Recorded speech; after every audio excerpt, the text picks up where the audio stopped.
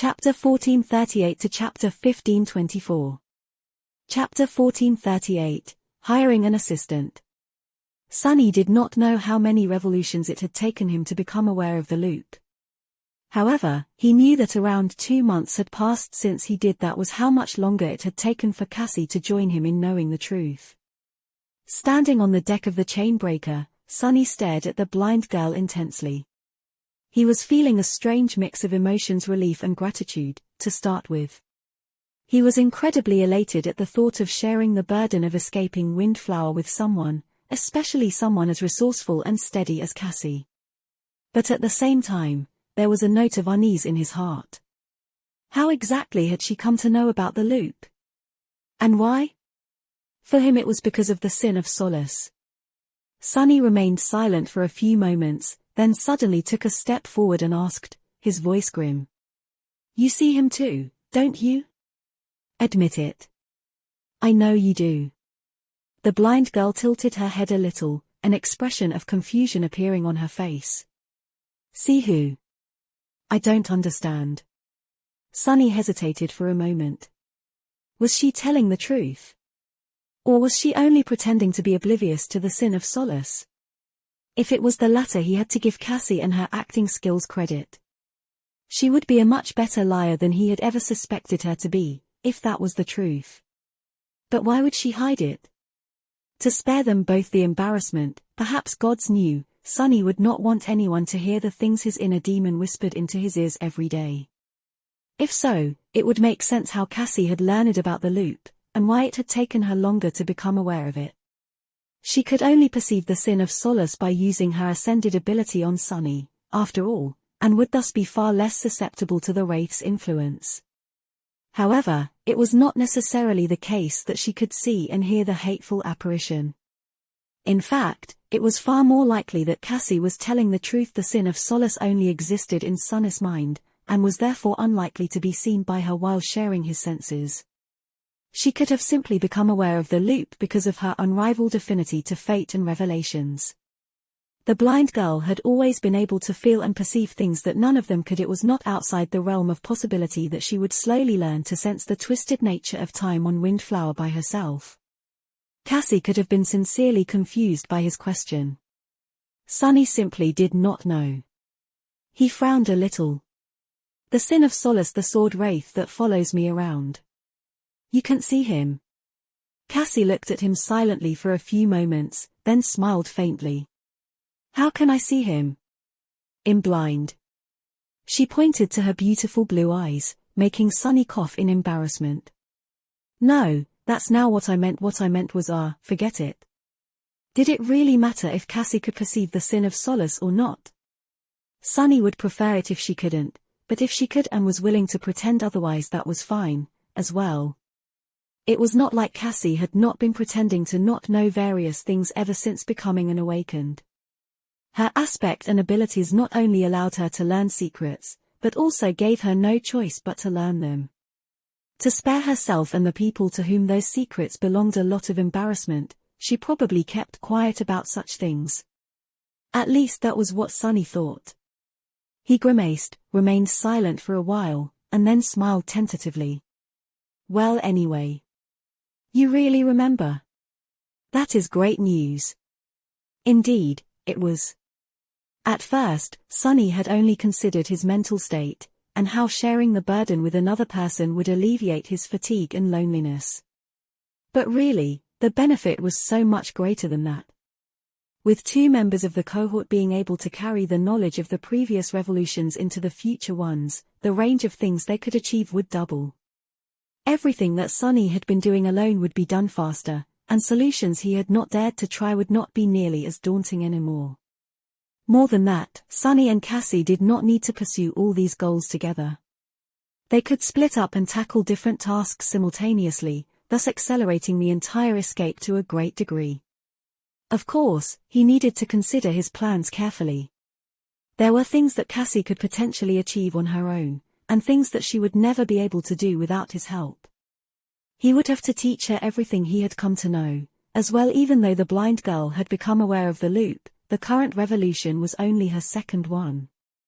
Sunny, however, had been accumulating knowledge of Windflower over more than 60 revolutions. She had to benefit from the groundwork he had laid before becoming a true ally to him in this timeless hell. Yes, I'll have to teach her about the island and the abominations populating it first. Cassie, meanwhile, turned to face the mist. The soft lines of her delicate face twisted slightly, expressing her doubts and anxiety. Yes, I do remember. But it seems so odd. Like a strange dream. She lowered her head. That hollow butterfly, the caverns, the dark forest. And Effie, I can't believe that Effie is. It was at that moment that both Cassie and Sunny were suddenly interrupted. Looking at them in utter confusion, Nephis raised an eyebrow. What are you two talking about? She frowned. What does Cassie remember, and why is remembering something so important? Caverns, forests, and butterflies. What does it mean? And what is it about Effie? The two of them turned to her, surprised.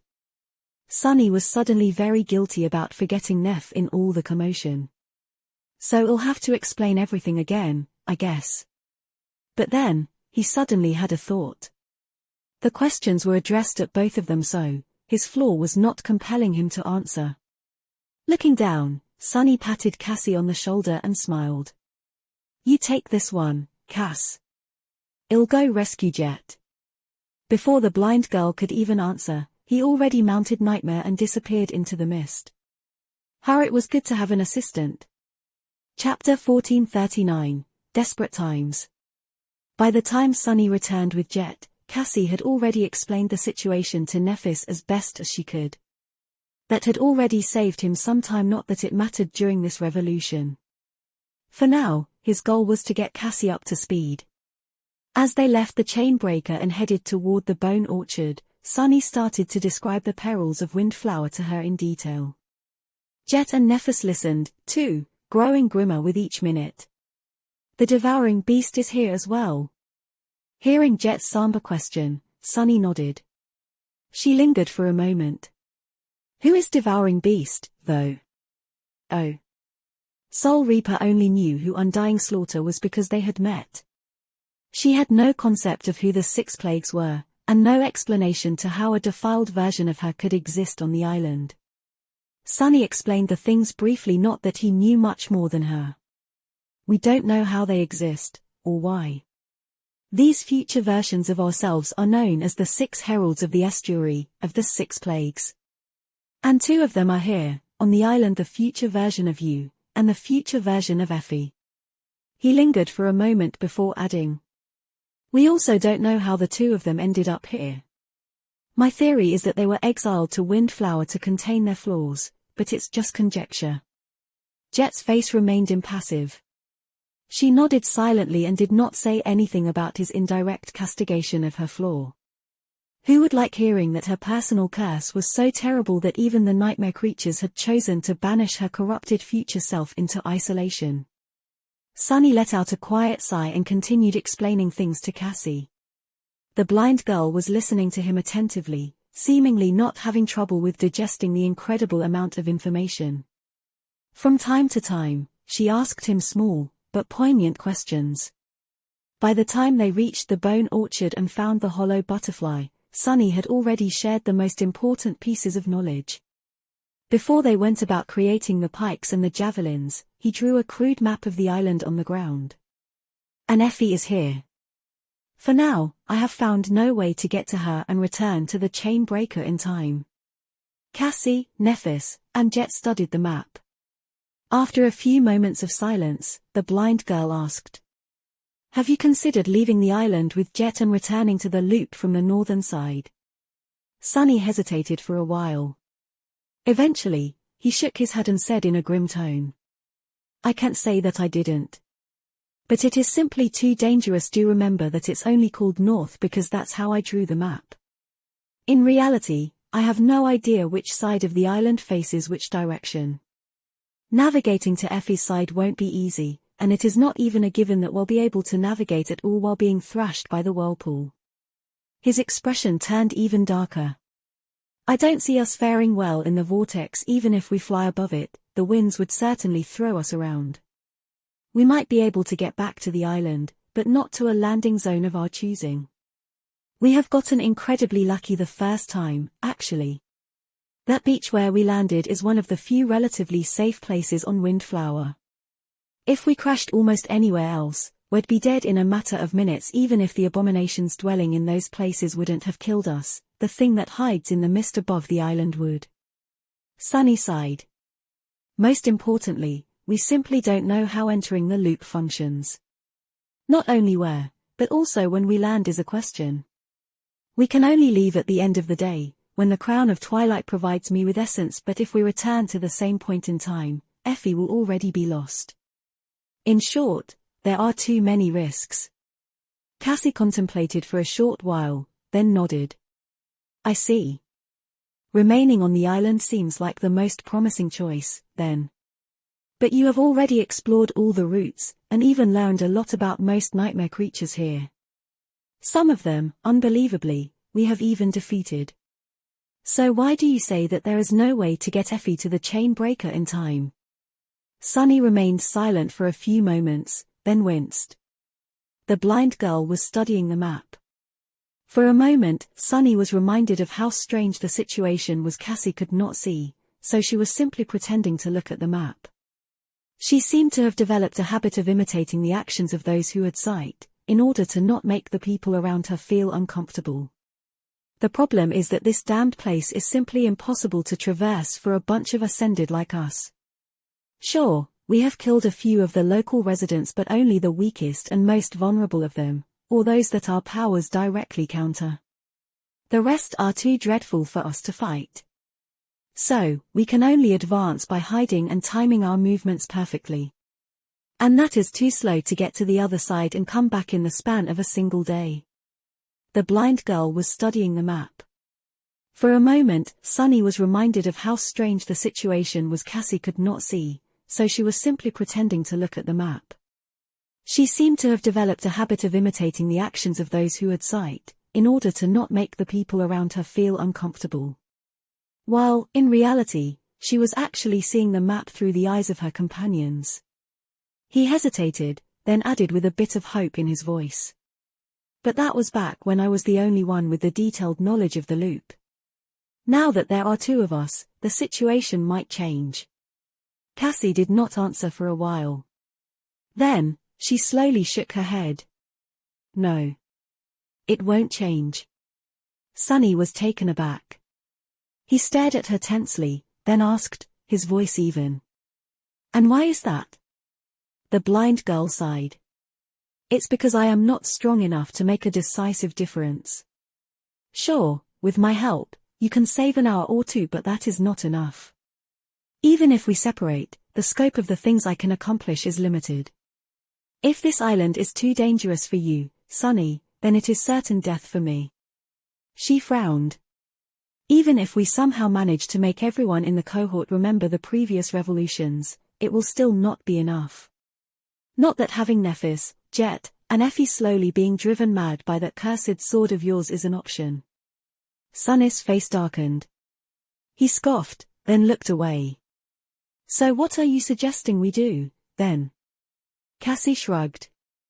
We explore every opportunity. The things we've learned offer us no solution. So there is no other choice but to turn to things we've yet to explore, and hope for the best. Starting with. She leaned forward slightly and pointed to the map. Sunny lowered his gaze and looked at where her delicate finger was pointing. His expression changed subtly. Of course it's that place. The place the blind girl was pointing at was at the very center of the map. There, a crude image of a tall tower was drawn, surrounded by a wide moat. Chapter 1440, Desperate Measures. There were several places on the island that Sunny had not dared to explore yet. They were too dangerous, and lay off the route that led to Effie. He was already tormented enough by dying while trying to reach her, so losing his life meaninglessly to satiate his curiosity did not seem like a good idea. That said, Cassie was right. It was not as though Sunny had not considered grasping at straws by venturing into these dangerous territories before. He knew that he would most likely end up searching for a solution there eventually, but not before exhausting all other choices. Well, his choices had been exhausted. Cassie had become aware of the loop just when they had, so he allowed himself to grow hopeful for a few hours. However, she was now reminding him of the harsh reality. Even if there were two people who remembered the previous revolutions now, it was still not enough to solve the diabolical puzzle of Windflower. Even with everything he had learned, there was no feasible way to achieve their goals. Which meant that they had to expand their efforts to the most dangerous corners of the hellish island. And the tower, it was the most dangerous of them all by far. Sunny had already tried to enter it once, during one of the earlier revolutions. However, before he could even cross the bridge he had died without even realizing what had killed him. The bones of the dreadful nightmare creatures and the abominations standing motionlessly on the bridge only solidified the fact that the stronghold of the Seeker was absolutely deadly, more deadly than the overgrown port, the harrowing shrine, and the eerie circle of black obelisks. He stared at the map silently. Can't say I'm not curious to get inside, though. Windflower was just too mysterious. Sunny had been exploring the dreadful island for about 2 months now, and although he was now familiar with its landscape and dangers, he did not know a lot about its history. Who was the Seeker that had lived here before, exactly? How had that person been able to not only survive inside the loop, but also build the tower, the port, the shrine, and other structures within it? Or had the vortex not existed yet when they called Windflower home? If it had not, was the Seeker responsible for creating it? Sunny knew, of course, that Windflower had not always been trapped within a loop of repeating time. Otherwise, there was no explanation for the existence of the Bone Orchard, the steps cut into the cliffs, and many other landmarks of the nightmarish island. Even the line of footprints they had found in the white sand predated the starting point of the loop. They looked like they had been left only a few hours, but in reality, the person who had leapt off the edge of the island must have done so many centuries ago. Sunny wondered if those were the footprints of the mysterious Seeker. He also wondered, if the loop was really created by someone, can't it be destroyed, as well? If there was a place where he could find answers to at least some of these questions, it was the Seeker's tower. Looking at its crudely drawn image and Cass's finger pointing to it, Sunny let out a heavy sigh and nodded. All right. Now that there is no other choice, we will explore the tower. The tower was just like it had been before, but also a little different. This time, Sunny and the members of the cohort including Effie approached it from the northern side. Windflower was also shrouded in impenetrable darkness, so the sight of the lonesome spire rising above the forest was even more foreboding. The light in one of its highest windows seemed even brighter now, shining above the dreadful island like a beacon. The Seeker's tower was not exactly ominous in and of itself. It was not a gargantuan structure like the Crimson Spire or the Great Ivory Pagoda of the Kingdom of Hope. Nor was its architecture particularly menacing. In fact, it was rather beautiful. The grey tower was perched atop a tall black cliff, airy and austere. Nevertheless, it emanated a sense of absolute, harrowing threat. Every time Sunny looked at it, he could feel a chill run down his spine. The frozen figures of terrifying nightmare creatures that stood on the bridge did not help one bit. Even now, he was staring at them with a dark expression. The members of the cohort were doing the same as they hid between the pines. Is that a great beast?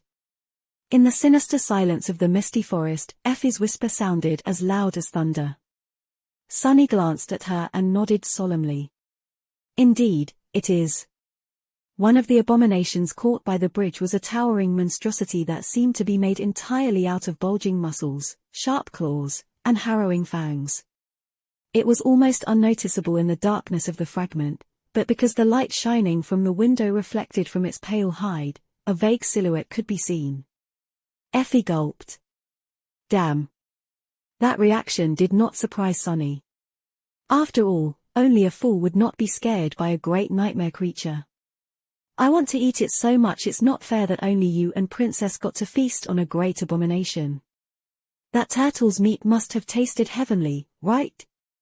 Sunny remained motionless for a few moments, then shook his head. Never mind. He wouldn't have deemed the gluttonous huntress with an answer, but sadly, his flaw compelled him to. Gritting his teeth, Sunny lingered for as long as he could, and then said reluctantly, "Yeah. It tasted pretty amazing." In the darkness, Nephis carefully touched his shoulder. When Sunny turned to her, she asked in a low voice, "What do we do now?" He studied her beautiful face for a few moments and sighed. What was there to do? "We will try to cross the bridge. Right, all of you, prepare to die." Chapter 1441, Let's Split Up. Although the Seeker's Tower was right in front of them, Sunny had little hope that they would be able to reach its entrance this time. Not only was the tower protected by the eerie enchantment, but the revolution was also close to its end. It had taken them a lot of time to find Effie and get back to the heart of the island. He did not know how much longer they had, exactly, but it might have been mere minutes. In the end they never found out. The Black Cliff was surrounded by a wide open space where there were no trees. Not long after the members of the cohort cautiously abandoned the forest, a gentle wind caressed Sunny's face, forcing him to look up. Windflower was shrouded in impenetrable darkness, so no one except for Sunny could see, but there was something there, above them, hiding in the black expanse of the misty sky. Frozen in terror, he watched dozens of twisting tendrils descending from the turbulent black fog, each hundreds of meters long. Then, he was dead. Coming back to his senses on the deck of the Chainbreaker, Sunny could not help but shudder. This was the first time he had caught a glimpse of the being that dwelled in the mist above the island. Sunny had thought that Windflow had no horrors left to surprise him with, but he had been wrong. What even is that thing? Hiding how disturbed he was, Sunny turned and looked at Cassie. By now, he was if not accustomed, then at least familiar with the terrible trauma of dying. The blind girl had only recently become aware of the loop, though. For her, it must have been a harrowing experience. But, contrary to his expectations, Cassie seemed perfectly fine, nonchalant, even. It was as though she had experienced countless deaths already. Sunny lingered for a moment. Right. Considering her aspect, she probably has. Nevertheless, he walked over to her, hesitated for a moment, and tried to make his voice sound soft. "Are you all right?" A brief, pale smile appeared on Cassie's face. She nodded. "Yes. I'm fine. It's just it was sobering." Nephis stared at them silently, a hint of confusion appearing in her tired grey eyes. She was once again suffering from the symptoms of essence exhaustion. Sunny sighed and gestured to Cassie, imploring her to take care of the explanations. A moment later, he was off to retrieve Jet. "I am definitely not avoiding Neph." He could have sent Cassie, Nightmare, and one of his shadows into the mist and remain on the Chainbreaker with Nephis instead. However, Sunny was not quite sure how to act around her now, after what the Sin of Solace had said and what he himself had admitted. Especially not if they were left alone. "I'll just think about how to get into the terrifying ancient tower. That is much less daunting." He explained the situation to Jet on the way back to the Chainbreaker. At the same time, Cassie explained it to Nephis. So, by the time the four of them reunited, everyone was already aware of what was going on. But the usual routine had to change from now on. If they wanted to enter the tower, they couldn't waste time going to the far side of the island and back. There was simply not enough hours in the loop. Nevertheless, Sunny hesitated. How could he leave Effie alone in the cold mist and darkness? He was not sure what had happened to her in the previous revolutions, without them. But knowing what he knew about the island, he doubted that it was something he would want to know. Sunny remained silent for a while, agonizing over the choice. Then, Nephis suddenly spoke. "Jet and I can handle that." He looked at her in confusion. "What do you mean?" She leaned over and pointed to the map he had drawn. "You and Cassie can go to the tower. The two of us will enter the caverns, kill the Terror, find Effie, and hide ourselves away until the end of the loop. Soul Reaper is the key to slaying that thing, anyway, so we'll manage without you." Sunny listened to her with a grim expression and shook his head. "But you know close to nothing about the island." The two of you alone won't be enough, especially with how low on essence you are. Nephis smiled. Who says that we'll be alone? We can take your Onyx Saint and Ravenous Fiend with us. You can also send one of your shadows to tag along.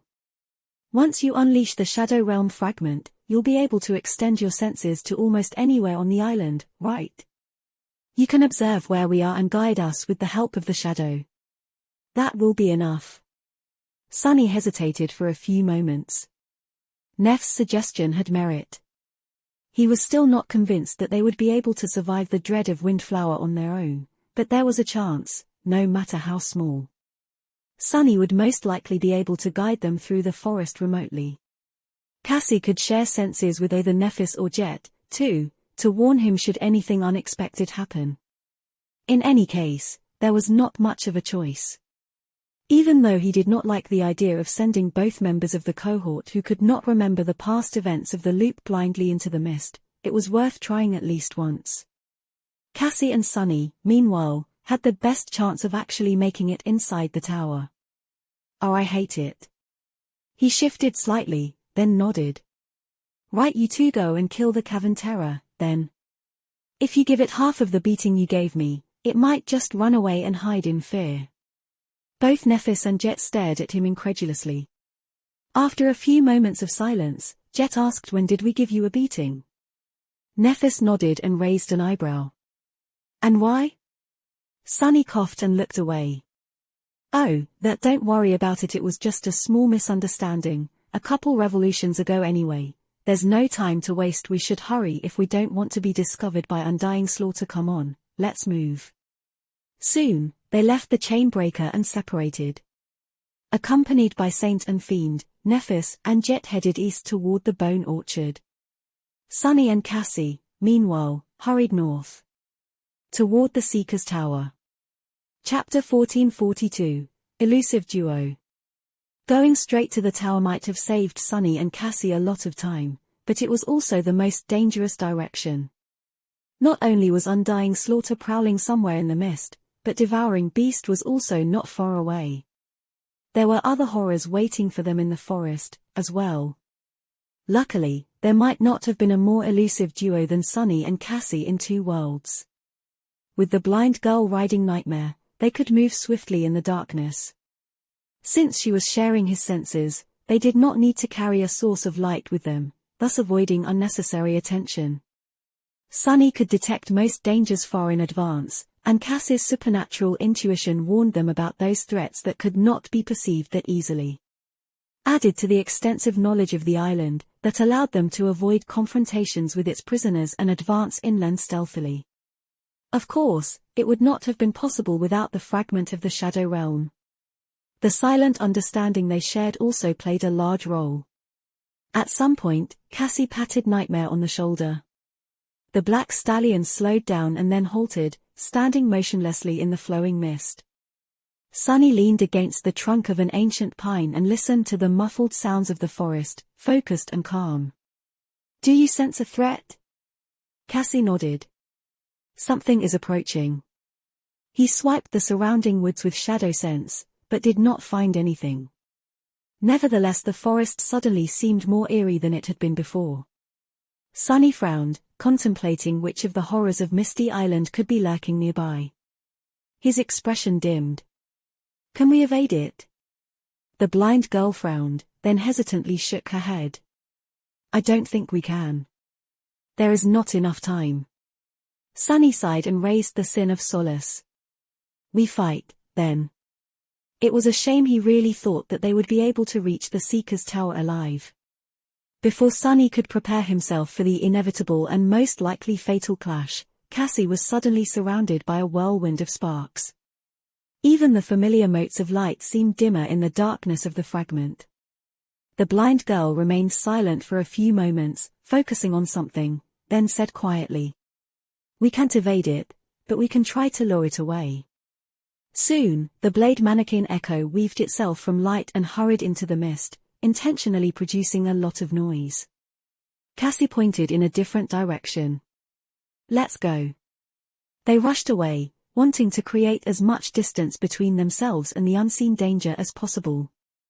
Sunny kept tracing the echo with shadow sense. Less than a minute later, something strange happened to it.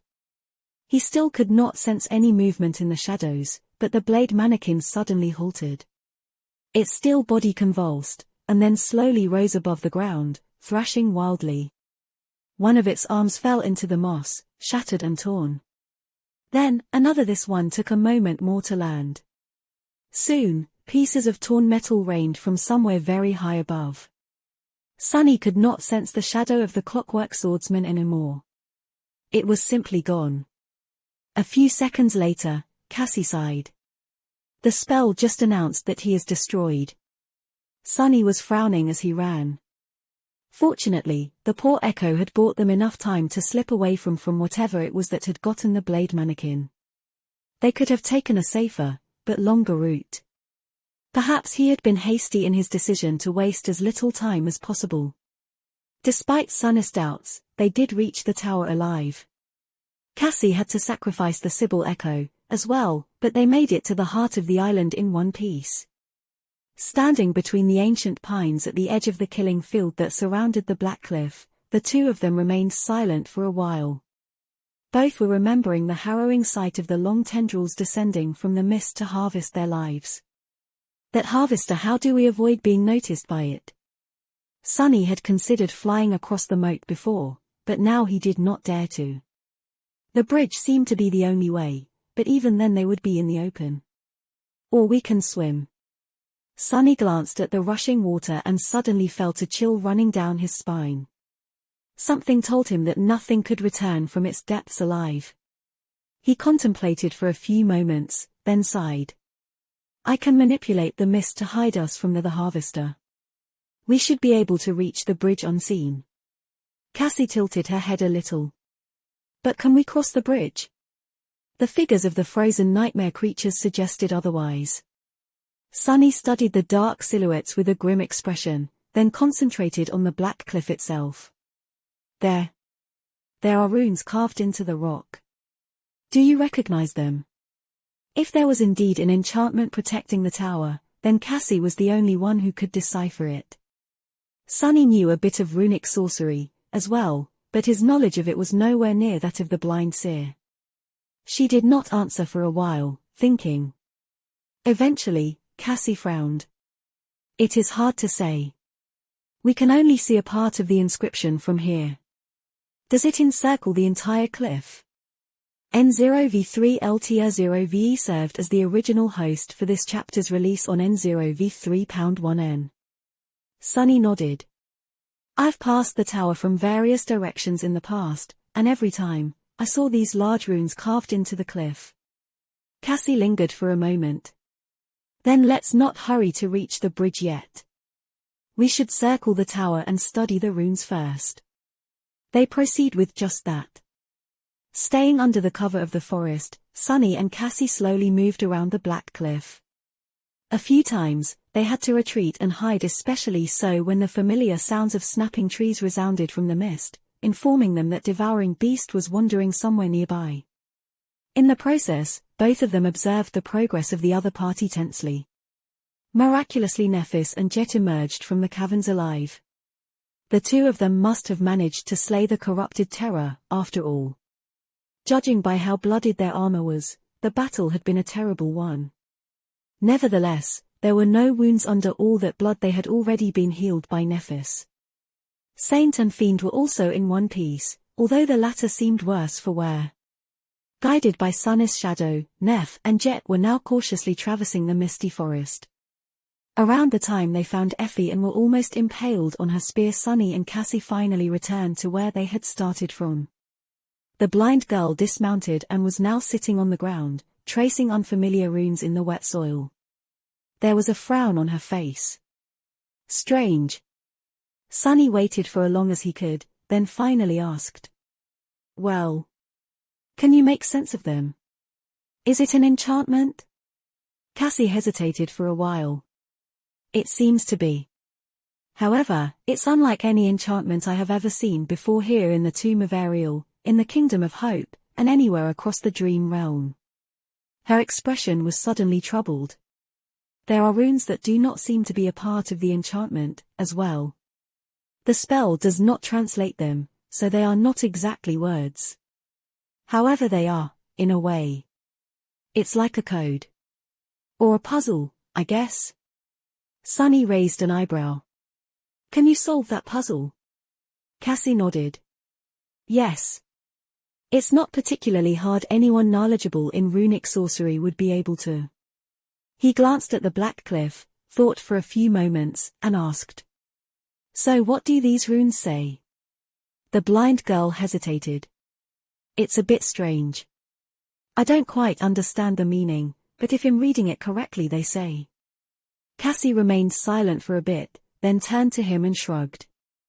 I am the tower that Alethea of the Nine built. Chapter 1443, Cutting a Mountain. Sunny remained silent for a while, looking at the blind girl with a strange expression. Alethea of the Nine? The words sounded familiar. He had met a person with a similar name a long time ago. The young awakened swordsman from his first nightmare, the one whom he called Hero. The spell had called him Oro of the Nine. Was it a coincidence, or something more? Sunny frowned. What did he really know about Hero? Not much.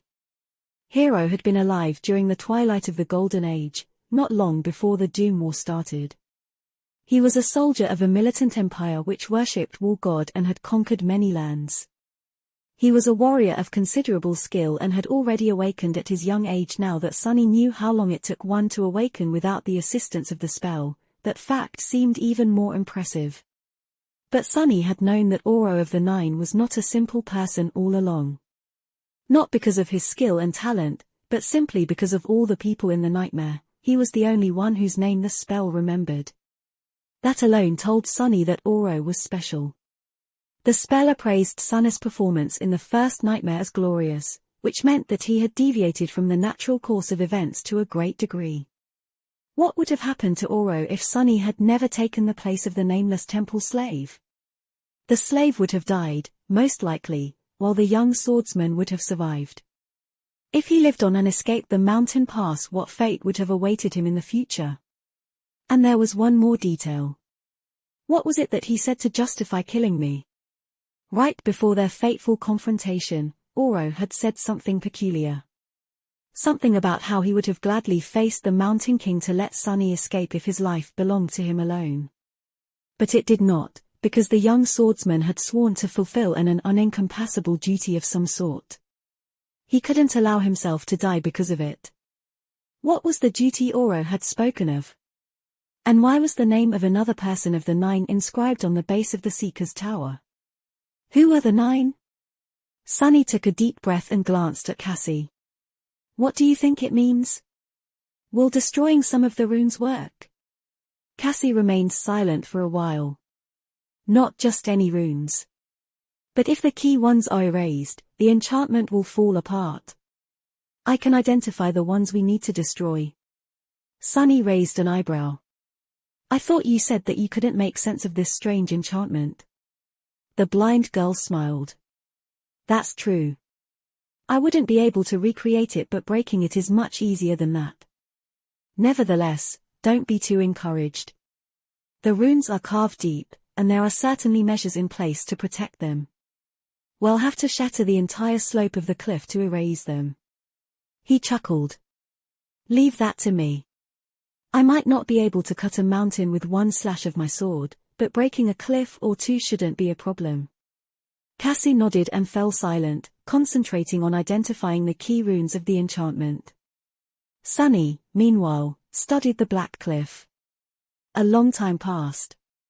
On the far side of the island, Nephis, Jet, and Effie had hidden among the cliffs and shared a meal. Sunny watched them through the shadow and listened to the calming flow of their conversation.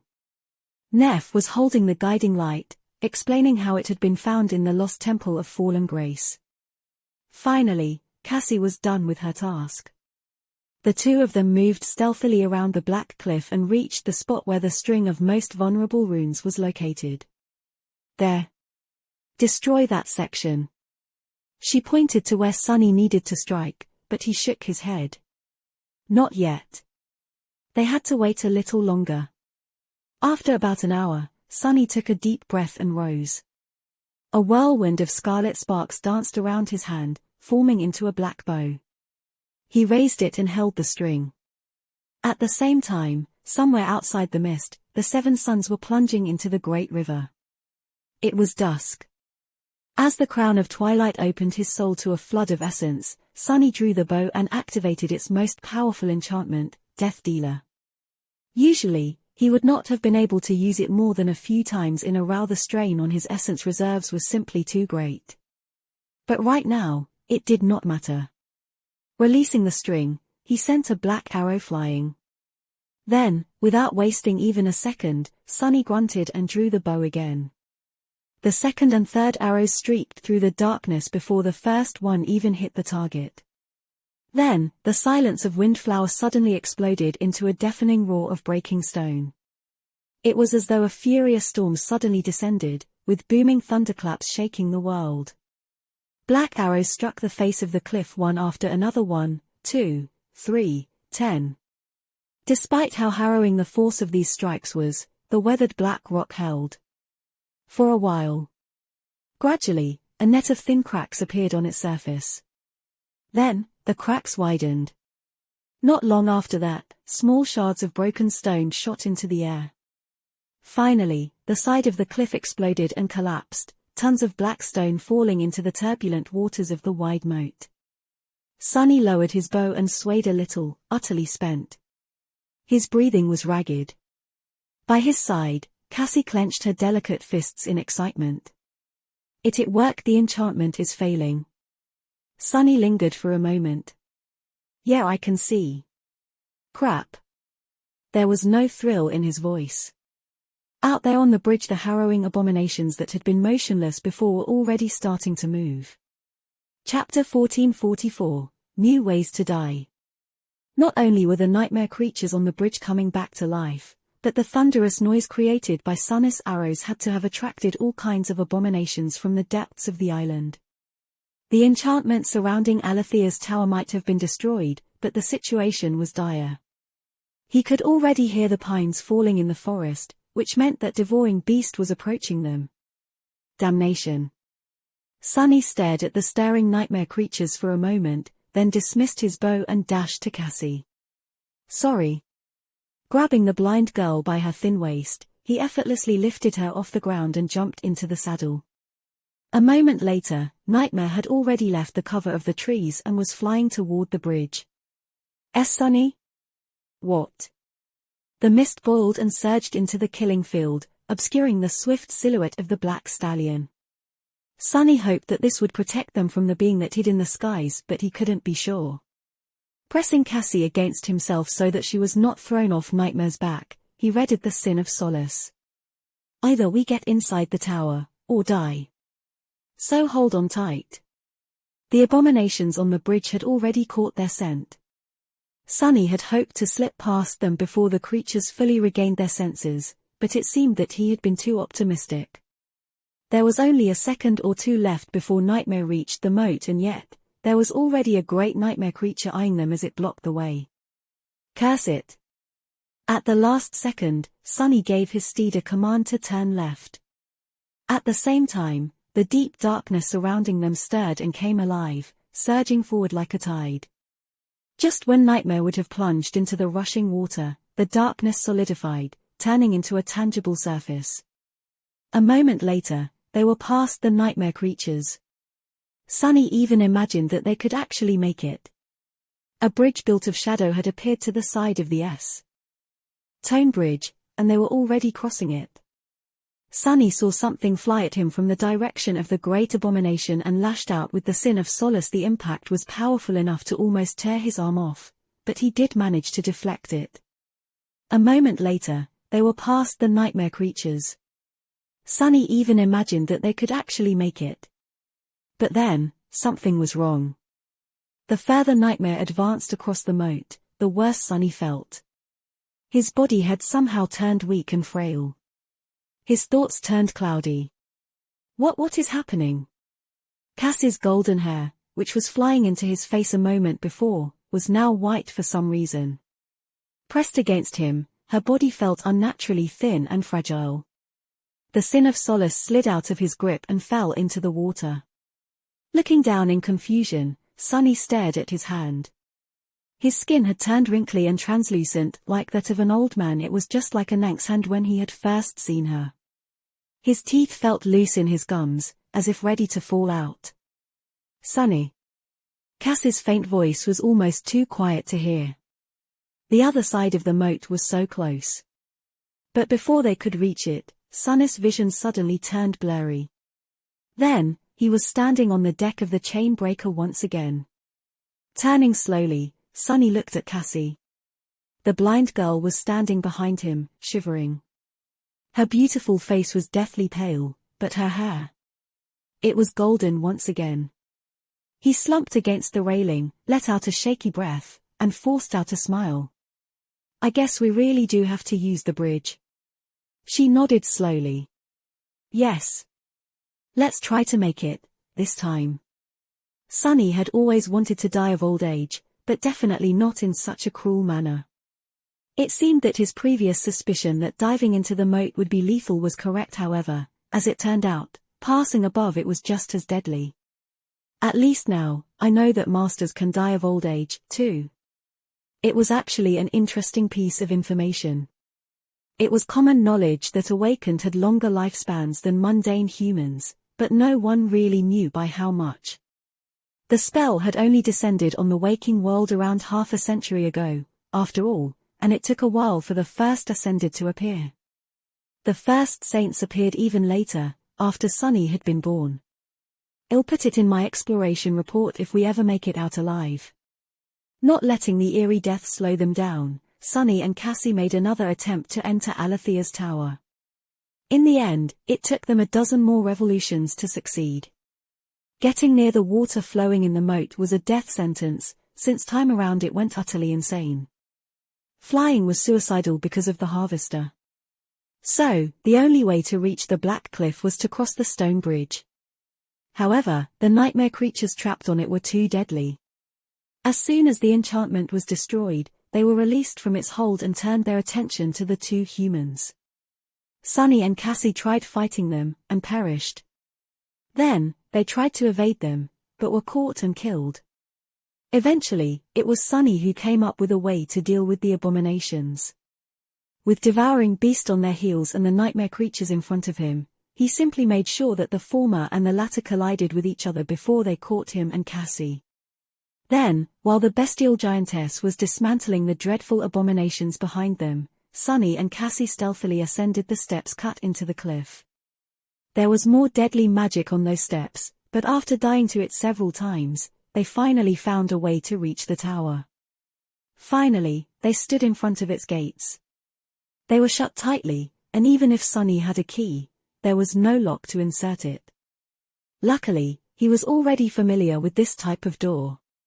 Placing his hand on the surface of the gate, he sent his essence flowing into it. The ancient door opened slowly. Hearing a furious roar chase after them from the bottom of the cliff, Sunny did not waste any time. Grabbing Cass's hand, he entered Alethea's tower and pulled the blind girl inside. Chapter 1445, Inside the Tower. As soon as Sunny shut the gate behind them, the terrifying roar that had been approaching was cut off. A few moments later, the tower seemed to shake a little, as if something had crashed into its walls. However, apart from a little dust that fell from the ceiling, nothing happened. They seemed to be safe. From the threats outside, at least. Letting out a sigh of relief, Sunny took a step back and looked around. His eyes narrowed a little. Well, that is unexpected. He had wondered about what the interior of Alethea's tower would look like a lot. In his mind, there were two possibilities: either it would be perfectly preserved and full of tantalizing knowledge, or serve as the lair for the most harrowing abomination yet. The truth was that it was both and neither at the same time. From what Sunny could tell, the interior of the tower had once been austere, but elegant. None of that elegance remained, however. At some point, a dreadful nightmare creature had made its way inside. He was currently staring at that nightmare creature. Its torso was hanging from the ceiling, terribly mutilated and seeping with black blood. The creature's revolting skull was crushed, and one of its arms was severed at the elbow. A vast and utterly disgusting puddle of blood, viscera, and brain matter covered most of the floor.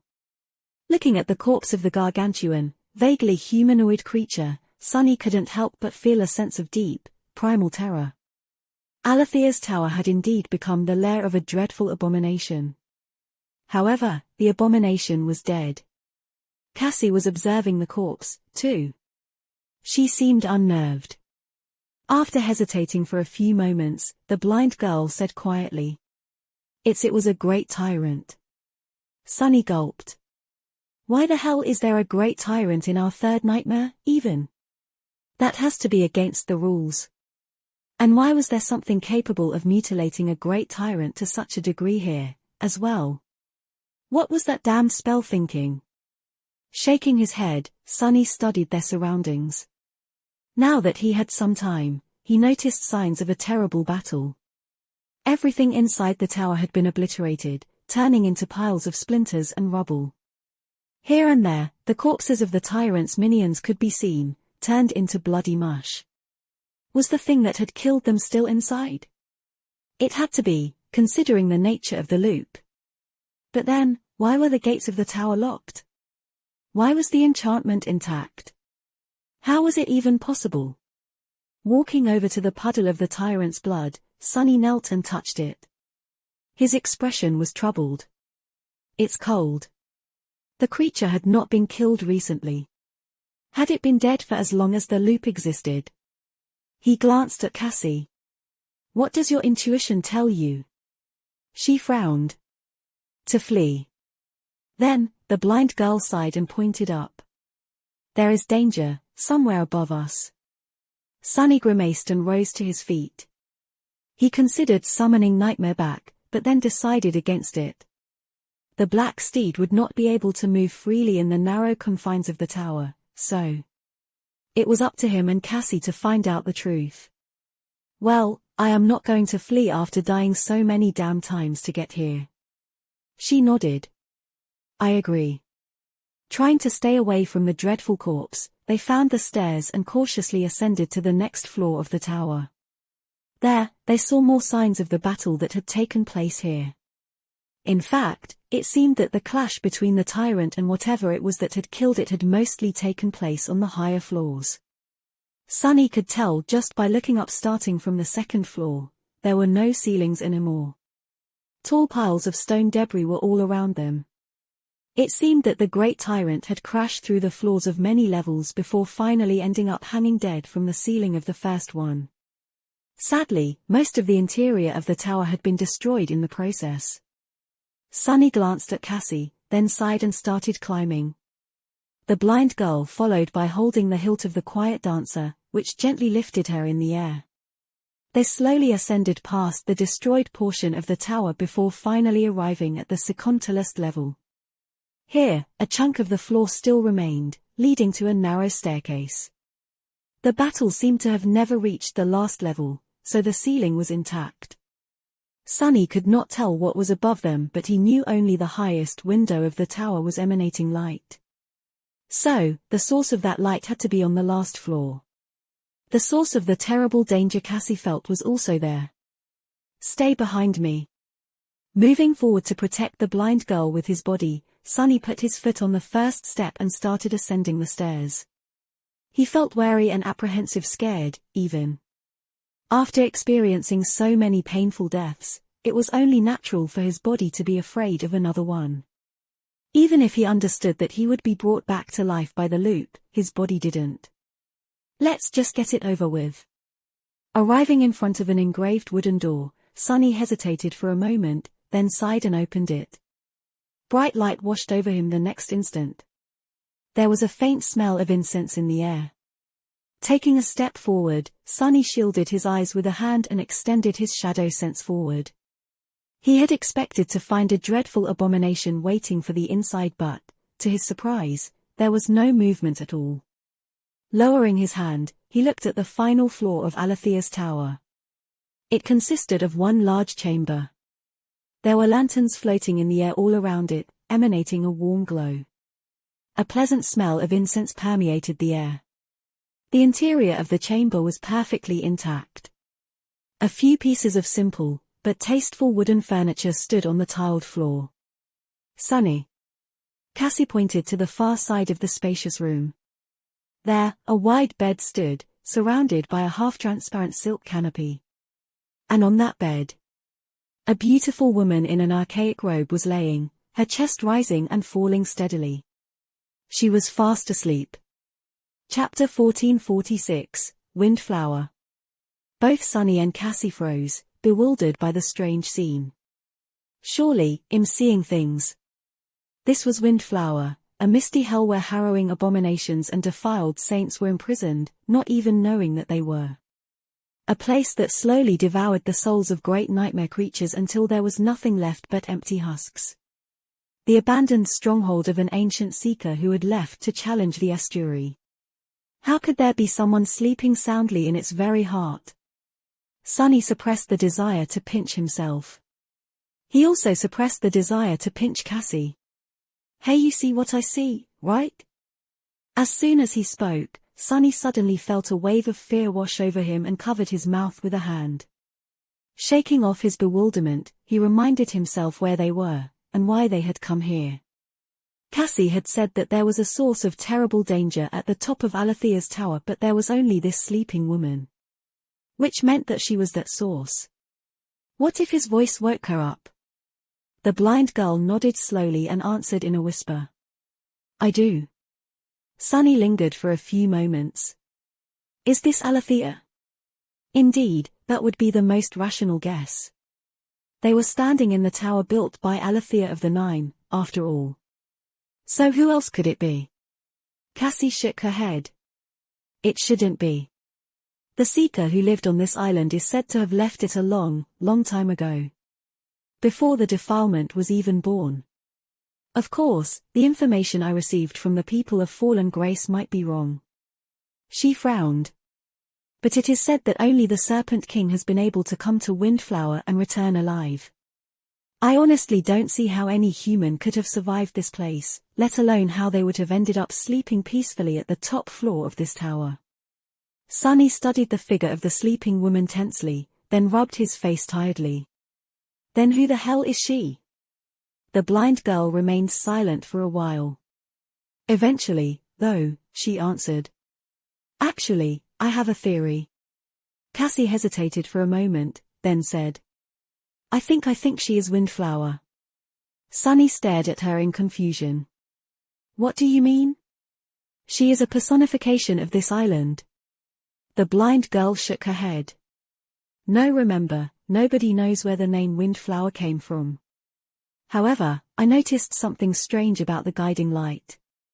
It continued pointing to the center of the island even after we landed, right? Sunny nodded. Cassie sighed.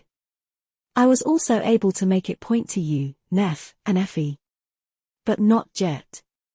I puzzled over how it worked for a long time, and after a while, I started to suspect that it's because Jet doesn't have a true name. Or at least I don't know what her true name is. Indeed, Soul Reaper was simply Jet's nickname, not her true name. Actually, even Sunny did not know if she had one. The blind girl, meanwhile, continued. I got that idea, actually, after we saw Devouring Beast. The guiding light only points to Effie, and not her. That is strange, considering that they are the same person. Only I think that once somebody becomes corrupted, their very nature starts to change. So, they lose their true name, or maybe it changes as well. She studied the walls of the spacious chamber and said. I think that if we had the guiding light and asked it to point us to Windflower, it would have pointed directly at this woman. Sunny frowned, then asked quietly. All right. Let's say that you are correct still, the question remains. Who the hell is this Windflower? Cassie suddenly coughed and looked away in embarrassment. I don't know. He stared at her in confusion. Then why the hell did she go on and on about the guiding light, true names, and all that? We are exactly where we started this conversation. Shaking his head, he took a deep breath and asked. So what do we do now? We wanted to come here to find a way to escape Windflower Alethea's island, whatever this place is actually called. Do we just wake her up and hope that she's not some terrifying defiled abomination? Cassie shook her head. She's not defiled. She is a transcendent human, a saint. Sunny raised an eyebrow. How do you know? The blind girl raised an eyebrow. How do you not know? I used my dormant ability to read her runes. You can do whatever it is you do to look inside people. He blinked a couple of times. Right, he could do that. Shifting his perception, he peered into the soul of the sleeping woman. She had a single radiant core, its brightness similar in intensity to that of a fully saturated transcendent soul core. However, his expression dimmed. At the very heart of the beautiful radiance, almost unnoticeable, there was a tiny seed of encroaching darkness. It was small and insignificant, for now. But Sunny knew that it would grow. Because that was how corruption was. It spread and consumed everything, until there was nothing pure left. The woman might not be defiled yet, but she was going to be soon. She won't, though. The thought appeared in Sunny's mind almost on its own. He contemplated its meaning for a few moments, then tilted his head slightly. Right. She won't. For as long as the woman remained on Alethea's island, inside the loop, she was not going to be corrupted if she could hold out for a single day. At the end of the day, the time would rewind itself, and whatever progress the vile darkness had made would be erased. Therefore, for her, this island was like a sanctuary. Was that why she was here? It had to be. But who is she? Sunny sighed, then looked at Cassie and hesitated for a moment. So are we really going to wake her up? The blind girl shrugged. What's the worst that can happen? Sunny stared at her with wide eyes. What? Why on earth would you say that? You of all people should know not to. He suddenly fell silent, afraid that his furious whisper would wake up the sleeping woman. However, he did not have to worry. She remained peacefully asleep. In fact, nothing they did seemed to wake her up. By the time the revolution ended, it had become apparent that the mysterious woman's slumber was not a natural one. Instead, it seemed eternal. Chapter 1447, Different Approach. So, what do we do now? The cohort was hidden between the cliffs on the northern side of the island. Effie was pillaging the covetous coffer while Jet and Nephis sat tiredly on the ground. They had taken point in the battle against the Cavern Terror, but strangely enough, Sunny and Cassie seemed more drained. The blind girl shook her head in dejection. I'm not sure. They had just shared their findings. The method to infiltrate Alethea's tower, the remains of a slain great tyrant, the sleeping woman on the top floor, and how they had failed to wake her up. Sunny was in a grim mood. They had wasted so much time and effort, but had nothing to show for it. The escape from the island seemed just as impossible as it had before. Curse it. He remained silent for a few moments, then glanced at Nephis. There was something gnawing at him. Cassie said that you've met one of the 9. That question held no real importance for their current situation, but he felt curious. Perhaps knowing more about the former master of the island could help them think of a new solution. Neph looked at him with a hint of surprise. Yes, I did. Sunny did not react much to her confirmation. Was it in your second nightmare? He was more or less certain of it, but, unexpectedly, Nephis shook her head. No, I met him in the Nightmare Desert. Everyone was confused by her answer, Effie and Jet because they did not know who the 9 were, Sunny and Cassie because they did. How could a person from the ancient past of the dream realm be alive in the present day? Noticing their confusion, Nephis explained. When I first entered the Nightmare Desert, I found 2 skeletons nailed to a mystical tree. One called himself Azarax the Mighty, and the other called himself Uris of the 9. I got the impression that they were left on that tree as punishment. She paused for a moment, then added quietly. That Uris, he told me that he was a humble slave who had angered the gods by slitting the throat of one of them. I'm not sure if his words can be trusted, though to me, it seemed like he had been a high-ranking soldier of the demon army. In any case, I took him off the tree, and he guided me to the underworld. We parted not long before I entered the nightmare. Sunny stared at her in bewilderment. Well, that is a wild story. 2 talking skeletons nailed to a tree? Sure, the nightmare desert is full of old bones that refuse to stay dead. However, none of those I've seen ever spoke to me. For a moment, he remembered visiting Neff's dream right after she had returned from her second nightmare. Had there not been a terrible tree there, with 2 figures cruelly nailed to its trunk? And what was it about slitting a god's throat? Surely, that was a play on words. Right? Interesting. Oro had been a soldier of the war god's empire. However, this Uriz seemed to have participated in the Doom War on the side of the Daimons. Aletheia, meanwhile, had come to the tomb of Ariel, perhaps the only place where the war had never reached. Just what was he supposed to make of it? If there was one unfortunate conclusion Sunny had to make, it was that knowing about Uriz of the Nine did not help him at all. Aletheia's island still seemed inescapable. The tower, which had been their hope for the last dozen or so revolutions, seemed to be a dead end. Cassie let out a heavy sigh. We should probably try to wake up that woman again. If nothing helps, although I don't like it, we might want to try attacking her. Sunny raised an eyebrow. You want to kill her? The blind girl frowned, remained silent for a few moments, then said quietly. If that is what it takes, I am. He was somewhat surprised. Cassie had changed more than he had thought. The shy girl he had known on the Forgotten Shore would have never thought of killing. A bystander without provocation, even if it could help her. Or rather, she would not have thought of it if given another choice. Well, why am I surprised? The past years had changed all of them. Sunny was not the same person he had been on the Forgotten Shore. He hoped that it was for the best. Cassie would not have stayed the same, either. He sighed. Actually, we don't need to wake her. Everyone looked at him questioningly. After a few moments of silence, Nephis shifted slightly. Do you mean? Sunny nodded. He had visited Neff's dream once, so he could visit the sleeping woman's dreams, as well.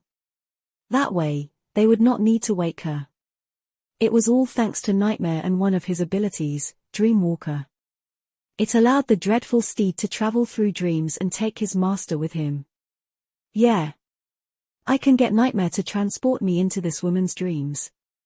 Perhaps she will tell me something that can help us escape the island. The others looked at him somberly. After a while, Jet asked. Are you sure you want to visit the mind of a saint who is slowly being corrupted, Sunny? It might be dangerous. Effie nodded. Listen, Sunny, I'm sure that you've visited the dreams of many a young lady even without the help of that scary horse of yours, but this is different. This defilement, you guys think that it spread simply through knowing a secret, right? What if you learn that secret in her dream? Sunny shrugged. It's not that I want to do it, it's that I have to. Don't worry too much. I'll be careful. He still had the mirror of truth. If push came to shove, he would use it to copy Neff's longing and get Nightmare to carry him away from the mysterious saint's dream as fast as possible. It actually sounded like a plan. He nodded. Then it's decided. Cassie and I will go to Aletheia's tower again come the next revolution. And hopefully, this time, we won't leave empty-handed. Chapter 1448, A Beautiful Dream. Finding themselves back on the deck of the Chainbreaker, Cassie and Sunny did not waste any time. After bringing Jet back, they sent her and Nephis to find Effie. Then, they hurried toward Aletheia's tower. By now, traversing this area of the misty forest had become a routine for them. They knew just where to go, and when. Nevertheless, both of Cassie's echoes had to be sacrificed along the way. Now that they did not have to study the runes cut into the black cliff, there was even some time to rest while they waited for dusk. Hidden away from the killing field surrounding the tower, they shared a haphazard meal and waited. Sunny studied Cassie's face in the darkness.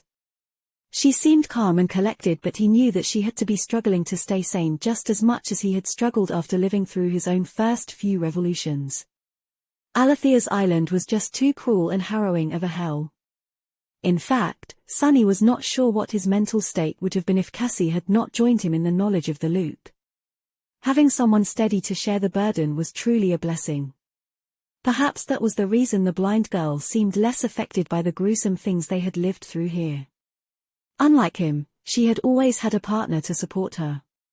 Still. He hesitated for a moment, then asked, "How are you doing?" Cassie smiled. Her smile was faint and fleeting, just like it had been ever since their meeting in Fallen Grace. "I am fine." Sunny wanted her to say more, but Cassie kept herself closed off. It was strange, really. There had been a time when they were closer siblings, and a time when they were like strangers. The ice between them thawed eventually, but it took Sunny a long time to want to mend their relationship. Now that he was trying, though Cassie seemed unwilling. He simply did not know what was happening in that head of hers.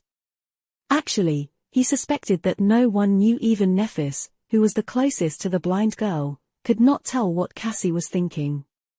Perhaps that was the curse of being a seer. Sunny sighed.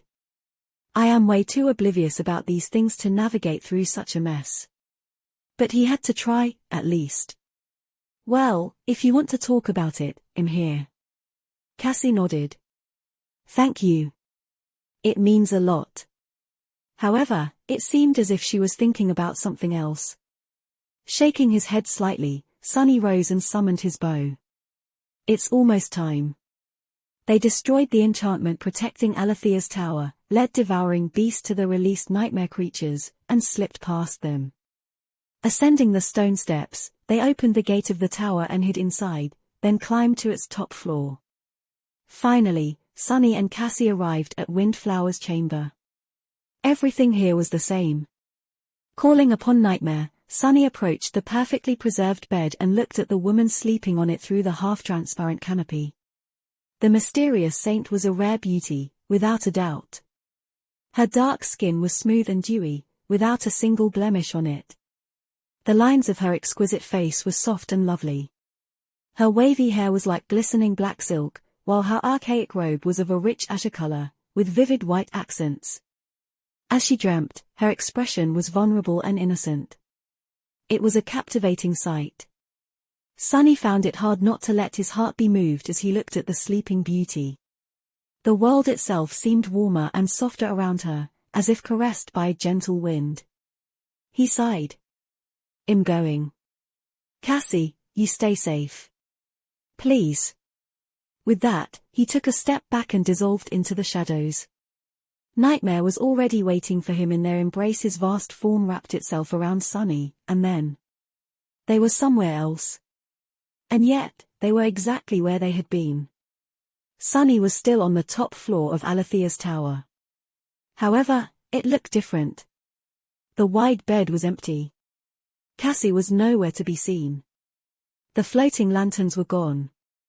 Instead, the chamber was drowned in bright light that poured through the windows. Nightmare had to hide in the deep shadows in the corner of the spacious room to avoid it.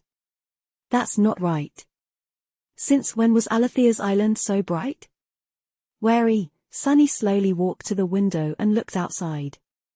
His eyes narrowed slightly. Below him was the familiar island.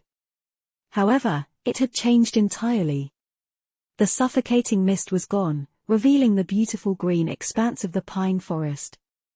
The trees bathed in warm sunlight, swaying slightly in the wind. Here and there, clear streams flowed. The killing field surrounding the tower was drowning in flowers.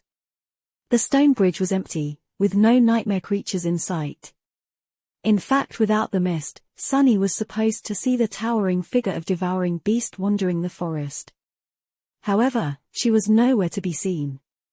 There was no harrowing creature in the clear blue sky, either. Alethea's island seemed utterly devoid of danger. Instead, it seemed like a tranquil, beautiful, and peaceful place. A paradise. This is her dream? Sunny knew that he was inside a dream. However, the space around him did not seem like one.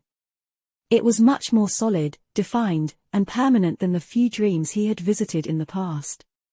What the hell is going on? It's a wonderful day, isn't it? That voice. Sunny flinched and turned around. A woman had just entered the chamber, carrying a bouquet of fresh flowers. It was her, the beautiful sleeping saint of Alethea's tower. She was awake. Or rather, in her dream, she was. Sunny took an involuntary step back. Despite how lovely the woman was, he couldn't help but feel wary of her. His voice was slightly hoarse. "Who are you?" The beautiful saint raised an eyebrow and smiled. "Me? I am Windflower." Then, a hint of amusement appeared on her charming face. "But why are you asking?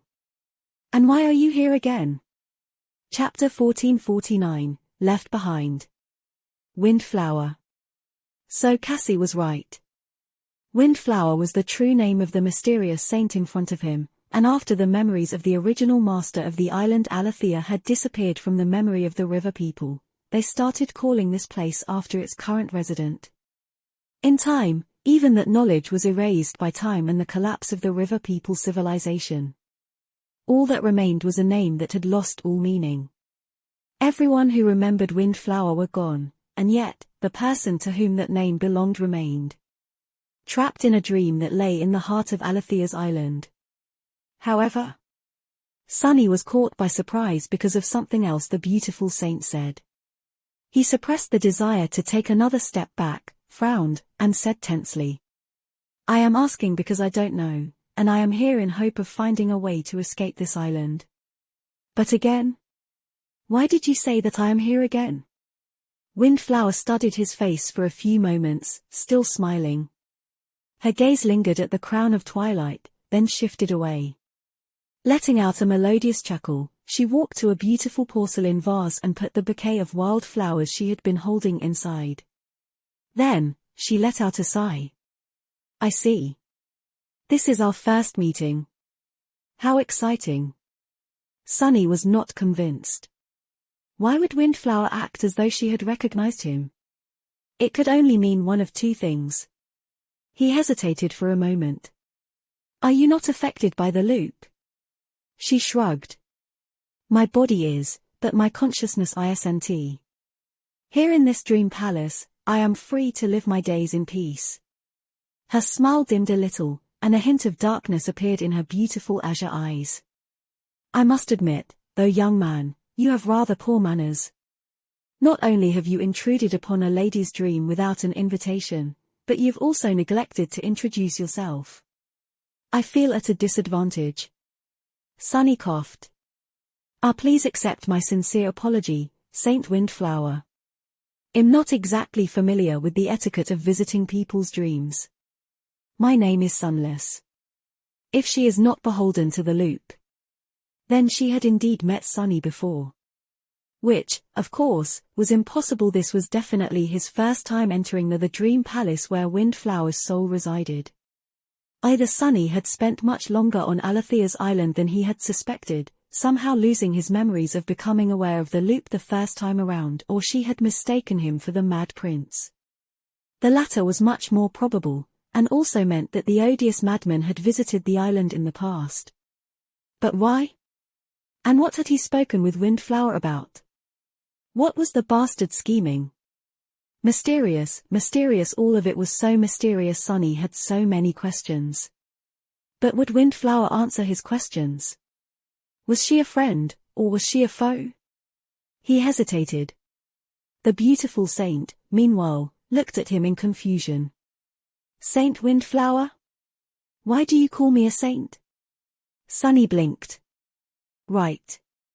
The people of the waking world used the word saint to denote those awakened who had conquered the third nightmare and transcended. A native of the dream realm would not recognize the term." He scratched his head. "It's just what my people call transcendence. A honorific, I guess." Windflower smiled. "Ah. I see. Well, Sunless, it is very nice to meet you. You are the second person to visit me in all this time. Very few beings possess the ability to travel through dreams, you know. Sunny nodded. To be fair, I don't possess such an ability. It's my horse who does. Windflower looked into the corner where Nightmare was hiding among the shadows. Her pleasant smile widened a little. I've noticed. It's certainly extravagant, to use a terror as a steed. You must be quite powerful to have the loyalty of such a creature, Sunless. And to wear that crown.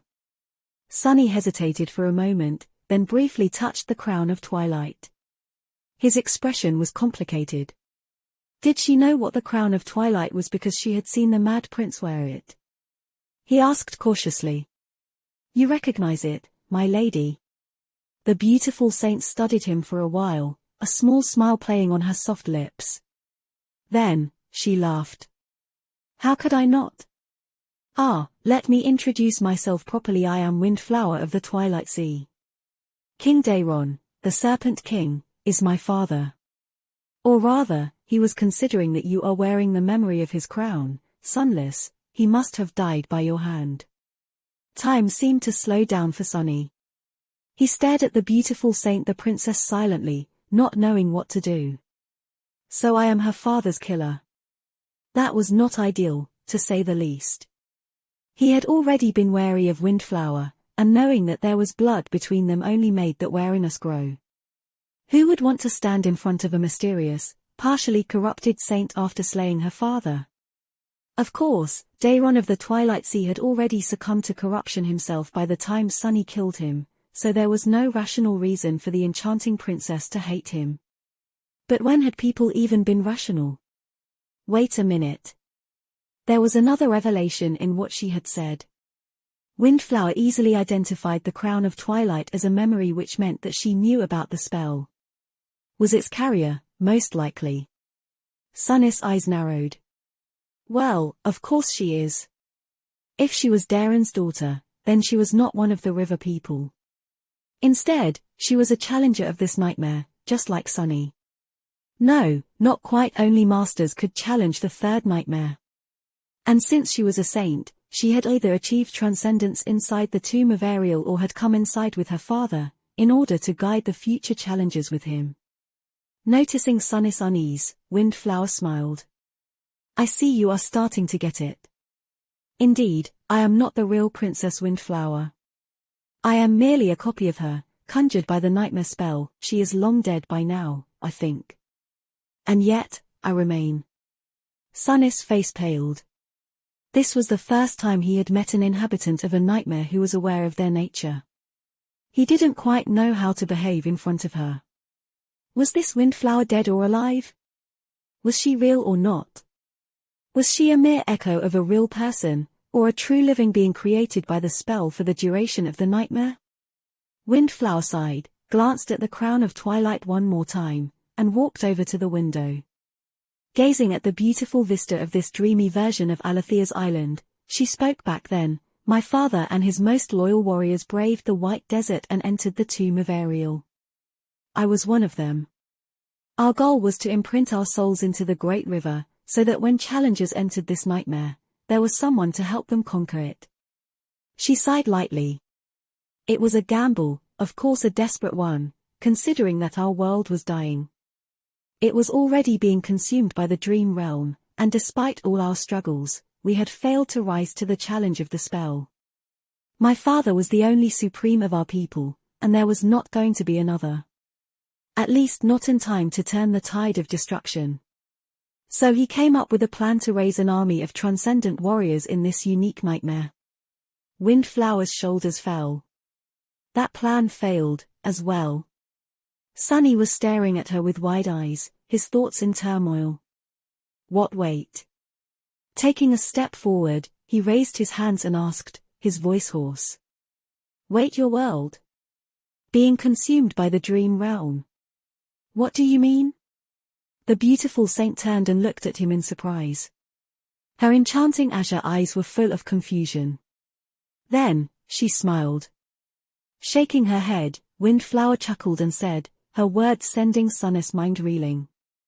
What did you think that yours was the only world that the nightmare spell infected, Sunless? Of course not. There were others. Yours is not the first. She lingered for a moment, then added with a hint of amusement. However, it will be the last. Chapter 1450, Seventh Realm. Sunny was reeling from the sudden deluge of impossible knowledge that Windflower had so casually shared with him. The relationship between the waking world and the dream realm, the vague theories about the nightmare spell he and Nephis had discussed, everything he knew was suddenly upturned. He remained silent for a while, then weakly raised a hand, summoned the shadow chair, and sat down. Watching him, the beautiful saint tilted her head slightly and laughed. What an interesting memory. Walking away from the window, she found a chair of her own, then picked up an elegant porcelain kettle and poured fragrant tea into 2 cups. Sunny took a deep breath. I did think that my world, we call it the waking world, was the only one infected by nightmare spell. Oh, I was never sure, though. Windflower pushed one of the cups toward him and shook her head. It seems that your people are less knowledgeable about the past than mine were. Ah, but we were rather ignorant, as well. Still, we knew that there were many realms before the End War. Some were connected to each other, some were far apart. Some were considered mortal realms, while some were considered divine. Each of the gods had a realm of their own. She looked into the window and took a sip of tea. The mortal realms were where the war between the diamonds and the gods took place. By the end of it, most of them had been turned into desolate graveyards. They have become the core of the dream realm, where corruption reigns. Sunny forced his hand to remain steady as he raised his cup and tasted Windflower's tea. It was pleasant and soothing, but left a tinge of bitterness on his tongue. Of course it made sense. The dream realm had always seemed like a patchwork world, with different regions of it inexplicably possessing different skies, celestial bodies, and even laws. The Forgotten Shore, the Chained Isles, the Hollow Mountains, the Nightmare Desert, they did seem more like different worlds that had been roughly smashed together than natural parts of a single whole. He took a deep breath. What about the divine realms? The beautiful saint smiled. Those were left untouched by the war. Even after the gods died, their realms remained. They were isolated from the mortal ones and each other, as well, and so were left untouched by the spreading corruption, at least for a while. Naturally, there were 6 of them. Sunny did not say anything, prompting Windflower to continue. The world where I come from was one of those 6 realms. It is similar to the Great River, actually a beautiful world covered entirely by water, with countless islands rising from it like gems. A world of storms, winds, and stars. Well, it was, before. By now, it must have been consumed by the dream realm already. Sunny's hand finally trembled. Bringing the cup to his lips, he lingered for a moment, then asked. What do you mean, consumed? Windflower leaned back in her chair and sighed. From your reaction, it seems that your people have not experienced the worst of it yet. What is the rank of the most terrible gate that has opened in this waking world of yours? He frowned. A Category 5, a Great Nightmare Gate, I suppose. The beautiful saint looked at him with pity. I see. Then it will start soon. Once more of them start to appear, pieces of your world will begin to be assimilated by the dream realm. Piece by piece, your world will eventually be swallowed entirely, becoming a part of the dream realm just like the other 5 divine realms have already become a part of it.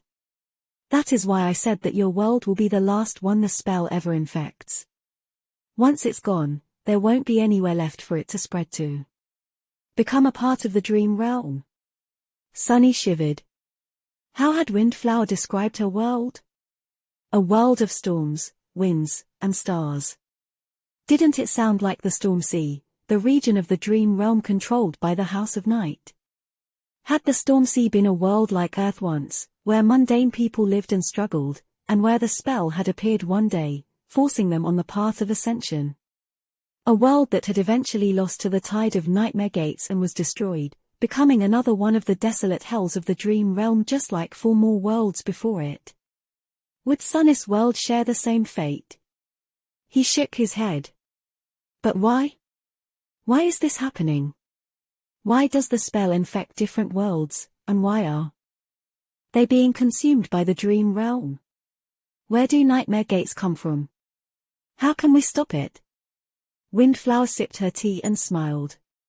Sunless, if I knew the answers to these questions, do you think I would be sitting here, imprisoned in a dream on a cursed island, with all my people gone, and my world destroyed? She chuckled. Whatever the path to victory is, my people have already lost. You still have a chance, at least. A better chance than we did, even from what I saw. Your world is much stronger than mine was. Otherwise, Amir ascended like you would have never been able to slay my father, no matter how far he was gone because of the corruption. The beautiful saint looked away and lingered for a while. Finally, a hint of sorrow crept into her sweet voice. How did he die, in the end? Sunny did not speak until the pain of the floor forced him to answer. How did one tell a person about killing their father?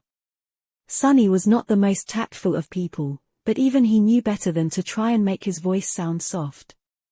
Being nonchalant about the whole thing did not seem right, either. He sighed.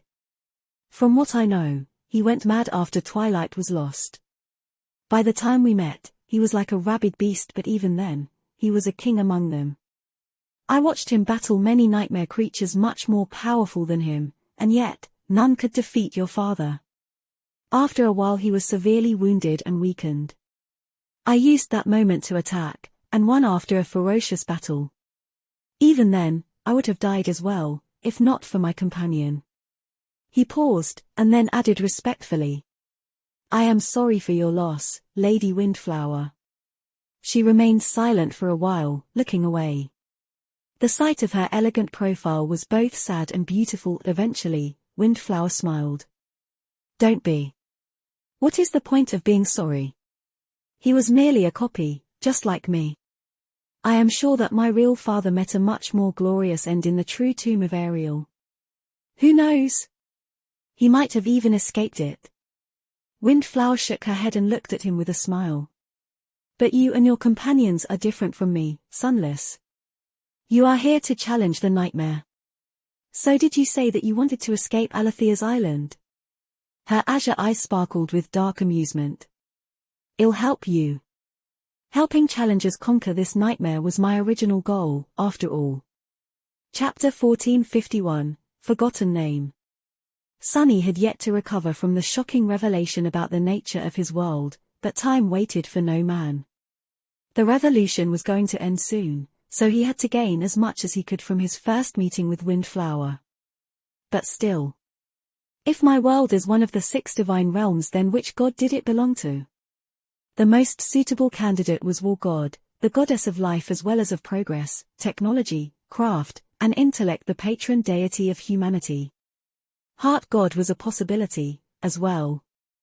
However, he could not quite imagine Earth having anything to do with the fallen gods of the dream realm.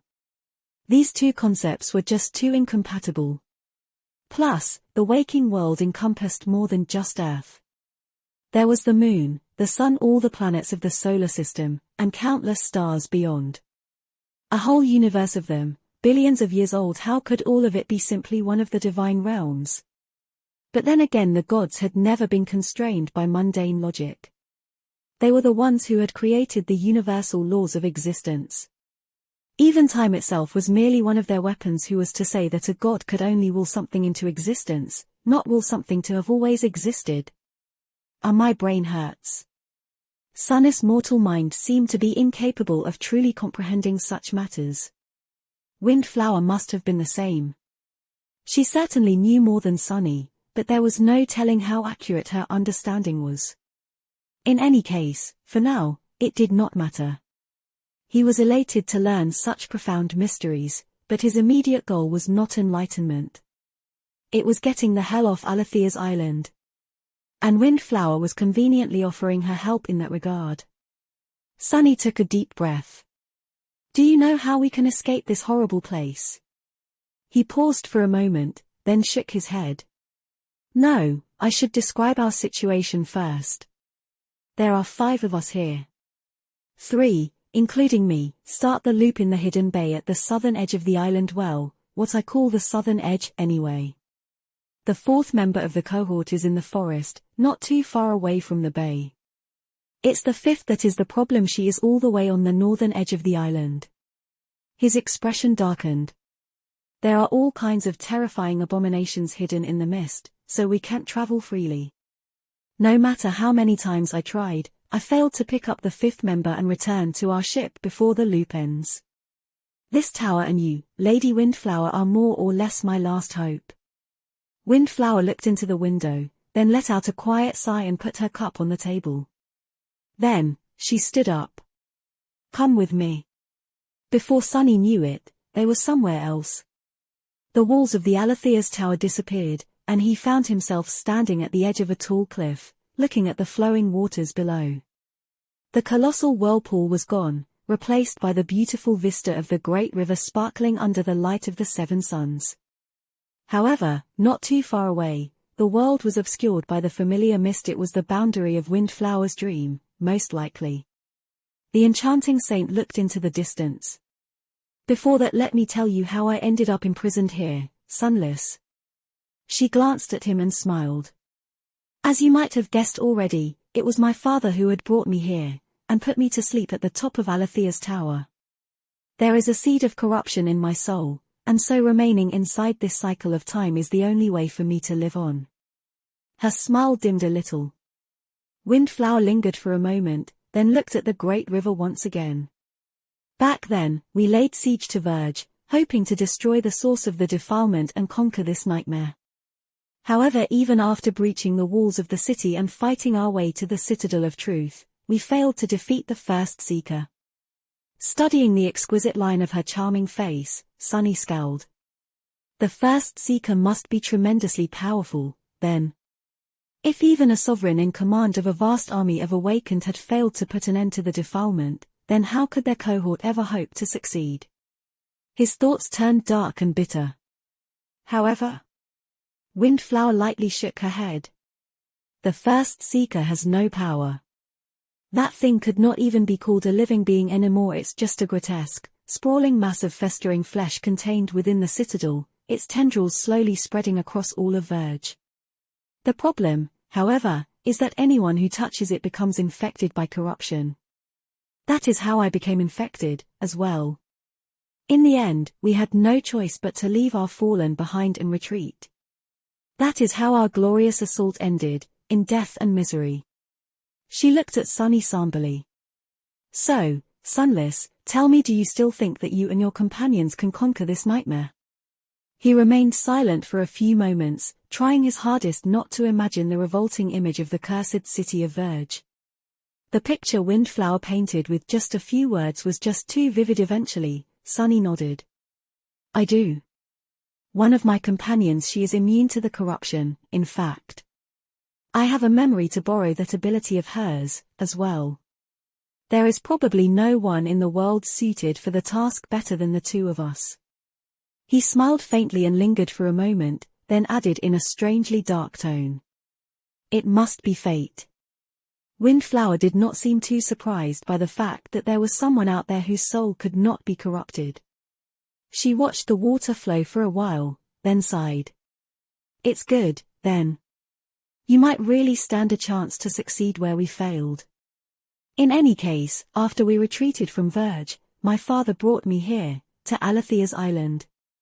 The only place that could delay my eventual fall into corruption. Quite ironic, don't you think? Sunny hesitated. I'm not sure that I know what you mean, my lady.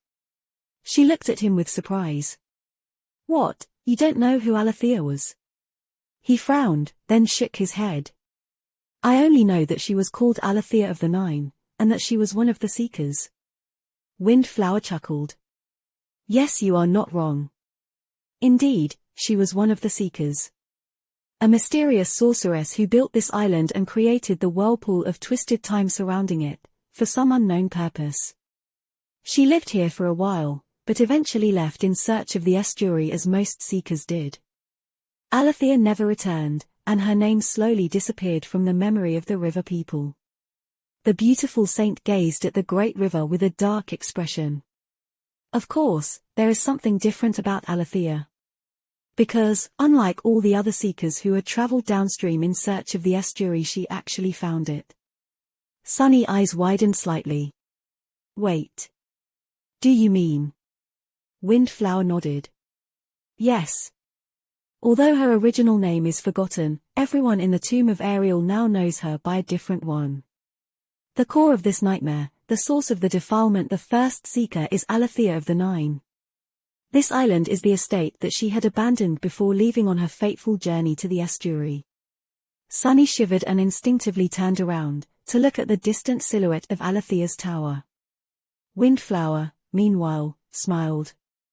So, you see, it is indeed quite ironic the seed of corruption was planted into my soul by the first seeker, yet my father prevented my soul from being consumed by bringing me to the first seeker's stronghold. If that is not ironic, then I don't know what is. She turned away from the great river and laughed. In any case, after putting me to sleep in Alethea's tower, my father meant to return to Twilight and search for a way to destroy the first seeker. He also meant to find a way to save me, or, if not, then at least to visit me from time to time. However, he never came. Now I know that it is because Twilight was lost, and he succumbed to corruption himself. Windflower sighed. Well, anyway. That is the past. What is important now is that my father had not only come to Alethea's island, but also left it.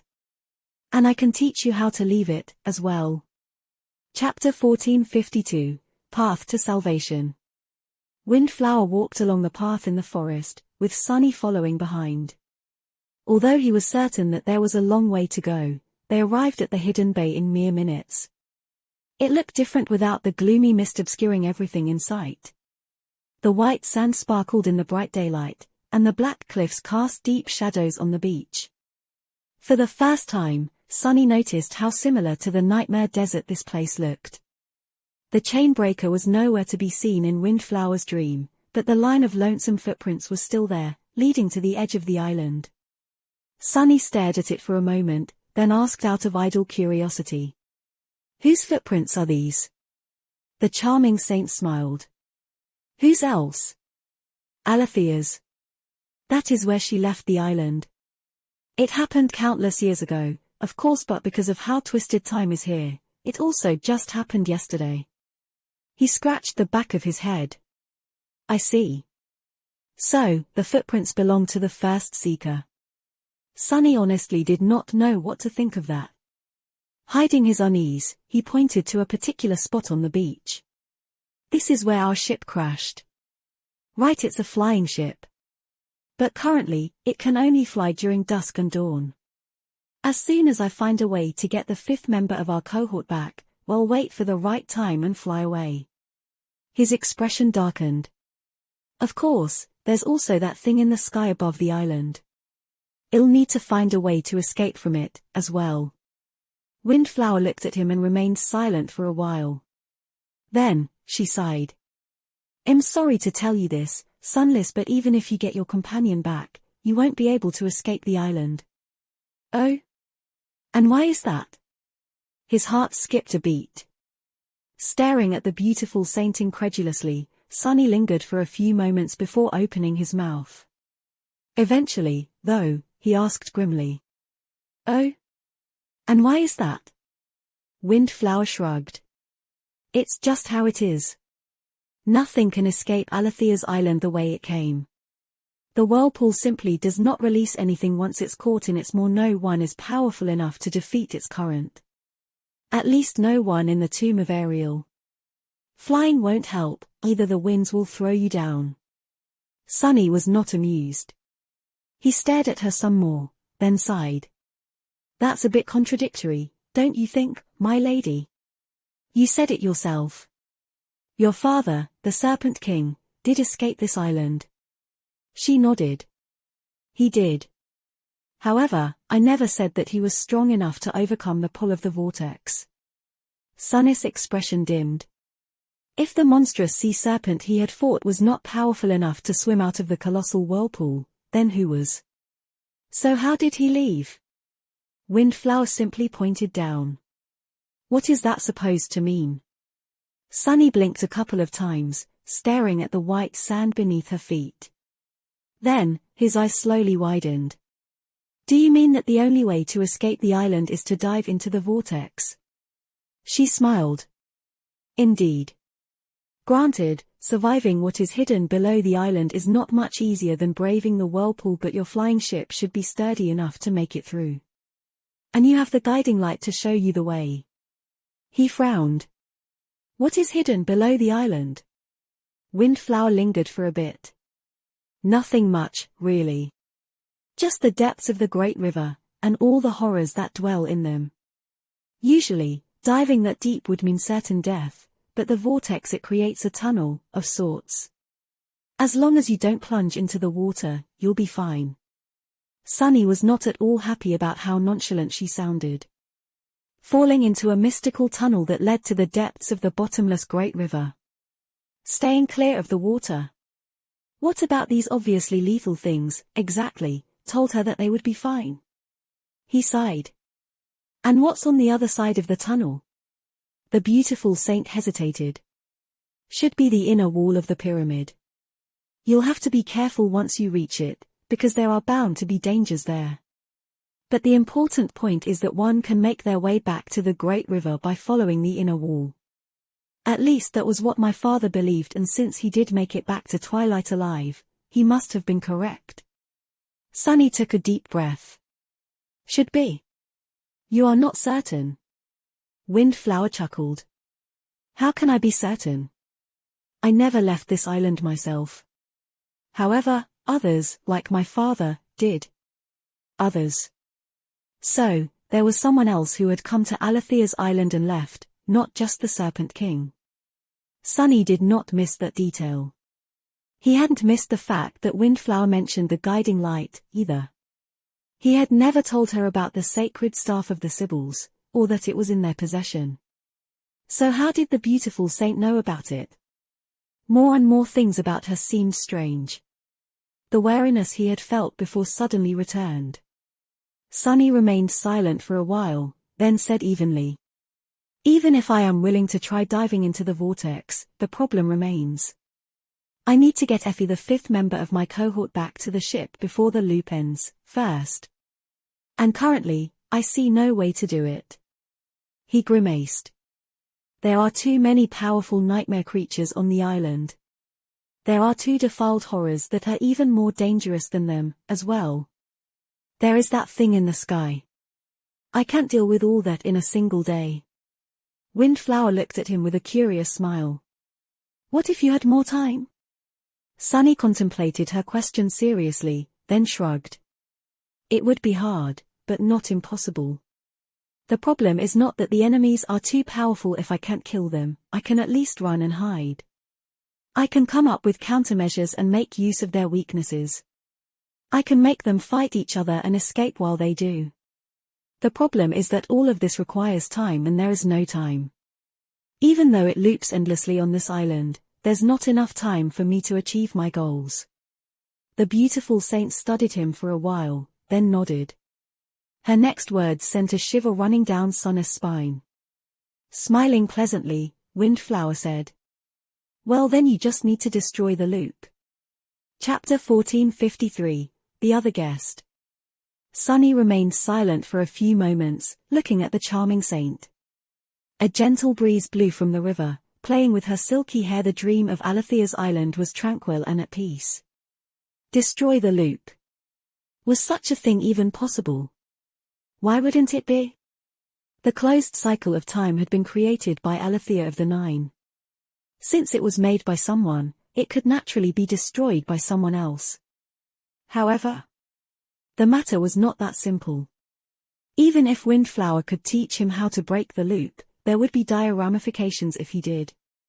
Up until now, Sunny had suffered enormously due to the twisted nature of time on this harrowing island, but he was also only alive because of it. Once the loop was broken, the terrible prisoners of Alethea's island would remain. Undying slaughter and devouring beast would remain, as well, but Sunny was not going to have the luxury of being reborn at the start of a new revolution. He would only have one chance to prevail against them and escape. It's not like I have a lot of choices. The plan Windflower suggested was a deadly one, but Sunny did not have a better solution. He did not have a lot of time to spare. Either he and Cassie were doing fine, for now, but their mental states would inevitably start to crumble as the trauma of repeated, torturous deaths accumulated. It could very well be that they would never be in better condition than now. Sooner or later, they were going to start deteriorating. At least Sunny felt that they would. The question was, did he really trust Windflower? A deep sigh escaped from his lips. Looking away, Sunny lingered for a few moments, then said, "Before I decide whether to agree, I need to ask you a question." The beautiful saint chuckled. "Go ahead." He glanced at her darkly. "When you said that we've never met before, was it a lie?" Windflower's smile froze on her lips. She studied him silently for a while, the veil of friendliness finally fading from her gaze to reveal something much colder, darker, and more frightening. Finally, for the first time since they met, Sunny felt that he was standing in front of King Daeron's daughter. But then the frightening abyss hiding in her eyes was gone, replaced once again by benevolent sweetness. Windflower laughed. "You really are a sharp one, Sunless. Just like the other one." Sunny took a deep breath. "The other one?" A deep frown appeared on his face. "The Mad Prince. He is the other visitor you mentioned, then?" The beautiful saint looked at him with a nonchalant smile. A moment later, the white beach disappeared, and they were in Alethea's tower again. Windflower sat down on her bed and shrugged. "Indeed. Oh, I must say, even inside the tomb of Ariel, you truly are the most bizarre of individuals, Sunless. You are the only being to enter my dream in all these years, and yet, there were 3 visitors." Sunny slumped on the shadow chair. 3? She nodded. "You, that defiled madman, and the sullen wraith that follows him around." He stared at her incredulously. "So the Mad Prince is haunted by his own version of the sin of Solace. Serves the bastard right, both bastards, really." Luckily, his own inner demon had decided to sit the meeting with Windflower out. He shook his head. "So why did he come to see you? What did he want from you that was worth braving Alethea's island?" The beautiful saint lingered. "I'm not sure if I should answer. But then again, why not? You are mistaken, though. Although the Mad Prince did visit me, I was not the reason he had come to the island." Sunny simply raised an eyebrow, prompting her to continue. "The reason he came here was to lure the other 2 defiled into a trap." "What?" Sunny hid his shock as best he could. Previously, he had theorized that devouring beast and undying slaughter had been sent to Alethea's island because of their flaws. And it might have been the justification, true, but now, it seemed that they had been left here against their will. They had been locked in a prison of time by the Mad Prince. Sunny exhaled slowly. Why would that lunatic plot against 2 other plagues? Windflower shrugged. "I really don't know. Is it surprising, though? The defiled are different from us, to begin with, and your other self, Sunless, is more insane than most." That said, he was surprisingly lucid, for a nightmare creature. Sunny frowned. "In what way?" The charming saint contemplated for a while. "It's hard to describe. I've met abominations who could talk like humans before, but never one who seemed so human-like. Even among the defiled. In any case, it looked like he was not happy about being the Dread Lord's slave. Or liked what the Dread Lord has done after becoming the tyrant of Verge." She shrugged. "You would know better about these matters than I do, though. Not because you and the Mad Prince are the same person, even, but merely because the 6 plagues were yet to appear when I was brought to Alethea's island. In fact, I only know of their existence because of the things the defiled madman mumbled in a fit of frenzy." Sunny remained silent for a while. The Dread Lord's slave. It seemed that he did not have to wonder what fate would befall him after Nephis was killed in the future. He had thought that Mordred the Soul Stealer would be the one to use Shadow Bond and become his master after the current one disappeared. But actually, it was the Dread Lord Kai. The corner of his mouth twitched. Who would have thought? It was a bit stupid, to be hurt by something that a future, defiled version of his friend had done. And yet, Sunny couldn't help but feel a little betrayed. It had taken a lot of courage for him to open up to Effie, and Kai, knowing that it would come back to bite him, in the end, felt like a punch to the gut. No, Kai would never betray me. That thing, the Dread Lord, might be the future version of him. But it is a demented nightmare creature, not my friend. Much more important was the fact that there seemed to be internal strife between the 6 plagues. Enough of it, at least, for the Mad Prince to try eliminating 2 of his fellow defiled champions, be it on the orders of the Dread Lord or of his own accord. It was great news for the cohort, and could potentially help them conquer this nightmare. N0v3LTR0VE served as the original host for this chapter's release on N0v3.1N. Sunny sighed and asked with dark curiosity in his voice, "So what did the 2 of you talk about?" Chapter 1454, An Oath and a Promise. Windflower remained silent for a while, seated comfortably on her opulent bed. Eventually, she sighed. "We made a deal, he and I.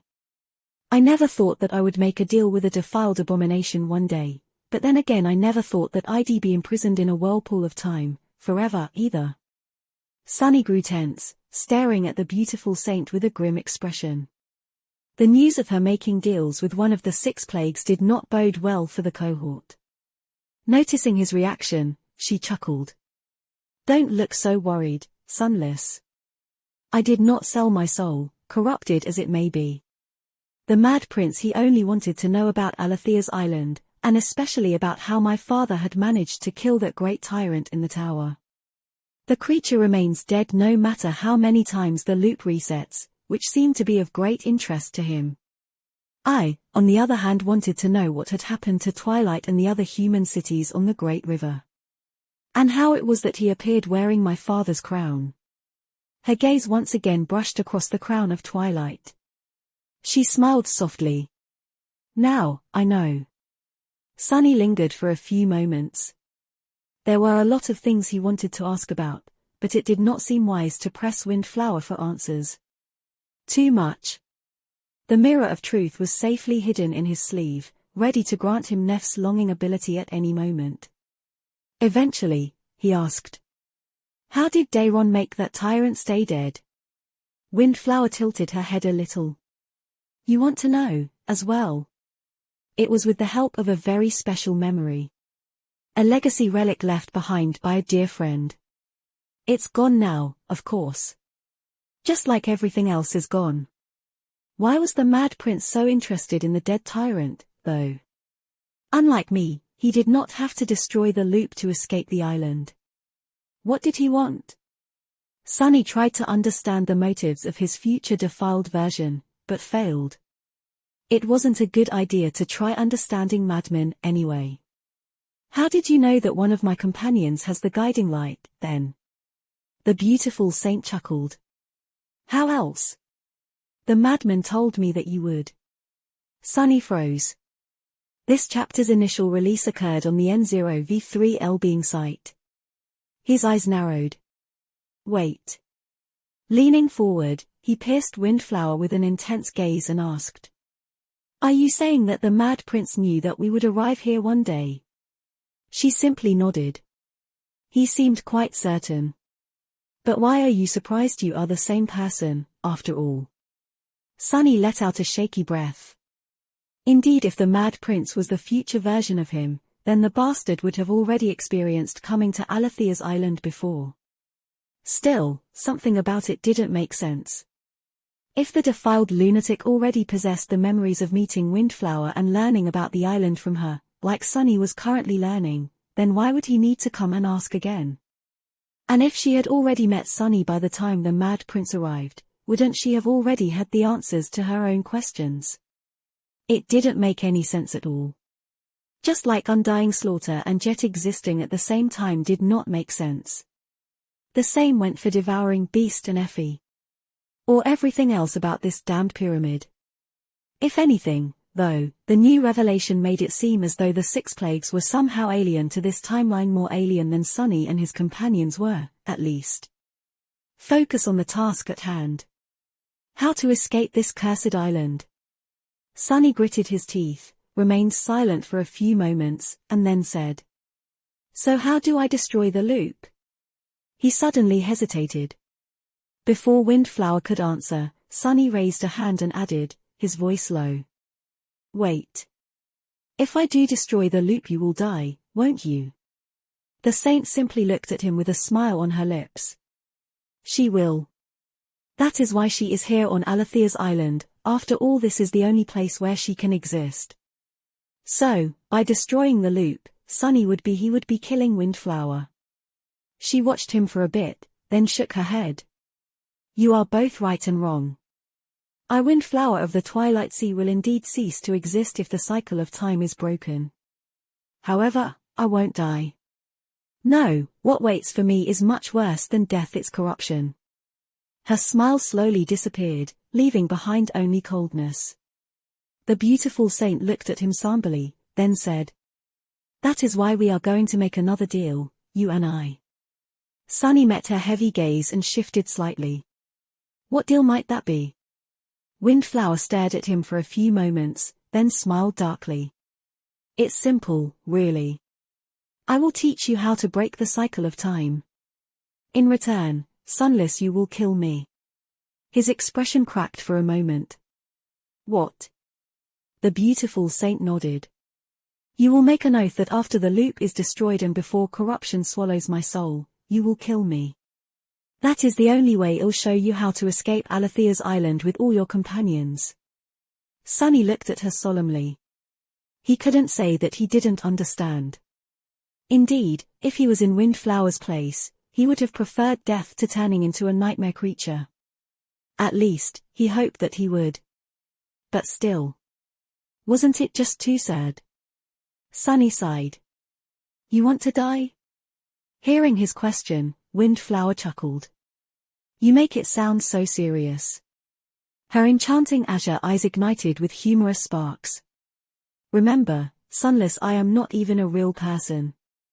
I've been conjured by the spell to play a role in this nightmare, and so, there is no purpose for my existence outside the nightmare. So wouldn't it be a fitting end for a creature like me, to be killed by a real person like you? By a person who will conquer the nightmare?" She fell silent, looking into the window with a distant expression on her beautiful, charming face. After a few moments of silence, she added in a softer tone, "I won't ask you for another oath, Sunless. But make me a promise, if you will. That you'll conquer this nightmare, indeed." Sunny remained silent for a while, looking at her with a heavy expression. Eventually, he sighed and opened his mouth to speak. Not long after that, he was back on the deck of the Chainbreaker. Chapter 1455, Puppet Master. The white beach was shrouded in mist once again. The bright and beautiful vista of Windflower's dream was gone, replaced by the chilling gloom of reality. Surrounded by the flowing fog and dreadful silence, Sunny waited for a moment, then slowly straightened and looked around. His heart was beating wildly, full of crippling panic and boundless dread. These feelings were not something he wanted to feel, or had a reason to. Rather, they were simply an instinctual response caused by meeting countless harrowing ends in this misty hell. Even when Sunny was calm, his body remembered every torturous death, every heart-wrenching loss, and every pained cry. The sight of the white fog enveloping the Chainbreaker was a promise of many more torments to come. He took a few deep breaths, trying to calm his heart. It was getting harder and harder to do with each new revolution. A few moments later, Sunny let out a long sigh and turned around. Cassie was facing him with a somber expression on her pale face. She lingered for a few moments, then leaned heavily on the guiding light and asked in a quiet voice, "So? How did it go?" He looked away. "I met her. There is a lot to discuss. We should bring Jet back first." The blind girl nodded listlessly, then walked over to Nightmare, adjusted the stirrups, and climbed into the saddle. A few moments later, she disappeared into the mist. Nephis had been observing them tiredly. Her brow was furrowed into a deep frown. Glancing at Sunny, she asked, "What is going on?" He met her gaze and sighed. "Cassie is off to find Jet. Let's just rest for a bit, please. I'll explain everything when they return." She studied his face for a few moments, as if wanting to ask more. Eventually, however, Nephis simply nodded and said in her usual emotionless tone, "You don't look too well." Sunny looked at her. Neph was not in the best state herself. She seemed spent and exhausted, almost ready to topple at any moment. Her already pale face was drained of all color, her eyes sunken and slightly unfocused. The slumped shoulders, the sickly pallor, the feverish gaze, these were the symptoms of extreme essence exhaustion. He smiled. "You look beautiful, though." With that, Sunny lowered himself to the deck and leaned against the railing. Nephis remained motionless for a few moments, flustered. Then, she silently sat down near him and rested the back of her head on the ancient wood. "I'll wait until Cassie returns, then." He did not answer, staring into the mist. Sunny had a lot to think about. It had taken him a long time, many lifetimes of dread, really, to reach Alethea's tower. However, the truths Windflower had revealed to him were all worth it. There was so much he had learned from the beautiful, forsaken saint. The origin of the dream realm and the waking world, the true identity of the first seeker, the secrets of Alethea's island, and so much more. Even the impossible number of challengers who had entered this nightmare had an explanation now. But, most importantly, he had learned a few things about the Mad Prince. At this point I can't deny it anymore. That defiled madman, the future version of himself, had visited Windflower in her dream. Sunny might have met a strange echo of his corrupted future in a nightmare, but the bastard had spoken to Windflower personally. Which meant that the Mad Prince had the Dreamwalker ability, just like Nightmare did, or something similar to it. In all the years that Daren's daughter had spent sleeping on Alethea's island, they were her only guests. That proved that very few beings possessed power over dreams, even here in the tomb of Ariel. And that meant it was him. Sunny exhaled slowly. It was not dusk, but the Mad Prince who had sent Ananke a dream message so that she would find the children of Weaver, find Sunny and Nephis, and send them off to Fallen Grace. It was that madman who had massacred Weave, then used its last priestess to guide them deeper into the nightmare. Past the time storm and to the derelict of the Chainbreaker. It was also him who had created the Estuary key and secreted it away in Sunny's soul, somehow. He could have even been the author of the demented runes Sunny had seen on the piece of flotsam drifting in the upper reaches of the great river. Why had the Mad Prince done all these things? No, before that. What else had that monster done? Suddenly, Sunny was covered in cold sweat. Now that he knew that the mysterious puppeteer responsible for many of the strange things happening in this nightmare was none other than his future corrupted self, he couldn't help but perceive everything that had happened so far in a new light. What else did not make any sense? Too many things. But there was one in particular. Why wasn't Fallen Grace destroyed? Led by the Six Plagues, the Defiled had successfully destroyed Twilight and every city of the Sibyls except for Fallen Grace. That last city, though, had strangely been spared. It was attacked by the Defiled from time to time, sure, but none of the heralds of the estuary had ever shown up to erase it from existence themselves. Their inaction seemed very strange, in hindsight. Was it, perhaps, because the Mad Prince needed Sunny and Nephis to visit it one day, for some reason? To come into possession of the guiding light, perhaps? Or was it because the Six Plagues simply couldn't appear anymore? The defiled madman had treacherously eliminated Undying Slaughter and Devouring Beast from the board, after all. Who was to say that Soul Stealer, Torment, and even the Dread Lord himself had not been dealt with in a similar fashion? Sunny had thought that the final obstacle of the third nightmare would be the Six Plagues. But now, he was not so sure anymore. What the hell is going on? Was the Mad Prince actually an ally? Remembering the visage of the horrid lunatic whose remnant once appeared in his dream, Sunny shook his head. No, that is impossible. He is a nightmare creature. But then again, Windflower had mentioned that the Mad Prince seemed strangely lucid for an abomination. Why would he be? Suddenly, a strange idea appeared in Sunny's mind. He froze for a moment, then lowered his gaze and glanced at Nef's sword. Was it because the Mad Prince was haunted by the sin of Solace? The sword wraith was supposed to slowly drive a human insane. What would its effect on a nightmare creature be, then? What would madness mean to a being whose mind was inherently alien to all things human? Sunny did not know why, but he felt that he somehow stumbled on a glimpse of truth. If the wraith born from a sinister whisper of Ariel, the demon of dread, had indeed helped his future self maintain a sliver of humanity even after becoming defiled, then he still wouldn't be an ally. However, it was entirely possible that the Mad Prince had other goals than the plagues did. Just what is my evil twin scheming? Sunny did not know. In fact, after learning so much, he felt that he knew even less than he had before. He was sure of one thing, though. The sinister shadow of the Mad Prince was behind everything that had happened in the nightmare so far. And that was an indescribably chilling thought. Sunny knew himself all too well, after all. Even slightly lucid, he was a very scary enemy to have. Chapter 1456, Do What You Want. Cassie and Jet soon returned to the chain breaker. Sunny had explained the basic information about the loop to Nephis by then. However, he kept the things Windflower had told him to himself, for the time being. Not because he was reluctant to share the knowledge, but simply because he did not want to repeat it all for the second time once they reached Effie. The cohort set out to the far side of the island without any delay. As they traveled, made weapons, fought abominations, and hid in the forest to wait out the more harrowing ones, Sunny couldn't help but think about Windflower. And the oath he had made.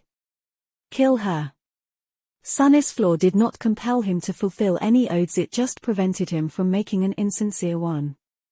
Still, he was free to change his mind at any moment. Can I kill her? Of course, he could. However, it would be an understatement to say that Sunny was reluctant to. He was not an innocent man. In fact, there was plenty of human blood on his hands. He had even enjoyed killing some of his victims, albeit very few. Mostly, he did not like it one bit. The thought of killing someone like Windflower was abhorrent. He admired the charming saint from a different world a great deal. He also felt a lot of compassion for her tragic plight. And yet, bitterly, there was nothing else he could do for her. Death was the only mercy he could give Windflower. How fitting. Shadow God would have been proud. Sunny had even considered surrendering the Mirror of Truth to her. But there was very little chance that it would help. Yes, Windflower would be able to delay the spread of corruption by a few hours if she borrowed Nef's aspect ability. But there was almost no hope that the seed of corruption would not only be temporarily hindered, but disappear as a result. Once the Mirror of Truth crumbled, the seed would most likely still be there, in Windflower's soul. Then, only death would be able to save her. Even knowing that the chance was infinitely small, Sunny had still offered his memory to the beautiful saint. It was a very rare thing, for him to act selflessly in that way. But she refused. Windflower did not explain her reasons, but Sunny suspected that it was because of the First Seeker and how precious the Mirror of Truth would be if someone wanted to destroy the abominable creature. Curse it. Feeling grim, Sunny went through the motions of traversing Alethea's island. Some time later, the 5 members of the cohort were together once again. Sunny had finally shared his findings with his companions, not holding anything back. Their reactions, just as he had expected, were very intense. It was not every day that one learned about the origin of their own world. Well, here on Alethea's island, one could. But generally speaking, news of this caliber was exceedingly rare. Eventually, the heated discussion died down. Tired of trying to comprehend divine matters, Sunny and his companions turned their attention to more mundane issues. The 6 plagues, and the Mad Prince. I just don't know what his wants.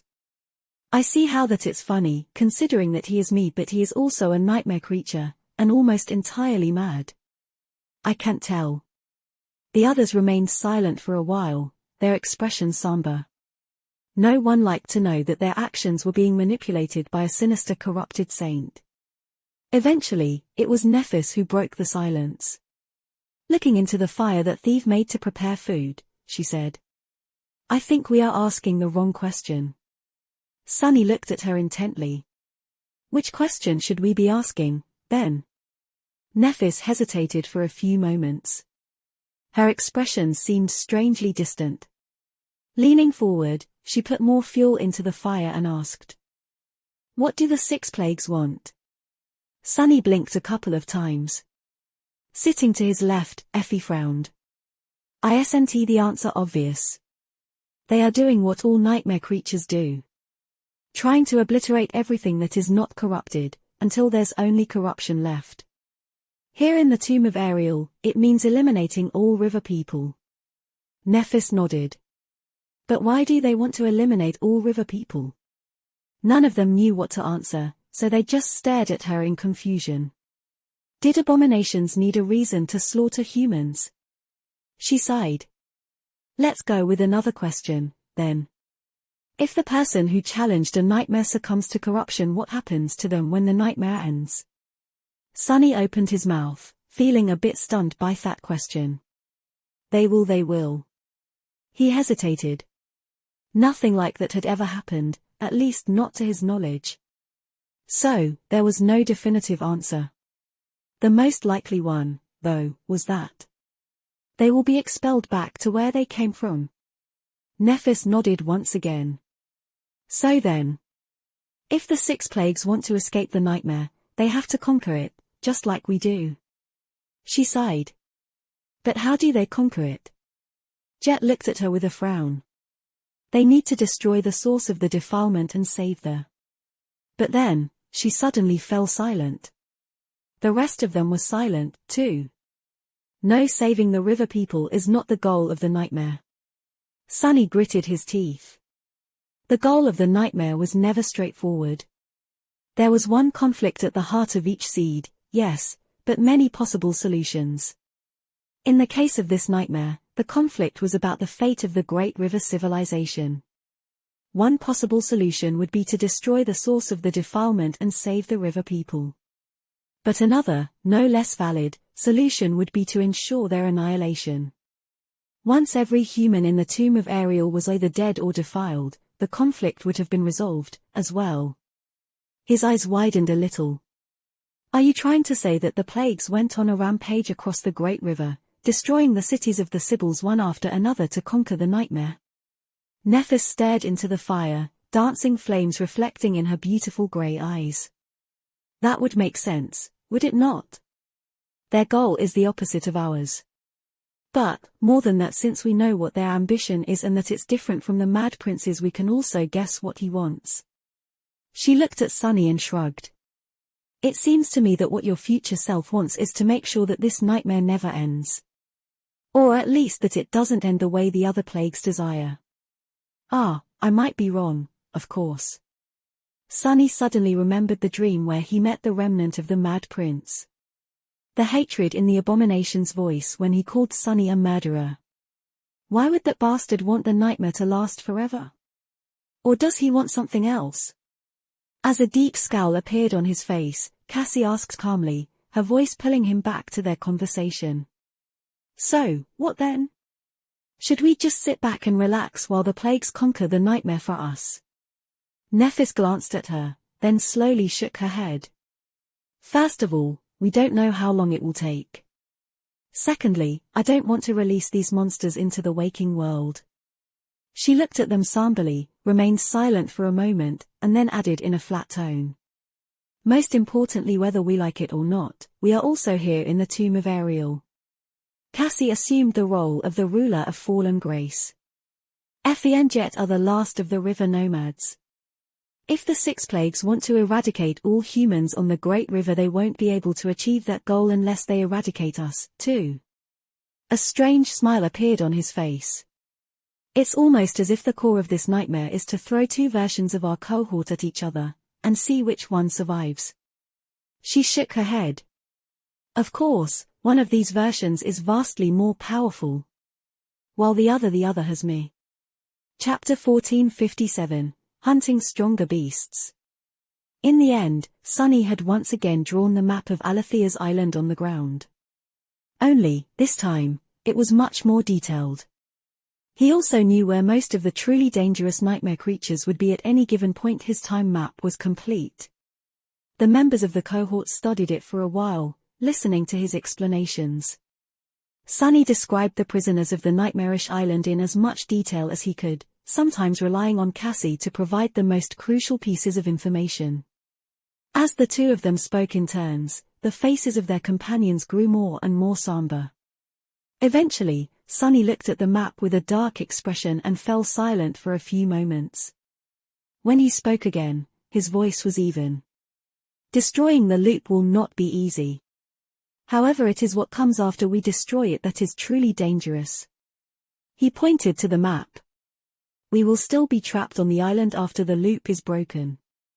And the rest of its prisoners will be, as well. These terrible nightmare creatures, as well as undying slaughter and devouring beast. But this time, none of us will be revived by the loop, should we die. Sunny looked at his companions. Which means that we will have only one attempt to escape this hell alive. Despite his solemn tone, Effie suddenly chuckled. He threw her an annoyed glance at her, then asked. What's so funny? She shook her head. No, nothing. Sorry, but that's how it usually goes, isn't it? If you die, you die. Cassie and you might have been living by a different set of rules recently, but for the rest of us, everything is pretty much how it has always been. He sighed. Well, she's not wrong. No matter how much he tried to avoid it, the loop had messed with his perception of life and death. But for Effie, Jet, and Nephis, what he had warned them about was already perfectly natural. Sunny shrugged. Well, good. Keep that attitude. In any case, what I meant is that there can't be any mistakes. We will have one day to destroy the loop. On that day, 3 things need to happen. As he spoke, the tip of the Sin of Solace traced a few marks on the map. The shrine, the lake, and the tower. We must retrieve the enchantment key from the shrine and find something on the bottom of the lake before entering the tower. Once inside, we will be able to achieve our goal. If we do it before the day ends. His voice grew somber. We will still be stuck in the middle of the island. And we won't know where the nightmare creatures are anymore once the loop is broken. Most of the knowledge Cassie and I have so painstakingly gathered will become worthless. Returning to the Chainbreaker will be just as dangerous as our first exploration of Alethea's island. Sunny grimaced. Just for your information, we all died during that first exploration. Well, at least I think we did. I wouldn't know, actually, because I died first. The rest of them studied the map somberly. Eventually, Nephis spoke. But we don't need to go to the Chainbreaker straight away, do we? A subtle smile appeared on his face. Neph gets it. Good job, Neph. Pointing to the tower with his sword, he said. Alethea's tower is more or less the safest place on the island. Once the loop is broken, the nightmare creatures will continue killing each other, or, at least, undying slaughter and devouring beast will continue killing to satiate their flaws. So, the smartest thing we can do is lock ourselves in the tower and wait for them to massacre all the abominations that would have swallowed us on the way back to the beach otherwise. Finally, Sunny grinned. And then, just before the dust settles, we can slip away, board the Chainbreaker, and escape. Nephis looked at him with a complicated expression. After a few moments of silence, she said. Or we don't escape. For a moment, there was dead silence. Sunny looked at her impassively. What do you mean? Of course, he knew exactly what she meant. He had considered this course of action himself, despite how risky it was. It was just that Sunny was not sure if he should mention anything. Nephis shrugged. 2 of the 6 plagues are right here, on the island. Why don't we kill them before we leave? Jet smiled darkly. I would love nothing more than to get rid of Undying Slaughter. But, Nephis, you haven't seen that thing. You haven't fought her. Do you know how lethal she is? How are we supposed to kill older, scarier, more powerful versions of ourselves? Unexpectedly, it was Effie, not Neph, who answered. Looking up from where she sat on the ground, the huntress said. That's the thing, though. They are us, so we know their weaknesses. We can exploit those weaknesses. That is how you hunt a stronger beast. She smiled. We know their flaws, don't we? I mean that we should wait for them to grow weak from hunger, then finish the wretches off to make sure that they don't get a chance to escape. Listening to her, Nephis nodded. Effie looked away, her smile dimming. After a moment of silence, she added quietly. I might not be the most useful member of the cohort currently, but I think we should try. Nephis seemed to share her opinion. Undying Slaughter and Devouring Beast might die on this island, anyway, but they might also escape the same way we are planning to escape, or through some other means. There won't be a better opportunity for us to strike down 2 of the plagues. So, I think we should try, as well. Cassie remained silent, while Sunny shrugged. I don't know. I think I'd rather just leave them behind and run the hell away. All attention concentrated on Jet. She did not speak for a while, then asked with a faint grin. Aren't you all forgetting something? Effie and I have the same flaws as those 2 monsters. If they starve, we'll starve, too. Sunny hesitated for a few moments, then let out a resentful sigh. That can be solved. Not a problem.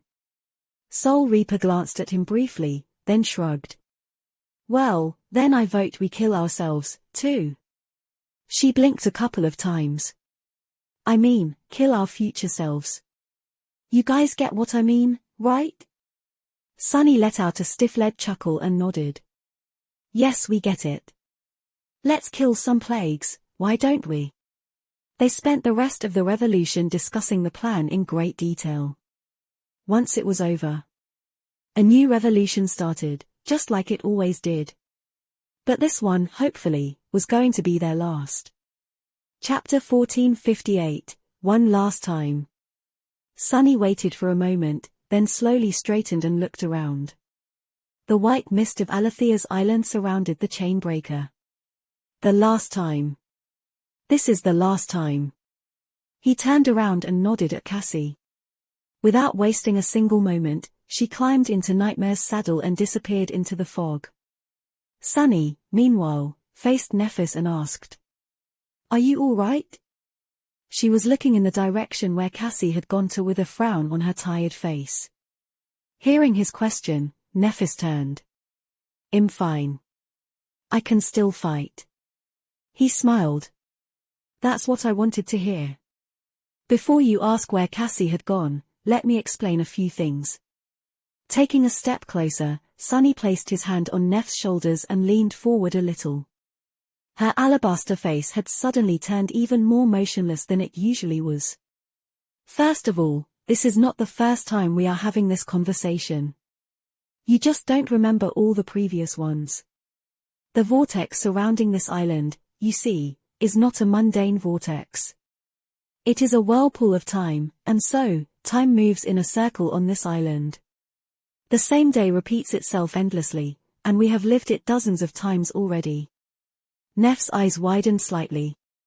A different person would have been stunned into silence by such a bizarre proclamation, but not her. Only a few moments later, she asked evenly. How come you remember, and I don't, then? Sunny pointed to her sword.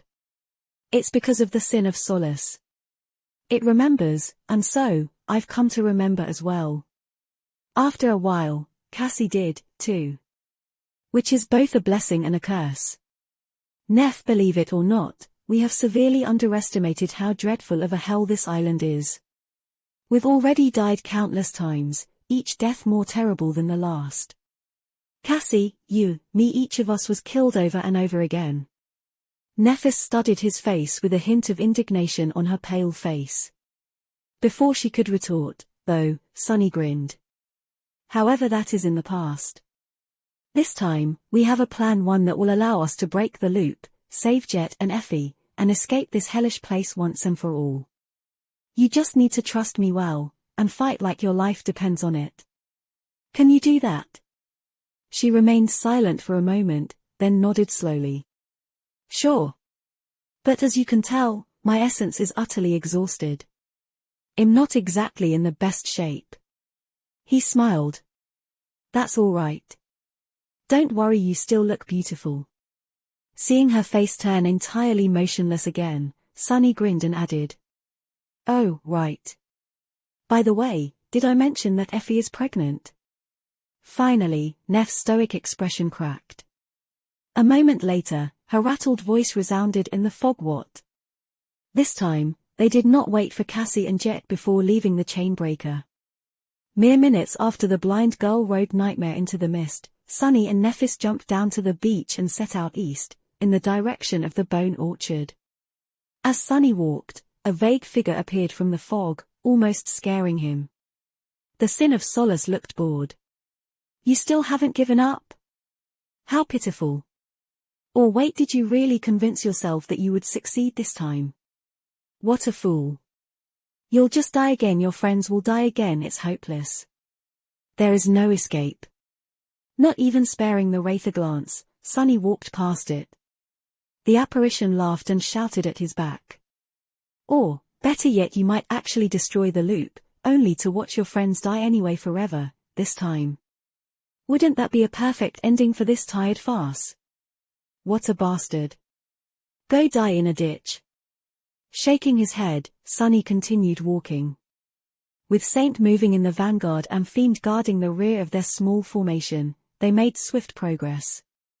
As they walked, Sunny explained a lot of things to Nephis. And so, that is what we must achieve today. She remained silent for a while, thinking. Eventually, Nephis sighed. I see. He had poured a lot of information on her, most of it utterly stunning. From the nature of Alethea's island to the truth about the divine realms, from the role that the Mad Prince had played in their journey to the true motives of the 6 plagues, it had to be a lot to take in. Sunny wasn't surprised that Neph was keeping quiet. What was she thinking about? After a few minutes spent in silence, Nephis finally looked at him and said, her voice even. It must have been hard on you. Sunny raised an eyebrow, then smiled faintly. Well, yes. It wasn't easy. Looking away, she lingered for a moment, and said. It must have been hard on me, as well. Sunny's smile slowly disappeared. It must have been. Yeah. He knew it very well.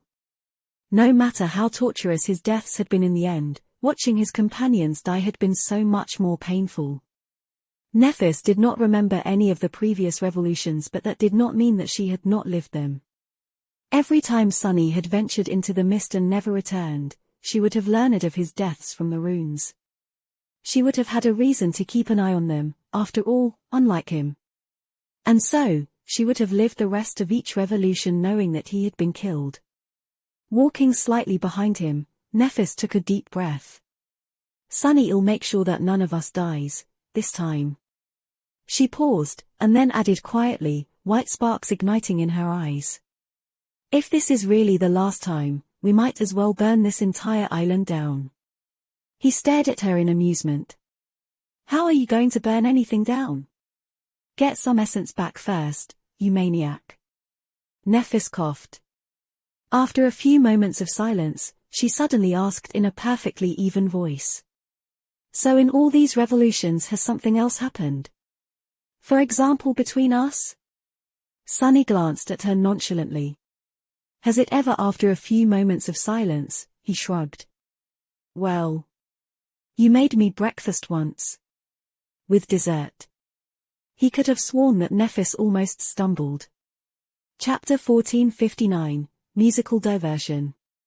As they approached the bone orchard, Sunny felt a swift shadow approaching them from the mist.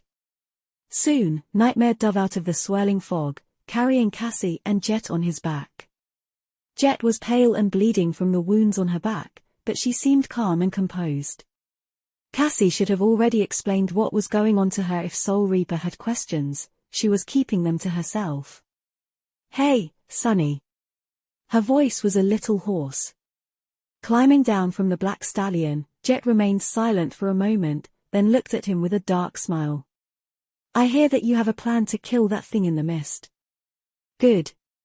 Count me in." Then, she chuckled quietly. "Where are my manners?" "Greeting to you too, Changing Star. Thanks for coming to pick me up." Nephis studied her for a few moments, then nodded silently. With that out of the way, the cohort proceeded to the bone orchard. Soon, a forest of towering bones appeared from the mist. Cassie led everyone to the hollow butterfly while Sunny looked around with a grim expression. He had not summoned the fragment yet, nor had he made use of the Mirror of Truth. Sunny wanted to only use the former if there was no other choice. As for the latter was needed for their eventual fight against the first Seeker, so he had to preserve it at all costs, which was not to say that he had nothing else prepared to make this last revolution special. Once they were standing in front of the monstrous butterfly, the usual routine of making its legs into pikes was abandoned. Instead, Cassie took Jet and Nephis aside to teach them about the Cavern Terror in detail. Sunny, meanwhile, sighed and sat down on a protruding bone fragment. This time, there was too much for the cohort to do within a single revolution. Which was why there was no other choice but to split the tasks between him and Cassie. Cassie was going to lead Nephis and Jet, as well as Saint and Fiend, into the caverns to slay the Terror. Then, they would complete a couple minor tasks and venture into the overgrown shrine to retrieve the enchantment key. Sunny would have to travel to the far side of the island above ground, retrieve Effie, and visit the Blood Lake. Of course, none of these tasks could be completed fast enough, considering how dangerous and teeming with harrowing nightmare creatures the island was. Which was why he had to create a diversion, somehow. As he sat and looked at the hollow butterfly with a dark expression, Sunny summoned a flute made out of emerald bone and absent-mindedly brought it to his lips. Soon, a slow, sorrowful melody echoed in the mist. Cassie, who had been explaining the powers of the Cavern Terror to Nephis and Jet, paused for a moment and turned slightly. Then, she placed the guiding light on the ground near him and continued the explanation. "I wonder what Kai is doing right now." Sunny sighed. Would his friend appreciate how much better at playing the flute he had become? Was he even alive, still? Or was he long dead? Dead. Sunny felt the smooth texture of the bone singer with the tips of his fingers. He had received this memory quite a while ago in the depths of another nightmare. Back in the bloody arena of the Red Colosseum, he had gotten it for slaying a monstrous emerald skeleton. The bone singer had not received much use since. Apart from erecting the Dome of Silence a few times with the help of its silenced enchantment, Sunny mostly just played it for fun, slowly polishing his musical skill what little of it he possessed. Nevertheless, it was a very important memory for him. The other of its enchantments, Sonorous, was the first enchantment he had ever copied, after all, transplanting it to the Silver Bell first, then to the Ordinary Rock which subsequently became the Extraordinary Rock. So, the Bone Singer represented a great milestone in his development as a sorcerer. The Emerald Flute possessed a third enchantment, though. One he had never used. Sepulture Song. That enchantment allowed the master of the Bone Singer to raise the dead, provided he actually knew how to play it. Here we go. Nephis had already regained enough essence to use her dormant ability on Jet. Receiving a sliver of white flame from her, Sunny took a deep breath. And sent a flood of essence into the emerald flute while his fingers danced across its surface. The melody he played suddenly grew vicious and angry. In the next moment, the bone orchard stirred. Sitting on a fragment of an ancient bone, Sunny played a bone flute. Cold sweat was rolling down his face. All around him, the towering remains of unspeakable horrors were moving and stirring, slowly coming back to life, or at least to some semblance of life. Jet was watching that chilling scene with a strange expression on her face. I really hope it works. The Sepulture Song enchantment could raise the dead, but Sunny had never found a use for it until now. Yes, it had taken him a long time to teach himself how to play the flute well enough to produce a coherent melody, but that was not the problem. Actually, he had been good enough to activate the enchantment for a while now. The problem was that once the dead were raised, they would not be under his command. On the contrary, the risen corpses would be murderous, wicked, and entirely beyond his control. The only way to control them was by playing another melody. And that melody, Sunny had not been able to master before becoming trapped within the loop.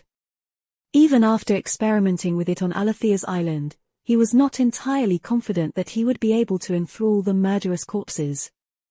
There was nothing like a swarm of giant dead leviathans to make him feel motivated, though. If it doesn't work, I might just become one of these corpses myself. As his fingers started to tremble, Sunny continued to play an angry melody. Chapter 1460, Dead March.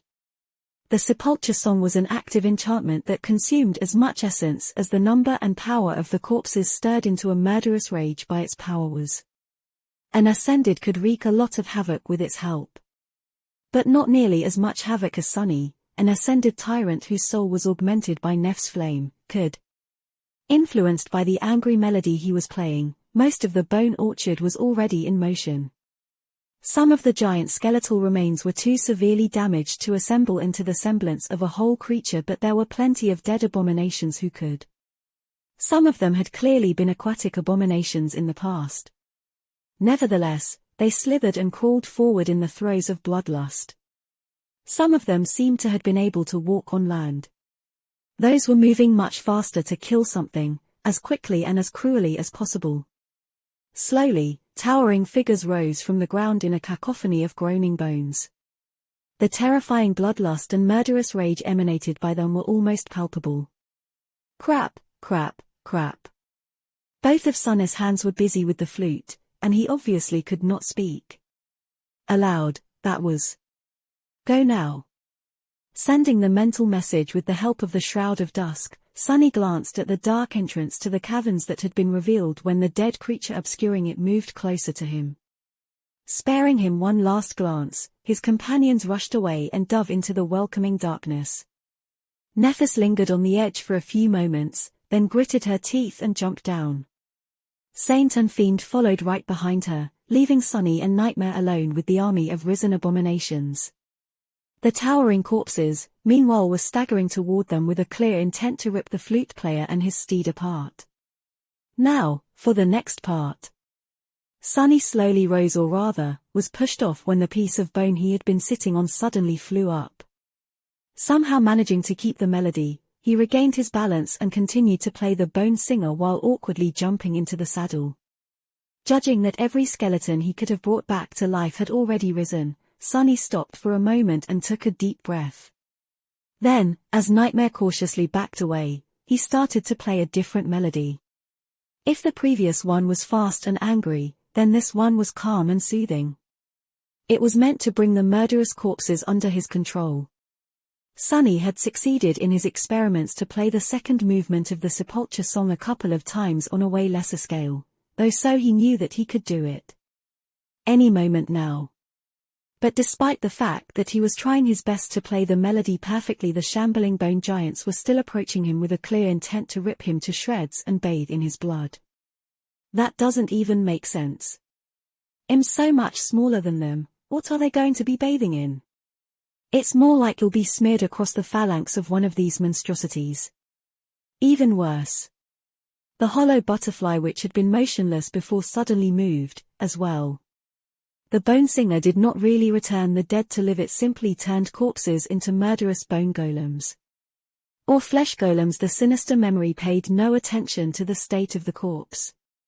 Which meant that it did not need the dead creature to have had a soul in order to animate it. The hollow butterfly was coming to a perverse semblance of life, too. As it did, the drain on Sunny's essence increased. Curses. It seemed that he was not going to put this army of dead monstrosities under his command. Well, that was fine, too. Sunny had accounted for such a possibility, as well. After all, he did not really need the risen corpses to listen to him, he just needed them to create as much havoc as possible on Alethea's island, temporarily stealing the attention of all the nightmare creatures imprisoned on it. Now that the dead giants of the Bone Orchard had been brought back to life, they would remain so until Sunny's essence ran out, or until they were completely destroyed. There was plenty of time for them to clash with the prisoners of the island. That way, he would be able to reach Effie and travel to the Blood Lake much faster. Cassie and her team would be able to reach the overgrown shrine without meeting much danger, too. Plan B, then. Giving up on soothing the murderous corpses with a pleasant melody, Sunny lowered the Bone Singer and commanded Nightmare to run as fast as the Black Stallion could.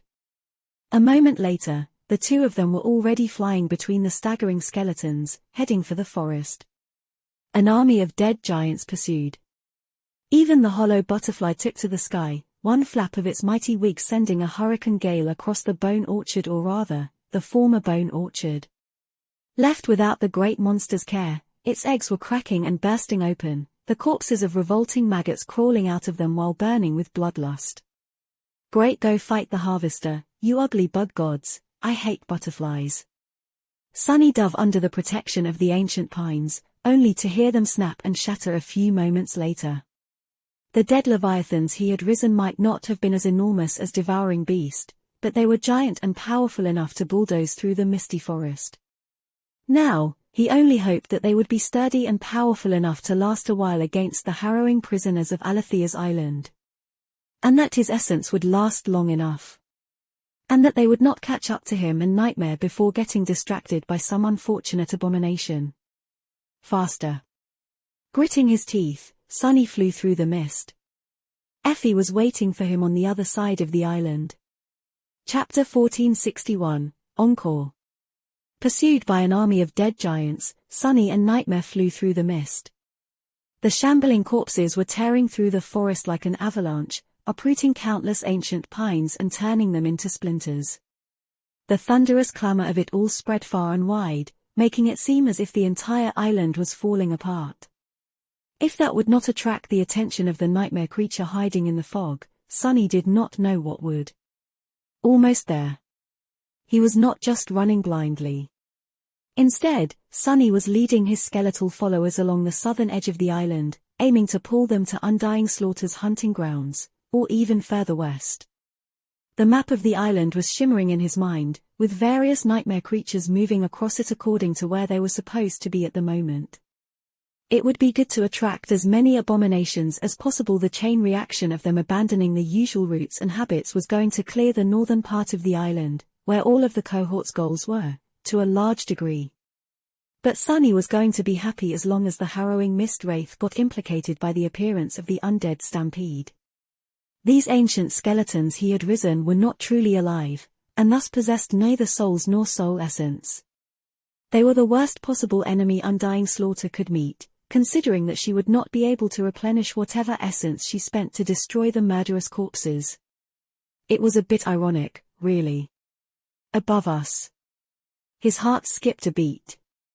The dead giants had obliterated a large swath of the misty forest already, which meant that nothing hid them from the merciless gaze of the sky anymore. As Sunny watched, unnerved, long tendrils descended from somewhere high above, stretching toward the rampaging bone golems. Before the harvester could catch them, however, a vast shadow suddenly passed over the mass of dead giants. A moment later, the corpse of the hollow butterfly ascended into the sky, disappearing in the direction where the tendrils had come from. Sunny grinned darkly. Godspeed. The creatures he had brought back to life were powerful but, of course, not nearly as powerful as when they had been alive. The corpse of the monstrous butterfly did not possess the terrifying might of the original great monster. That said, it did possess the supreme body of a great monster. In some senses, it was even more durable than a living dark butterfly would have been. The animated corpse was not alive, after all, and was thus impervious to wounds that would kill a living being. Sunny had no hope that the Harvester would be defeated, but it definitely would be preoccupied for a while. Now what he had to worry about was his own survival. Nightmare was fast, and the staggering skeletons were not the most agile of creatures.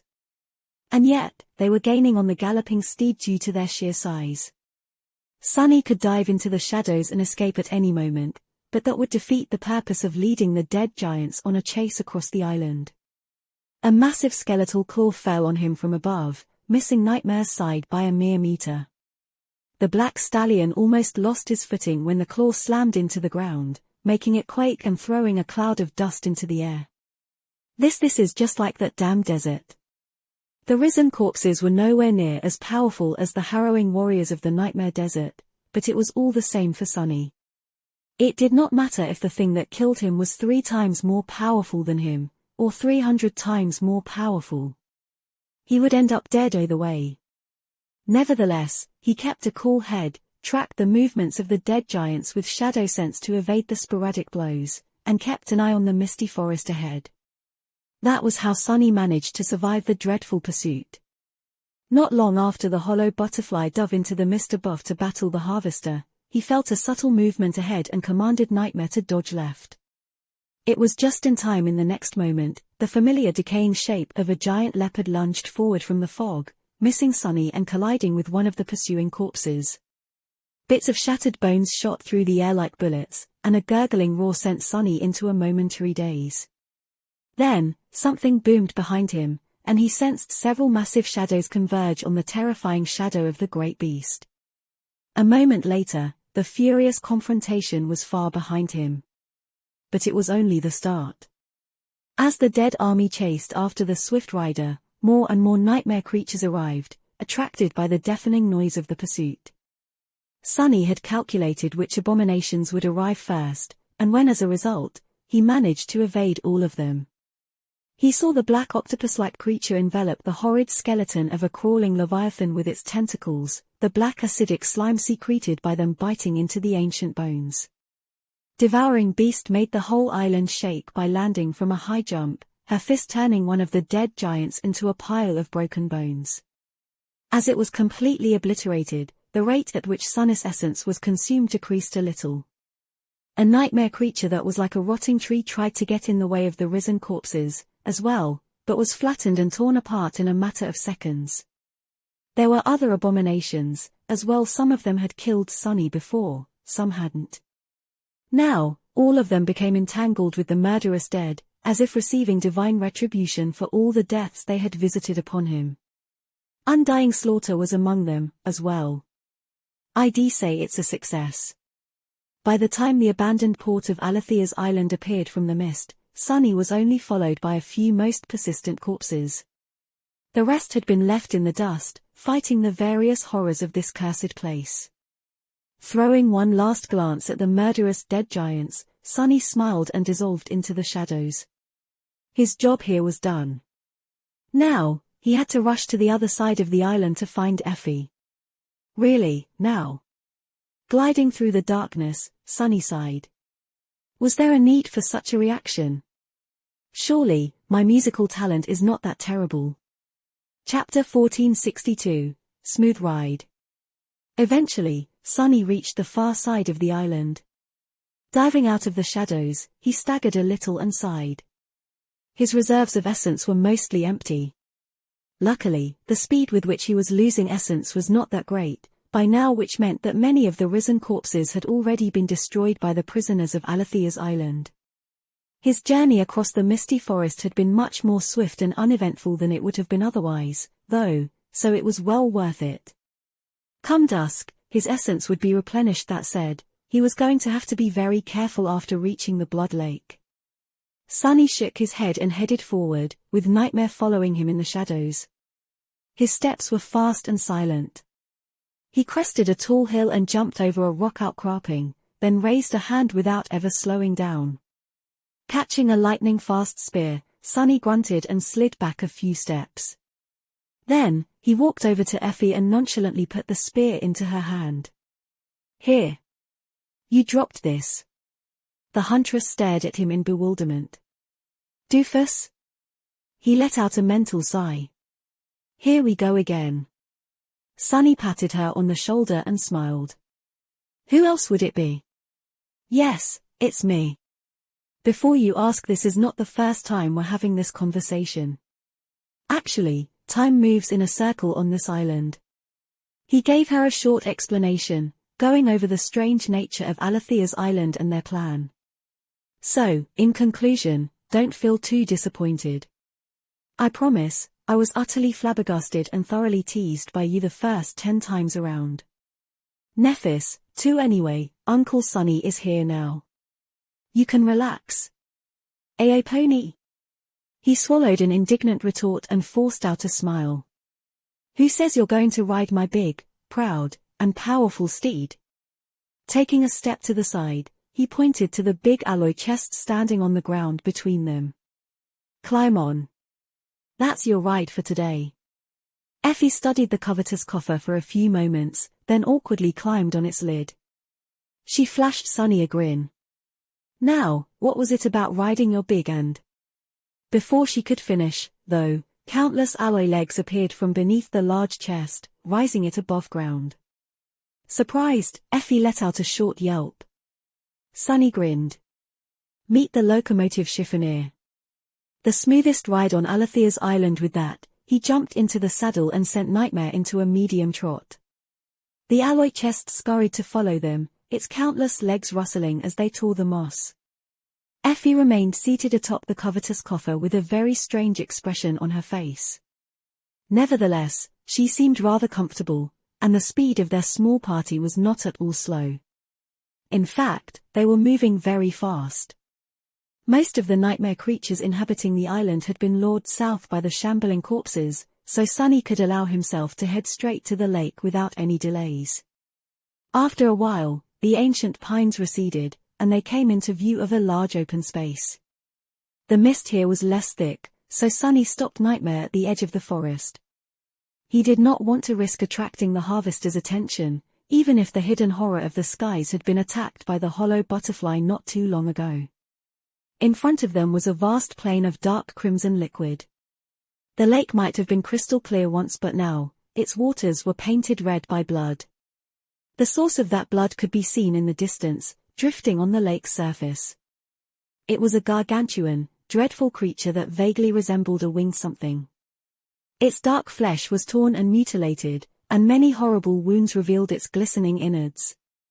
Sunny shuddered to imagine what kind of enemy could have killed the winged giant so brutally. He did know one thing, though. The blood lake was absolutely deadly. Every time Sunny had tried to explore it, he had died in harrowing agony without even knowing what killed him. Anyone who touched the bloody water would die. Still sitting atop the covetous coffer, Effie shivered.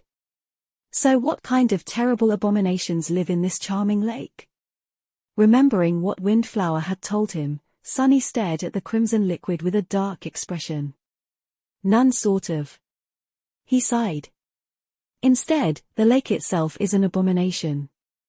Chapter 1463, The More They Desired. Sunny studied the tranquil surface of the crimson lake, unnerved.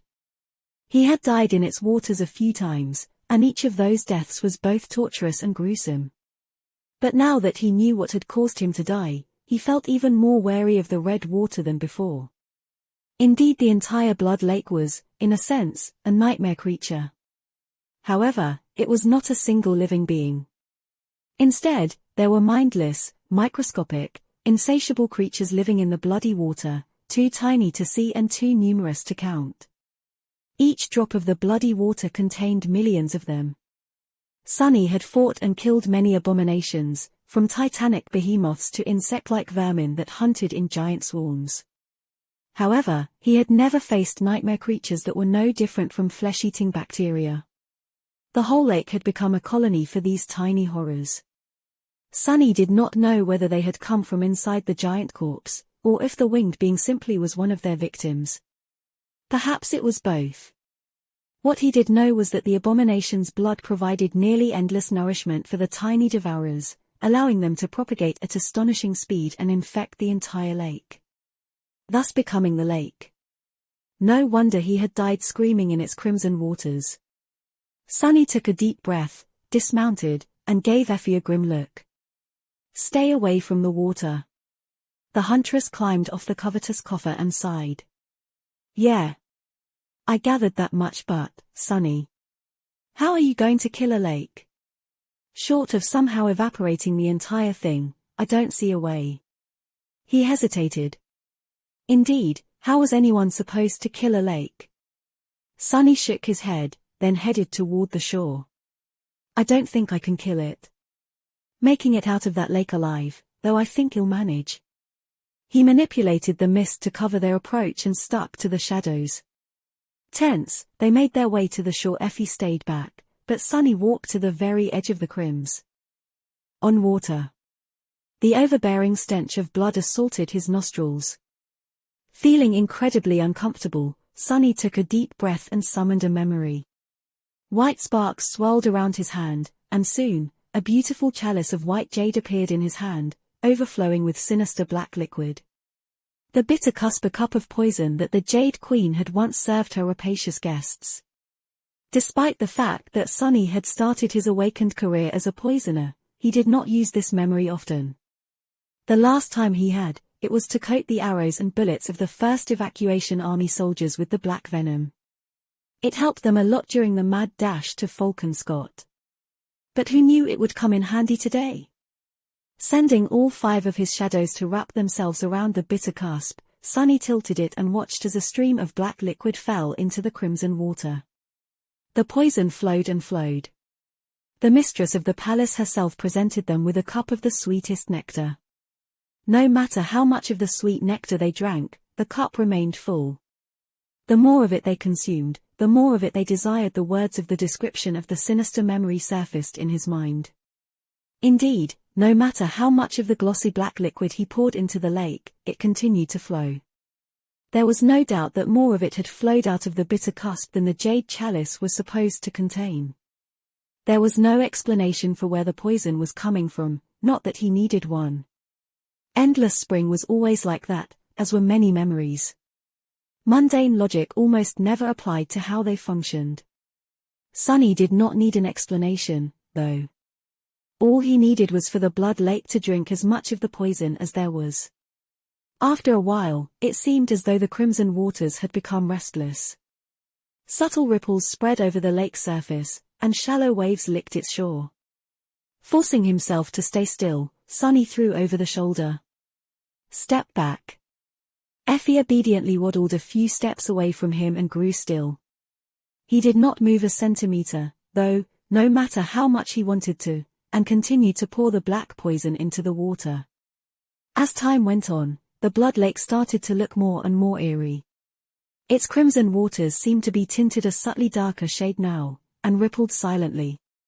Although there was no wind, the waves rolling across the surface of the lake were becoming more noticeable. Sunny took a deep breath. He knew that only about half an hour had passed, but it felt like an eternity.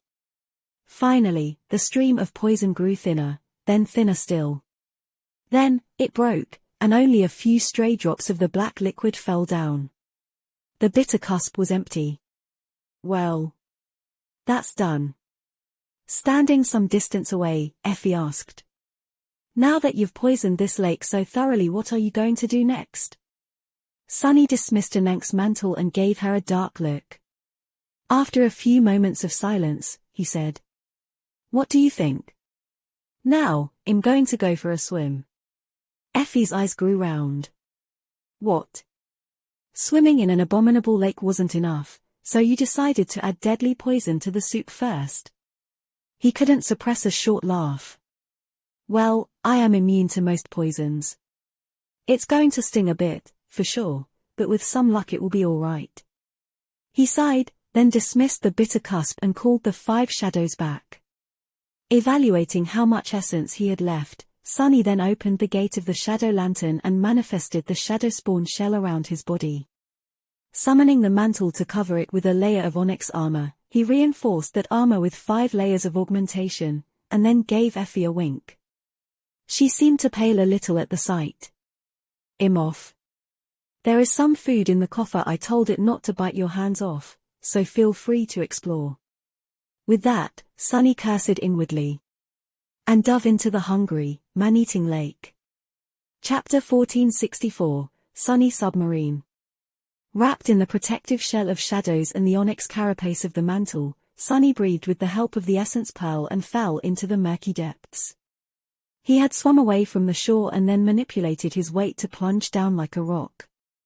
The water pressing down on him was crimson and dark. It was also poisoned and teeming with myriads of invisible, gluttonous horrors. Ah! He didn't like it at all. The poison of the bitter cusp had spread far, by now, and should have killed numerous microscopic creatures that permeated the bloody water. The rest should have been weakened, as well. But was it enough to save him? Sunny was going to find out soon. I haven't received any fragments, either. What a scam. His shadow shell was like a diving suit, with no gaps or seams that could allow the terrifying tiny creatures to reach his flesh. The mantle covering the shell was like a layer of armor, reinforced 5 times over by his shadows. In a sense, Sunny was like a miniature submarine. His task, accordingly, was to explore the bottom of the lake without being crushed and swallowed by its depths. However, he could already feel myriads of tiny teeth or whatever it was that the invisible horrors had instead of teeth gnawing at his black carapace. The mantle was holding, at least for now, but the shell was sustaining damage. It was as if its outer surface was slowly dissolving and being washed away by the crimson water. That's pretty bad. Feeling the lake starting to devour and digest his shell, Sunny felt cold horror wash over him. However, he managed to maintain his composure. In fact, the situation was better than he had expected. Sure, his improvised diving suit was being devoured, but at a much slower rate than usual.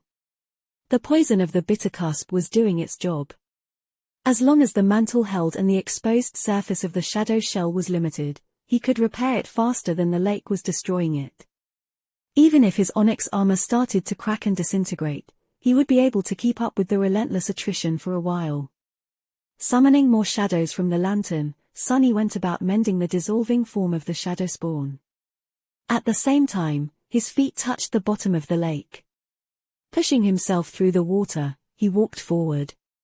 Surrounded by the crimson gloom and incalculable amount of abominable microscopic killers, he advanced deeper into the blood lake. Its bottom was strangely smooth and regular, hinting at its artificial origin. Well, the whole island was artificial, so Sunny should not have been surprised that this lake, too, had been created by Alethea of the Nine instead of appearing naturally. He was starting to feel nervous. Windflower had described what he had to find and what he needed to do, but she did not know the precise location of their goal. So, Sunny had to search for it himself. Depending on his luck, the search could take a relatively small amount of time, or last very long. The former was fine, but the latter meant certain death. He did not have a lot of essence left to maintain the shadow shell, after all. Damn it.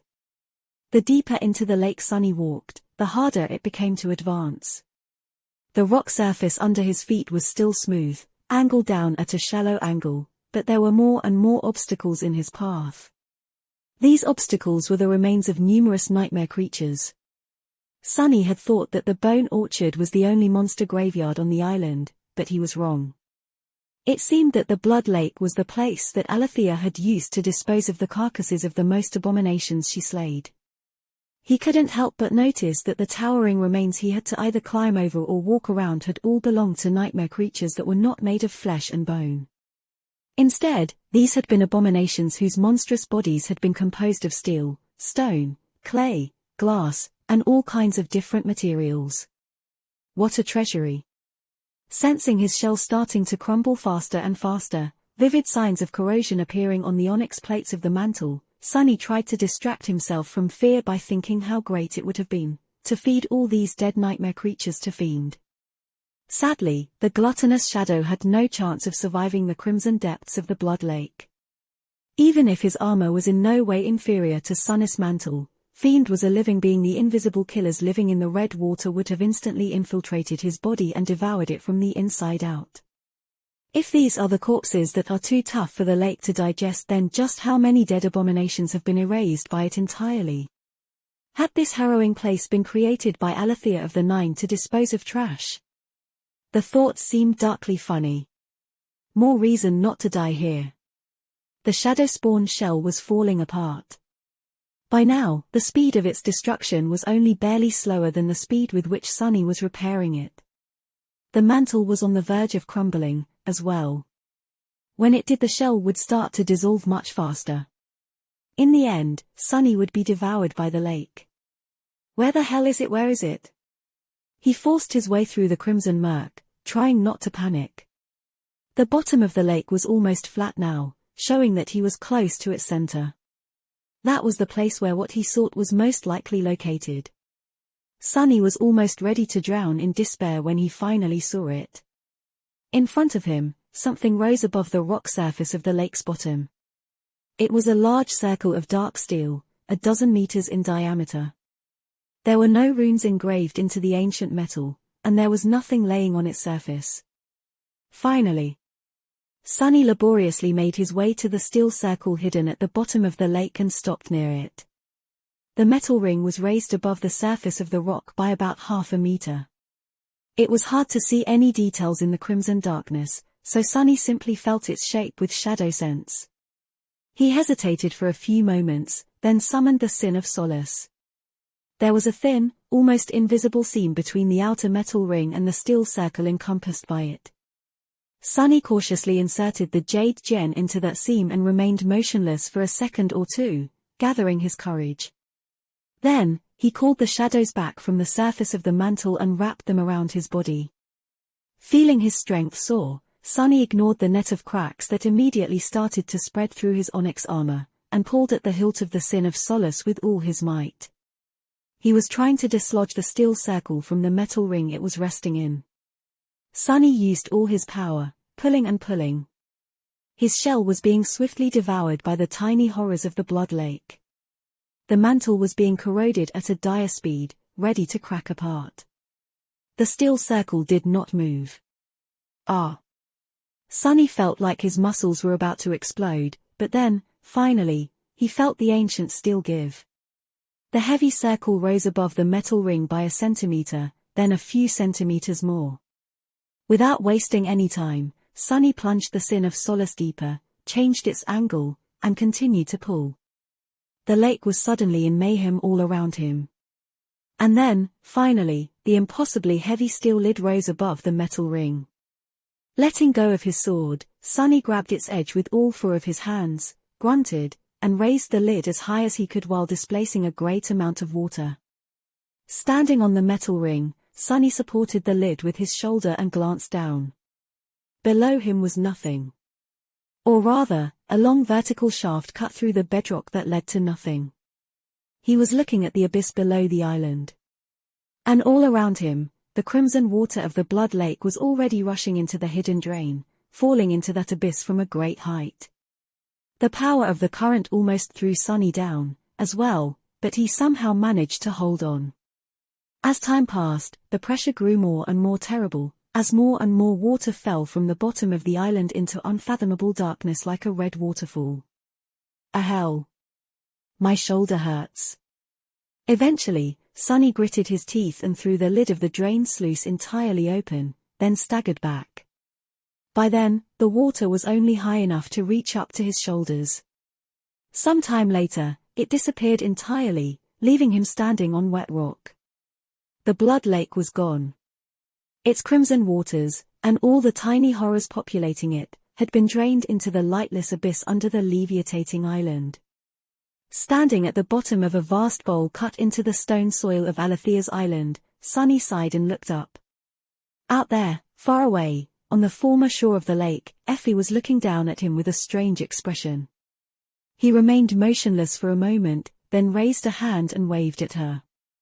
Inside the shredded shadow shell, Sunny's face was pale. He had survived somehow. Yeah. Let's not do anything like that again. Chapter 1465, Rendezvous. Sunny remained motionless for a while, looking around. The bottom of the lake was dry now, revealing the towering remains of the ancient nightmare creatures. Well, relatively dry. Although most of the water had been drained into the dark abyss, large puddles of it still remained here and there. The remains of the abominations were still glistening with moisture, as well. Which meant that countless invisible horrors were still crawling all over their surface. He was not going to fiend with these abandoned treasures anytime soon. Damnation. Sun's shell was still being eroded, as well. Luckily, the rate at which it was dissolving had decreased drastically. By now, he would be able to climb out of the empty lake and discard his ragged diving suit without being eaten alive. Looking up, he saw the mist slowly flowing down the slopes of the former lake. Very soon, it was going to shroud everything here, just like everywhere else on the island. Turning slightly, Sunny stared at the corpse of the giant winged creature and fought the temptation to try and fish the soul shards out of it. But no, there was no time, and the corpse still gave him a sense of danger. There had to be countless invisible creatures permeating it, after all. Even if the dead abomination was not the original source of the contamination, it was without a doubt being slowly devoured from the inside by it. Finally, Sunny glanced at the slope of the lake shore. There, not obscured by the crimson water anymore, several dark openings were revealed, each a few meters in diameter. Those were the aqueducts that used to feed water into the moat of Alethea's tower.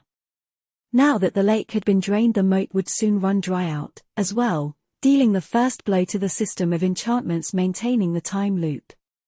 Which meant that Sun's mission here was accomplished. He hesitated for a few moments, then threw one last glance at the darkness hiding beneath the island. Struggling against the sudden sense of vertigo, Sunny walked to where the lid of the sluice gate was laying on the wet stone, gathered his strength, and threw it back in place with a grunt. The massive steel circle fell back into the metal ring with a loud ringing sound, obscuring the lightless abyss. Immediately, Sunny felt a little calmer. I should hurry up.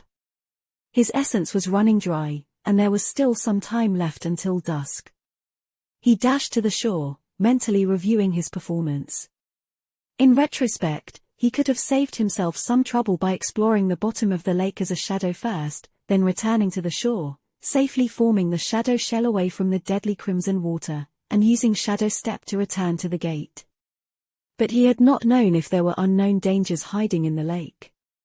Provided the information he had possessed at the time, his strategy might not have been optimal, but it had been the safest. I succeeded, didn't I?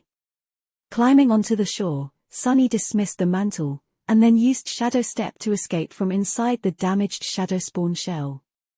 The towering figure of the four-armed fiend remained standing in the mist like a hollow statue. Appearing a safe distance away, near Effie, Sunny shivered and summoned his clothes back. Finally, he allowed the shadow shell to dissolve into nothingness. The huntress gave him a long look. So, you just flushed the entire lake? Sunny smiled weakly. I guess you can say that. Then, he looked at the sea of mist one last time and turned away. In any case, our job here is done. Next, we need to rendezvous with Nephis, Cassie, and Jet. Climbing into Nightmare's saddle, he hid his expression and sighed quietly. Diving into the Blood Lake had been dangerous, but what Cassie had to do in the overgrown shrine was much more dangerous by far. I hope they are all right. Alethea's island was strangely peaceful. Most of the nightmare creatures had left their usual haunts, attracted by the havoc that the dead army had wreaked on the southern shore. Of course, the risen corpses had all been destroyed by now, and the dreadful abominations were on their way back north. Nevertheless, Sunny and Effie had a narrow window of time to slip to the rendezvous point without meeting any obstacles. Eventually, they reached the maw of the wide chasm that had given Sunny so much trouble in the past. Dismissing Nightmare and the covetous coffer, he led Effie to its edge, and helped her glide to the bottom with the help of the Dark Wing. Down there, the rock's walls of the chasm were emanating searing heat, and the stench of burned chitin was almost unbearable. The charred corpses of the revolting millipedes crunched under their feet like autumn leaves and crumbled into ash. Despite the fact that Sunny was used to the scene, he still felt nauseated. Effie looked sickened, as well. Covering her nose, she asked. What the hell happened here? Sunny forced out a smile. Nephis happened.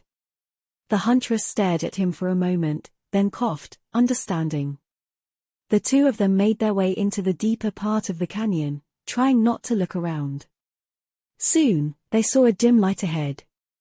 Sunny tensed when he recognized the soft radiance of the guiding light, but then let out a sigh of relief. 5 figures were there, in the shadow of a large rock outcropping. One was standing, one was sprawled on the ground, and 3 were sitting tiredly, their backs leaning against the rocks. Saint was the one standing. Her onyx armor seemed strangely brittle and dull, but there were not many cracks on it, as well as very little ruby dust smeared across its surface. Fiend was the one sprawled on the ground. The infernal flames burning in his eyes were much dimmer than usual, but there was no damage on his black-silver armor. In any case, he was alive. Nephis, Cassie, and Jet were in one piece, too. They seemed pale and strangely listless, but there were no terrible wounds on their bodies, nor was there much blood on their clothes. They had pulled through. Chapter 1466, Hidden Chamber. Sunny and Effie approached them quietly. Hey, long time no see. Effie's energetic voice echoed across the canyon, prompting a weak response from the 3 masters. Cassie flinched slightly, while Nephis and Jet turned to look at them with dim expressions. After a moment of silence, Soul Reaper forced out a smile. Ah. It's you, Glutton. Yeah, it's good to see you too. The 3 were clearly shaken by their experience in the overgrown shrine. Sunny only knew that the creature that dwelled there was powerful and ancient. Even Windflower did not know much about it, except for the fact that it did not possess a physical body. Therefore, Jet's glaive and Neph's purifying flames were their best bet to destroy it. With Cassie's supernatural intuition and affinity to revelations, as well as Saint's dark blade, they stood a good chance of, if not prevailing against the shrine horror, then at least getting the enchantment key and escaping alive. Walking over to the 3 masters, Sunny studied their conditions for a few moments, then turned to Cassie. Did you get it? She nodded slowly and raised a hand. On it lay a strange gem. Stone engraved with countless runes. Unlike the soul crystal of the guiding light, this gemstone seemed to absorb light, not produce it. The enchantment key. Sunny let out a long sigh.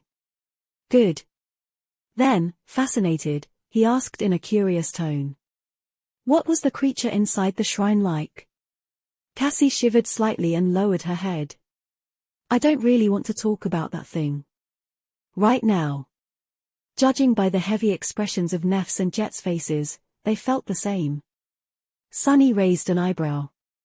Just how bad was it? Nephis was so out of it that she had not even reacted to Effie's protruding belly. Nevertheless, he did not press the topic. The 3 of them had experienced all kinds of terrible things and faced all sorts of harrowing creatures. If they were that shaken by what had happened in the overgrown shrine, it must have been pretty bad. If so, he should be satisfied by the fact that they had made it out alive. freewebnovel.com. Cass's 2 echoes were nowhere to be seen, though. Hopefully, they were just damaged and not destroyed. All right, then. Let's go. We should hurry. They lingered for a while, then rose silently. Soon, the cohort traversed the deep chasm and entered the caverns. The terror that had created them was already dead. Cass's group had slayed it on the way to the shrine. Sunny navigated the system of caves, following his memory. After a long time, they stopped near the wall of a cave that did not seem different from all the other ones they had passed. However, this one was special. Sunny remained motionless for a few moments, then looked up with apprehension. Eventually, he took a step to the side and sent his shadows to augment Saint. If you will. The graceful knight spared him an indifferent gaze, then walked forward and delivered a devastating blow to the wall of the cave. A net of cracks spread from the point where her gauntlet had struck the weathered rock. Saint did not stop there, though. Without wasting any time, she bombarded the wall of the cave with crushing blows, each sending a thunderous boom traveling through the caverns. Sunny covered his ears and winced. By his side, the other members of the cohort did the same. Only Fiend just stood there and stared, dim flames burning in his eyes. Eventually, the wall collapsed, revealing an empty space beyond. White mist streamed into the cave through the opening, as well as a few thin streams of water. Sunny gently pulled Nephis away from them. "Follow me." The open space beyond the broken cave wall was the chasm of the tower's moat. Now that the water was gone, it was empty. The deadly field of twisted time had disappeared, as well. In other words, they did not have to cross the enchanted bridge anymore. Instead, they could cross the moat wherever they wished. There was also no need to traverse the central area of the island, which teemed with harrowing nightmare creatures by now. Instead of risking their lives in the misty forest, the cohort had come to the black cliff from below. They exited the caverns through the breach made by Saint, descended to the bottom of the moat, and made their way to its other side. Then, they scaled its vertical wall and climbed out of the chasm near the stone steps leading to the gate of the tower. The wide bridge was now behind them, the terrifying abominations frozen on it still standing motionless. The runes carved into the sides of the cliff were still intact. The cohort ascended the stone steps without looking back. Sunny opened the gate of Alethea's tower and let everyone inside, then closed it behind them. Turning around, he saw that Nephis, Jet, and Effie had frozen, looking at the corpse of the great tyrant with complicated expressions. He could understand how they felt. He had been quite the same the first time he saw the dreadful corpse, after all. Sunny sighed. "It's dead. Don't worry." He told them not to worry, but was feeling agitated himself. Sunny was almost surprised that they had made it so far. The bone orchard, the caverns, the blood lake, the overgrown shrine, all of these steps could have ended in their deaths. And yet, somehow, the plan he and Cassie had concocted went without a hitch. All the deaths they had experienced on this nightmarish island had not been for nothing, it seemed. Now, all that was left was to gain access to the secret chamber of the tower. And destroy the loop. Glancing at Cassie, he nodded and walked to the center of the hall. She followed, holding the enchantment key in her small fist. When the two of them found themselves directly below the corpse of the great tyrant hanging from the ceiling, there was a strange sound, and the stones beneath their feet suddenly moved. That had never happened before because they had never had the runic gemstone with them. As the other members of the cohort approached, the floor of the tower rearranged itself, revealing a narrow staircase. Without saying anything, they descended into the basement of Alethea's tower. There, a small spherical chamber was carved into the rock. Its walls were covered with sheets of polished metal, its surface etched with countless runes. At the center of the chamber, Sunny's eyes widened a little. A large, jagged piece of black rock was hovering in the air, radiating a sense of cold. It did not look special in any way except for the fact that it was very similar to the estuary key. In fact, he would not be surprised if his little chunk of black stone and this larger one had come from the same source. What the hell? While Sunny was standing still, his thoughts in turmoil, Cassie silently approached the hovering boulder and walked around it. Eventually, she stooped, noticing a socket on the weathered black surface. The socket perfectly fit the size of the runic gemstone she was holding in her hand. The blind girl lingered, then turned to face them. I am going to insert the key now." The members of the cohort nodded solemnly. Cassie hesitated for a bit more, then gently pushed the gemstone into the socket. Nothing happened for a few moments. Then, the levitating piece of black rock trembled slightly and fell to the floor of the chamber. It collided with the metal sheet and rolled a few times, raising a loud clangor. When the echoes of the collision subsided, the cohort was left in dead silence. Sunny took a deep breath. He could feel it. Something had just changed about Alethea's island. A vague feeling that had been pressing down on his mind for so long that he had grown used to it was gone. They actually did it. They broke the cycle of twisted time that had reigned this place for centuries. The loop was gone. Chapter 1467, just like that. The members of the cohort remained silent for a few long moments, staring at the chunk of black rock with complicated expressions. Perhaps for most of them, what had just happened in the small spherical chamber did not hold a lot of meaning, but for Sunny and Cassie, it did. Especially for him.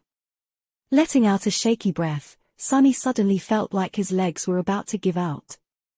Taking a step back, he swayed slightly and lowered himself to the first step of the narrow stairs.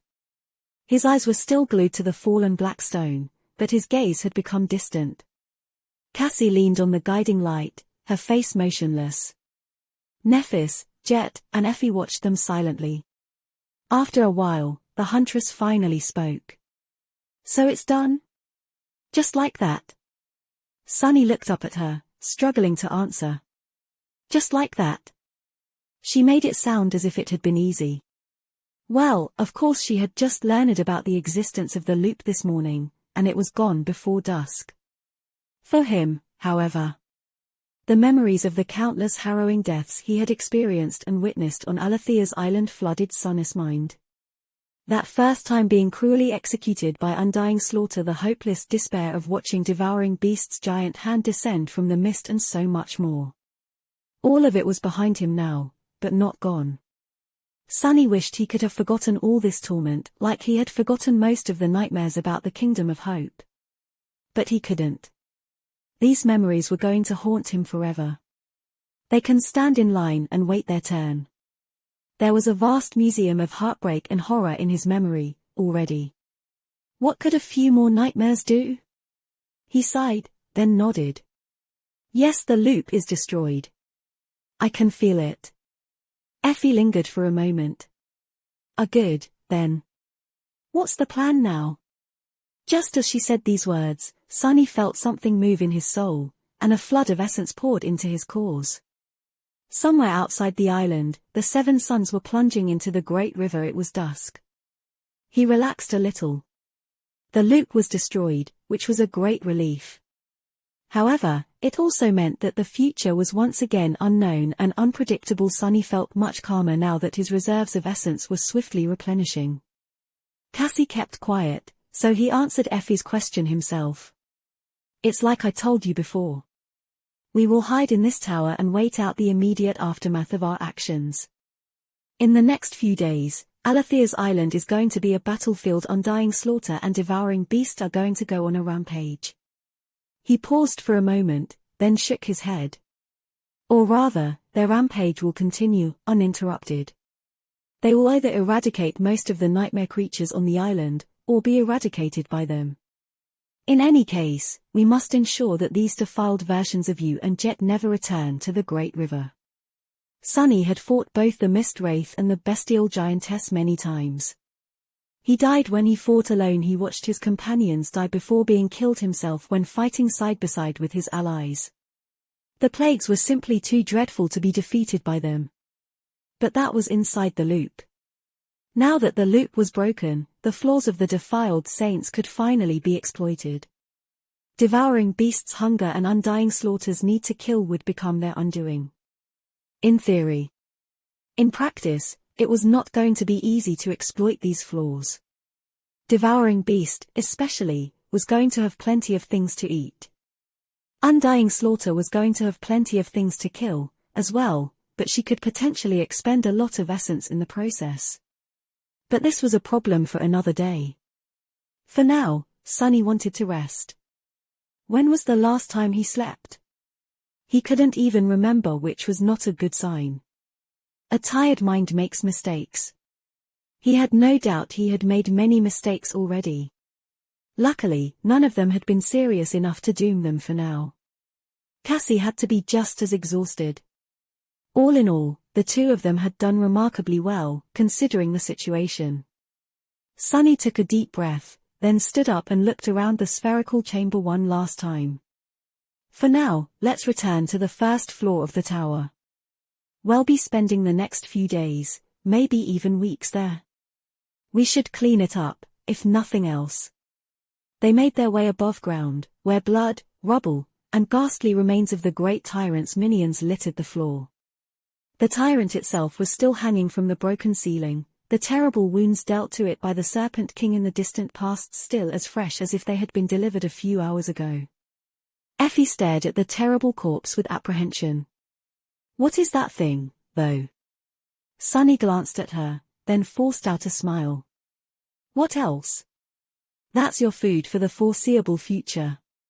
The huntress visibly paled. "Huh? Wait, you're not serious, are you?" He shrugged helplessly. "Why wouldn't I be serious? Weren't you jealous that Nephis and I feasted on the meat of a great monster? Well, here's an actual great tyrant, no need to thank me." Effie was so stunned that she actually stammered. But wait, when was I ever jealous?" Jet patted her on the shoulder and grinned. "Bon appetit."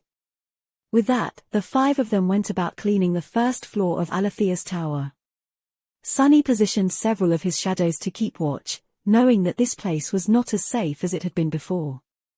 It was still impossible to cross the bridge, but the twisted currents of time that had been protecting the moat were gone now. In theory, any nightmare creature could reach the tower with some effort. Getting inside was an entirely different matter, but it was better to be safe than sorry.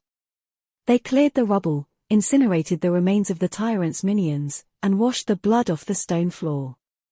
The interior of Alethea's tower had not become cozy or comforting after that, but it was already better than many places the members of the cohort had camped at in the past. Jet and Effie, who had not spent a night on solid ground since entering the nightmare, were especially appreciative of this stone shelter. For once, things were looking up for the cohort. Chapter 1468, An Extravagant Meal. It was already deep into the night by the time the hall was clean enough for them to make camp in one of its less damaged corners. Everyone was bone-tired and ready to topple over. Sunny and Cassie had been suffering in the loop for a long time, while for Effie and Jet, this terrible day had come straight after surviving the evisceration of their tribe and being chased by the Drowned for an entire week. Nephis, meanwhile, was mentally and physically drained because of how much she had used her aspect today. Sunny left his companions in the corner of the hall designated as their camp and walked over to the corpse of the great tyrant.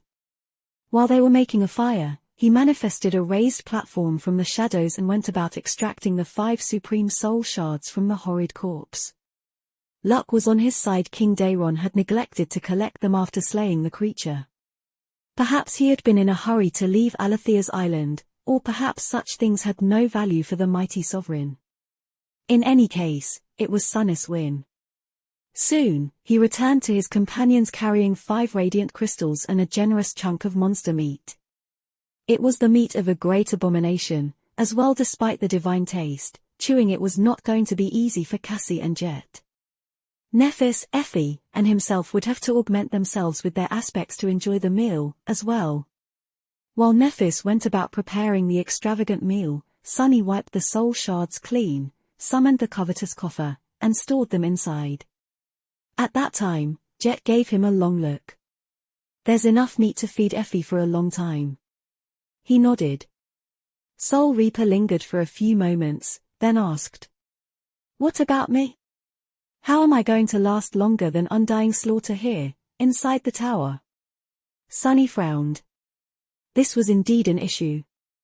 Both Jet and Undying Slaughter could only exist for as long as there was essence in their fractured soul cores. Neither could generate essence naturally, and would only replenish it by killing living beings. The Mist Wraith had many more creatures to kill out there, in the dreadful reaches of Alethea's island. Of course, she would also have to burn some essence to prevail against them.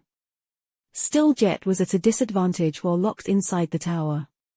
He had a solution, though hopefully, he did. Lowering his hand into the open maw of the covetous coffer, Sunny took out a beautiful golden fruit. The fruit looked clean, ripe, and delicious, tantalizing, really. Its refreshing fragrance made him want to sink his teeth into the soft, succulent flesh of the fruit right that instant. The fruit, of course, had come from the sacred tree growing on the deck of the Chainbreaker. In fact, Sunny had plucked all the fruits from its branches before leaving the ship in the morning.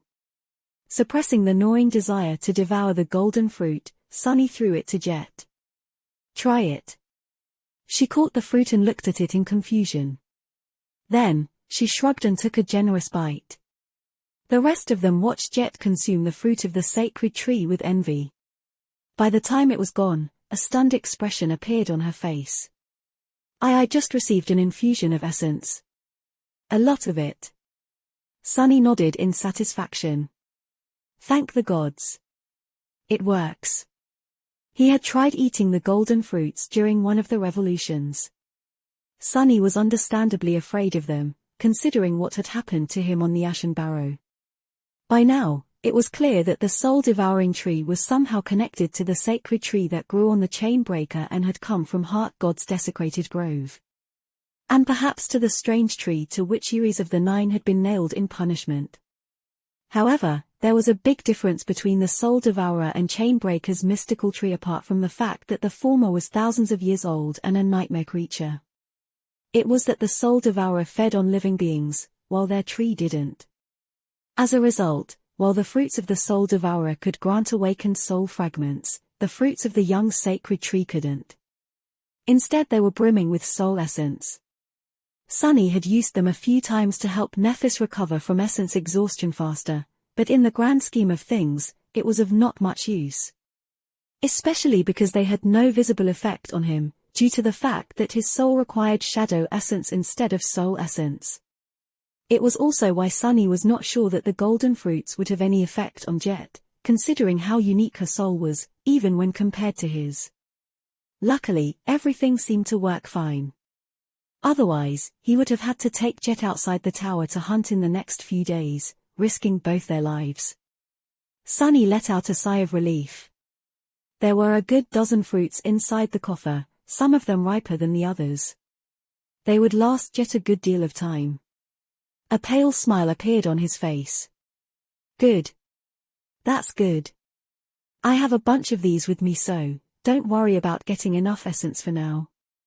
Jet threw a long look at the covetous coffer, then nodded. Soon, their late supper was ready.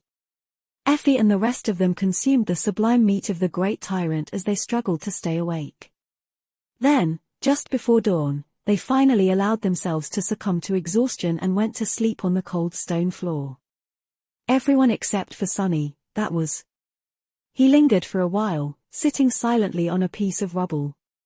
His gaze was hollow and grim. Soon, Sunny felt the enchantment of the crown of twilight come to life once again, replenishing his essence once more. It was dawn. Which meant that now, there was absolutely no doubt that the loop had indeed been destroyed. He had already known it, of course, but still waited for the former termination point to arrive just to be sure. The dawn came and went, but Sunny was still sitting on the piece of rubble inside Alethea's tower. He was not sent back to the deck of the Chainbreaker. Motionless as a statue, Sunny let out a long sigh. Then, he slowly looked up. There, far above Windflower was waiting for him. Now that the loop was no more, it was time for him to fulfill his oath. With a heavy heart, Sunny looked at his sleeping companions, then stood up.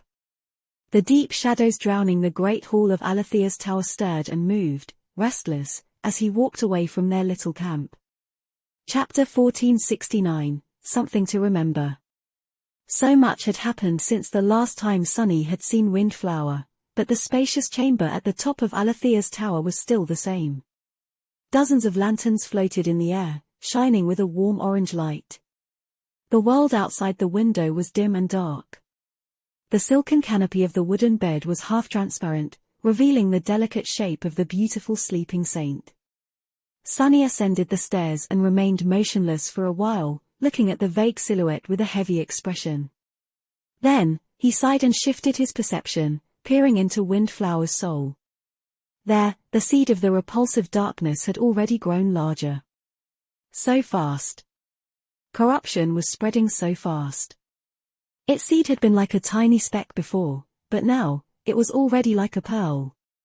If Sunny did not act soon, the darkness would spread and consume Windflower's soul entirely. There was no time to waste. And yet he could not simply kill her. At least not without talking to the beautiful saint one last time. Dissolving into the shadows, he allowed Nightmare to bring him to her dream. Soon, Sunny found himself standing on a tall cliff overlooking the vast expanse of the great river. The 7 suns were slowly rising from the flowing water. The tranquil expanse of Alethea's island was shrouded in the dim twilight of the early dawn. Windflower was standing at the edge of the cliff with her back to him, gazing at the water. A cool breeze was playing with her wavy hair, and her azure robe looked like the midnight sky in the dimness of dawn. Sensing his approach, she shifted slightly and let out a quiet sigh. "So, you have succeeded?" Sunny froze for a moment, then nodded. "Yes. The loop is gone. We destroyed it." She turned around and looked at him. Then, a soft smile illuminated her enchanting face. "How marvelous. And on your first try, no less." He walked over to stand beside her on the edge of the cliff. Looking at the dreamlike expanse of the great river, Sunny said darkly. "First try? It might have been, but I spent an eternity preparing for it. Months of torment, countless deaths, all for this single moment. I wouldn't call it marvelous." Windflower studied his face silently, then looked away and sighed. "Countless deaths, huh? Dying once does not sound so terrible, in comparison." She paused before asking. "You haven't forgotten what you swore to do, have you?" Sunny gritted his teeth. "I remember." The beautiful saint fell quiet. A few moments passed before she spoke again, her voice losing some of its usual lightness. "After it's done, burn my body. I don't want anything to sprout from my corpse and walk around wearing my skin. Find a strong flame to burn it." Sunny had no response, so he simply nodded. Windflower took a deep breath, then took a step back from the edge and laughed. "Don't be so serious, Sunless. I lived a long life, far too long, really. Gods, I am older than my grandmother was when she passed away by a few centuries, at least. Ah, these old bones of mine have had enough."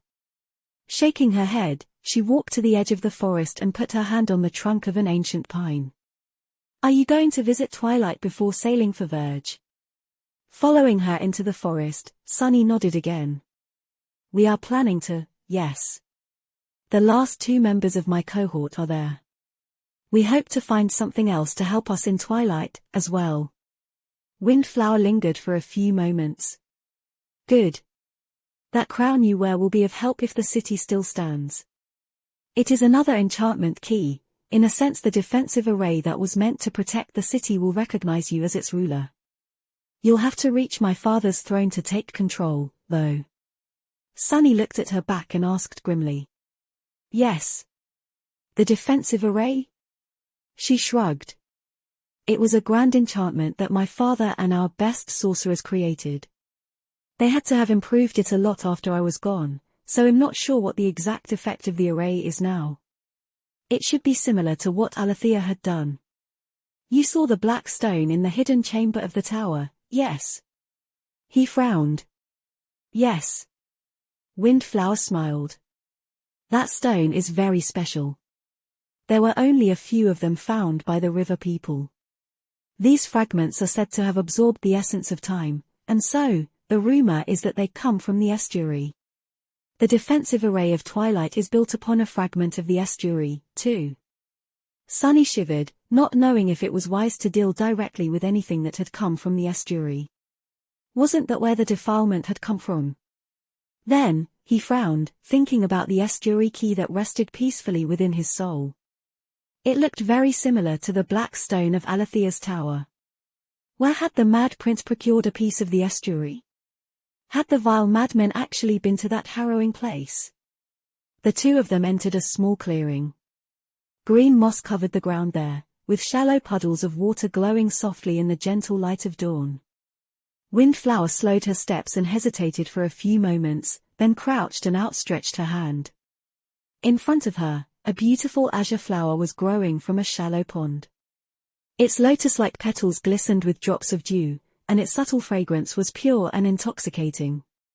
She touched its stalk gently, then broke the blossom off and stood up. Turning around, the charming saint smiled and presented the lotus flower to Sunny. "Here. Take it. He hesitated for a moment, then accepted the azure blossom and looked at it in confusion.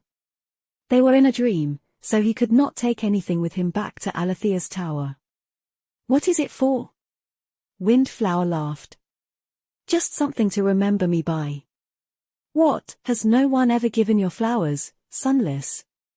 Sunny silently shook his head, prompting her to smile. Well, then. I'll be the first. That way, you definitely won't forget. With that, Windflower looked at him with bright sparks dancing in her eyes. Then, however, the smile slowly disappeared from her lips. The beautiful saint sighed. You should go now. I don't think I can hold on for much longer. Sunny held the azure blossom, staring at her silently. Windflower looked away and lingered for a while. Then, she said quietly. If, by chance, you ever meet the real me out there in the dream realm, tell her that I did my best. Tell her that we all did. He lowered his head, and nodded slowly. I promise. It was a heavy promise to make. Of course, the original Windflower had almost certainly been dead for countless years. And yet, by promising to pass along this message in case she was somehow still alive, Sunny was also promising to return to the dream realm. Which meant that he was promising to conquer this nightmare, as well. Windflower smiled, then turned away and looked up, at the rays of sunshine falling through the crowns of the ancient pines. Farewell, Sunless. Go, you don't have much time left. What else was there to say? He remained motionless for a few moments, then gritted his teeth, closed his eyes, and breathed in the fragrance of the azure blossom. Darkness embraced him softly. When Sunny opened his eyes again, he was back in Alethea's tower. His hands were empty. The beautiful blossom was gone, erased with the rest of Windflower's dream. Chapter 1470, Farewell Gift. After returning from Windflower's dream, Sunny did not linger for a long time before completing his grim task. Every minute he wasted was 1 minute more that she had to suffer resisting the inevitable spread of corruption. And so, with a heavy heart, he delivered the fatal strike to the beautiful saint, as swift and merciful as he could make it. Then, Sunny used the divine flames of the cruel sight to ignite her body and stepped back, watching as fire spread across the wooden bed and devoured the silk canopy. The floating lanterns that had illuminated the chamber dissolved into a rain of white sparks, drowning it in darkness. Standing at the edge between the darkness and the stark glow of the burial pyre, Sunny sighed and sat down on the stone floor. He watched the fire dance in silence, his expression bleak. It was then that the spell finally whispered into his ear. You have slain a transcendent human, Windflower of the Twilight Sea. Your shadow grows stronger. It paused for a moment, and then added. You have received a memory. Sunny looked down, not even reacting to the last proclamation. Ah. He had not known Windflower for long. In fact, they had only spoken twice. And yet, a deep and heavy sorrow weighed on his heart. Wasn't her fate just too bitter, unfair, and sad? To be the last remnant of a destroyed world, and outlive everything that you ever knew or loved. He hated it. But at the same time, perhaps to her, death was a solace. Closing his eyes, Sunny felt the heat of the blazing flame and remained motionless for a while. Eventually, he whispered. Your nightmare is over. It was. But at the same time, it was not. This nightmare would not be over until Sunny fulfilled his promise and ended it. As a dark grimace contorted his face, he gritted his teeth and dove into the soul sea. There, the 5 black suns hung above the still expanse of dark water, just like always.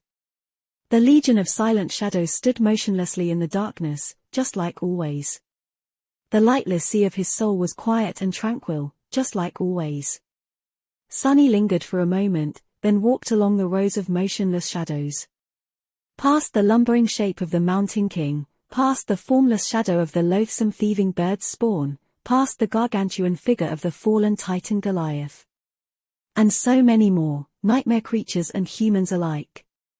Eventually, He stopped near the shadow of a tall and imposing man with sharp, fierce features, who wore an archaic robe that seemed both simple and regal. He was Daeron of the Twilight Sea, the Serpent King. The shadow of Windflower was standing near him, as beautiful as she had been in the dream, but now motionless and lifeless just like the rest of the shadows. The father and daughter were reunited in the tranquil darkness of Sunny's soul. Sunny thought that seeing them together would soothe his heart, perhaps. But it did not. He still felt bitter and despondent. Not wishing to look anymore, he turned away and gritted his teeth. Curse it. Curse it all. Curse the diamonds and the gods, curse their damned war, and curse the nightmare spell that devoured the few realms that had been left intact in its wake. Curse Weaver, the demon of fate, firstborn of the unknown. Shaking his head, he took a few breaths, and then summoned the runes. There was a new string of them at the end of the list of his memories. Concentrating, Sunny read its description. Memory Dream Flower. Memory Rank Transcendent. Memory Tier 1. He paused for a moment, then summoned the memory down.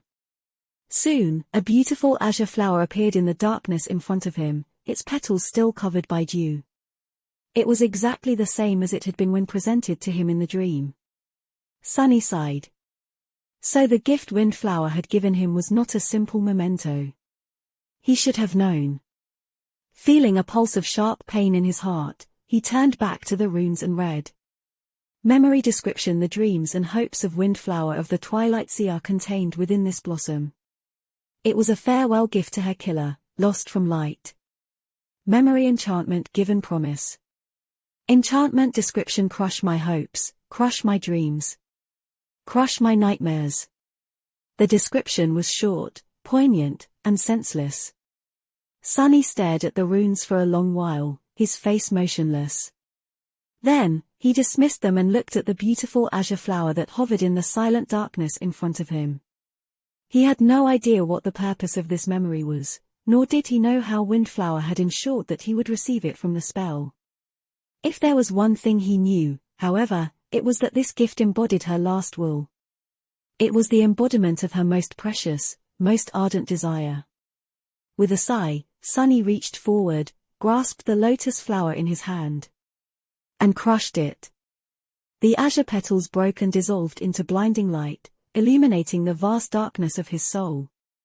The pure light reflected in the still waters, drowning in them. Sunny suddenly felt that something was wrong. What? Before he could finish the thought, the spell suddenly whispered into his ear, its voice insidious and quiet. Your memory has been destroyed.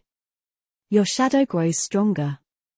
And then, he felt a flood of shadow fragments entered his soul, containing enough of them to drown it. His eyes widened. Wait. Thrown off balance by the sudden influx of shadow fragments, he couldn't even summon the runes. All he knew was that there were much more fragments pouring into his soul than killing a transcendent human could have given him. There were more of them than even a normal awakened would have received, let alone someone like Sunny. Most soul fragments were lost when one awakened killed another, after all. Although the killer received a fair share, most of it was wasted. But not now. It was as if Windflower's entire soul had been contained within the azure flower, and was now being used as fuel to empower his own. Wait, at this rate. Sunny hurriedly dove out of the soul sea and opened his eyes, staring at the blazing pyre in front of him. The fire was still burning, the body of the beautiful saint turned to ash. Taking a panicked breath, Sunny jumped away. It was then that he felt it. The familiar sensation of his soul shuddering in harrowing pain. At the same time, the spell whispered again, your shadow is overflowing with power. Your shadow is taking shape. Sunny let out a muffled groan and fell to his knees. Deep in the darkness of his soul, a new shadow core was being born. Chapter 1471, Terror. Your shadow is complete. Sunny let out a hoarse sigh and uttered a stifled curse. He was standing on one knee, pressing his fist against the stone floor of the tower. His face was pale as that of a ghost, contorted in a pained grimace. The terrifying agony of having a new shadow core from in the depths of his souls was slowly subsiding. He had risen to a new class.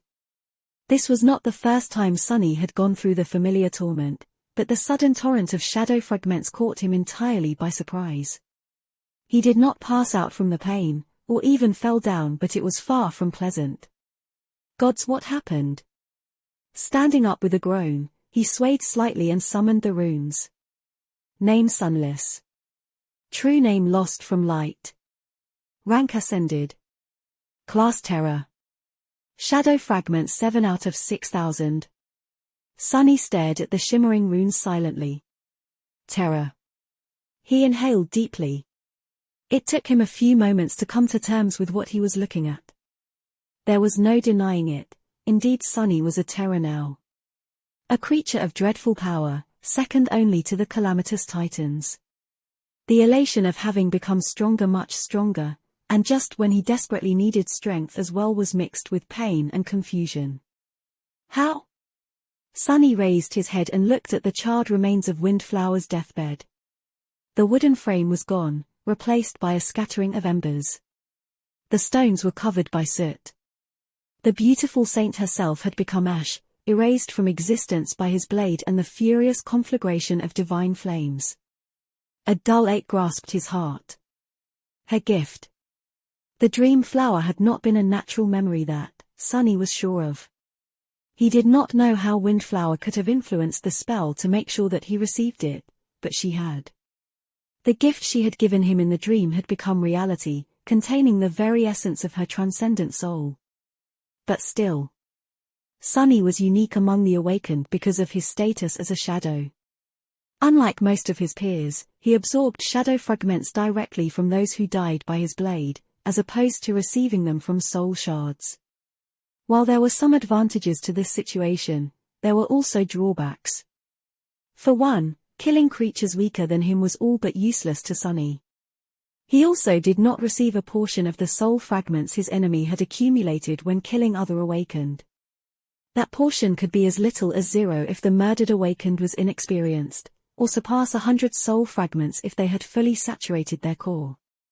Of course, the difference in ranks also played a role. Sunny assumed that Windflower's transcendent soul core had long been fully saturated. Therefore, if a master like him killed the beautiful saint, they would have received twice the amount, at least 200 soul fragments. However, he had received more.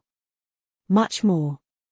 The last time Sunny had checked, he was still more than 2,000 shadow fragments away from becoming a terror. So he had not just received a portion of Windflower's power.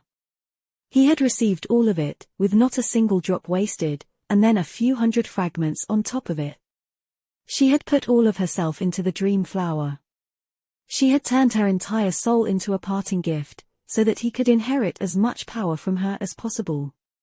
She must have even sacrificed whatever memories still remained in her soul sea after the bitter defeat in Verge, just so that Sunny could become a terror before facing undying slaughter and devouring beast in battle. How had Windflower been able to create the beautiful memory? How had she known so much about him and his aspect? Sunny had no answers. Perhaps the Mad Prince had told her. He stared at the smoldering embers of the incinerated bed for a few moments and sighed. After a few moments of silence, Sunny whispered, "Thank you." Lowering his head, he remained still for a while, and then glanced at his shadows. There were 6 of them now, all staring back at him silently. Gloomy, happy, creepy, haughty, naughty, and the new guy. The 6th shadow was just like the other 5, but also different. At first glance, it seemed the least eccentric of them. The new guy appeared rather normal and laid-back, friendly, even. But, for whatever reason, Sunny felt a cold chill run down his spine at the sight of it. There was something eerie about the new shadow.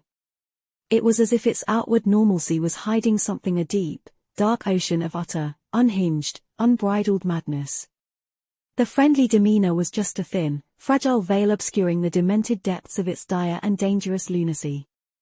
Sunny let out a long sigh. You are absolutely crazy, aren't you? The crazy shadow scratched the back of its head, twitched, shrugged, and laughed maniacally. Then, it abruptly returned to being normal and friendly. Only its fingers continued to tremble slightly, as if it was barely holding itself back from exploding into a storm of murderous frenzy. Sunny closed his eyes for a moment. Well. Makes sense, really. Did it only seem that way, or was the crazy shadow standing a little closer to him than it had a moment ago? He shook his head. Great. Back to your posts, then. Keep observing the forest and Gloomy. Show the new guy the ropes. He was certain that the happy, haughty, and naughty shadows would not be able to handle their unhinged younger sibling. The creepy guy, meanwhile, Sunny could just see him becoming the crazy newcomer's admiring minion. The gloomy shadow, though, would have no problem taming the lunatic. Gloomy was the true terror among his helpers. After spending one day with the original shadow, the new guy would not dare to create trouble. Sunny almost felt pity for the sixth shadow, said Terror, meanwhile, glowered at him for a few moments, then shook its head contemptuously and beckoned the crazy guy to follow. Soon, the shadows disappeared, leaving him alone. Sunny lingered for a while, then took a few steps back and sat on the floor. Leaning his back against the wall, he looked at the smoldering embers with a hollow expression. It was already a new day, the first new day Alethea's island had seen in countless years. Somewhere outside the walls of the tall tower, the dreadful prisoners of the island were busy slaughtering each other. Soon, Sun's companions would wake up. And then, the last act of this vicious play would begin. Chapter 1472, Given Promise. Outside Alethea's tower, the island was still the same. And yet, it was entirely new. The mist still flowed between the ancient pines, and the frozen nightmare creatures were still standing on the white stone bridge. But it was a new day.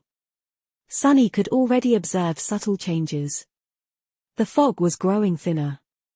Devouring Beast, who should have been in the vicinity of the tower at that time, was nowhere to be seen. He did not dare sending his shadows out to scout, but he knew that the bestial giantess was now somewhere else on the island, hunting different prey than usual. Undying slaughter was somewhere there, as well. For a moment, Sunny wanted to release the fragment of the shadow realm. The knot. Knowing of it all was gnawing at him. But in the end, he held himself back. Nothing was going to change if he knew every minute detail of what was happening to the two defiled saints. The only thing that mattered was the end result, whether the plagues were going to prevail against the prisoners of Alethea's island or not. And that question was not going to be answered anytime soon. So, Sunny was left alone with his dark thoughts for a short while. Then, he heard the sound of footsteps and saw Nephis climbing the steps. She entered the bedchamber and froze for a moment, looking around with her usual indifferent composure. Her gaze lingered at the soot covering the walls, and then settled on Sunny.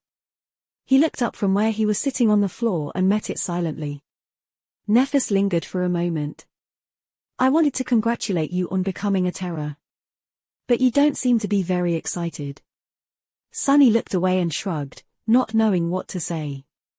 Was he supposed to express his indignation at Windflower's inevitable death? That would be a bit childish. She was not the first person he had met who deserved a less bitter end, and would certainly not be the last. Saying such things to Nephis, who had lost and buried her own share of precious people, seemed especially cruel. With a sigh, Neph walked over and sat down near him. She hesitated for a bit, then gently put her arm around his shoulder. Did you fulfill your promise to the sleeping saint? Soothed by the familiar steadiness of her even voice and the warmth of her embrace, he nodded. Yeah. She wanted me to burn her body, so well, you can see. After a while, a heavy sigh escaped from his lips.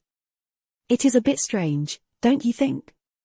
The nightmares are supposed to be trials of strength for us, the challengers. But what I remember the most is the strength of the illusory people who lived, struggled, and died in these conjured worlds. Noctis, Ananke, Windflower, somehow, the passion with which they lived seems much more real than even ours. Nephis remained silent for a few moments, then said slowly. I don't think it's strange at all. I remember those whom I met in the nightmares, as well. She paused before adding, her voice a little lower than before. Even though sometimes, I wish to forget. Sunny smiled bitterly.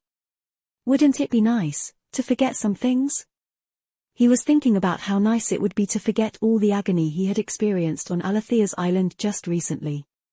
It had only been a few months of torment and yet, he was almost driven mad.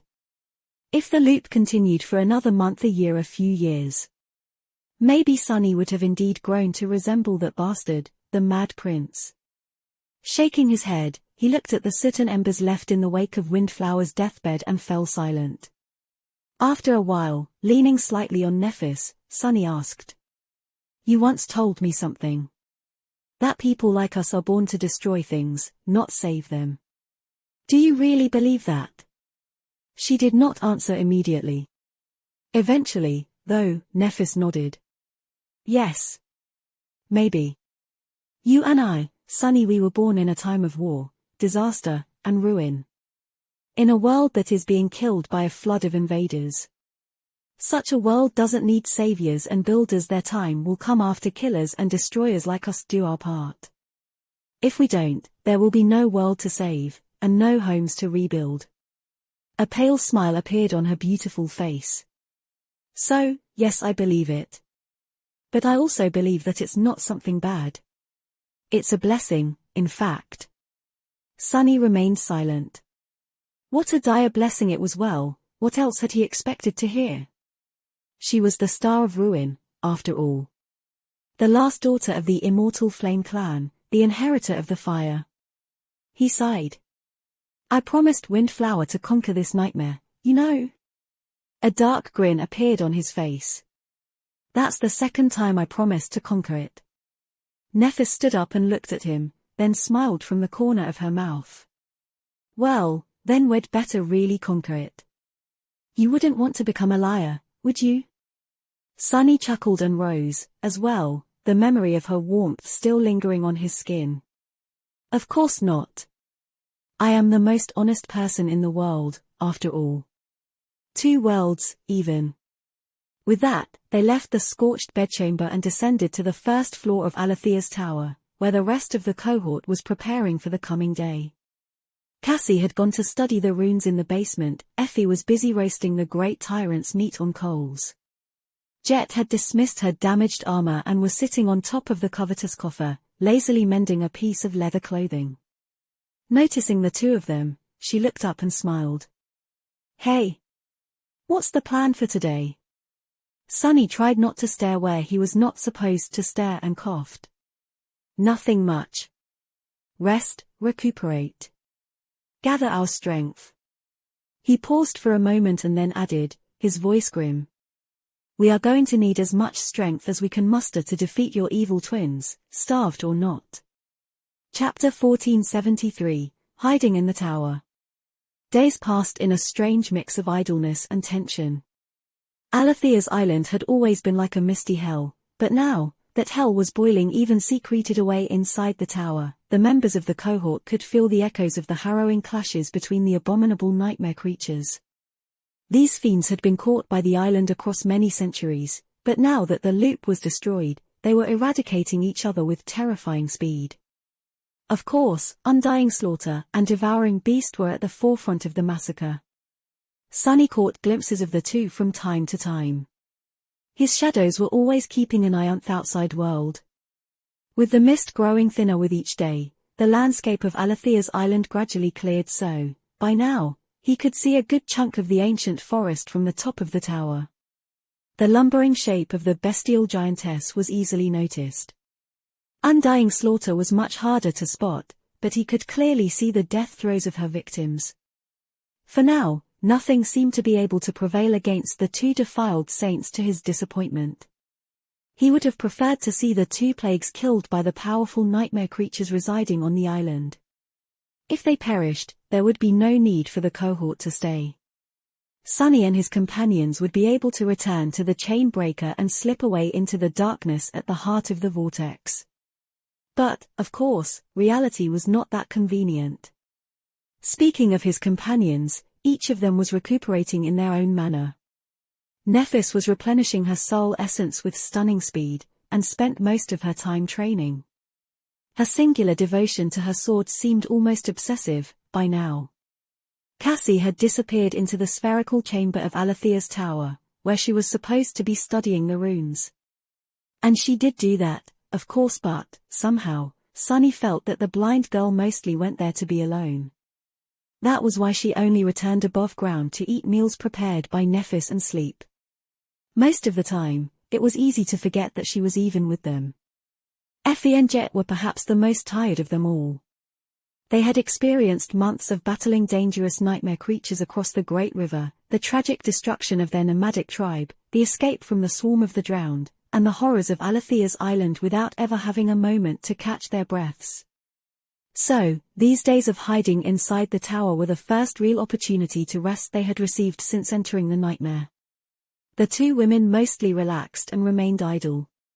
Sunny spent some time with Effie, describing his own experiences in the tomb of Ariel and sharing valuable knowledge. Jet also listened, sometimes offering her opinion or asking questions, but mostly, she just looked deeply and comfortably asleep. Sunny was baffled about how someone could sleep so much, but after remembering how overworked Soul Reaper had usually looked since the first day they met, he just figured that she was catching up on nap time after a decade of being worked to the bone by the government. It really told a lot that she could only get enough sleep inside a nightmare. Jet was consuming the fruits of the sacred tree to replenish her dwindling essence. For now, it looked like there were enough of the succulent golden fruits to last her a long while. She even shared a couple with Effie, partially because the huntress was drooling a lot when Soul Reaper ate, and partially because, according to Jet, it could be good for the baby. Sunny wasn't sure what she meant, but he wasn't going to complain. As for himself, he had tried to stay idle for the first day, but quickly grew bored with doing nothing. Or rather, the memories of his gruesome death were too vivid when Sunny was not doing anything, so he quickly found something to do. Of course, that something was weaving. Now that Sunny had 5 supreme soul shards to spare, he could start thinking about how to empower the cohort best. He had a few ideas, but was not confident yet. He needed some practice first. In order to test his theories, Sunny made a few simple alterations to his weaker memories. For example, he managed to transplant the Blessing of Spirit, the enchantment enhancing recovery from mental fatigue, from the Shroud of Dusk to the Puppeteer's Shroud. He did not even have to add an additional nexus to his first memory armor, because it already possessed 5, but only 2 relatively light enchantments. Additionally, the Blessing of Spirit suited the original Shroud well, considering that its doubtless enchantment also had to do with protecting the mind. In the same manner, he transplanted the Blessing of Flesh, the enchantment that enhanced recovery from physical fatigue, to the Eternal Spring. Now, not only could the beautiful glass bottle provide a near-infinite supply of water, but drinking that water was also especially invigorating. Sunny also made another attempt to master the unseen enchantment of the Moonlight Shard. That single enchantment, which allowed the ghostly stiletto to be summoned instantly, could qualitatively change every memory in his arsenal. Sadly, it remained unattainable and elusive. He often felt that he was almost there, but at the last moment, the weave always slipped from his fingers. These were all minor projects, though. His true desire, the white whale Sunny continued to pursue, had little to do with memories. Instead, it had to do with echoes. He had already studied Cassie's blade mannequin before, but now, he also asked her to lend him the Quiet Dancer. By comparing the 2 echoes, one created by the enchanters of Clan Vela, the other by the spell, Sunny was able to learn many new things and come to several tentative conclusions. He felt that creating an echo was still far beyond him, or at least too time-consuming to try. However, Sunny came up with a crazy idea. What if, instead of creating an echo, he could convert a memory into one? The Quiet Dancer was already similar to a sentient weapon. Sunny did not know how to weave a semblance of sentience. He did not know how to even approach learning something like that, either. But he also did not need to. Anyone else would, but he already had something to substitute artificial sentience with, the true sentience of the silent shadows dwelling within the darkness of his soul. If he could change the weave of a memory to that of an echo, even if the resulting echo lacked the most important quality, the false spark of life to animate it, his aspect could theoretically allow him to convert the defective echo into a perfectly fine shadow, given that the original memory and the dark spirit shared the same source and were thus compatible. Or at least, that was his theory. Truly, Sunny had no idea what kind of a monster such an experiment would create.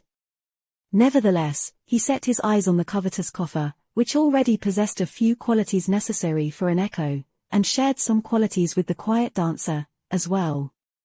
The shadow of the mordant mimic was there, in Sunny's soul, so he decided to make it his test subject. He was only starting to consider how to go about making the coffer into a partial echo, though, when something unexpected happened.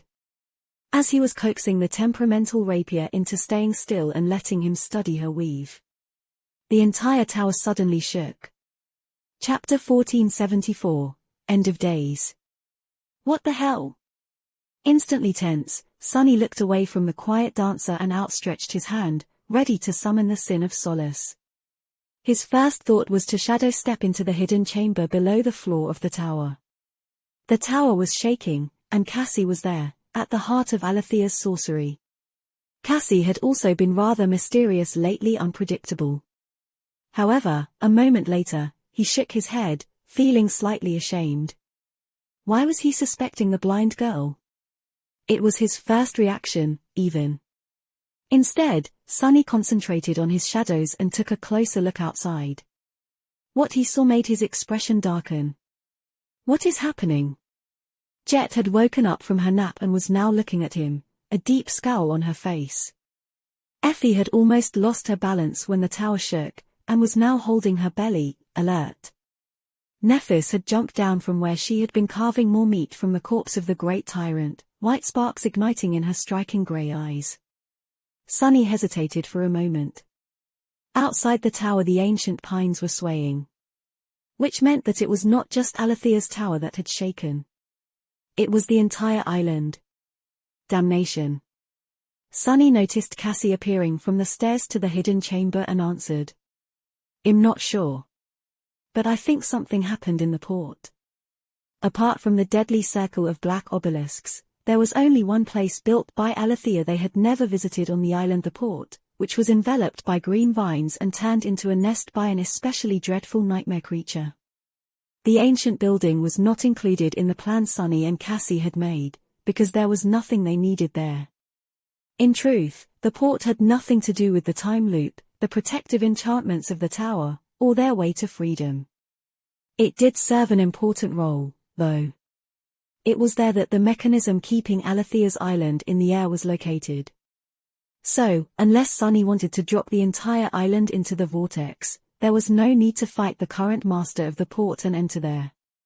But he had never thought that the mechanism would be damaged in the extinction war between the prisoners of the island. It had remained intact for countless centuries and was never damaged in any of the revolutions. What kind of terrible might an abomination had to possess to breach the impregnable defenses of the ancient enchantment? One particular horror came to mind. The devouring beast. It had to be her. For a few moments, Sunny was filled with cold terror. However, noticing that the island was not plummeting into the dark abyss, he calmed down a little. I don't think that the damage dealt to the levitation mechanism is serious. It was probably just shaken a little. Just then, the tower trembled again. This time, the tremor was not as powerful, but they still felt it. Neff's expression grew bleak. Still, it's not good news for us. The island was not falling yet, but who was to say that it would not in the future? Sunny sighed. Yeah.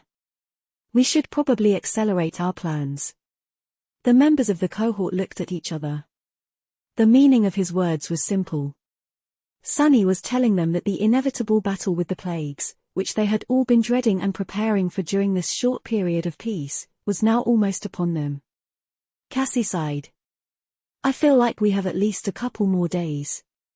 Staying on the island for longer might be dangerous. Sunny nodded. Then we'll make our move in 2 days. For better or worse. He had already told his companions all he knew about the two defiled saints. They had already discussed every possible strategy. Now, all they had to do was prepare themselves mentally and venture out into the mist one last time. Jet sighed and walked over to the covetous coffer. I better stop saving those fruits, then. She was right. Before, they thought that they would try to stay in the tower for as long as possible. Now, however, there was a clear limit to how much time they had. She still had a few of the golden fruits to spare, so absorbing as much essence as possible in preparation for the fight was more important than buying time. Soon, everyone got busy making their final preparations. Sunny, meanwhile, continued to monitor the outside. The island quaked several more times in the next 2 days. The mist, too, grew very thin, allowing him to see far and wide. And what Sunny saw was truly stunning. Now that Alethea's island had almost lost the obscuring veil of mist, it resembled a ravaged battlefield. The forest of the ancient pines was almost completely gone. Most of the trees had been shattered or toppled, carpeting the ground like brambles. Here and there, gargantuan corpses lay, surrounded by vast pools of blood. Some of them were terribly torn apart and partially devoured, others were eerily intact. The few landmarks he remembered were either erased or misshapen and recognizable. Not too far away, a single broken wing of the hollow butterfly lay on the ground, but the rest of the great monster was nowhere to be seen. It seemed that he had underestimated the primal fury of the nightmare creatures imprisoned on the island. By now, there were only a handful of them, the most dreadful and powerful, left. Sunny saw several chilling scenes, as well. The most terrible of them happened at the dawn of the second day, when the towering shape of devouring beast appeared from afar. The bestial giantess was moving slowly. Then, however, she suddenly froze and looked up. Countless tendrils descended from the cloudy sky, assaulting her like a tide. Each of them was hundreds of meters long and tremendously powerful enough so to send shivers running down Sunny's spine.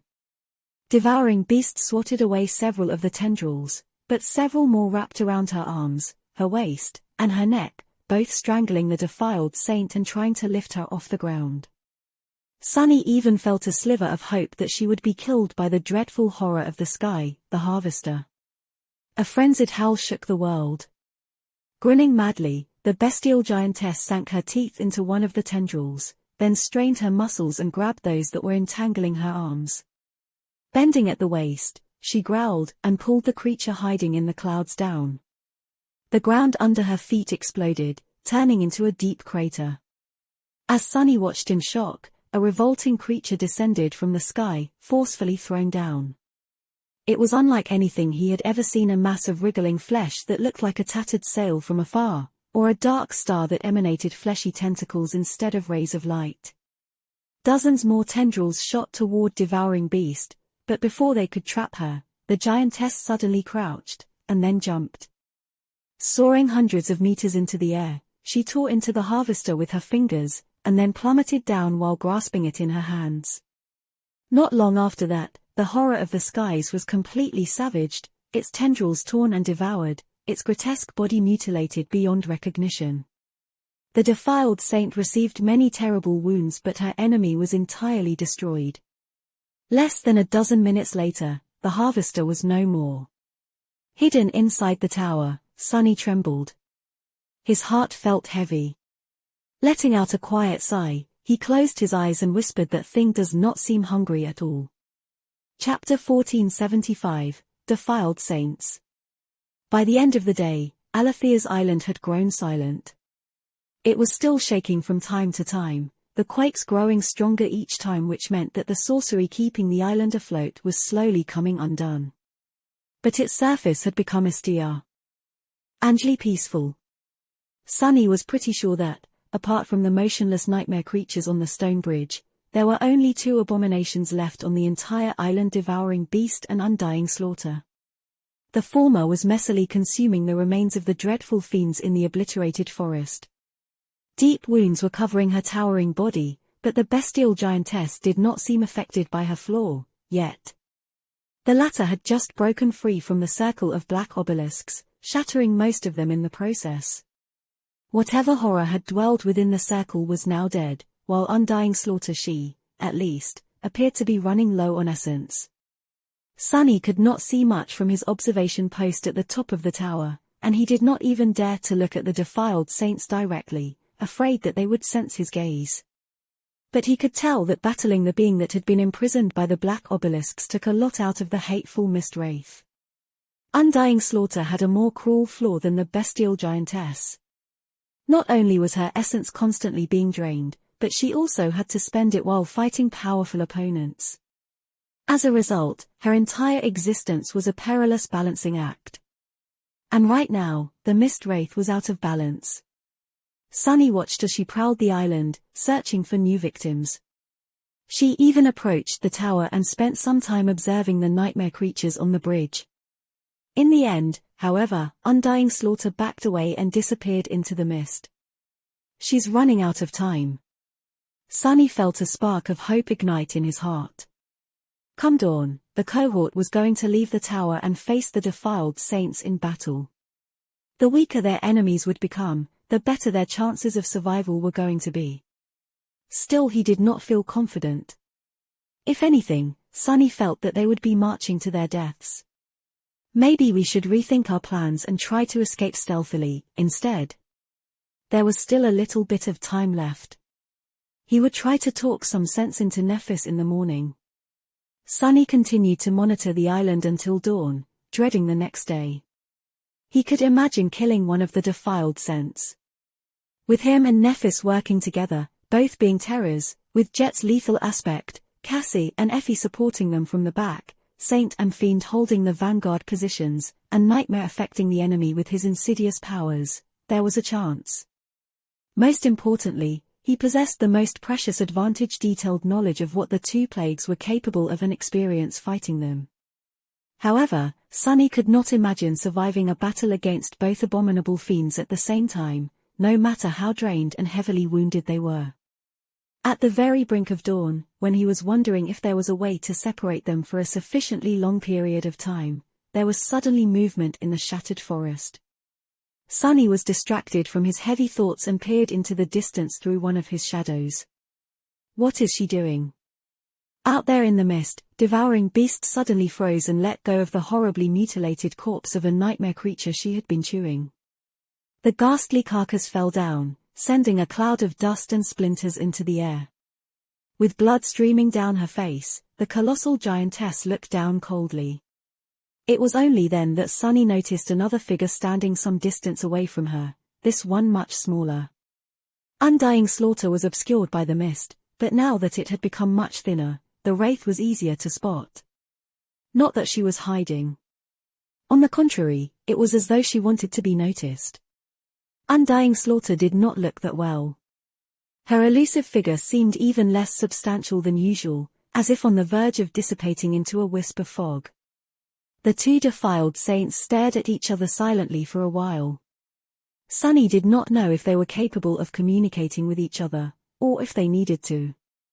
From what he could tell, there was an unspoken understanding between these harrowing abominations.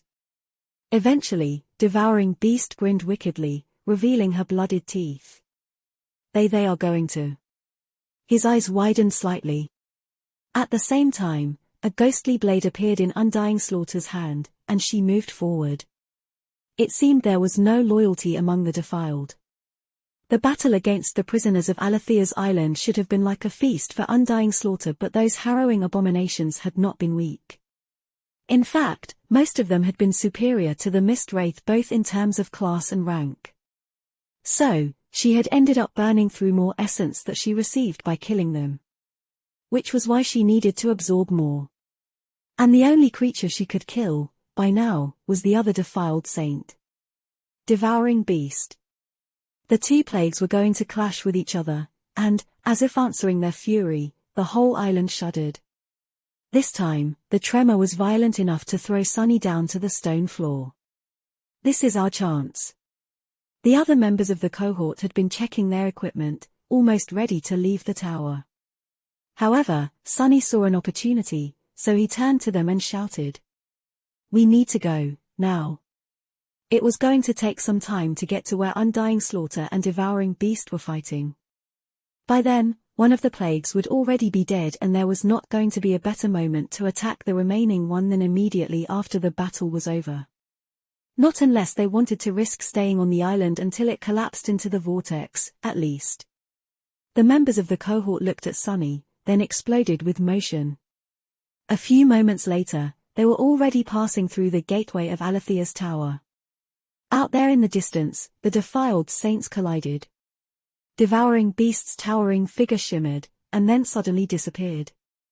Instead of a dreadful giantess, a savage-looking woman appeared amidst the toppled trees, her skin painted by dirt and blood. She must have realized that her size would only be a disadvantage when fighting the Mist Wraith, and so transformed back into the semblance of a human. Her human form, however, possessed astonishing strength, explosive speed, and ferocious might.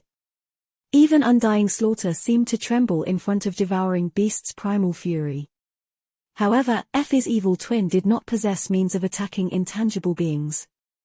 Nevertheless, she was more than capable of dodging and evading the Wraith's attacks, and remaining in the form of an apparition was costing Undying Slaughter essence. In the end, the Mist Wraith had no choice but to abandon her ghostly form and face her sister as a creature of flesh, blood, and bone. That was the last thing Sunny saw before commanding his shadow to abandon its crow's nest on the top floor of the tower and race to catch up to the cohort.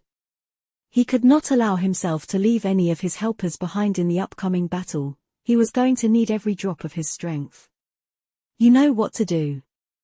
As the cohort was climbing down the narrow steps, Sunny jumped into Nightmare's saddle, commanded his shadows to augment the black stallion, and rushed forward on his own.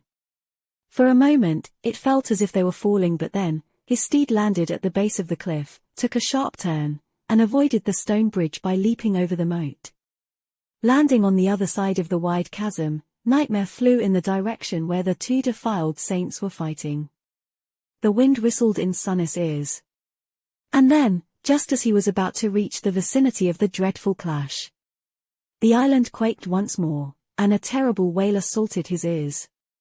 Diving out of the mist, Sunny ordered Nightmare to stop and looked forward with wide eyes, his face turning white as a sheet of paper. Out there in front of him, surrounded by signs of terrible destruction, a tall, bestial woman was laying on the ground, her face covered by blood. Her whole body was trembling. Sunny thought that Devouring Beast was afraid, but then, he heard a strange, chilling sound. She was laughing.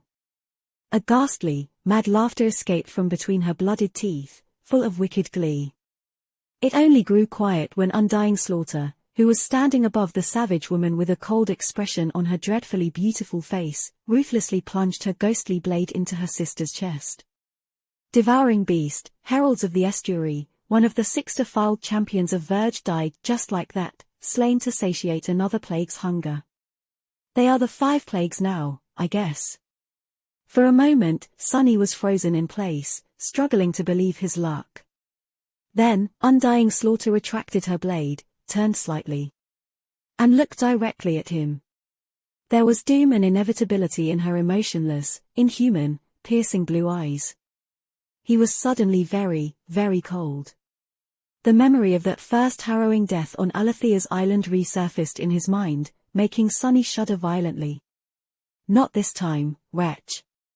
Struggling against the instinctual terror, he met Undying Slaughter's chilling gaze. And smiled. Chapter 1476, Attrition. Sunny felt that they had gotten incredibly lucky.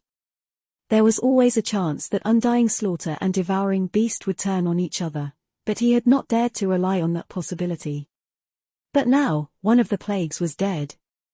That said, the situation was not ideal. Sunny would have preferred if it was Undying Slaughter that had perished. The best possible outcome, however, would have been if he had arrived just before their battle ended and stole the kill from the Mist Wraith. Then, not only would one of the defiled saints have died, but the other would have also been deprived of absorbing her essence. Killing Undying Slaughter then would have been much easier. But although their luck was good, it was not that good. As things stood now, Undying Slaughter had just replenished her dwindling essence. Sunny did not know how much of it she had gotten, exactly, but it had to be a substantial amount. Devouring Beast had been a mighty abomination. After all, her corrupted soul had to have been extremely potent. So, while the Mist Wraith was not in her peak state, she was also more than powerful enough to eliminate the cohort now. That's all right. They had planned for such an eventuality, as well. Sunny had fought with Undying Slaughter many times. He had done so alone, supported by his shadows, and even with the help of the other members of the cohort he had died in agony each time. For that reason, their goal today was not to be to overpower and slay the dreadful Wraith. She was too powerful for them to prevail against her in a battle, which did not mean that they could not win. Instead of trying to defeat Undying Slaughter, what they needed to do was tie her down in a prolonged confrontation. It was just how Sunny had imagined killing someone like Jet. The key to doing so was to force her to exhaust her essence while not giving her a chance to replenish it. Which was why this battle of theirs was going to be a battle of attrition. Still smiling, Sunny mockingly saluted Undying Slaughter with the Sin of Solace, and then gave Nightmare a mental command to flee. The Dark Destria turned and shot back the way they had come, splinters and bits of soil flying from under his adamantine hooves. Of course, the Mist Wraith was not going to let a source of essence escape that easily. Almost at the same moment, she lunged forward in pursuit. Nightmare was incredibly fast. In fact, Sunny doubted that there were many creatures of the same rank faster than his tenebrous steed. However, to his horror, Undying Slaughter was not much slower. Even though the Dark Destria was augmented by the shadows, the distance between him and the Mist Wraith was remaining the same. It was even dwindling slowly. Just what kind of monster is she? Sunny was not too disheartened, though. After all, he did not really want to escape from Undying Slaughter. Instead, he wanted to lure her into the trap that the cohort had prepared. Soon, he was almost back to the tower. The dreadful enemy was right on his heels. It's now or never. Before Undying Slaughter could attack, Sunny dismissed Nightmare and fell to the ground. Instead of hitting it, however, he simply dissolved into the shadows and stepped out of them on the other side of the moat, rolling down the stone steps for a moment until Nephis caught him. The cohort was currently in front of the entrance to the stone bridge.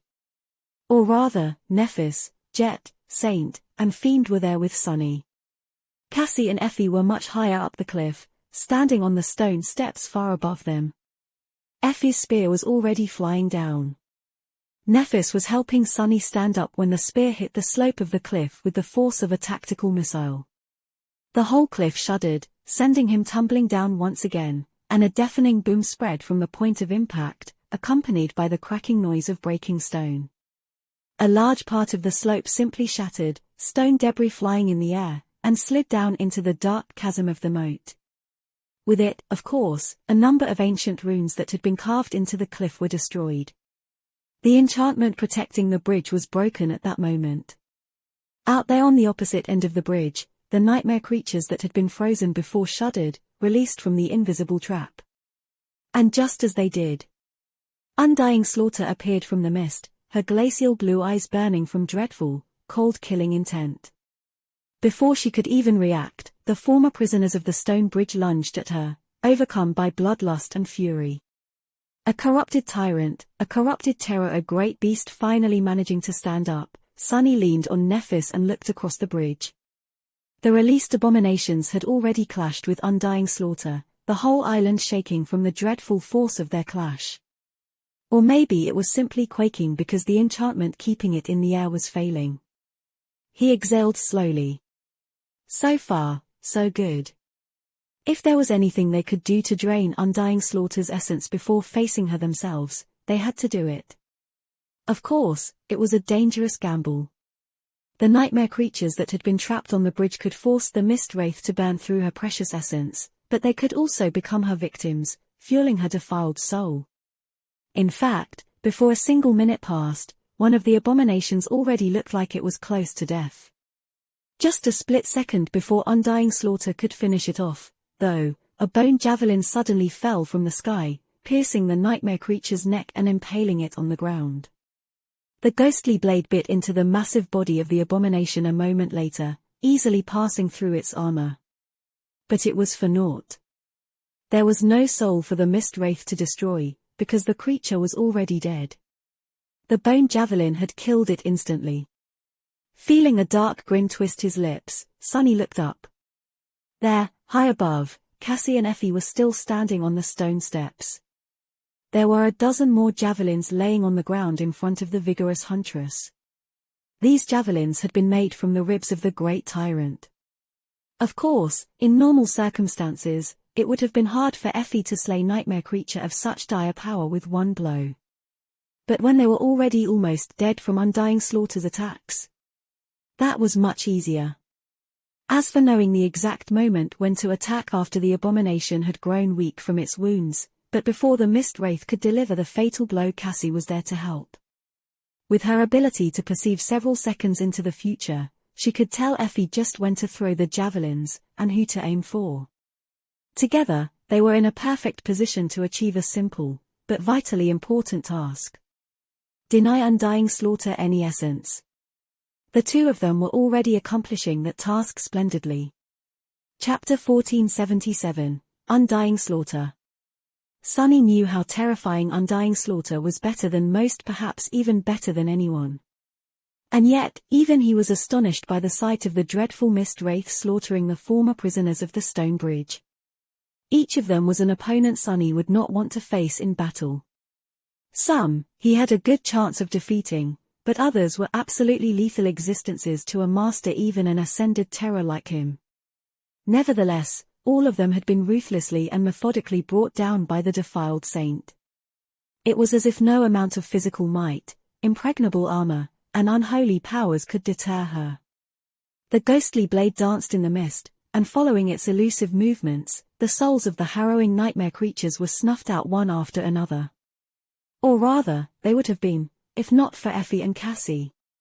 Each time Undying Slaughter was about to kill one of her enemies, a bone javelin would inevitably fall from the sky, stealing the creature's life moments before the mist wraith delivered the last strike. Guided by the blind seer, Effie had not missed once. Which meant that all the essence the defiled saint was spending to fight against the group of powerful abominations could not be replenished by absorbing their broken souls. With each moment, she was growing weaker. Their plan was working. The last to fall was a great beast that resembled a black hound with 7 serpentine tails. Its lean, muscular body towered above Undying Slaughter like a dark hill, and its power was dreadful enough to make the ground crack and collapse into the chasm of the empty moat. The abominable hound was like a living nightmare, its frenzied eyes burning with eerie green flames. Despite it all, neither its terrifying jaws nor its 7 tails managed to strike the elusive mist wraith. Moving with the graceless elegance of an emotionless butcher, Undying Slaughter delivered the great beast 2 swift, cruel blows. The hound staggered after the first one, then grew slow and lethargic after the second. The green flames burning in its eyes dimmed, and before the third blow landed, a bone javelin pierced one of them. The monstrous black hound was thrown down by the force of the impact, making the island shake, and grew still. Viscous red liquid flowed from its maw. On the slope of the cliff, Effie let out a shaky breath and swayed lightly. Her legs gave out, and if Cassie had not caught her in time, the huntress would have fallen down. The blind girl helped her sit down on the stone steps. These past few minutes had taken a lot out of Effie. Even though she was far from the terrible battlefield, she had to put all of her immense strength into each throw, especially that last one. Sweat was rolling down her pale face. Did I just kill a great nightmare creature? Her tired voice was faint and full of disbelief. Cassie smiled gently. You certainly did. Effie took a deep breath and put her trembling hand on her belly, as if trying to protect it. Damn, I've been spending too much time with Doofus, huh? Of course, the great beast had already been brought to the verge of death by Undying Slaughter. And of course, all members of the cohort had done their part in order to make the outcome possible, and yet, a great beast had fallen by Effie's hand. It was a startling achievement, to say the least. A feat worthy of raised by wolves, the legendary huntress of the Dark City. Effie smiled weakly, lingered for a few moments, and said in a solemn tone. Well, F. The island quaked, and the sound of breaking stones swallowed her words. Far below, more stone debris slid into the widening chasm. Even the bridge shuddered slightly, a net of cracks appearing on its surface. On the far side of the bridge, Undying Slaughter stared at the dead great beast for a few moments, then turned and looked across the chasm, at the members of the cohort. Sunny shivered, feeling an eerie chill. Let's go. They stepped on the bridge at the same moment as the mist wraith did. Their nothing left for them to do but fight. Come, aid me. His shadows rose from the ground, flowing onto his body. 1, 2, 3, 4, 5. The sixth one, however, wrapped itself around Nephis instead. At the same time, a generous measure of her pure flame filled him with radiant warmth. The sum of their powers was greater than the parts. Sunny felt as strong as a titan. He dashed forward, followed by Nephis and Saint. The three of them were going to confront the mist wraith first, and hopefully force her to assume a less ghostly form. Jet, Fiend, and Nightmare would attack second. Remember, our weapon is time. The blade of the cruel sight ignited with divine flame. They clashed with the dreadful wraith in the middle of the cracking bridge. Undying Slaughter was still stronger, faster, and far more malevolent than Nephis and Sunny. However, with Saint fighting by their side, the two of them were able to keep up. Far more important was the fact that both Sunny and Nephis were combat prodigies. He could follow Undying Slaughter's movements, and even predict them, because of his mastery of shadow dance. She was capable of doing the same because controlling the flow of combat and manipulating the actions of her enemies had always been the basis of her skill. Now that Neph's combat mastery entered a period of rapid growth, that ability of hers had become even more frightening. Therefore, both of them could counterbalance Undying Slaughter's undeniable superiority to a degree. Still, Sunny felt stifled in this battle. That was because he was not just fighting against the terrifying mist wraith. He was also fighting against the memories of dying terribly by her hand. The pain of having his soul shattered, the dread of seeing his shadow killed, the sorrow of being helpless to save his companions. All those scars were like chains that weighed his limbs down. If Sunny wanted to have a chance of surviving this fight, he had to break these chains. Am alive, am I not? He received the ghostly blade on the shaft of the cruel sight and was thrown back, his hands growing numb. Before Undying Slaughter could advance and deliver a follow-up attack, though, Nephis appeared in her way, her sword shining with incandescent radiance, the single gem of the crown of dawn burning like a third eye. Sunny regained his balance and threw himself back into the fight. I survived. Neph staggered back, but Saint took her place. The graceful knight was wielding her dark sword in both hands, facing the mist wraith with cold indifference. They clashed fiercely, and the stone bridge shuddered. He was already lunging forward to share the pressure with his shadow. And now, it's time to deliver some payback. After all, Sunny was nothing if not vindictive. He had destroyed the Black Knight of the ruined cathedral for gutting him. He killed the immortal Transcendent, Solvane, for throwing him into the Red Colosseum. He had shattered the fallen Titan Goliath for bringing him to the very doorstep of death. Now what was he going to do to Undying Slaughter for killing him multiple times? Chapter 1478, Soul Reaper Jet. Weighed down by an instinctual fear, Sunny used an old ally to overcome its spite. With its help, some of the invisible chains that were holding him back snapped. But not all of them. Working together with Nephis and Saint, Sunny managed to stall Undying Slaughter. The three of them surrounded her, but they were in no position to attack. Instead, they were barely managing to stay alive while protecting each other and concentrating on defense. The mist wraith was slowly pushing them back. Sunny's spiteful nature was enough to help him overcome the memory of agony and death, but it was not powerful enough to dispel a deeper, far more painful fear. The fear of watching those he cared about die. The memory of that helplessness, that sorrow, that guilt was incomparably more dreadful than the memory of having his own life snuffed out. Death was merciful, after all. The dead felt no pain. So, to struggle free of the remaining chains, Sunny needed to find a more resilient source of strength within his heart. He could not rid himself of the lingering scars delivered to him by Alethea's island with just spite. As he searched for that source, undying slaughter moved like mist, suddenly appearing behind Nephis. Her ghostly blade lashed out silently, almost piercing Neph's chest. If the young woman had not dodged at the last moment, one of her soul cores would have been destroyed. Sunny froze for a moment, and then exploded with ferocious might. "Ah! I think I found it." Finally, the fear that had been holding him back was vanquished. Sunny had found the strength he needed to free himself of it, and it was an obvious one, at that. His desire to protect those he cherished was much more powerful than his vindictive desire to avenge himself. It made sense, really, since the fear of losing his companions was stronger than the fear of losing his own life. The resolve that had to do with others would naturally be larger than the resolve that only had to do with himself.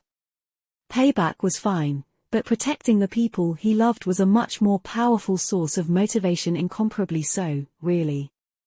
Feeling as if a great weight had been removed from his heart, Sunny shook off the lingering trauma of having endured the loop, and threw himself into the battle with boundless determination. His killing intent soared, not at all inferior to the murderous will of the dreadful wraith. And yet, Sunny did not allow that intent to rule him. Coldly and callously, he reminded himself of what their goal was. It was not to defeat undying slaughter in battle, it was to prolong the battle to the point where her flaw would destroy her without their help, or at least weaken her enough to doom her. Now that Sunny's mental state was cleansed, he entered the familiar state of combat clarity. His movements turned sharper and more precise. His wildly beating heart calmed down. We can do it.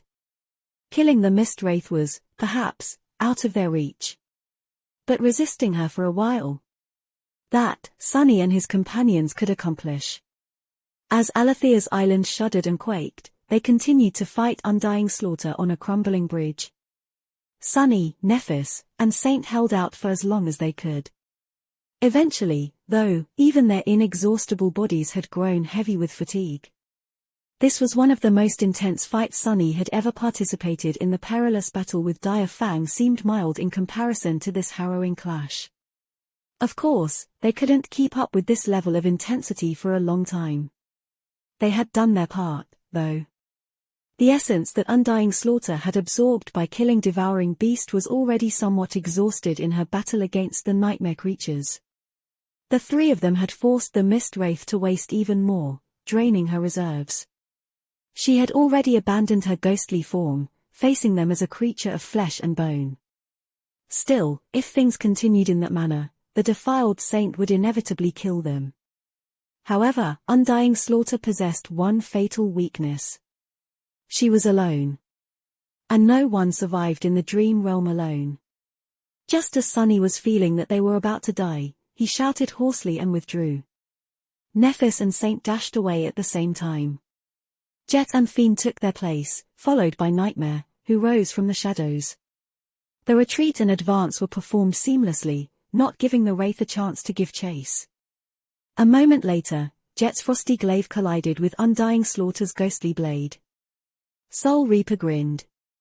My back is still itching from the last time we met. Prepare to die again, you filth. Sunny staggered back and leaned on the cruel sight, breathing heavily. He did not know how long this respite would last, or even if the island itself would last much longer. All he knew was that he had to be able to rejoin the battle as soon as possible.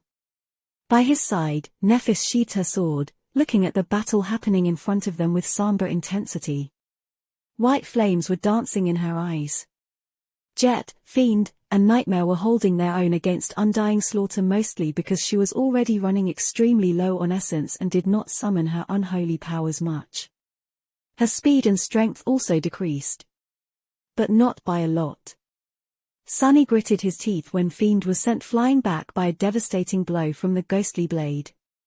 His impenetrable steel carapace held, this time, but the infernal ogre looked rattled and pained by the defiled saint's strike. Nightmare was the most vulnerable of the three, but he was by no means weak. His furious attacks gave Jet the opportunity to advance. Soul Reaper was the tip of their attack formation. Jet fought with cold fury, her glaive leaving after images in its wake. She met Undying Slaughter blow for blow, refusing to be pushed back. It was as if she had forgotten what hesitation was in fact. She seemed to be enjoying herself. Her lips were twisted into a dark, murderous grin. Her icy blue eyes were like two lakes of frozen wrath. The two of them were so alike that, sometimes, it was hard to tell which one was the valiant master, and which one was the defiled wraith. "Wretch, you are such a disappointment." Jet growled those words, and then staggered back. At the same time, Saint struck her sword against her breastplate twice and lunged forward. Sunny followed. Go. They had replaced Jet, Fiend, and Nightmare again. This time, there was a slight delay before the tired fighters retreated and the relatively rested fighters advanced. However, a bone javelin fell from the sky, forcing the defiled Saint to slow down for a moment. Alethea's island was convulsing all around them. Large chunks of stone fell from the bottom of the bridge and plummeted into the chasm of the empty moat. Die. Sunny crossed blades with Undying Slaughter once again. They fought. They endured. They bought time. Time was their greatest weapon, after all.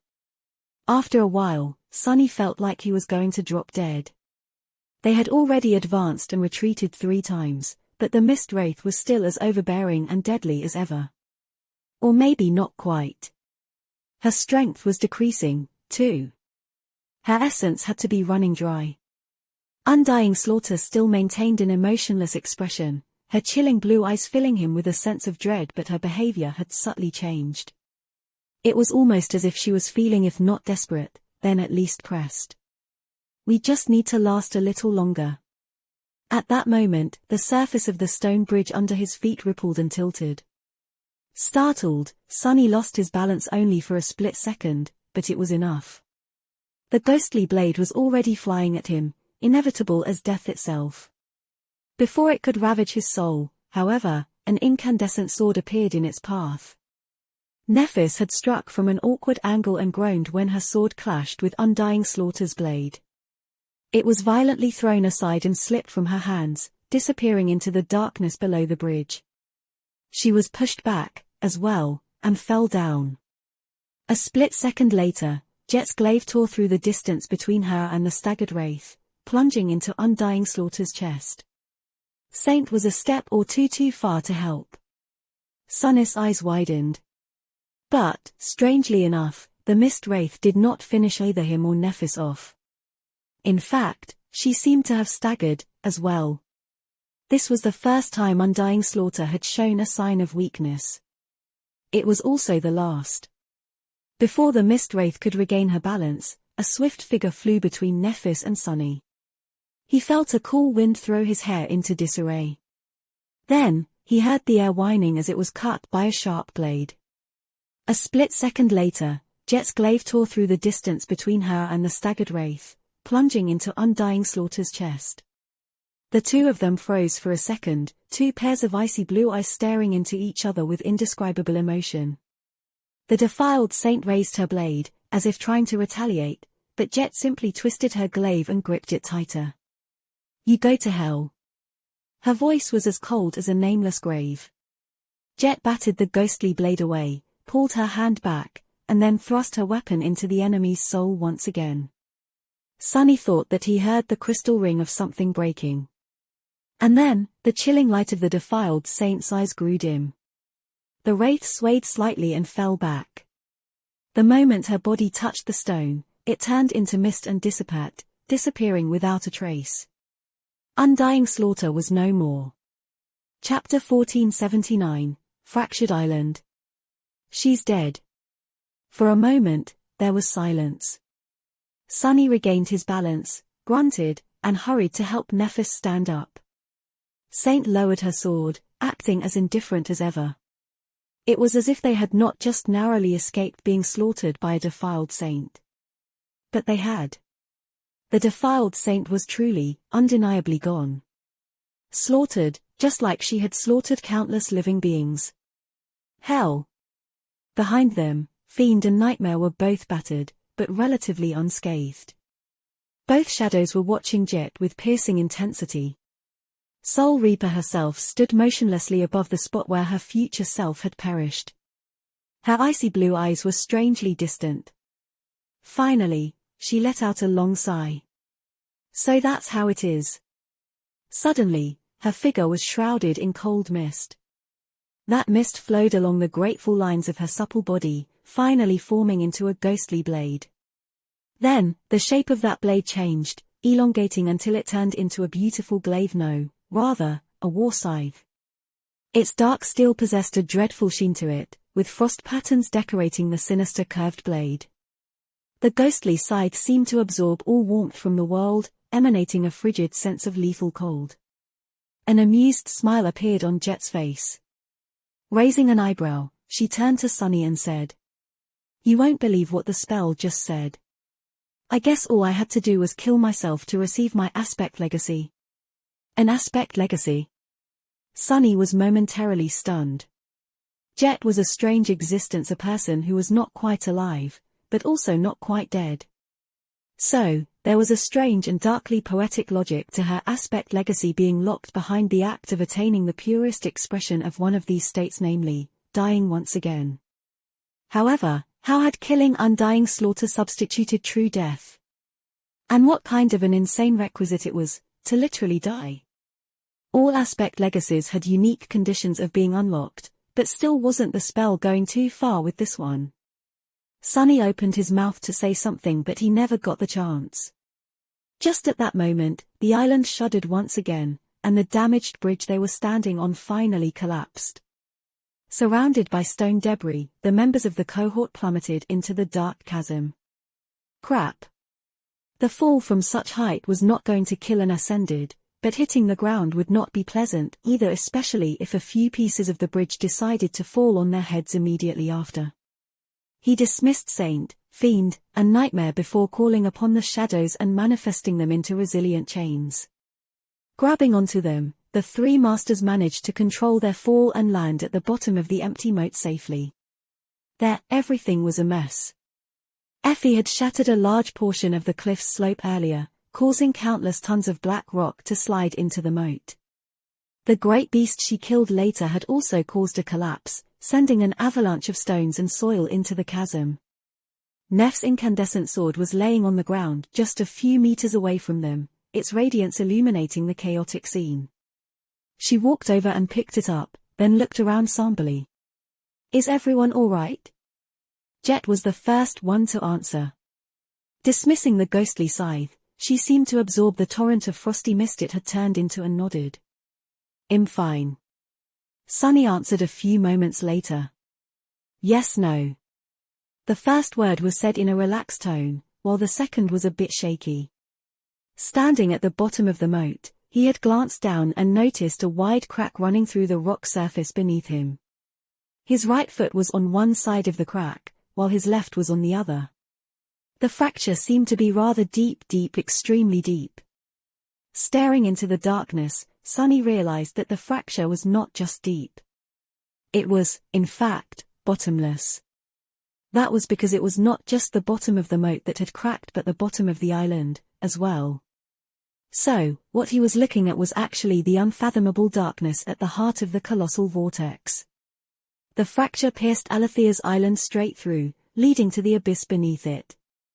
Raising his head, Sunny stared at Nephis and Jet for a moment, then said in a bleak tone, I think that this whole island is about to fall apart." He carefully moved his right leg over the crack and let out a small sigh of relief when it safely landed near his left one. "So, how about we get the hell off before it does?" He didn't have to ask twice. However, climbing out of the moat had turned out harder than they anticipated. Just as they approached the wall of the chasm, Alethea's island quaked once again, the deafening sound of cracking stone echoing in the empty moat. The fracture Sunny had noticed grew wider, chunks of black rock falling into the darkness below. At the same time, a rain of stones fell on them from above. Nephis frowned, obliterating an especially heavy boulder with one strike of her incandescent sword. Jet nimbly evaded a few more. Curse it! The shadow chains shot forward, protecting Sunny and his companions. Looking back, he saw the familiar golden rope appearing in Neph's hands. She threw it to him without having to say anything. Sunny caught the rope and immediately dove into the shadows, stepping out of them on the crumbled remains of the bridge. By the time he pulled Nephis and Jet up, Cassie and Effie had already descended from the stone steps. The island was shaking and convulsing around them, with almost no pause between the tremors anymore. Sunny's expression was dim. Let's go. It's time we escape this damned place. They crossed the moat and entered the former killing field around Tower. Now, it was simply the death-filled carcasses of dreadful nightmare creatures littered the ground, which was soaked with their blood. The long-boned javelins Sunny had crafted and Effie had thrown protruded from their flesh, each one as heavy as a bolt meant for an impossible siege engine. Sunny would have loved to collect the soul shards from the dead abominations, but there was no time. Passing between the corpses, the cohort entered the shattered remains of the ancient pine forest. All around them, Alethea's island was coming undone. Chapter 1480, In a Day's Work. Without the deadly nightmare creatures hiding in the mist and blocking the way, it took them a surprisingly short amount of time to reach the hidden bay. Sunny struggled to believe how much blood he had spilled in the past to traverse the dreadful reaches of Alethea's island. Now that its prisoners were gone, the island had fallen silent. Of course, it was hard to recognize the places where Sunny had fought, struggled, and died. The forest was no more, with most of the ancient pines laying on the ground, either toppled or entirely destroyed. The mist was largely gone, too, revealing the scene of startling destruction in all its frightening glory. Massive carcasses towered above the devastated landscape here and there, some of them partially devoured. Rivers of blood flowed between the toppled trees, turning the remains of the forest into a vile swamp. It was like a scene out of a feverish nightmare. Well, of course it was. They were in a nightmare, after all. As the cohort hurried to reach the chain breaker, Alethea's island was starting to fall apart. It was shuddering and quaking, making it hard to advance at a steady pace. More cracks appeared in the blood-soaked soil, some of them leading all the way down to the darkness below. Sometimes, a wide chasm would open right in front of the cohort, forcing them to change course and rush to circle around it. It felt like they were running out of time. But, in the end, they did not. Sunny was starting to feel rather restless, but just then, the cohort finally reached the stone steps leading down to the white beach. Cassie was riding Nightmare, while Effie was once again being carried by the covetous coffer. Sending the two of them ahead, he joined Nephis and Jet in descending from the cliffs in a much faster way. They simply jumped off the edge and used their memories to glide down.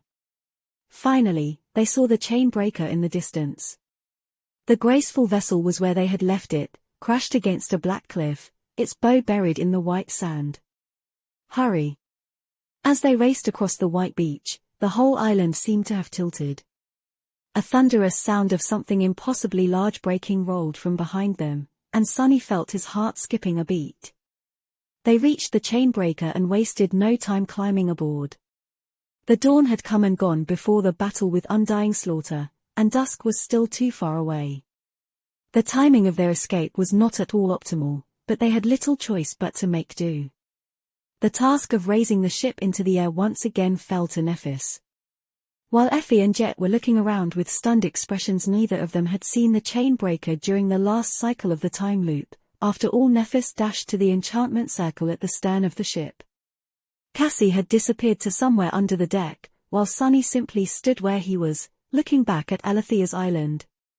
That cursed place. The fact that he was finally going to escape this harrowing hell did not feel real.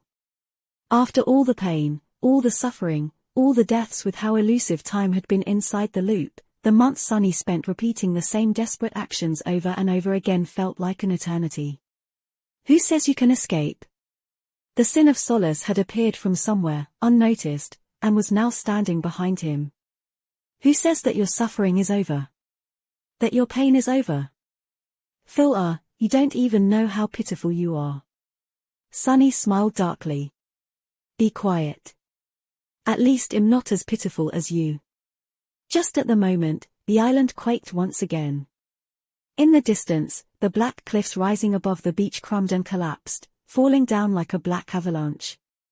A giant crack appeared on the ground, the sand spilling into it like water, and crawled in the direction of the chain breaker.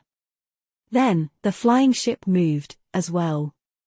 Slowly at first, then faster and faster, it rose above the ground and soared into the sky. Nephis was guiding it away from the disintegrating beach. Sunny watched Alethea's island break apart in silence.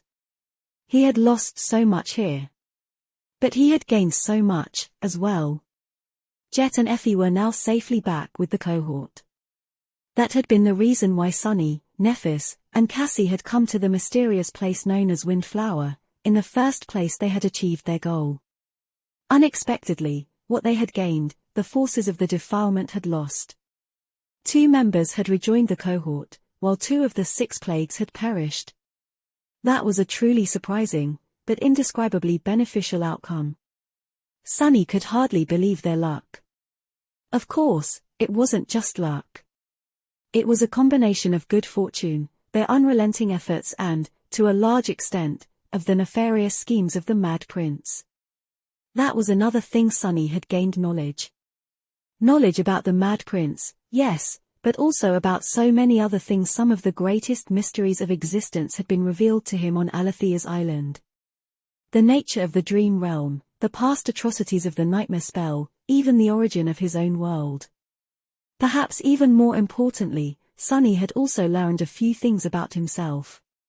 How he felt, what he wanted and what he feared, as well. Oh, and he had also become a terror. His soul possessed 6 cores now, and he possessed 6 shadows. His power had once again grown, and there was now only one step separating him from its pinnacle. Sunny had died countless times on Alethea's island. He had battled and slain many harrowing nightmare creatures, honing his skill and earning priceless battle experience. Some of them were far too deadly for a master to face, and yet, in the end, all of them had perished, while he survived. The entire island shuddered one last time and broke apart, falling into the abyssal darkness below. All the horrors, secrets, and treasures left behind by Alethea of the 9 disappeared with it.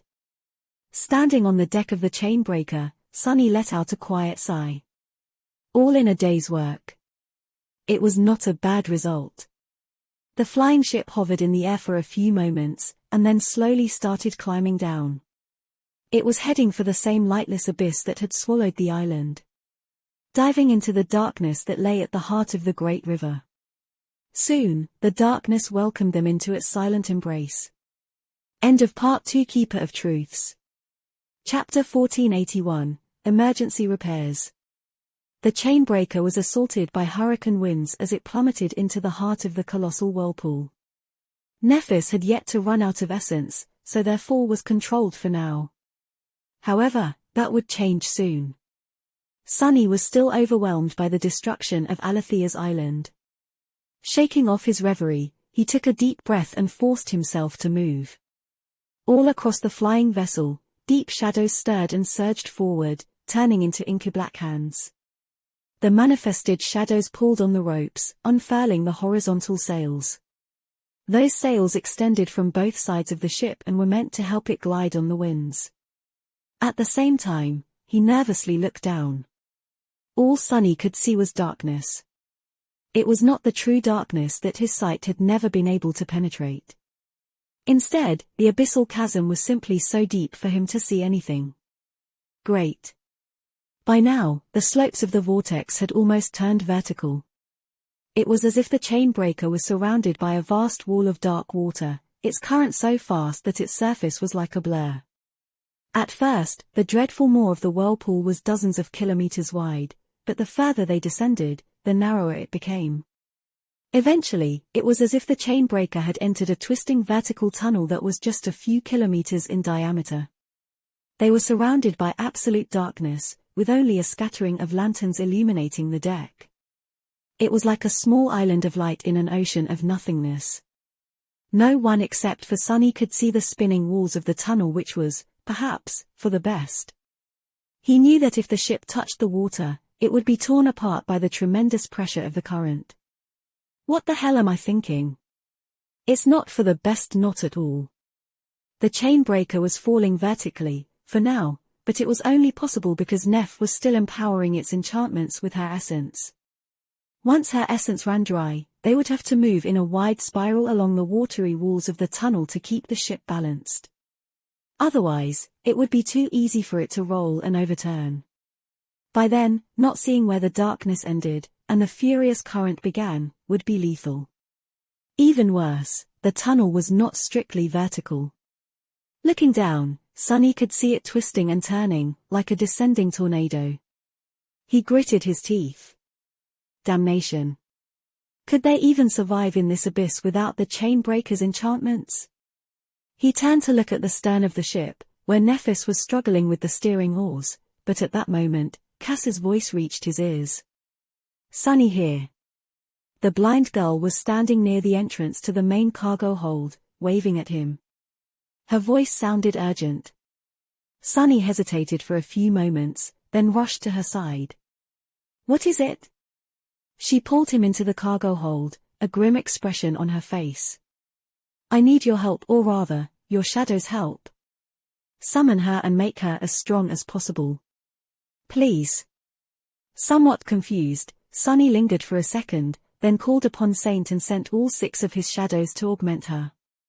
As soon as the taciturn night appeared, her onyx armor shone with dark radiance, and a feeling of oppressive might emanated from her graceful figure.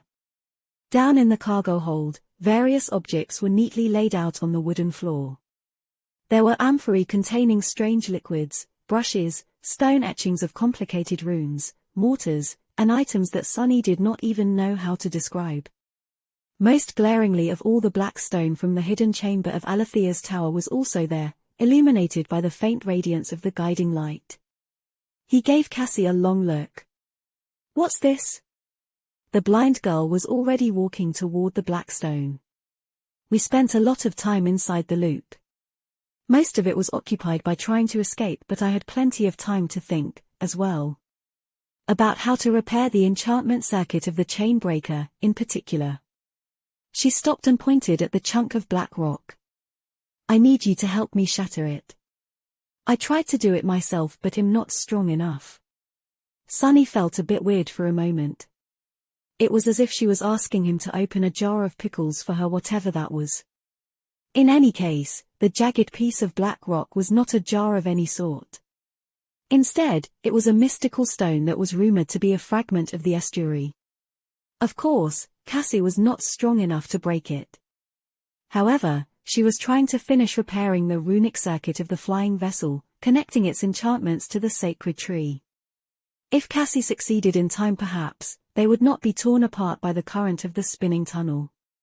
Sunny wasn't sure if he was strong enough to crush the black stone, either. But Saint was a transcendent devil, and augmented by 6 shadows on top of that. Glancing at the indifferent onyx knight, he gestured at the black stone. Her ruby eyes shone darkly, and, summoning her tenebrous blade, Saint took a step forward. The black sword fell on the jagged piece of rock and bounced away, not leaving even a single scratch on it. She lingered for a moment. Then, a flood of darkness flowed from beneath Saint's armor, entering the black blade. The blade itself rippled and changed form, turning into a long, elegant lucerne. The dark lucerne might have been elegant, but both its beak and hammerhead were capable of delivering truly devastating blows. A weapon such as this was far better suited for piercing armor and breaking bones than a sword was, so it had a far better chance of shattering the mystical stone. Saint took a step back, then slowly raised her weapon above her head. And struck down with enough force to make Sunny stagger. There was a flash, a shockwave, and a thunderous boom. When he regained his vision once again, Saint had already lowered the lucerne. Her ruby eyes were cold and indifferent. The black stone lay broken into several pieces. Cassie pointed to them and said hurriedly, "Again." Soon, the large pieces had turned into smaller ones, and then were finally ground into fine dust inside one of the mortars. The stone dust was then mixed with the strange liquid stored inside the ceramic vessels, some of which turned out to be blood. Hopefully, that of nightmare creatures. By the time they emerged from the cargo hold, Nephis was running out of essence, and the chain breaker was growing more and more unstable. Cassie hesitated for a moment, then pointed to the stern. "Go help Neph." Sunny nodded and used Shadow Step to appear by Neph's side.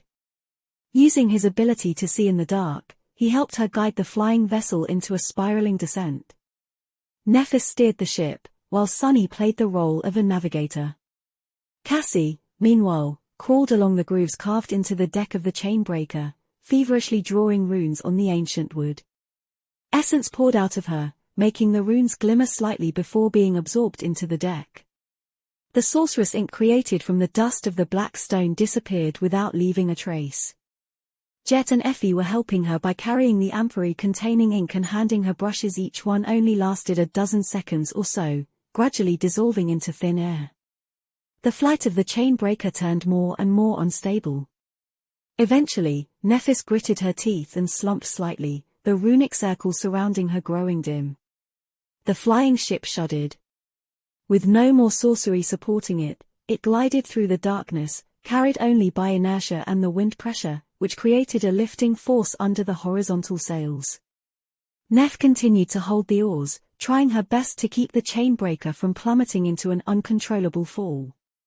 Standing by her side, Sunny uttered a silent curse. Which idiot thought that this was a good idea? Oh, it was him.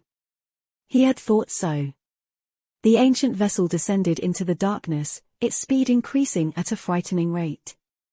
The angle of their descent was increasing, as well, slowly approaching the point where it would turn into a fatal nosedive.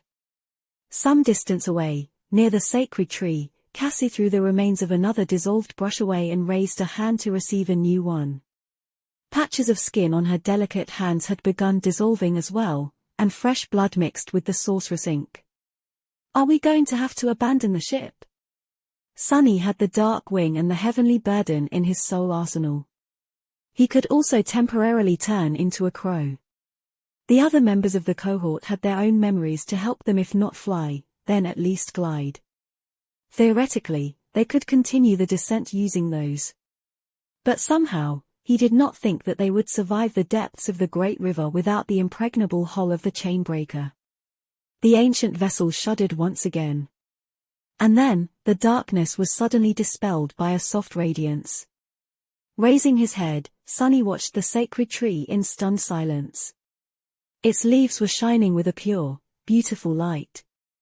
At the same time, the runic circle surrounding Nephis ignited once more, and their flight turned as smooth as it had been before, much smoother, even. Bathed in the radiance of the sacred tree, Cassie let out a tired sigh and slumped on the deck. Finally, the enchantment circuit of the chain breaker had been fully restored. Chapter 1482, Third Way. Illuminated by the gentle light of the sacred tree, the chain breaker was flying through the darkness. It moved in a wide spiral, descending lower and lower into the abyssal darkness with each spin. Around it, the moving walls of the dark tunnel were twisting and turning as the water comprising them revolved at a dreadful speed. Now that Cassie had repaired the enchantment circuit of the ancient vessel, the immediate crisis was resolved. The members of the cohort finally received a chance to catch their breaths.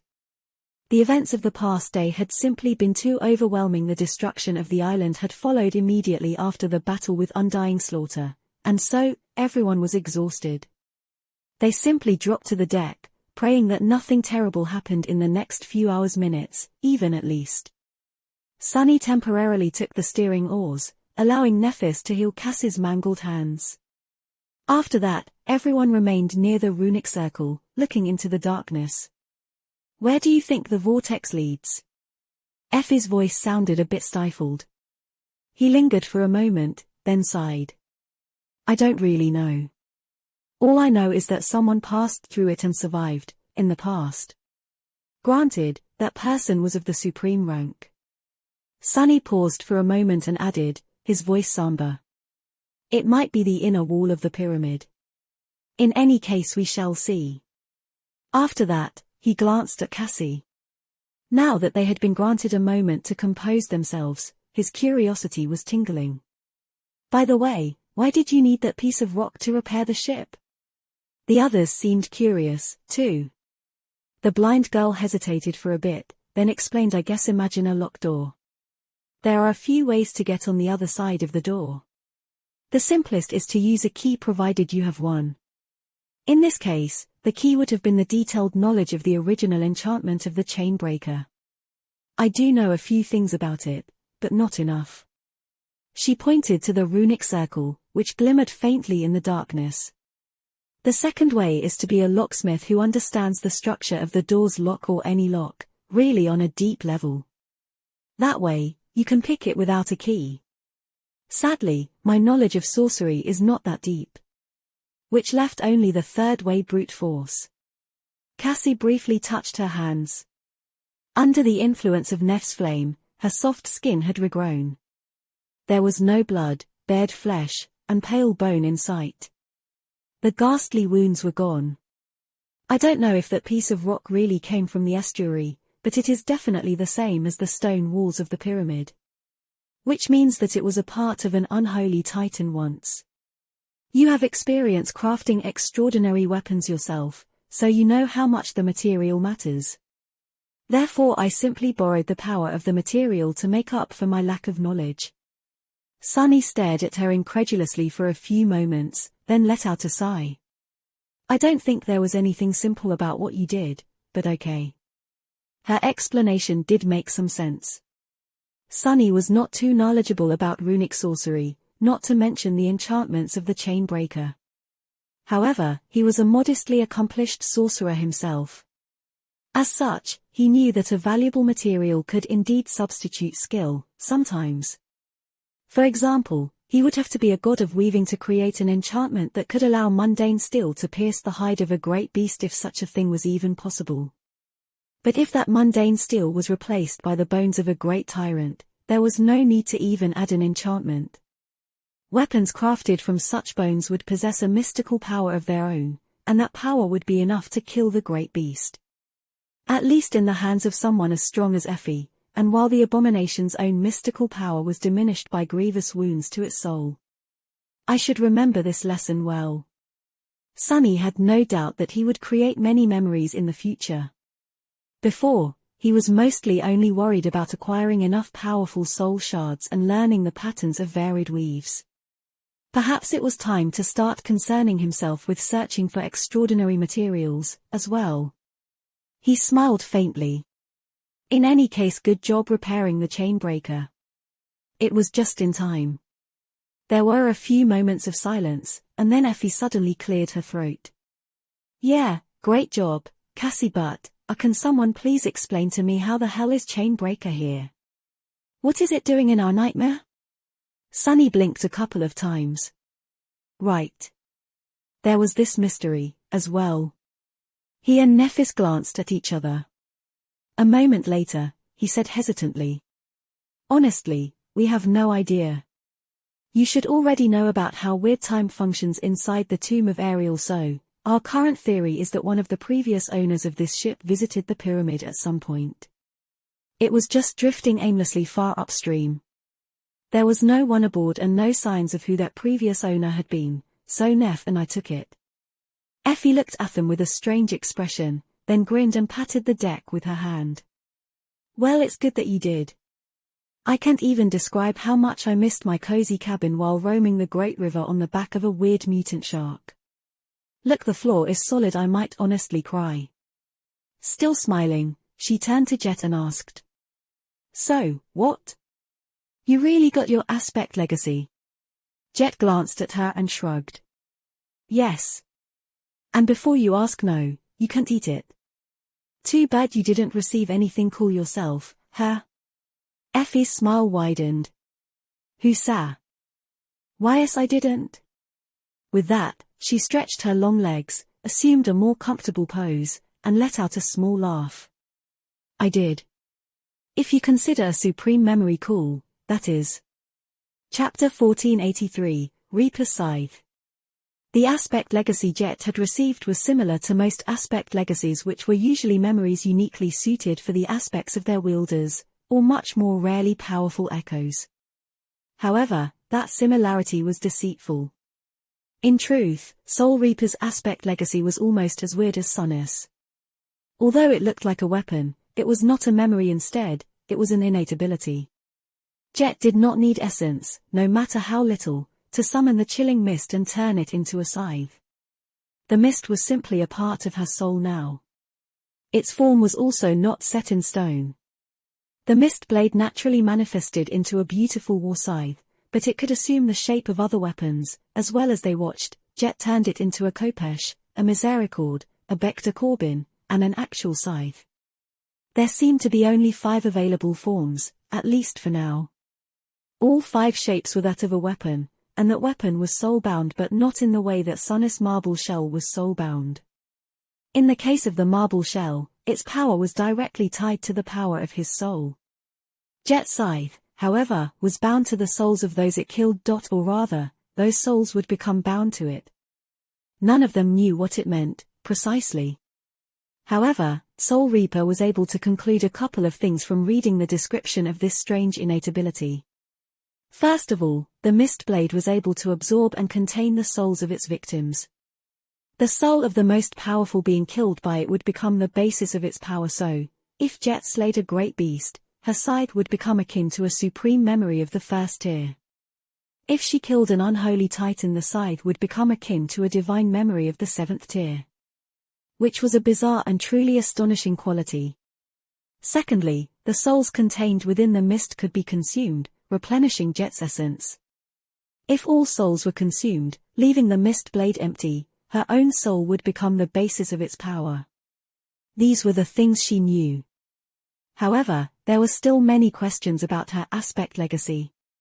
For example, how many souls could it contain? Would they only influence the mist blade's power, or would they also infuse it with unique qualities akin to enchantments? If so, if Jet consumed all the bound souls, what unique quality would her own soul infuse? Although there were no answers, Sunny felt like the souls of the victims would indeed infuse the mist blade with unique enchantments. He also suspected that the number of souls the mist could contain was 5, 1 for each of the forms it could take. Equal to the supreme rank of Jet's aspect. He also suspected that if she consumed all 5 of the bound souls, the aspect legacy would become much more potent and dire. The reason was rather simple: the only situation where Jet would burn both through her own essence and the souls stored inside the mist blade was a truly desperate situation. And those usually called for the most desperate solutions. He wouldn't be surprised to learn that if the mist blade was devoid of bound souls, it could allow Soul Reaper to consume her own soul in order to accomplish something truly dire. How sinister. The beautiful war scythe was a dreadful thing, indeed. Effie's supreme memory, meanwhile, was much less terrifying. Which was not to say that it wasn't wondrous. When the huntress first summoned the memory, no one knew what to make of it. It was not a weapon, nor was it an armor. In fact, it did not resemble a tool or a garment, either at best. It could pass for a charm. The memory looked like a large iron locket tied to a black leather cord. Inside the locket was an image of a meadow surrounded by tall hills, with a river running through it and a forest visible in the distance. A black dog was resting in the shade of a tall tree. The drawing was simple and crude, as if made by a child. After looking at the weave of the supreme memory, Sunny was momentarily dazed. It was one of the most strange and intricate weaves he had ever seen. There was something familiar about it, though. After pondering for a few moments, Sunny understood why he felt this sense of familiarity. It was because he had been studying the covetous coffer recently. And some parts of this startling new weave bore a distant resemblance to a few elements of what he had been staring at for the better part of the past week. Effie confirmed his guess: the iron locket was a spatial storage memory. However, it was entirely different from the coffer. That was because, unlike his toothy chest, the locket could store living beings. Sunny was really surprised to hear that, but the vigorous huntress simply grinned and promptly demonstrated what she meant. Before he knew it, the abyssal darkness of the vortex and the softly illuminated deck of the chain breaker disappeared. Instead, he was blinded by bright sunlight. When Sunny was able to see again, he found himself standing on a green meadow. There were tall hills in the distance, a forest to his right, and a river to his left. The only thing missing was a black dog. For a few moments, he felt confused at the fact that there was only one sun in the sky. Where did the other 6 go? Then, Sunny realized where he was and almost jumped in surprise. He was just about to send his shadows to explore when Effie retrieved him from the dog locket. Suddenly, he was back on the deck of the chain breaker. The huntress looked really curious. "Oh, I see that you are alive. Good, did it work?" Sunny stared at her in outrage. What? You weren't certain it would?" Effie coughed. "This is the first time I summoned the locket, so how would I know?" "Well, I was mostly certain." "Yeah, definitely." He shook his head in exasperation and took a deep breath. "Yes, it worked." Sunny described what he had experienced. After a bit of exploration, they discovered that the space contained within the locket was not too big. It was about 3 kilometers across, encompassing the meadow, several hills, a part of the forest, and the river. Beyond the boundary, the world turned into a crude painting, and it was impossible to move further. Nevertheless, living beings could indeed be stored in that space. There was even water for them to drink and berries for them to gather in the forest. Needless to say, such a space could be extremely useful. Sunny had never seen such a bizarre memory. Wow. Supreme memories are really on another level. The Crown of Twilight was already mind-boggling enough, but Effie's locket took the prize. Although it was not nearly as powerful as Darren's crown, just in terms of uniqueness, it was far ahead. What a great prize. After taking a short rest, the cohort concentrated on traveling deeper into the abyssal tunnel. Chapter 1484, Radiant Depths. Surrounded by darkness, the chain breaker continued to travel down the twisting underwater tunnel. Cassie had taken up the steering oars, which alleviated some of Sunny's nervousness while she was the most experienced helmsman among them. He barely knew what he was doing. So, the chances of the flying ship colliding with the walls of the tunnel and being torn apart by the water current were reduced by a lot with the blind seer at the helm. Still, no one knew what waited for them in the depths of the great river. They were nervous, apprehensive, and full of grim anticipation. The cohort rested, consumed a hearty meal, and went about repairing the slight damage dealt to the flying ship by its crash landing on Alethea's island. The enchanted hull weathered the rough landing well, only receiving a few shallow scrapes. However, there were more delicate parts of the ship that had to be mended or replaced. Sunny, Nephis, Jet, and Effie were not carpenters or builders, but their skill was enough for the task after all. Sunny was a specialist in wilderness survival, while Nephis had been able to build boats all the way back on the Forgotten Shore. Effie had the experience of surviving in the Dark City for years, while Jet was Jet. She was somehow capable of doing anything that needed to be done. Later, they gathered on the deck and silently observed the darkness below. After a while, Sunny grew bored and summoned the covetous coffer. Borrowing Effie's locket, he began comparing the two weaves with each other. He was very curious to see if he could make the storage inside the coffer habitable, as well. For now, it seemed incredibly far-fetched. But then again, many of the things he had accomplished seemed far-fetched once. If he was not capable of doing something today, he might be able to do it in the future. Becoming a competent sorcerer was a gradual process. Time slowly passed. And as it did, the depths of the great river slowly changed. It was not something that they could see or hear, but more of a vague, eerie, oppressive feeling. Although the chain breaker was surrounded by water and had descended deep below the surface of the river by now, none of them could perceive what hid beyond the spinning walls of the twisting tunnel. However, it seemed as if the absolute darkness that surrounded them was somehow growing darker and darker with each hour that passed. Sunny felt a sense of immense threat. Cassie was pale, as well. It was as if they were surrounded by terrifying danger from all sides, worse even than it had been in the flowing mist of Alethea's island. However, if there was some harrowing being in the water, it did not enter the tunnel to swallow them whole. Remembering how much the dreadful whirlpool resembled a colossal maw, Sunny could only hope that it was not because they were already in the being's intestines. Maybe whatever creatures dwell in the unfathomable depth simply can't exist outside of water, or maybe the current of the tunnel walls is as dangerous to them as it is to the chainbreaker. Calming himself like that, he tried to find distraction in weaving. A few more hours passed. Eventually, Nephis stood up and looked around with a slight frown on her face. "Don't you think that it's getting brighter?" Then, the others noticed it, too. The darkness seemed slightly less impenetrable now. The process continued. Slowly but surely, the dark mass of water was starting to glow. The darkness was dispelled, and instead, a blinding radiance surrounded them from all sides. It was so bright that Sunny couldn't open his eyes for a while. What's this? The abyssal tunnel was now a tunnel of radiant light. It was as if they were traveling through the depths of a star. "It's the sun's." Sunny was confused by Jet's words at first.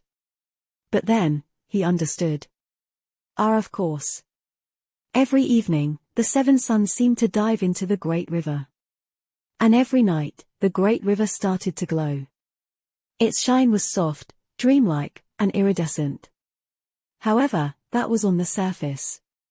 What would that light look like in the unfathomable depths? They were currently learning the answer. Soon, Sunny's eyes adjusted to the brightness, and he cautiously opened them.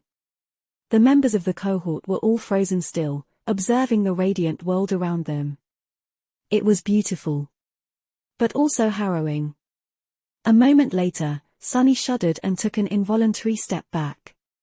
Somewhere out there, in the blinding light, a shadow suddenly moved, so colossal that it dimmed the radiance of the water for a few moments. Its size was so immense that he struggled to comprehend it. And its shape. As soon as Sunny tried to ascertain it, it was as if he had lost consciousness for several seconds. When he came back to his senses, the shadow had disappeared somewhere far below, and he was covered in cold sweat. His head was pulsing with a splitting ache. That thing, how far away was it? What was it? He looked at the members of the cohort and found them in a similar state to his. Especially Cassie, who was blind, but also saw much more than anyone else. Then, the brightness of the water changed once again as another inconceivable shadow moved through its radiant mass, far in the distance. He shivered. "Go inside." Cassie's voice was hoarse. Lowering her head, she sighed and repeated herself. "Go inside. Don't return until it's dark again. It's not good for you to stay here." Nephis looked at her for a moment, then frowned. "What about you? We won't leave you alone." The blind girl shook her head. "It'll be fine. I won't be able to see anything if you leave, anyway. Most importantly." She shivered slightly. "Nothing will be able to gaze back at me. Go." Sunny knew all too well that some nightmare creatures felt when someone was looking at them. That was why people had to be careful where they turned their eyes in the dream realm, especially in those regions of it where true horrors dwelled. That was why he did not try to dissuade Cassie and silently pulled Nephis toward the entrance to the lower decks. He recalled his shadows, as well. Jet and Effie followed. They spent some time together at the mess deck, but no one was in the mood to talk. It felt as if the smallest sound could be heard by the beings that moved in the depths of the great river, and so, after a while, the members of the cohort left for their cabins and tried to fall asleep. The merciless light bathed the chainbreaker for a few more hours, and then grew dim. Finally, it disappeared entirely, replaced once again by absolute darkness. The spinning tunnel continued to lead them down, down, down, down into the unfathomable depths. The great river was rumored to be bottomless, and surrounded by the darkness, Sunny could easily believe that it was. However, he also felt that if they survived a few more days of the descent, perhaps they would prove the rumors wrong. Chapter 1485, Traversing the Vortex. Traveling through the twisting underwater tunnel was a constant struggle, but, strangely enough, it was mostly safe. Just as Windflower had said, as long as the chain breaker did not touch the water, there was little inside the vortex that could threaten them. If the flying ship did touch the spinning walls of the tunnel, though, death was all but guaranteed, not only because of the terrible current and the obliterating pressure, but also because causing even the smallest ripple was going to alert the harrowing beings dwelling in the unfathomable depth of the great river of their presence. Staying away from the walls was not challenging at first, but the deeper they descended, the more perilous that situation became. The tunnel grew narrower, while its twists became more frequent and steep with each passing day. Sometimes, it bent so much that the chain breaker flew forward for a while instead of continuously descending. It was as though they were really traveling through the intestines of an unimaginable beast. Worst of all was the fact that the tunnel was not static. It constantly moved, undulating, making it seem as though the walls of spinning water were pursuing the graceful ship. Perhaps they were. Sometimes, the water was shrouded in abyssal darkness. Sometimes, it shone with blinding light. Nephis steered the ship in the darkness, but when the depths of the great river ignited with beautiful radiance, Cassie had to take the oars. The rest of them were forced to escape to the interior of the flying vessel, leaving her to face the harrowing shapes moving through the radiant water alone. Anyone would have been shaken and mentally strained by having to endure the horror and pressure of those terrible creatures in solitude. Despite that, Cassie remained calm and seemingly unperturbed. Sunny did not know if that was a good sign or not. What he did know, however, was that they would have never survived the journey through the vortex without the chain breaker. They would have been long swallowed by the great river if Cassie had not repaired the enchantment circuit, as well. As it was, Sunny felt that they would, perhaps, make it to the other side of the vortex unscathed. Days passed in tense silence. The deeper they descended, the more palpable the pressure assaulting their minds was. The abyssal darkness was suffocating, and the radiant light was dreadful. More than that, at some point, the world itself became strange, playing tricks with their minds. Time was growing convoluted and elusive, as if it, too, was being crushed by the oppressive weight of the water surrounding them. Sunny and Nephis, who had already experienced something similar in the time storm, were less affected by this strangeness than the other members of the cohort. However, eventually, they too grew accustomed to the eerie unstableness of time. With time, space had also become unreliable. At first, Sunny thought that it was the chain breaker's flight that had lost its smoothness, making the flying ship shake and shudder from time to time. Sometimes, it would jerk, and sometimes, it would sway. But then, he realized that it was the fabric of reality itself that had become twisted. He understood it while carrying a cup of tea, brewed with the invigorating water of the endless spring, to Nephis. Usually, a walk from the lower deck entrance to the stern would have taken him less than a minute, and a few dozen steps. However, this time, Sunny counted at least several hundred steps before reaching the runic circle. The tea he was carrying was still hot and steaming, though. That is not good. He stared at the teacup in his hand, then at Nephis, who was steering the ship without seemingly having noticed anything strange. What if it was not the deck that had been stretched like a rubber band, but one of us? What if the space between the ship and the walls of the tunnel suddenly contracted? Suddenly, the surrounding darkness seemed much more terrifying. But there was nothing any of them could do about it. Worrying about being torn apart by fractured space was not going to do him any good, either. So, Sunny distracted himself by concentrating on weaving. After around 7 cycles of darkness and light, he couldn't tell exactly how many because of how strange time had become, he successfully altered the capacious chest enchantment of the covetous coffer to allow it to store living beings. He had not copied the weave of a supreme memory, but rather borrowed a few elements from it. Sadly, it was a futile effort. Sunny might have changed the weave of the enchantment to remove the limitation on inanimate objects, but he was nowhere near knowing how to integrate a livable space into the chest's storage space. There was no meadow, no forest, and no river inside of it. Which meant that there was also no light, no water, and no air there. There was nothing at all. So, unless he wanted a living being to suffocate to death, placing them inside was out of the question. Theoretically, he was able to hide his shadows in the covetous coffer now, since they did not need to breathe. However, Sunny struggled to imagine why he would want to do such a thing. Maybe to punish them for misbehaving. He did not share these thoughts with the shadows, but they still started to avoid the toothy chest, for some reason.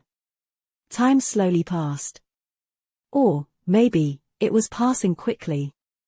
All Sunny knew was that the depths of the great river seemed more and more dreadful each time he looked into the abyssal darkness.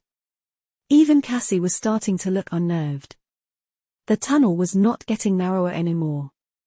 However, its twists and turns were becoming wilder. And then, one day, the chain breaker seemed to stop. Sunny was startled as the familiar feeling of motion completely disappeared. Standing up from where he was sitting, he noticed the other members of the cohort looking perplexed. Then, he heard Neff's stifled yelp. Looking at the stern, he saw her gripping the steering oars so hard that her hands had turned white. She was moving both oars in a strange manner, not slowly and smoothly, like usual, but instead forcefully and with a sense of urgency. What the hell? Why was Nephis even moving the oars if they were standing still? Looking at the walls of the tunnel, Sunny flinched. The walls had turned into a blur. The chain breaker was frozen in place, but the tunnel itself was flying past it at tremendous speed. The twists and turns that Nephis had been cautiously navigating were now flashing past them, forcing her to steer the ship as fast as she could and much faster than that, even if they wanted to survive. Doesn't make any sense. Sunny was confused for a moment. How could the flying ship both remain in place and be steered around the bends of the tunnel? It was as if the world itself was being spun and moved by Neff's hands. But then again, when was the last time the world made any sense? Perhaps the static position of the chain breaker was simply a matter of perspective. Perhaps they were simply being carried by some unfathomable, eerie force. What did it matter? The only thing that mattered was for Nephis to guide them through the swiftly moving tunnel. And she did. Completely focused, she guided the chain breaker, not allowing the water to swallow it. A minute passed, then another, then another. Then, an eternity. Suddenly, the tunnel disappeared. Something flashed, blinding Sunny, and was then replaced by darkness. He could feel motion once again. In fact, he could feel a lot of motion. It was as if the chain breaker had been shot from a catapult.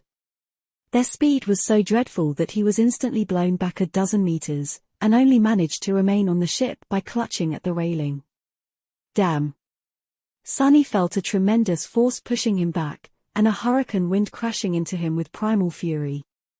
All he could do was grit his teeth and hold on for his dear life. Slowly, their speed decreased. Nephis, who had been pressed into the apluster, pushed one of the oars and rolled the ship. It was only then that Sunny realized that the chain breaker had been flying upside down. As the flying ship revolved around its axis, Sunny fell on the deck and weakly picked himself up. It seemed that they had escaped the vortex. Chapter 1486, Colorful Ribbon. The chain breaker was still flying at high speed in the direction it had been expelled from the vortex. Thankfully, Nephis had rolled the ship in time, preventing the members of the cohort from plummeting down, but Sunny was still pressed into the deck, struggling to stand up. The world was dark, with only the soft glow of the sacred tree illuminating it. Finally, he rose to his feet, swayed slightly, and called out in a stifled voice. Is everyone alive? He could see Nephis nearby. She was safe. Looking across the deck, he noticed Effie leaning on the sacred tree, a startled expression on her face. Luckily, the huntress did not look injured. Jet was a bit further away. It seemed that she had used the fifth form of her mist blade, the scythe, as a hook to keep herself in place. Her icy blue eyes were alert and focused. Cassie had been sleeping in her cabin when the strange event happened, so she was definitely fine. The blind girl might have suffered a few bruises, but she wouldn't have been thrown overboard. Fine. Alive is a strong word. Hearing Effie and Jet answer his question, Sunny let out a relieved sigh. Almost at the same time, Cassie appeared from below the deck, looking a bit haggard. With each member of the cohort accounted for, he relaxed a little. They seemed to have escaped the dreadful whirlpool. At least it looked that way. The twisting tunnel was gone, replaced by a vast empty space. The oppressive feeling Sunny had felt in the depths of the great river was gone, too, and time seemed to be flowing naturally as well. Space, however. Space was a bit strange. Sunny struggled to describe the wrongness he felt, but it was definitely there. Humans, after all, were not meant to perceive the fabric of space. Why would they, considering that it was meant to be constant and immutable? But many immutable concepts had become vague with the descent of the spell. Especially here in the tomb of Ariel, many things that he had considered absolute had proven to be less than reliable. The existence of the tomb was in and of itself a paradox, considering that it contained an entire world. Nevertheless, even though Sunny could not perceive the fabric of space, he could still sense that something was wrong with it. He just could not explain what. What is going on? No, first, where are we? There was no sound of the water splashing against the hull of the chain breaker, no sunlight, no glow that suffused the great river at night. There was only darkness, silence, and wind. Frowning, Sunny glanced at Nephis. She was still holding the steering oars, but at the moment, there was nothing for her to do. The ship was still flying rising. Due to inertia, and it was impossible to control it until that inertia dissipated. He studied her face, making sure that Nephis was all right, and then looked behind her. There was nothing there, only a vast, boundless darkness. The wind played with her beautiful silver hair. Neph looked at him, too. She hesitated for a few moments, then said cautiously, "I think we have left the vortex." That was self-evident. No, actually it was not. Nobody knew what was at the heart of the great river, so there could very well be a vast empty space inside it. However, somehow, Sunny did not feel as if they were buried under an inconceivable mass of flowing water. So, what then? Had they reached the bottom of the great river? If so, then why had they been thrown up instead of being thrown down? In fact, the chain breaker was still rising, even though the speed of its ascent was growing slower and slower with each second. What the hell happened? Nephis looked uncertain. She frowned, struggling to find an answer, and eventually said with no confidence in her tone, "I'm not sure. It felt as if we had crossed a boundary of some sort." "You saw what happened next yourself." She wanted to say something else, but then suddenly froze. A few moments later, her eyes widened a little. Nephis raised a hand and pointed at something. "Sunny, behind you." Sunny knew that there was nothing immediately behind him, otherwise he would have felt it through shadow sense. Frowning, he turned around and looked into the darkness beyond. It was just as empty as what he had seen before, but when he shifted his gaze lower, Sunny grew still. "What am I looking at?" There was nothing behind Nephis. But in the direction where he was currently looking, something floated in the darkness. It was like a colorful ribbon painted in lilac, azure, and crimson, with parts of it drowning in shadows.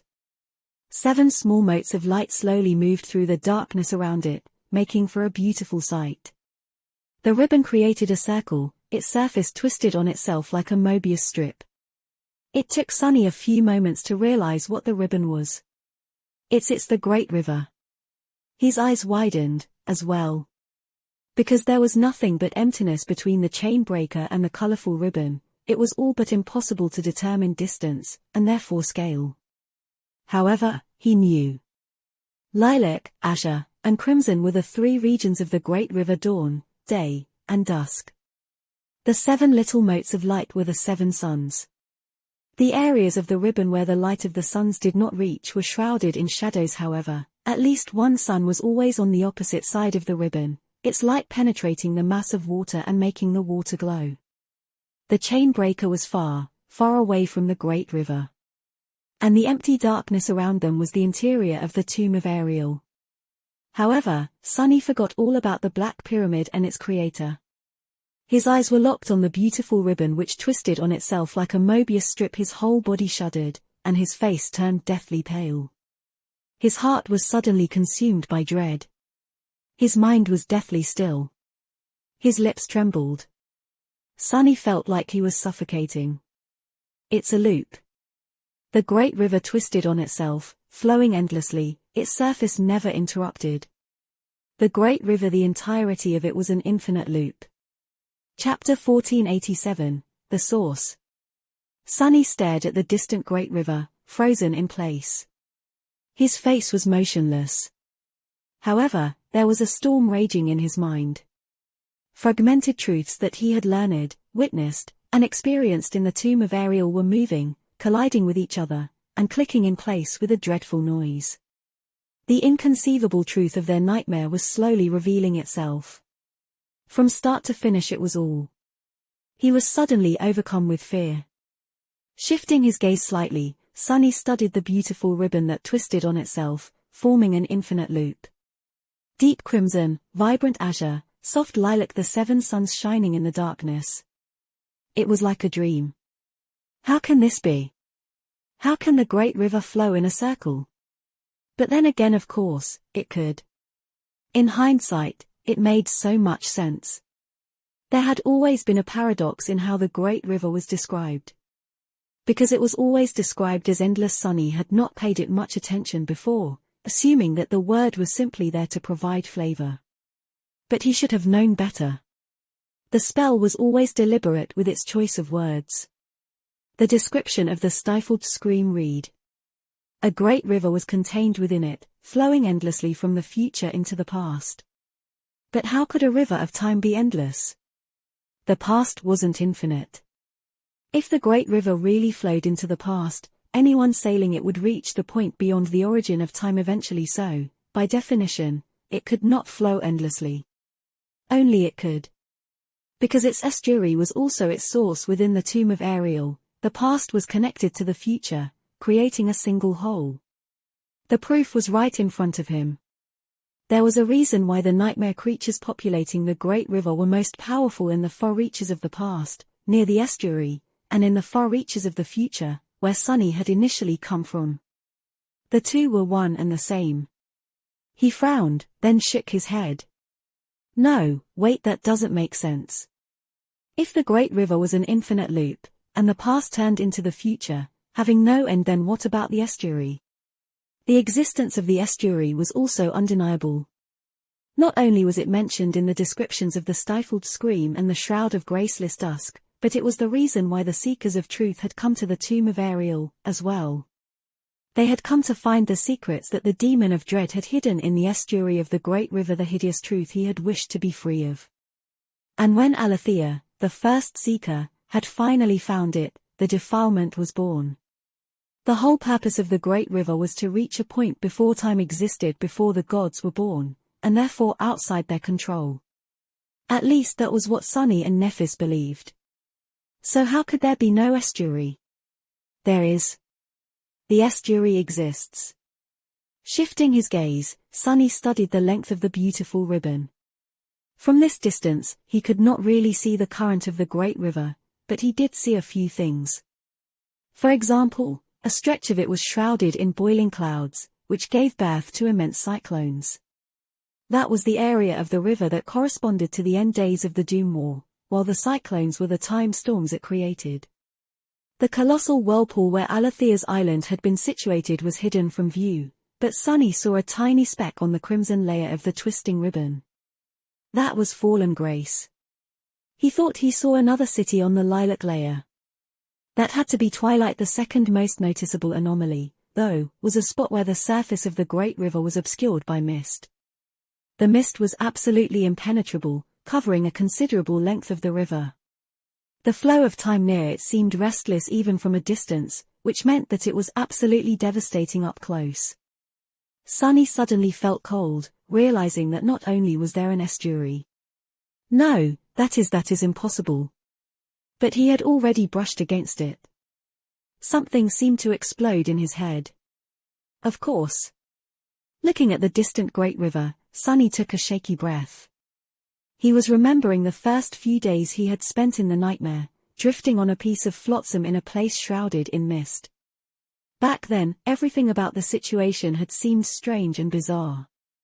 So, he had never properly questioned where that place was.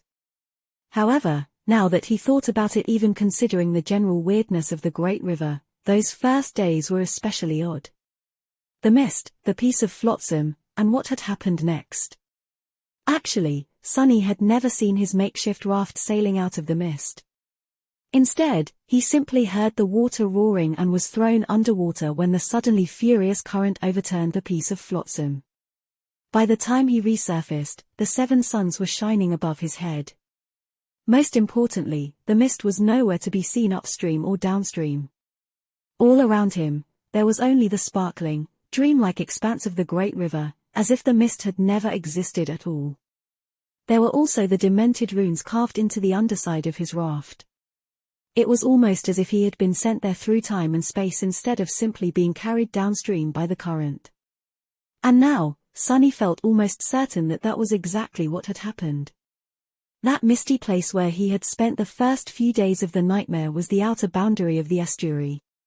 It was also the source of the Great River. It was a place between the past and the future, where the laws of time were twisted and broken.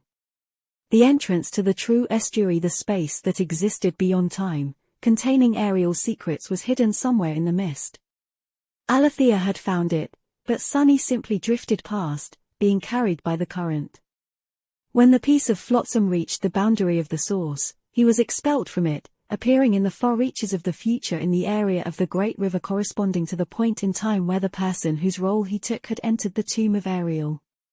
Wait. Sunny was suddenly covered in cold sweat when he remembered a few more details about his time in the mist in the boundary. Hadn't he been tormented by nightmares of madness, despair, and dreadful obsession there? Hadn't he screamed, waking up? No, not again, please. Hadn't the sin of solace inexplicably become perfectly complete and real out there, in the mist? And the Great River was a loop. Sunny shuddered. A terrible premonition grasped his heart with icy claws. Sitting on the deck of the chainbreaker, he gazed at the distant river and whispered, "The 6 plagues are not the future versions of ourselves." Sunny closed his eyes. They are our past. They are us from the previous revolution of the Great River. Chapter 1488, The First Plague. Sunny felt a headache approaching. Something was very wrong here. How could the 6 plagues exist? The Great River was a time loop just like Alethea's Island had been, but also different. On Alethea's Island, time moved in a circle. A single day endlessly repeated itself, and a new cycle started each time that day ended. The Great River, however, was a bizarre place where time and space were one and the same. It flowed from the future into the past, and so, those who traveled it were also traveling across time. The cycles of the Great River did not start once a certain period of time passed. They were both a measure of time and a measure of space. To reach a new revolution, a person had to travel all the way to the estuary, which was also the source, and cross the boundary between the past and the future. Then, they would be sent to the point in time and space when they had first entered the tomb of Ariel. So, if the chainbreaker sailed past Verge and braved the source, the members of the cohort would be sent to different places on the first day after they had entered the nightmare. Sunny would find himself on a piece of flotsam, Nephis would be stranded on the corpse of the black turtle, Cassie would return to Fallen Grace on the day the other Sibyl succumbed to the defilement, and Jet and Effie would be back to living the harsh lives of the river nomads. Sunny shifted slightly. Still, it did not explain how both the members of the cohort and the 6 plagues could exist at the same time.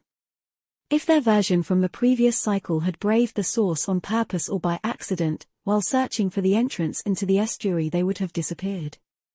More than that, the plagues had been rampaging across the Great River for decades, perhaps even centuries. How could that be? Well, why not? There's all kinds of weirdness happening with time in the tomb of Ariel. Do I really want to doubt that something like that is possible? Especially now that Sunny knew about the source, a misty place where the past and the future met, and where the meaning of time lost all reason, he could not be surprised by anything. What would happen, for example, if someone entered the source, but then turned back and left the way they had come instead of crossing the boundary of the future? What would happen if they left from a different point than where they had entered? What would happen if they stayed inside the source for a while, allowing the current to move past them? He did not know. Sunny did know one thing, however. The method of starting a new revolution might have been different from Alethea's island, but its effect would be the same. Once someone returned to the past, their memory of the previous cycle would be erased. Their soul would be restored to how it had been before. No signs of them having traveled the great river in the past would remain. Which meant... Sunny shivered. Not again, please. The words he had shouted while waking up, on the first day in the nightmare, echoed in his ears. How many times have we challenged this nightmare? The existence of the 6 plagues proved that there had been at least 2 cycles. But there could have been more. 10 cycles, 100 cycles, 1,000 cycles. There was no way to tell.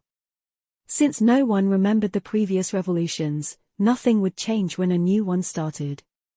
They would repeat the same actions over and over again, just like Jet had fought and been killed by undying slaughter over and over again. Until Sunny arrived, and became aware of the loop. Suddenly, he felt his heart beating wildly. Despite being trapped in the time loop of Alethea's island, Sunny had eventually gained the ability to remember the previous revolutions. He did not know how long it had taken, but at some point, he was assaulted by a persistent sense of déjà vu, and then became fully aware of the loop. That was because the sin of solace was stuck in his mind, and the loathsome sword wraith was somehow immune to the effect of the repeating time. Sunny felt that he was on the verge of realizing something extremely important. The sin of solace. The Mad Prince was haunted by the odious apparition, as well. So, if the cohort was trapped in the infinite loop, didn't it mean that he would have gained the ability to remember the previous cycles of the Great River, as well? Damnation. Sunny's eyes widened.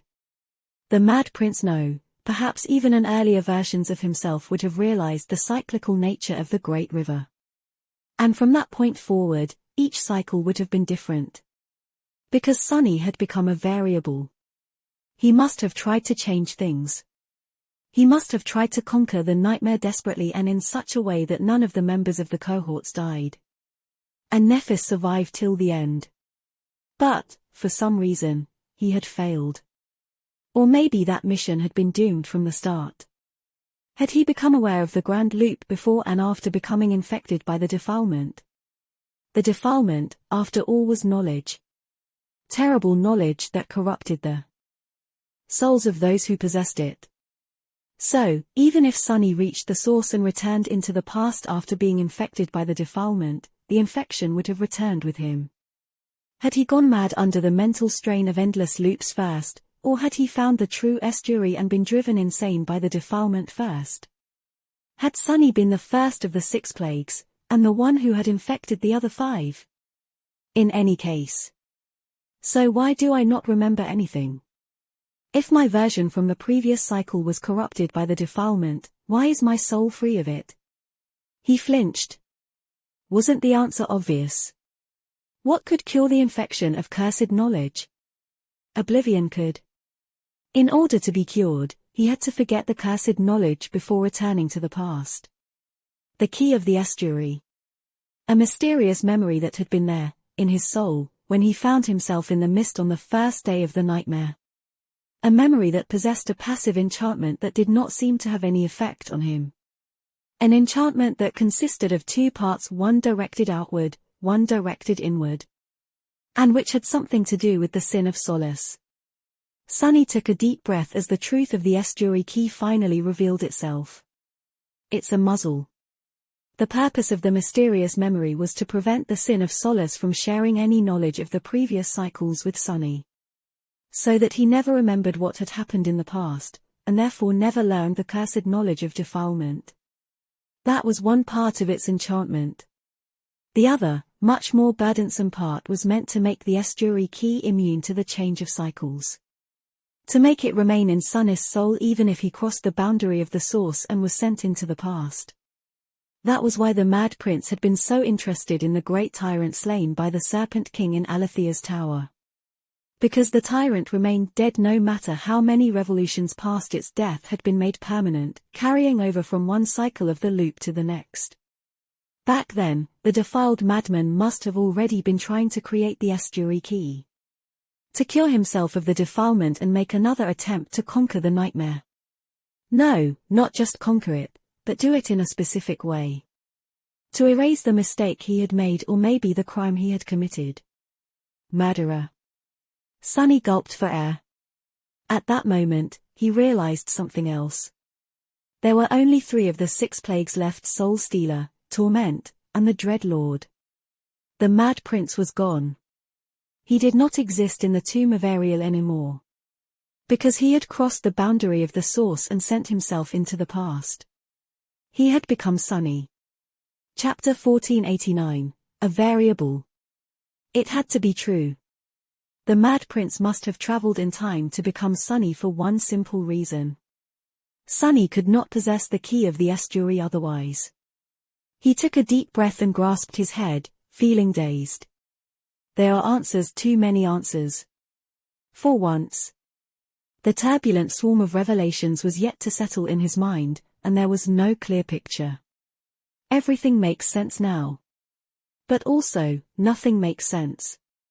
Sunny felt that he understood the true nature of the Great River. He also understood the sequence of events that had transpired prior to the current cycle.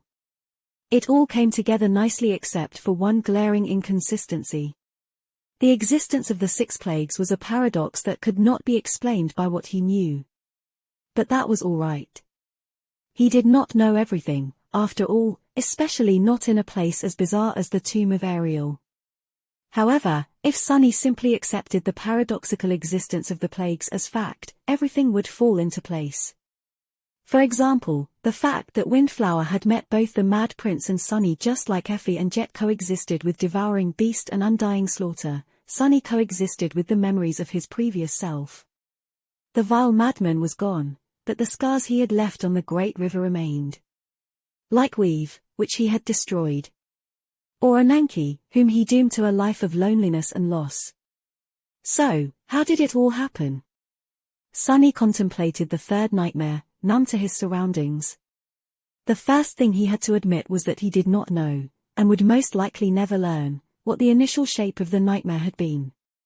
The reality of the Great River had been irrevocably changed by the 6 plagues. So, the challenge the original cohort had faced was entirely different. It was possible that everyone had entered the source but not necessarily so. Sunny could have attempted to find the estuary alone, for some reason. But he definitely had entered the mist and crossed the boundary. That was how the first cycle had ended. It were the 6 plagues, after all, who had taken control of Verge and led the forces of the defilement to devour the cities of the river people, undoubtedly accelerating the demise of the river civilization. Without them, the cohort might have found many powerful allies to aid them in slaying the first seeker. However, during that first cycle, something had gone wrong. Somehow, the cohort ended up entering the source instead of laying siege to Verge. No, not quite right. It was possible that everyone had entered the source but not necessarily so. Sunny could have attempted to find the estuary alone, for some reason. But he definitely had entered the mist and crossed the boundary. That was how the first cycle had ended. And, therefore, an unknown number of cycles began. Eventually, influenced by the hideous truth enchantment of the Sin of Solace, Sunny had grown immune to losing his memory of the past cycles. Becoming a variable. A single variable that broke the system, introducing chaos to a predetermined flow of events. At that point, several things could have happened. Perhaps he continued to search for a way to conquer the nightmare and preserve the lives of his companions, failing cycle after cycle and eventually going mad. Perhaps, guided by unknown reasons, he continued to search for the entrance to the estuary that was hidden somewhere in the mist of the source. Perhaps, by then, he was already infected by the cursed knowledge of the defilement. In any case, eventually, there came a time when Sunny was returned to the beginning of the nightmare already harboring the seed of corruption in his mind. And that, of course, changed everything. The other members of the cohort were infected by the defilement, as well. Nephis died at their hands. Kneeling on the deck of the chainbreaker, Sunny shivered. His face was deathly pale. What happened next, then? It was obvious. The Mad Prince was released from shadow bond, finally fulfilling his wish, becoming free. However, his freedom did not last long. Ironically, the madman was enslaved by one of the people he had surrendered to the defilement Kai. Then, the corrupted cohort found a new goal. To conquer the nightmare and be released into the real world by obliterating the river people civilization. And so, they somehow found a way to travel into the distant past, to the days long before the first day of the nightmare, and at the same time became foreign invaders of the new cycle. Sunny did not know how, but he had an inkling that the source and the estuary were somehow responsible for the birth of this bizarre and eerie paradox. Over time, the members of the corrupted cohort grew stronger, eventually transcending, or rather, falling deeper into corruption. Ananke had already told Sunny that it was possible for those who followed the path of ascension to reach transcendence without conquering a third nightmare. Similarly, it was possible for fallen nightmare creatures to become corrupted. The fallen terror of the Crimson Spire, for example, had been evolving into a corrupted titan when Nephis killed her. The former members of Neph's cohort achieved a similar feat inside the tomb of Ariel. And thus, the Six Plagues were born. They subjugated Verge and led the forces of the defilement to annihilate the river people. Even Twilight, the city of challengers led by the Serpent King, fell to their insidiousness and might. They should have conquered the nightmare decades ago, by all accounts. If not for the Mad Prince. An eerie, twisted smile appeared on Sunny's lips. Conquering the nightmare was what the Dread Lord wanted. But it was not what his slave wanted. And so, the vile madman conspired against his master. It seemed that the Mad Prince was still harboring a desperate obsession. One that had nothing to do with spreading the defilement to every corner of the tomb of Ariel, obliterating the river civilization, or unleashing the Six Plagues into the real world. Sunny did not know what that obsession was. But he could guess. Be careful of what you wish for. Those were the words that the Mad Prince had carved into the piece of flotsam drifting in the mist of the source, over and over again, with his nails. It wasn't hard to guess that he regretted fulfilling his wish. What did Sunny want? To be free. That wish of his had killed Nephis. He shuddered. The Mad Prince, that bastard, was that what he wanted to achieve? To rewrite history and ensure that Nephis survives. Perhaps. And so, the Mad Prince started scheming as he prepared for the arrival of the members of the cohort. He trapped Undying Slaughter and Devouring Beast on Alethea's island. He had met with Windflower and learned how to create the estuary key. He massacred Weave, and then sent a dream message to Ananke, instructing her to meet Sunny and Nephis in the far reaches of the future when the time came. And gods knew what else. Sunny simply did not know the extent of preparations the Mad Prince had undertaken to ensure that, in this cycle, the events of the nightmare went exactly as he planned. The reality of the Great River had already been entirely changed from how it had originally been by the existence of the Six Plagues. And the vile madman manipulated it even more, purposefully setting the stage for his future self. And then, when all the preparations were done, he simply entered the source and ceased to exist, transferring the estuary key to Sunny. Ensuring that he would not be poisoned by the defilement immediately after entering the nightmare, unlike how it had happened in the previous cycles. And here they were. Sunny let out a long sigh. That treacherous madman. Chapter 1490, No Bounds. Truly, a treachery that knew no bounds. Sunny had succumbed to the defilement and betrayed the cohort, only to betray them once again once they were made into the Six Plagues by him. Killing one of his masters in the process and weaving countless schemes to destroy the other. He did not really know how to feel about it. Was he supposed to be proud of or appalled by his former self? I might have to stop resenting the spell for calling me that. In any case, he felt a deep sense of regret. Because he wouldn't be able to strangle the mad bastard with his own 2 hands. Sunny sighed. Well, there it was.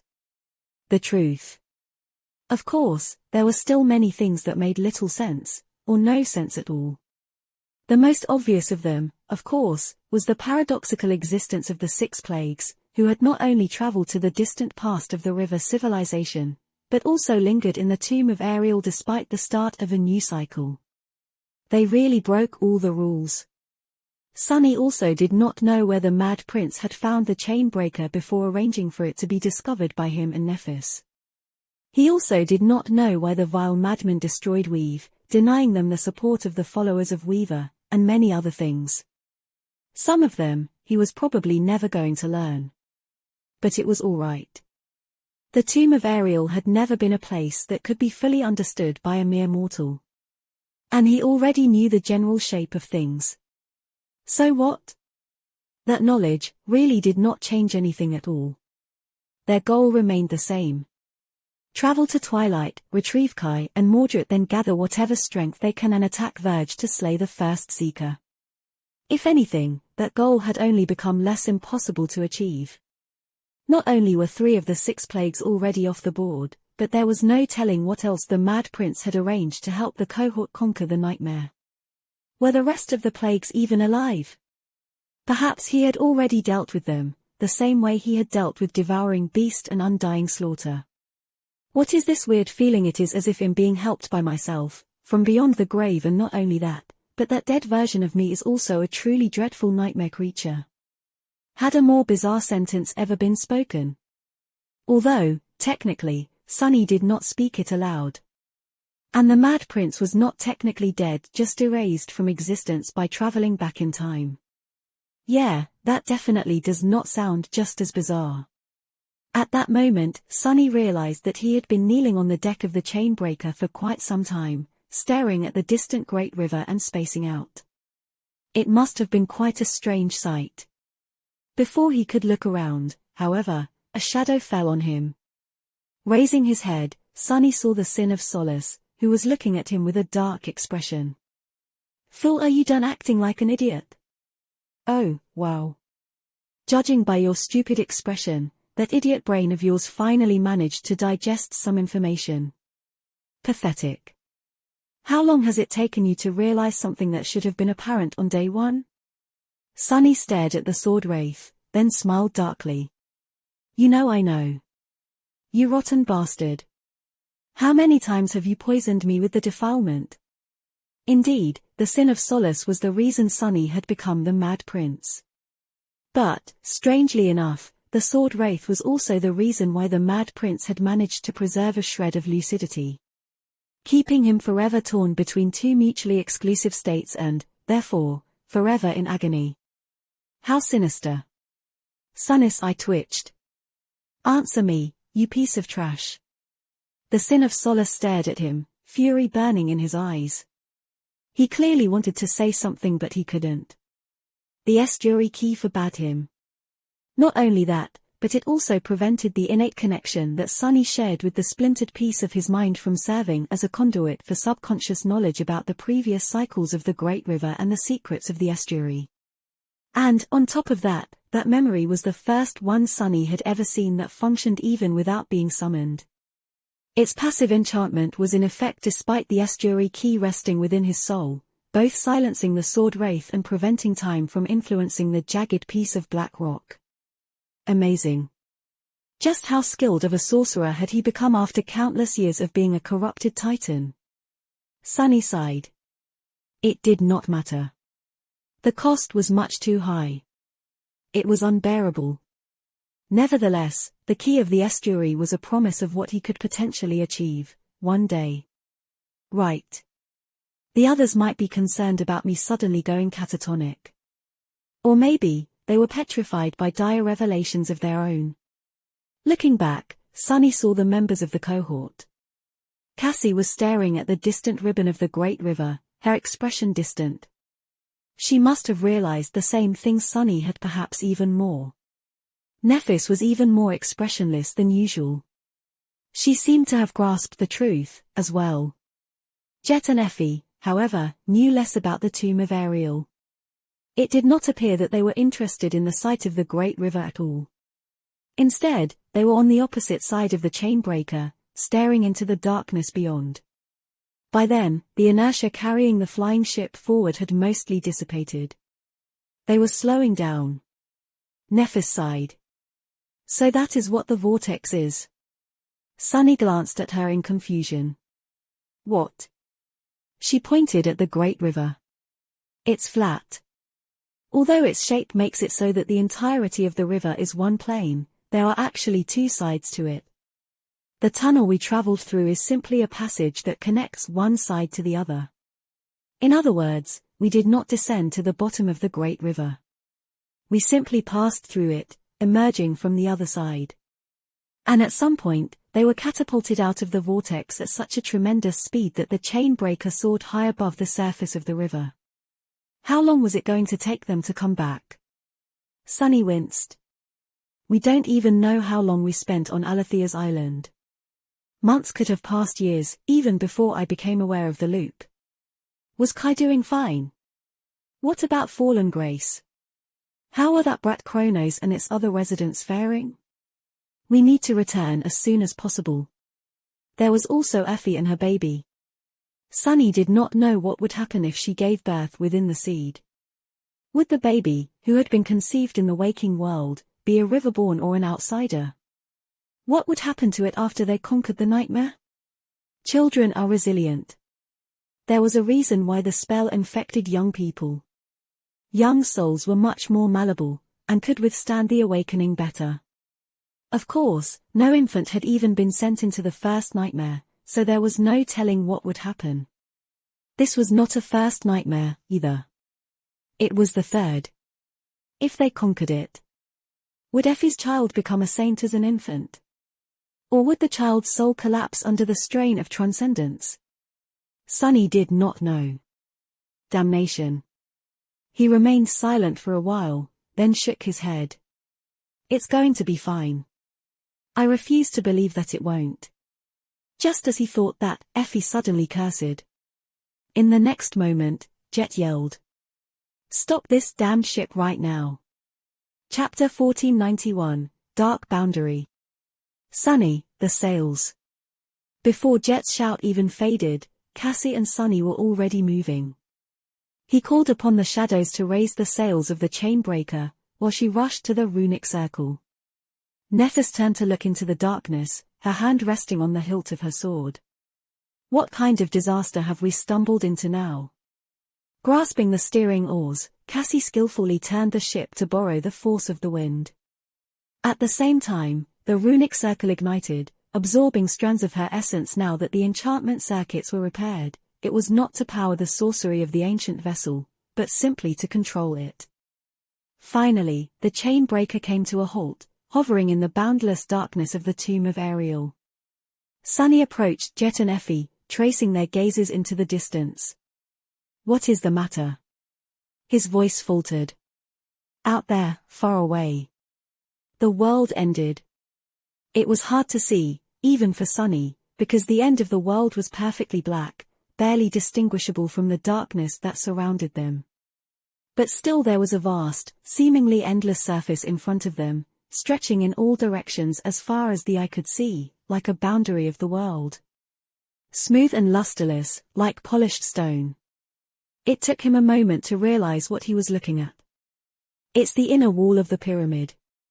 The endless black boundary was just that, the wall of Ariel's tomb, seen from the inside. However, it dwarfed anything he had ever seen. The towering walls of the dark city were like a speck of dust in front of it. The great ramparts of Falcon Scott were like sand. Looking at the endless black wall, Sunny was stunned by its sheer magnitude. For a moment, he wondered, was the interior of the pyramid truly large enough to encompass an entire realm, or was it him who had been reduced to the size of an ant? Well, in any case, Jet's warning had come in time. The chainbreaker was not going to crush into the endless wall of black stone anymore. They had already stopped, and there was plenty of distance between them and the boundary of Ariel's dreadful world. But then, a slight frown appeared on his face. Turning to Jet, Sunny remained silent for a moment. He could see the surface of the wall because of how special his sight was. She, however, did not share his ability to see in the darkness. So how had Jet and Fek known to warn them? What is it? The huntress was looking forward with a somber expression. She remained silent for a moment, then grimaced. Can't you smell it?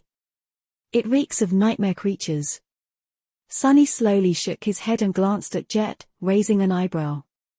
Her icy blue eyes were radiating a chilling cold. There are powerful souls, far ahead. Soul Reaper was usually easygoing and relaxed, but now, her expression was grave. Seeing it, Sunny felt a shiver run down his spine. His frown deepened. Jet wouldn't be wary of just any soul. What kind of power? Cursing inwardly, he turned to the distant black boundary and strained his eyes, trying to discern anything to understand what was threatening them. Knowing that Sunny had the best chance of discovering the hidden threat, the rest of the cohort fell silent. What is it? I can't see anything. Now that his initial shock of witnessing the inner wall of the tomb had subsided, Sunny could study it in more detail. Not that there was a lot to study. It was just a solid black surface, stretching endlessly into the darkness. He was too far away to notice anything else. Well, if there was one thing, it was that the wall was not smooth, as he had initially thought. Rather, it was uneven, as if covered in countless ridges and bumps. Those ridges and bumps looked tiny from afar, but they should be dozens, if not hundreds, of meters across. Sunny peered at the irregularities, thinking. There might be something hiding in the seams. Maybe there are caves in the stone. I don't see any entrances, though. Then, he suddenly froze. Out there on the wall of the Black Pyramid, something had just moved. The movement was tiny and at the very periphery of his vision, so if Sunny had not been looking at the wall of Ariel's tomb intently, he would not have noticed it. Turning his head slightly, he stared at a particular spot.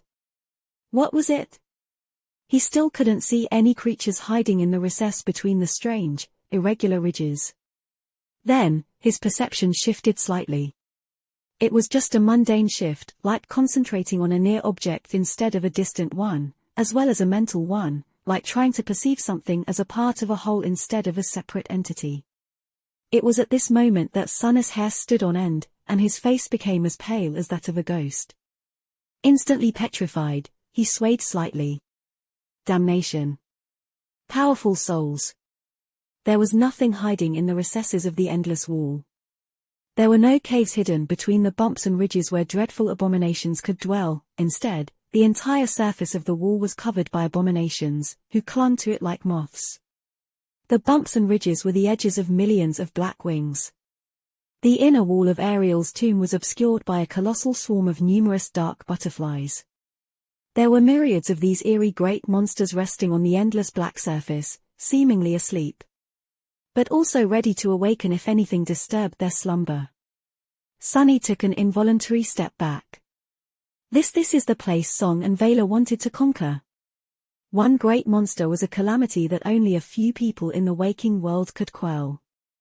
But there were countless dark butterflies dwelling inside the Black Pyramid, protecting its boundary, waiting for some fool to set them free. Or maybe waiting to destroy anyone who would try to desecrate the tomb that the Demon of Dread had built. Sunny shuddered. Ariel, that lunatic, just what did he build? And why? Turning his head slowly, he looked at Cassie with hollow eyes and asked quietly. Cassie, can you extinguish the radiance of the sacred tree? She seemed confused for a moment, then nodded. In the next moment, the beautiful light of the rustling tea grew dimmer, eventually disappearing entirely. Sunny let out a shaky sigh. The lanterns illuminating the chain breaker were extinguished, as well. Soon, the members of the cohort found themselves in absolute darkness. Only Sunny and Cassie could move freely in the absence of light. Unable to look away from the harrowing sight of countless black butterflies crowding the surface of the endless stone wall, he calmed his wildly beating heart and said in a hoarse whisper, "Cassie, take us away from here. Back to the river fast. As fast as you can." The chain breaker moved, slowly turning its bow. The creaking of the masts, the rustle of leaves, and the ripple of the billowing sails sounded like thunder to his ears. "If they notice us, we die. I have survived many situations in which I had no business surviving. But this one, there's no surviving that. They had to get away." Sunny gritted his teeth and waited. A few moments passed, then a few moments more. A minute. The chain breaker was gliding toward the distant Great River, steadily gaining speed. Faster, faster. Sunny never expected that he would be praying to return to the Great River one day. But here he was, doing just that. Perhaps someone had heard his prayers. Eventually, the dreadful wall of Ariel's tomb disappeared from view, and the beautiful ribbon of the Great River drew closer. Chapter 1492, Back to the River. The chain breaker escaped from the slumbering legion of the monstrous butterflies, traveling further and further away from the endless black surface of the pyramid's wall. Sunny counted the seconds, afraid that a dark cloud would rise into the air and chase them. Tense silence permeated the air, and none of the cohort members spoke. Powerful winds wandered the hollow darkness around them. The space itself was acting strangely, making it feel as if the world was not quite right. The distant ribbon of the Great River was drawing nearer at tremendous speed. After a while, he took a deep breath. "We should be safe now, right?" He wasn't sure. Sunny had thought that he knew a lot about the tomb of Ariel, but now, he felt that the unassuming demon was far more sinister and mysterious than it seemed. And why wouldn't he have been? Ariel did not leave that strong of an impression, true, but that was only in comparison to his three harrowing siblings Weaver, Nether, and Hope. The demon of dread was still a true deity, though a being capable of challenging the gods and tearing down the heavens. Of course, this pyramid of his would be just as dreadful. In fact, it was a testament to how adaptable people were that Sunny had learned to take this terrible place for granted, a tomb built from the body of an unholy titan, containing a mystical river created from the titan's blood.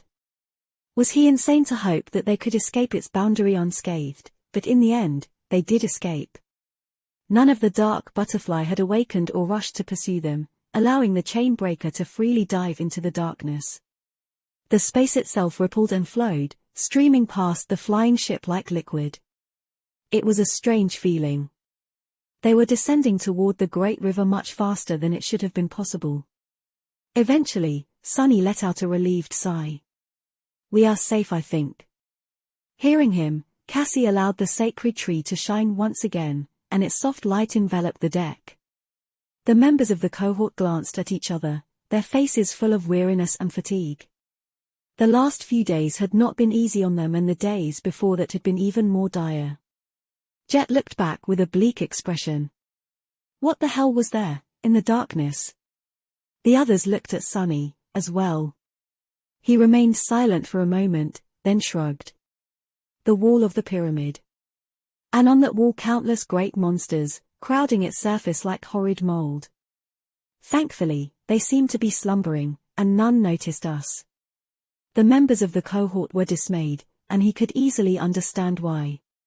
The words countless and great monsters were not supposed to ever appear next to each other. And yet, here in the tomb of Ariel, they did.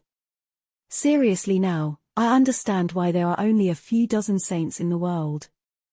Surely, this particular third nightmare was more dreadful than the rest. But not by much, most likely. Saint Tyrus, Beastmaster, Bloodwave, Wake of Ruin, and the other Transcendents, all of them had survived harrowing trials similar to this one. Sunny had never underestimated the saints, but he found a new sense of admiration for them. No wonder most of them seemed so distant. Shaking his head, Sunny gazed at the great river and let out a sigh.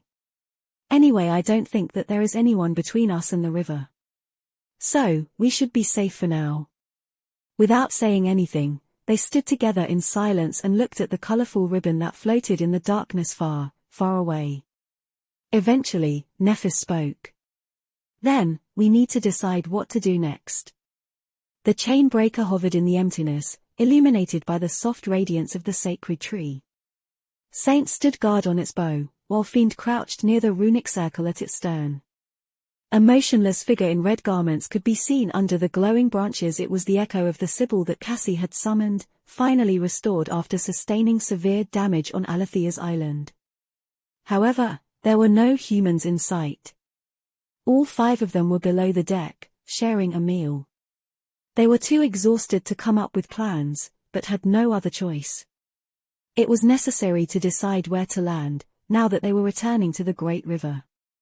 After everyone had satiated themselves, there were a few minutes of silence. Eventually, Sunny spoke. Well, our primary goal remains the same. We need to find Kai and the other guy in Twilight. Hopefully, there will be other fighters there to help us take on Verge. Jet gave him a curious look. Other fighters? I thought that Twilight was destroyed. Sunny hesitated for a few moments.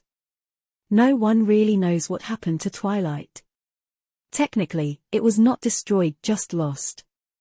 Whatever that means. We had the idea that there might be survivors there simply because, otherwise, this nightmare seems to be impossible. His expression dimmed.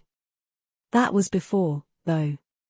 Now, any preconceived notions we had about the nightmare are meaningless. We don't even know if the remaining plagues are still alive, or how many defiled are left in Verge.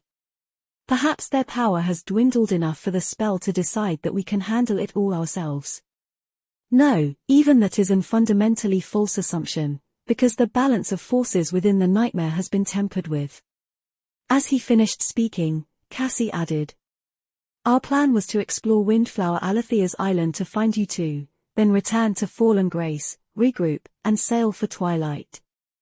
However, the situation is a bit different now, because we can reach both cities from up here. We can even travel directly to Verge, not that it's a good idea. Nephis nodded.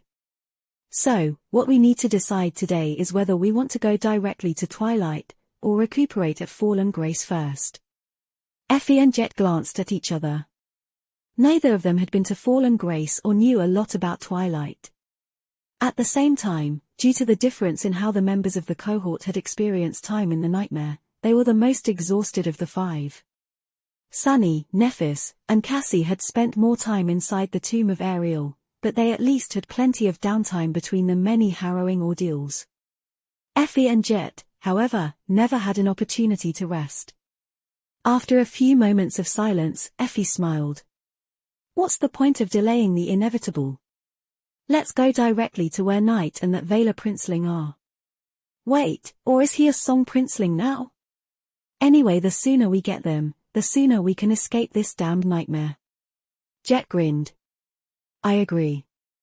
I consider myself a very patient woman. You know, I waited for a long time to get a chance at transcendence. But now, my patience is running thin. Let's conquer this nightmare as soon as possible. She secretly threw a glance at Effie's belly, but did not add anything else. Sunny sighed.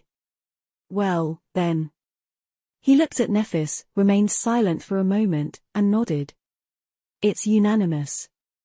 We are going to Twilight, I guess.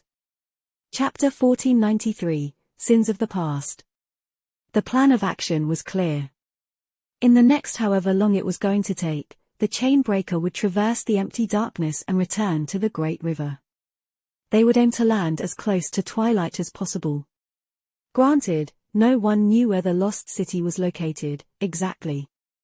All they knew was that it was situated in the reaches of the Great River where the sky was painted lilac by the light of dawn, as well as the general era when it had been established. The latter was inscribed on the slates recovered from the Drowned Temple.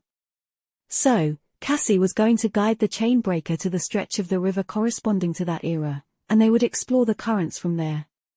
Sunny felt a bad premonition when he thought about Twilight, and the blind girl seemed troubled, as well.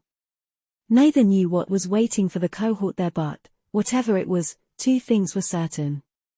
First, that they were going to face a trial no less dangerous, and most likely far more terrible, than anything they had experienced in the tomb of Ariel yet, which was saying a lot, considering how utterly dreadful Alethea's island had been.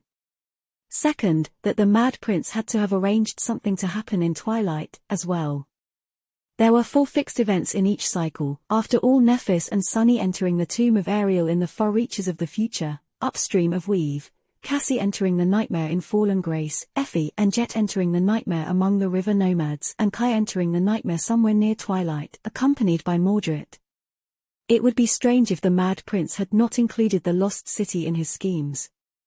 Something unspeakable is waiting for us there, I can feel it. Sunny's expression was bleak.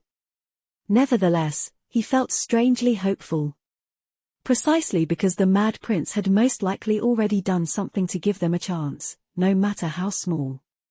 Was it arrogance, to have faith in the devious nature of his former self? He did not know, and he did not care. Additionally, Sunny had 2 more hidden advantages. The crown of Twilight he wore was going to grant him a nearly inexhaustible reserve of essence in the Landwell, waters of constant dawn. More than that, it was a key to the defensive arrays of Twilight. All he had to do to gain control of them was reach Darren's throne room. He and Nephis were 2 of the most powerful masters in history, and their power only became greater when they were together. Jet received her aspect legacy, while Effie could inspire all 3 of them with her ascended ability and support the cohort from the back with javelins. There was Cassie, as well, the unassuming seer who was actually the hidden ace of the cohort. Her affinity to mysteries and revelations could resolve many problems that would otherwise be unsolvable, and warn them of the most dire threats in advance. So, overall, he judged that their chances of tackling Twilight were not bad. Right now, however, Sunny hid his face behind a cup of tea and furtively studied the faces of his companions. There was another conversation they had to have. He sighed. This is silly. They had not discussed the revelations about the nature of the Great River, the true identity of the 6 plagues, and his own role in all that had happened yet. It was indeed stupid, to feel ashamed of the actions of his defiled past version, but he was. How did one go about telling his friends that he had turned them all into nightmare creatures in the past life? Or maybe even in countless past lives? It is probably just as awkward as telling the girl you're in love with that you killed her. Sunny coughed. But then again, adding that your evil version betrayed the other defiled and brutally slaughtered countless innocent people just to create a future where she remains alive should count for something, right? I mean, it's a bit romantic. Right? He suppressed the desire to groan and looked away. What was this insanity? Who else had a life as unhinged as his? Eventually, Sunny sighed. Now, let's talk about the Great River itself. You should have realized something after seeing it from afar. I realized a few things, as well, and they might very well affect how this nightmare ends. Trying to keep his voice neutral, Sunny shared what he had deduced. The cyclical nature of the Great River, the existence of the source and how the past and the future were connected through it, the fact that it wasn't their first time challenging the nightmare, the commonalities between the Great Loop of the river and the artificial loop of Alethea's island. Among those commonalities was his ability to slowly become aware of the repeating nature of time, which led to his eventual defilement and, therefore, to the defilement of the rest of the cohort and Neff's death. Lastly, Sunny explained why he thought that the Mad Prince was gone, and how the influence of his demented predecessor was still affecting everything that was happening on the Great River, and in particular to them. He did, however, keep a few things to himself, for example, the fact that the vile madman had been enslaved by the Dread Lord. As well as why the Mad Prince had been so obsessed with rewriting the past. In the end, Sunny took a deep breath and said, his voice a bit stifled. So, sorry, I guess. You know, for creating the 6 plagues. The other members of the cohort stared at him silently for a while. He winced. You can at least say something, damn it. At that moment, Jet chuckled. What are you apologizing for? It's not your fault. You and I both watched over people who failed their first nightmare and became nightmare creatures, so, you should know better than most that the person is not to be blamed for what the abomination does. Effie looked at him with a mischievous smile. Right. But, since we're apologizing for what our evil twins did, sorry for squishing you like a bug. A very small, teeny squishy bug. That's what devouring beast did, right? Should I feel guilty about it, as well? Nephis shook her head. We don't know what happened during our first cycle in the nightmare, and how you ended up entering the source. Perhaps the rest of us were already dead, by then, so you might have saved us all, to begin with. The only thing that matters is what happens in this cycle. And making it the last. Cassie didn't say anything, and simply nodded. Sunny sighed.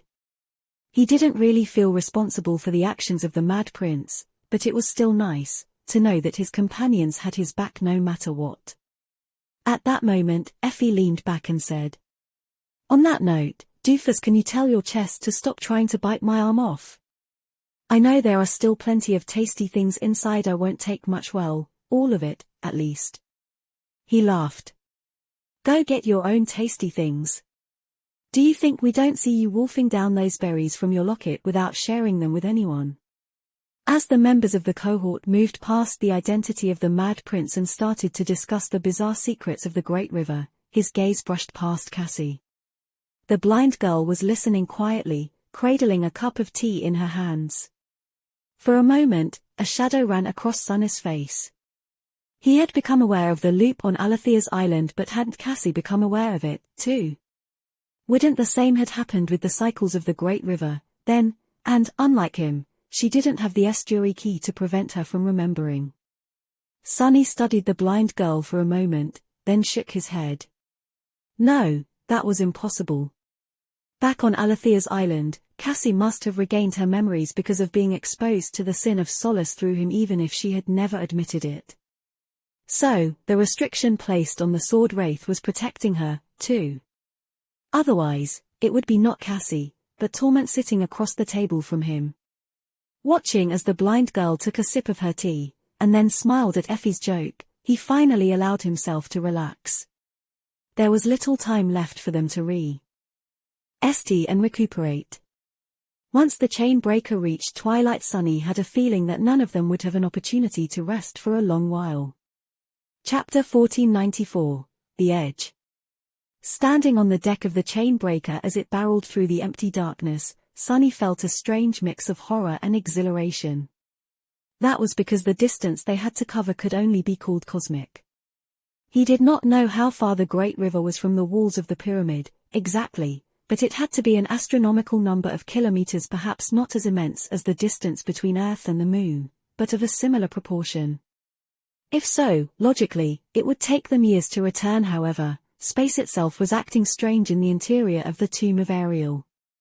Judging by how fast the Great River was drawing closer, they were going to reach it in a matter of days, or weeks at most. In any case, it didn't stop Sunny from imagining that he was on a spaceship. Come to think of it, can the chain breaker travel through space? It probably could, considering that the force propelling the flying vessel was sorcerous in nature. However, that didn't mean that the helmsman and the passengers would survive space. So, this was probably as close as Sunny would ever get to being a taikonaut, a cosmonaut. Astronaut? Whatever the word was. Not the least because, according to Jet, Earth's orbit hid dangers that even she wasn't qualified to know about. With a sigh, he looked away from the Great River and went to sit beneath the branches of the sacred tree. He preferred to spend his time leaning on a Nenk's ketch, but the sin of Solace was less likely to bother him here. Therefore, Sunny reluctantly abandoned his previous spot. With only a few precious days left before they returned, he wanted to concentrate on weaving. There were 5 supreme soul shards inside the covetous coffer, and Sunny still remembered his sincere desire to make the cohort as strong as possible.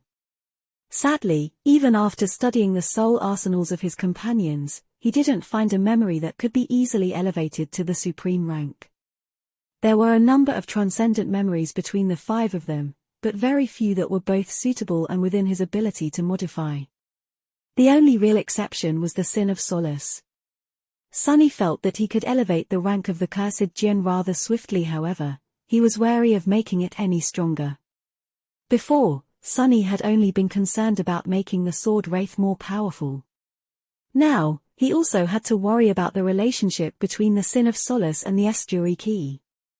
The Sin of Solace was a transcendent memory of the 5th tier, while the Estuary Key was a supreme memory of the 6th tier. Was it really a coincidence that the key was exactly one rank and one tier above the memory it was meant to suppress? If not, what would happen if this balance was broken by his meddling? Considering that the consequence of failure was becoming infected by the defilement, Sunny did not wish to take unnecessary risks. The Jade Jian was already capable of cutting through great nightmare creatures with the help of the Crown of Dawn, anyway. So, Sunny was forced to leave the Supreme Soul Shards to gather dust in the Covetous Coffer, and turned his attention to the Covetous Coffer itself, instead. He was still researching a way to turn this unique memory of his into half of an echo, which would most likely allow him to make a perfectly fine shadow. Why would he want to turn the Covetous Coffer into a shadow? Well, for one, both the storage space, the physical size, and the flexibility of what the coffer could be turned into depended on the potency of Sunny's soul. The peculiar memory was already far greater than the small, toothy box it had been once. If Sunny became a transcendent terror, who knew what form the coffer would be able to assume? Apart from that, even after all these years and the countless horrors Sunny had experienced during them, he still remembered the Mordant Mimic as one of the most vile and troublesome creatures he had ever killed. Plus, the bastard had once belonged to Noctis, and could produce soul coins. Who wouldn't want to have a shadow like that? Entertaining himself with such thoughts, Sunny spent a few days blissfully poring over his plans to create an artificial echo, no matter how dysfunctional. They were getting closer and closer to the Great River. The distant ribbon slowly grew larger. Soon, it was already covering half of the horizon. The 7 tiny motes of lights turned into furiously radiant spheres, painting the bow of the chain breaker with stark light. Then, the Great River completely obscured the darkness beyond.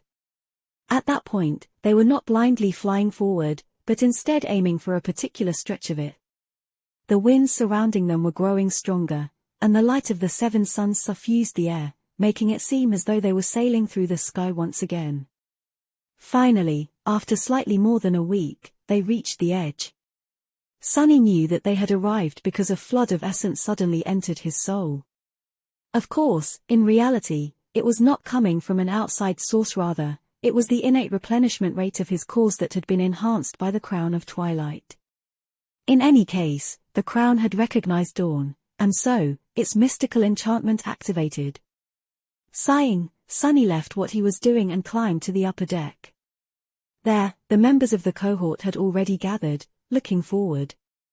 There, in front of them, a colossal waterfall was plummeting into the abyss, stretching in both directions as far as the eye could see.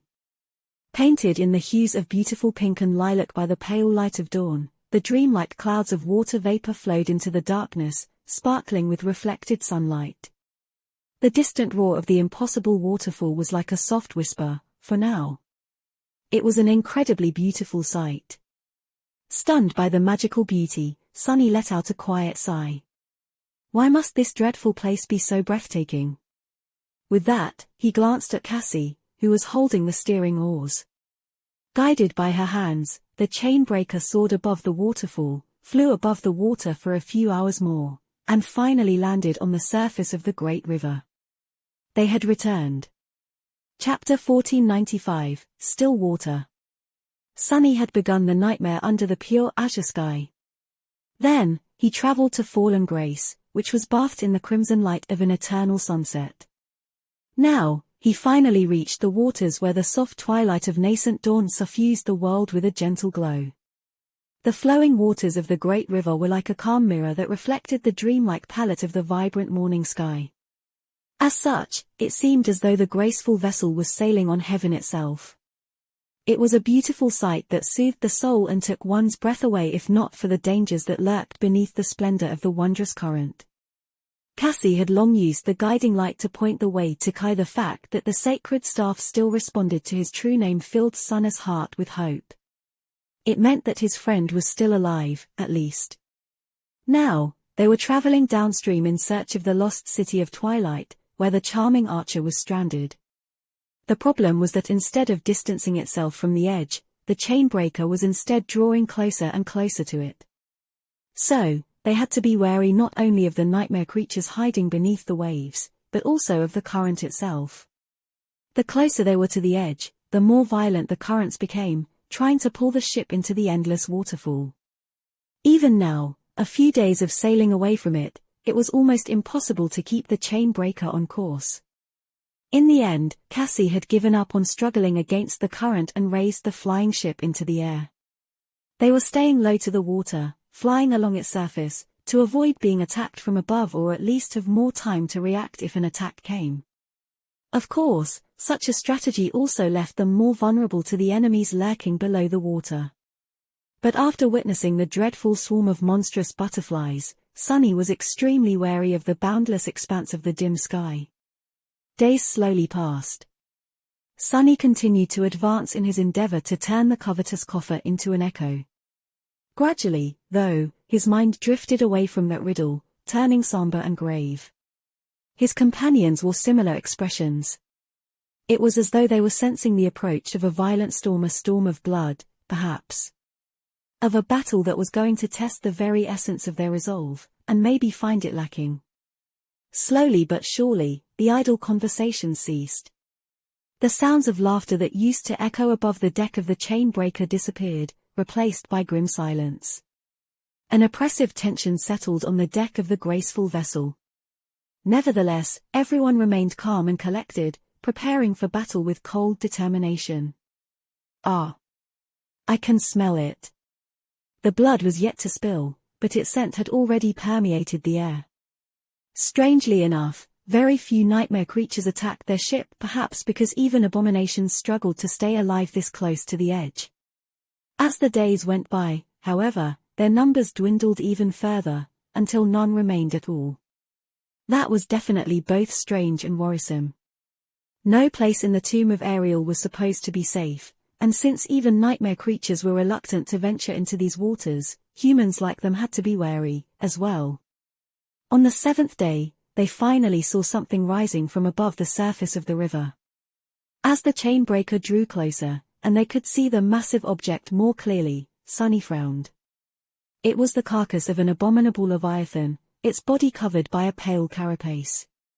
The flesh of the nightmare creature had long rotten away, leaving behind only an empty husk. A forest of arrows was rising from the cracked shell, and there were broken harpoons floating in the water around it. There were gaping holes littering the carapace, as well, as if someone had torn through it with sharp teeth, ripping out huge chunks of flesh in the process. Sunny thought that he recognized the marks left behind by those monstrous fangs. Did Daeron kill this abomination? It would make sense, considering that they were close to his city. There was something eerie about the dead nightmare creature, though. Why is it still here? This close to the edge, a powerful current pulled everything into the abyss. Judging by the look of the carcass, the abomination had been slain countless years ago. And yet, it still remained, somehow floating in place.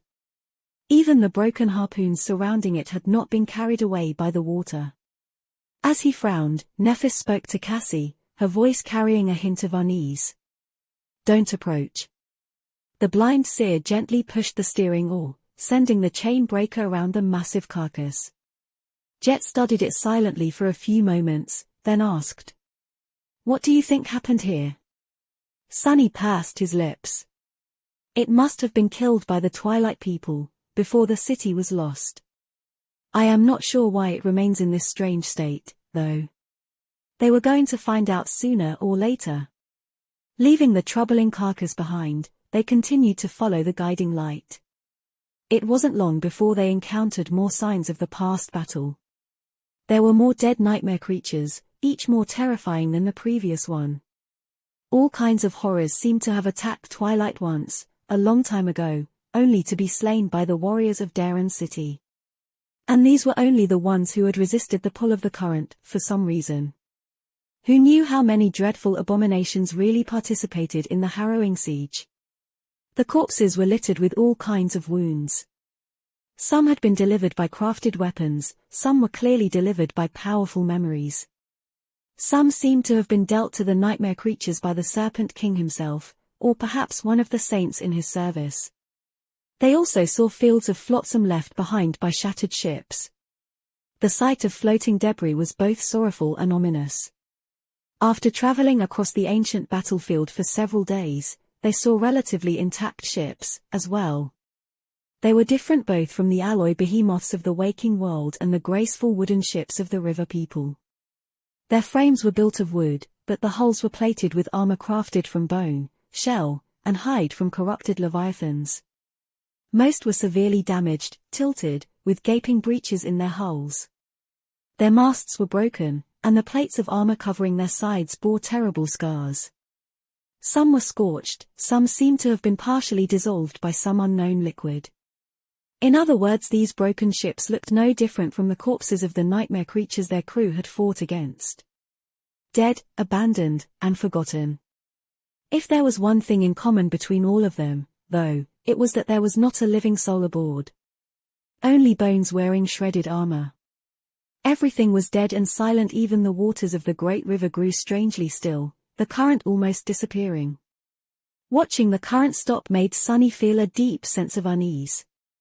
He had seen the ceaseless flow of the great river halt only once all those months ago, in the eye of the time storm. Witnessing something similar happening near twilight made Sunny wary. Just what the hell happened here? Chapter 1496, Bygone Battlefield. They traversed the old battlefield for several more days. By the end of the second week, there were so many dead nightmare creatures and ghostly ships floating in the still water, surrounded by debris and broken weapons, that it became almost impossible to navigate between them.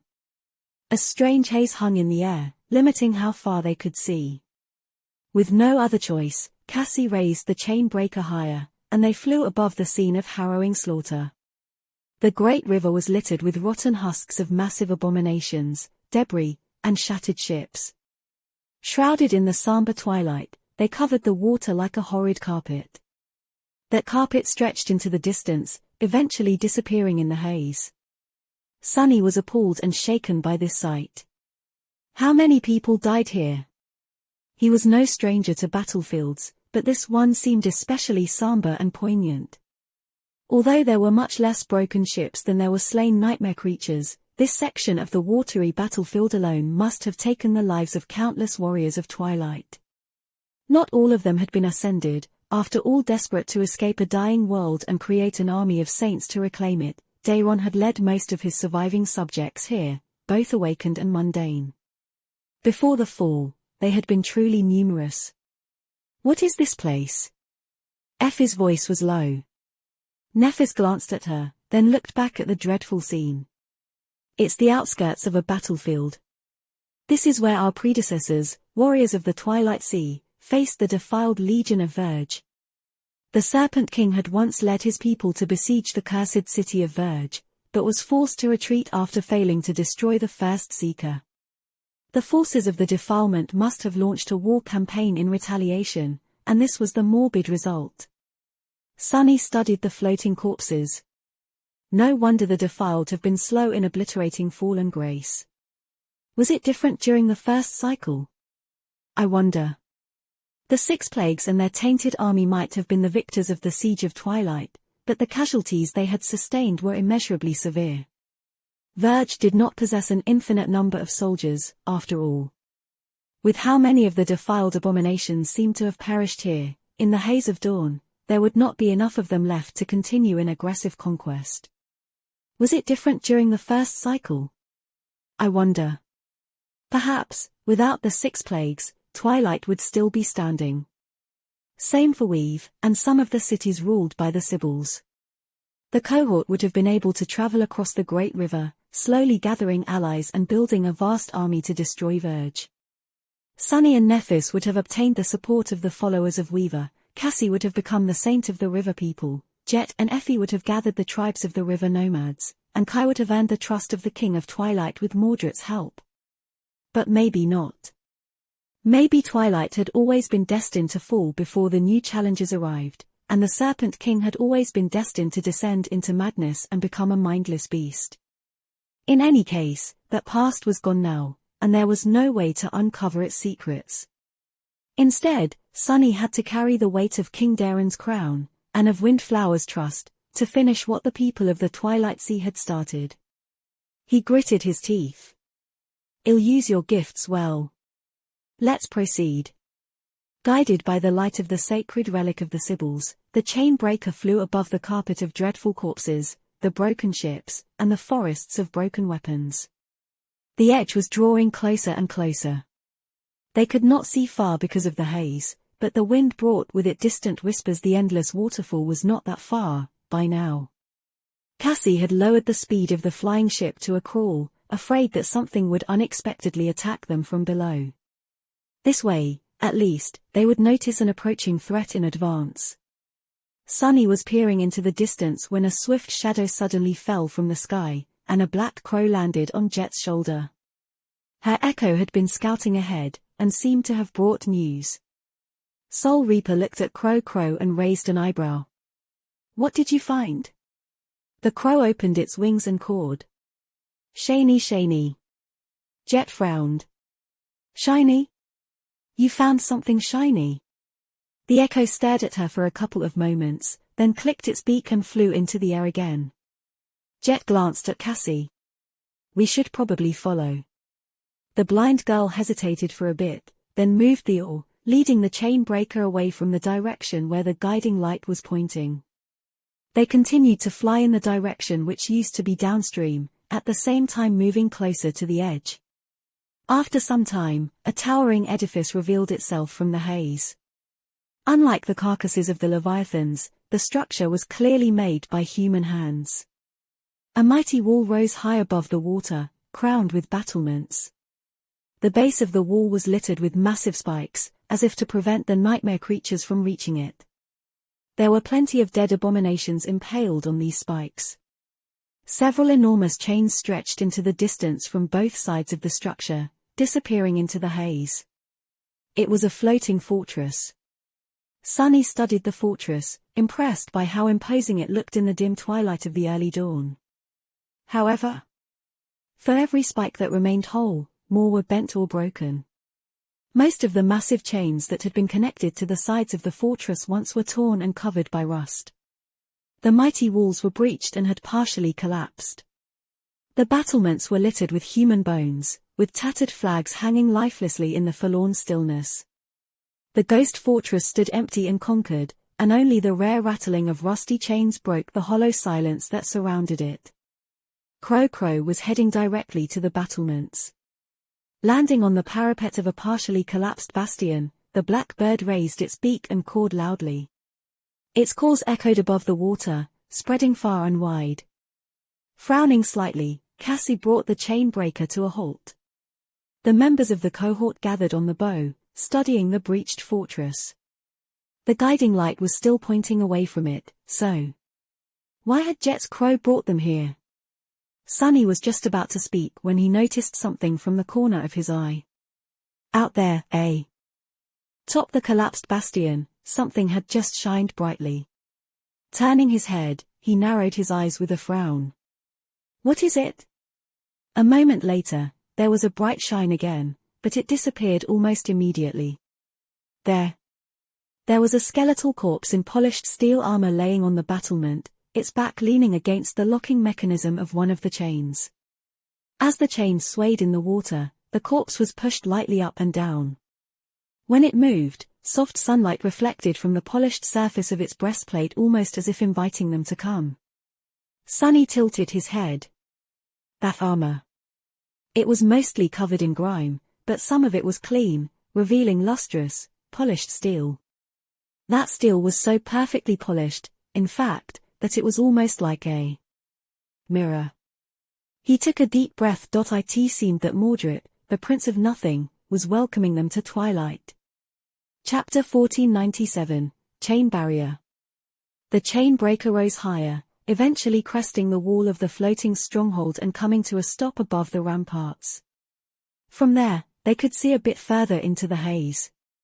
Far away to their left, another floating fortress could barely be seen in the dim twilight, just as battered and forlorn as this one. There was one more to their right. All three had been connected by thick chains once, but those had long been torn. Sunny remained motionless for a moment. It's a barrier to block the great river. There must have been a ring of these fortresses built around Twilight once, with massive chains strung between them both above and beneath the water. That way, the Defiled would have had to break through the chain barrier before reaching the city. The other choice would have been to dive much deeper and bypass the fearsome barricade of floating fortresses altogether. But that would have left their backs wide open to retaliation by the garrisons of the Vanguard's strongholds in any case. It was easy to see that the Defiled had chosen to assault the chain barrier directly. The fighting seemed to have been especially harrowing in the vicinity of the fallen fortresses. And beyond them. Sunny shivered. On the other side of the breached stronghold, there were so many floating corpses that he could barely see the water. It was to such a degree that one could probably walk from here to Twilight without getting their boots wet once. Frowning, he placed his hand on the railing. Before he did, however, Sunny hesitated for a moment and looked at his companions. Mordred. The Prince of Nothing was their ally in this nightmare, or at least, he was supposed to be. In truth, it was hard to predict what the devious bastard would do. In the second nightmare, Mordred had slaughtered the entire population of the northern reaches of the Kingdom of Hope, all in pursuit of power. So, he was not someone who was going to have a problem with destroying the remains of the river civilization to achieve his goals. Nor would he feel burdened by releasing the defiled saints into the waking world. In other words, Mordred could have chosen to ally himself with the Six Plagues if he thought that their method of conquering the nightmare was better. However, Sunny was pretty sure that the plagues needed to either kill or defile every human in the Tomb of Ariel to win. And, no matter how odious, Mordred was still a human. Unless the Prince of Nothing was ready to surrender his soul to corruption, his only way out of the tomb was to destroy the first Seeker. At least that was what Sunny hoped for, especially because Mordred was the only person who could teach them about Soul Stealer's flaw, or at least use his knowledge of it to slay his past version. Still, Cassie was immune to Mordred's power due to being blind. Neff's Soul Sea was most likely just as dangerous as Sunnis. If Mordred tried to possess her, he would be incinerated in a radiant inferno of white flame. Jet's shattered soul could not be easily possessed either, due to how unique her aspect was. But Effie had no defense against the Prince of Nothing. The anvil amulet forged by Mordred's father to protect people against his son was with Kai back in the second nightmare. The Huntress had refused to take it in favor of the charming archer. Of course, it wasn't a given that Mordred would be able to defeat Effie in a soul battle. But Sunny did not want to risk it. After hesitating for a moment, he looked at the Huntress and said, "Can you stay and guard the ship?" She frowned a little, but then nodded and forced out a smile. "Sure. You guys go and have fun."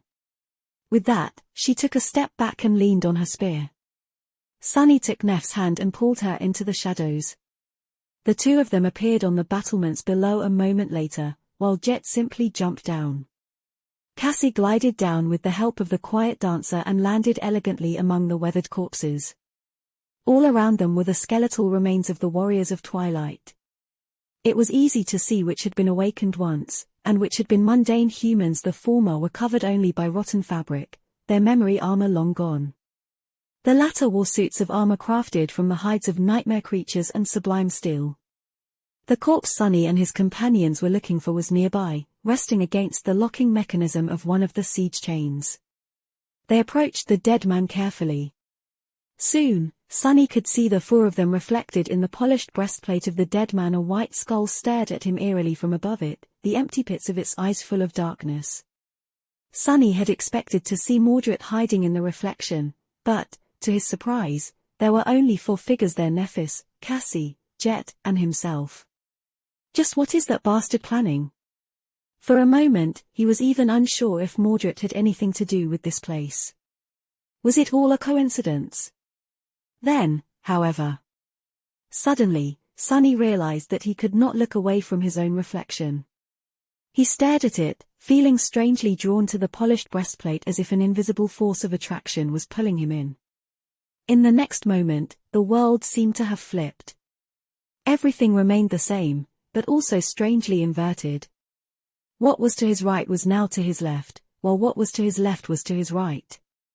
Sunny was more or less ambidextrous, but he still favored his left hand now. He weirdly felt his right hand was more responsive. The corpse in lustrous armor was still there. The sky was painted pale lilac by the light of dawn. The chain breaker hung above him, with only a few branches of the sacred tree visible from this angle. But only the flying ship was reflecting in the polished breastplate now. The reflections of the cohort were gone. A cold chill ran down his spine. Sunny gritted his teeth. I'm inside of a reflection. He perceived his companions through shadow sense, making sure that they were still with him. Thankfully, they seemed to be unharmed. Before Sunny could ascertain the situation, though, a familiar voice resounded from behind him. It was just as it had been years ago, in the empty darkness of the sky below. My, oh my. Sunless ladies I am so incredibly glad to see that you've been able to make it. Chapter 1498, Mirror Realm. Sunny slowly turned around and looked behind him, and there he was, the Prince of Nothing. Mordred looked almost exactly like he had the first time Sunny saw his true face. Tall, slender, with raven black hair and a sharp face that wasn't exactly handsome, but possessed a strange beauty to it.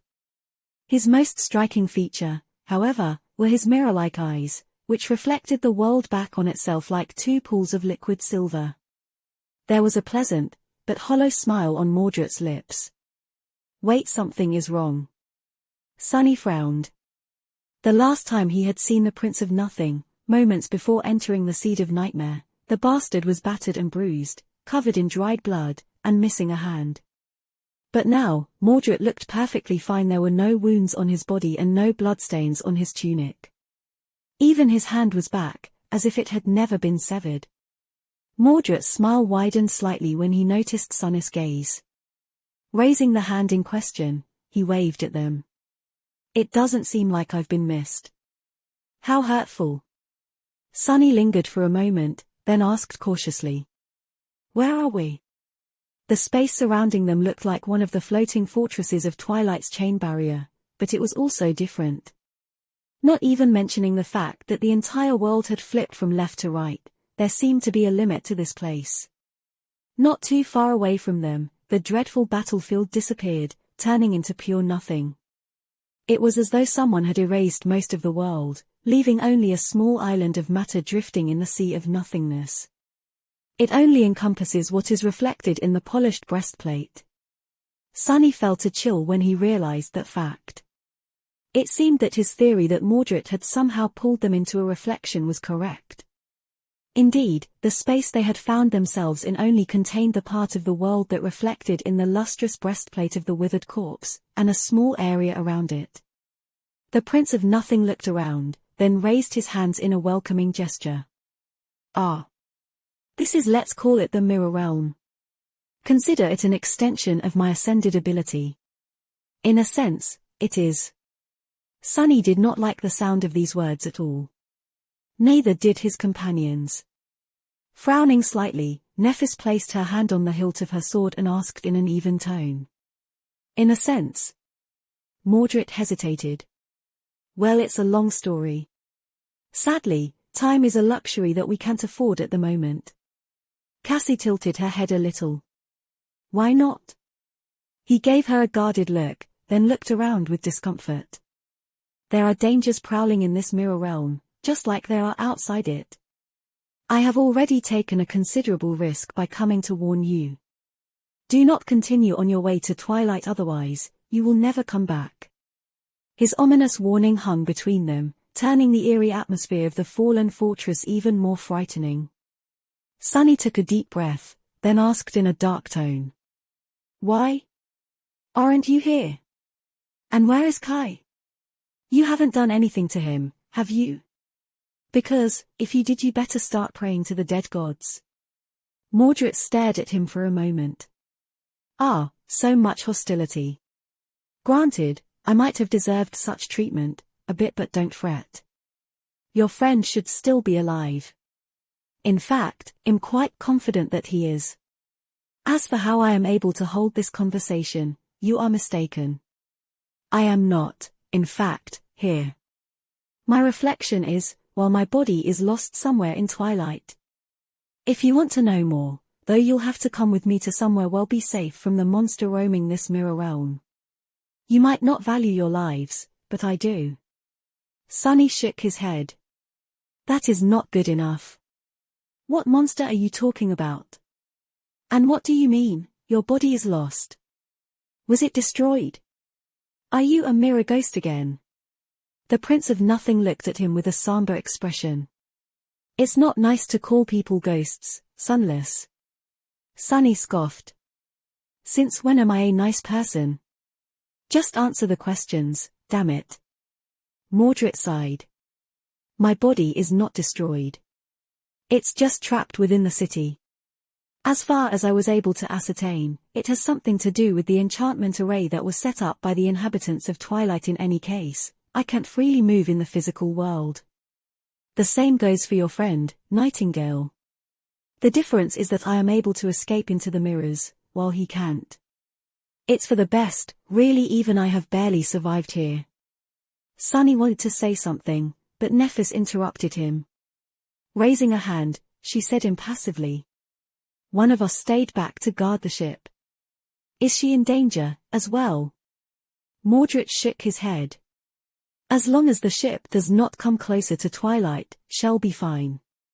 It is us, the visitors of the Mirror Realm, who are in danger. However, this is also the only place where we can talk unless one of you is willing to surrender your body to me, of course. He glanced at them and grinned. I guess none of you are, though? Sunny gritted his teeth and growled, his voice full of threatening malice. You're goddamn right. Don't even think about it. Mordred sighed. Well, then. I don't have much essence left, but it's enough to invite one more person. With that, there was a sound of ringing glass, and Effie was suddenly standing near them, a perplexed expression on her face. However, it was the Prince of Nothing who looked truly startled. His usual mask of pleasant friendliness cracked for a moment, revealing a hint of sincere bewilderment. Staring at Effie's belly, Mordred remained silent for a few moments, and then said incredulously. Ascended Athena, why are you? Hearing that, Effie smiled sweetly. Pregnant? Well, you see, Your Highness, when a man and a woman love each other very much. Sunny's face twitched. No way. Was it really happening? Chapter 1499, Prince's Old Clothes. While Effie was giving Mordred, who silently listened to her with a strange expression on his usually composed face, the talk about the birds and the bees, Sunny secretly looked around. A mirror realm. He had never learned what Mordred's ascended ability was, and he did not really know now, either.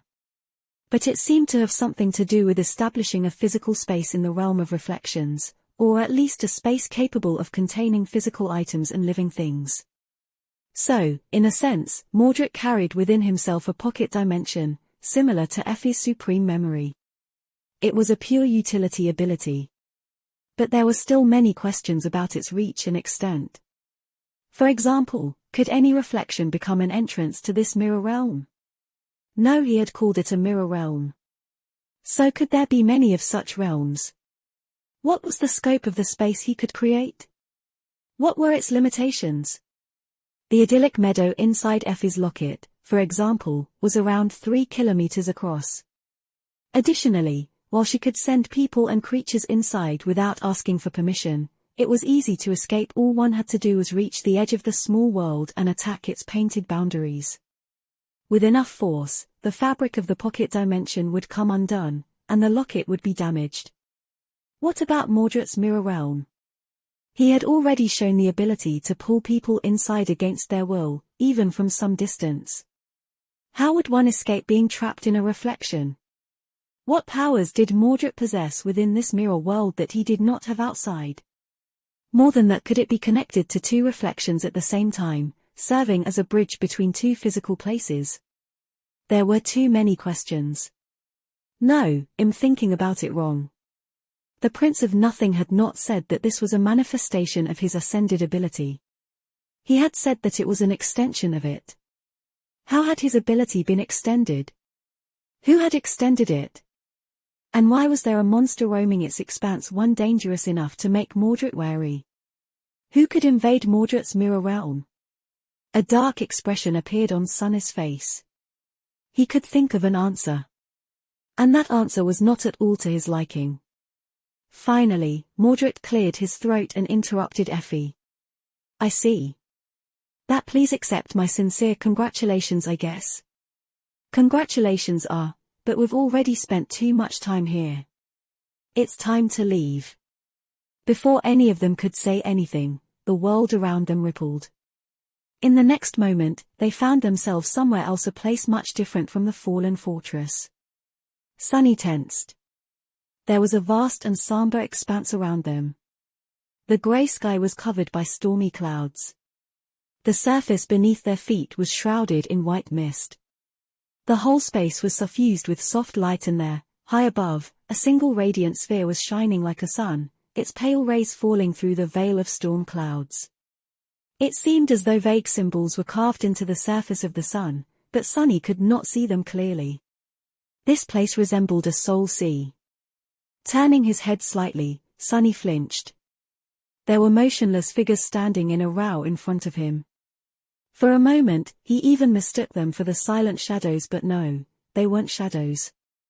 They were people, standing in the mist with empty expressions and hollow eyes. A handsome young man wearing stylish clothes of the waking world. A woman with a weathered face, wearing cheap synthetic attire. A hunched old man in a plain suit similar to those the government officials wore. A broad-shouldered warrior clad in a suit of armor in the colors of Clan Valor, who looked familiar. A young woman in the uniform of the evacuation army, and a few more. There were several nightmare creatures among them, as well, each more repulsive than the previous one. They were Mordred's bodies. Noticing Sunny's appalled gaze, the Prince of Nothing grinned. Perusing my wardrobe? I hope you don't mind. Sunny gritted his teeth and looked at his companions, who all stared at the hollow bodies with repulsed expressions. He shook his head and turned away. Mordred chuckled. Why, don't look at me as if I'm some kind of monster. These people weren't using their bodies well, anyway. Like this one. He patted the handsome young man on the shoulder. I took his body while he was dangling in a noose. That one had only a few excruciating hours left to live, her body full of poison from years of toil in an underground factory. This one was surprisingly healthy. But Hez had siphoned the credits meant for security measures and falsified inspection results to keep the factory running. The one next to him is a retainer of Clan Valor. Enough said. Mordred shook his head. I too have standards, you know. Then, noticing Sunny's unconvinced gaze and perhaps remembering the time he tried to steal Sunny's own body for no reason whatsoever, apart from convenience, he added with an elegant smile. When it suits me. In any case, we should be safe here. This space is mine and mine alone. Sunny took a deep breath, then looked around. Finally, he showed a sign of interest. Is this your soul sea? Mordred took a few steps forward, his feet drowning in the swirling mist, and stopped beneath the pale sun. It is a reflection of my soul sea, technically. This is the true manifestation of my ascended ability. Sunny remained silent for a moment. Suddenly, he remembered the day Nightmare had come into his true power as a terror, unlocking the Dream Curse ability. I wonder, this ascended ability of his. Could it be called a lesser mirror domain? But then, he frowned. Wait, if this is your mirror realm, then what was that reflection of the floating fortress? Mordred smiled silently. What else? It's a manifestation of the same ability, just not mine. My powers are not grand enough to encompass an entire city, let alone its surroundings. I simply snuck there like a thief. The true master of that place. He grew silent for a moment and then added in a displeased tone. is a rather unpleasant fellow. I think he goes by Soul Stealer. N0v3LTR0VE served as the original host for this chapter's release on N0v3.1N. Chapter 1500, Perfect Trap. What? The members of the cohort all stared at Mordred, their expressions grim. Noticing their reaction, he smiled. I was rather surprised to learn about the identities of these 6 plagues, but it seems that you are already familiar with them. Good. It will spare me the explanations. At that moment, Jet, who had been keeping quiet until then, finally spoke. Soul Stealer is here, in Twilight. Mordred remained silent for a few moments. Eventually, he sighed. He is. I've been playing hide and seek with him for gods, I don't even know how long. Time is a funny concept here in Twilight, really. And let me tell you, there is no worse company than a demented nightmare creature version of yourself. He remained silent for a moment, then added matter-of-factly. He's not the only one, either. The Dread Lord is here, too. Sunny flinched, expiry. NCED, a visceral reaction to those words. Damnation. Suddenly, he felt vulnerable and exposed, surrounded by terrible danger. None of them had felt safe while approaching Twilight, but still the sense of pure dread he felt at the mention of the ruler of Verge was almost palpable. It was not that Sunny was afraid of the Dread Lord, he knew that the cohort would have to clash with the leader of the plagues eventually. But facing him already was simply too unexpected, too sudden. What the hell is happening? Twilight was supposed to be their last stop before the final battle, not the final battle itself. How could the tyrant of Verge already be here, within reach? How could they already be in his grasp? Nephis gripped the hilt of her sword, clearly thinking the same. Mordred, meanwhile, shook his head. Oh, please forgive me. I should have mentioned first that you don't have to worry about the Dread Lord. He can't harm us. In fact, Soul Stealer can't harm us either, unless we enter his territory. They are just as trapped as I am. And your friend, Nightingale, is.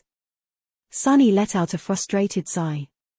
Can you just explain what is going on, damn it? Mordred gave him an amused glance.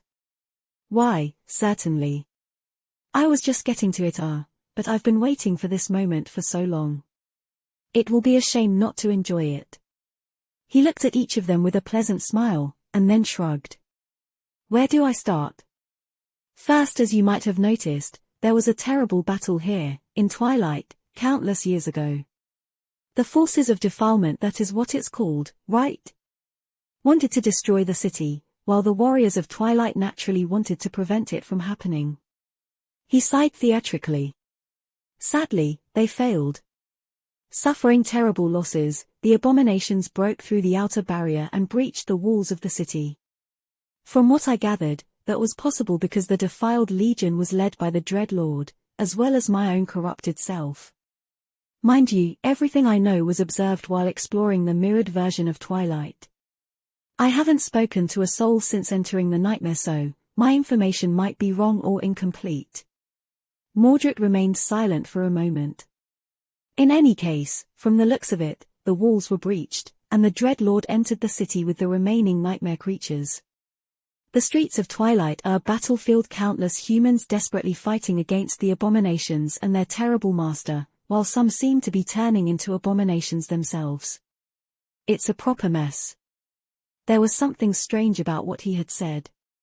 Nephis tilted her head a little. Our battlefield. Not our battlefield. The Prince of Nothing nodded with a dark smile. Indeed. In the midst of this titanic battle, you see someone activated the enchantment array of the city. A truly powerful sorcery was awakened, its influence swallowing all of Twilight. Sunny groaned inwardly. Windflower did tell me about it, didn't she? That the defensive array of Twilight was similar to the vast enchantment of Alethea's island. Both even used a fragment of the estuary as a core. He sighed. Don't tell me. Does the same day keep repeating itself in Twilight? Mordred gave him a strange look. What? No, what gave you such an odd idea? That would be quite bizarre. Huh? Sunny stared back at him, confused. Then what did the activation of the defensive array do? The Prince of Nothing lingered for a moment, then smiled. Well, simply put, it froze time. The members of the cohort stared at him incredulously. Froze time? Effie's voice sounded a bit exasperated, as if she was tired of time behaving in all the wrong ways here, on the Great River. And who could blame her? Sunny felt the same. Hearing her tone, Mordred smiled. It seems like you have experienced more than your fair share of strangeness here in the tomb of Ariel. But, answering your question, yes, it froze time. The moment the defensive array was activated, time inside Twilight completely stopped. And so, the battle raging on its streets stopped, as well. He shook his head. The citizens and warriors of Twilight are standing there like statues, frozen in strange poses. The nightmare creatures are the same. Even the Dread Lord, despite all his power and authority, was caught in the trap. Now, has more of a monument to the ruler of Verge, as opposed to an actual tyrant. Mordred's face grew somber. Of course, none of them are truly dead. Just caught between two moments, forever. If one day the defensive array is deactivated, the battle will resume, and the Dread Lord will awaken. Don't think that you can kill him while he's vulnerable. To the moment you step inside Twilight, the time will stop for you, as well. Even inanimate objects will be frozen in time. It's a perfect trap. He chuckled. If a little desperate. Why would the people of Twilight activate the array before evacuating the city? I don't know. What I do know, though, is that the spell played a cruel prank on me. And Nightingale. Sunny had yet to recover from the news that the Dread Lord, someone who was supposed to be their ultimate enemy in this nightmare, turned out to have already been removed from the board by someone. He did not need to guess the identity of that someone, really. Who could have manipulated the events of the Siege of Twilight? It had to have been the Mad Prince himself who had stabbed his master in the back.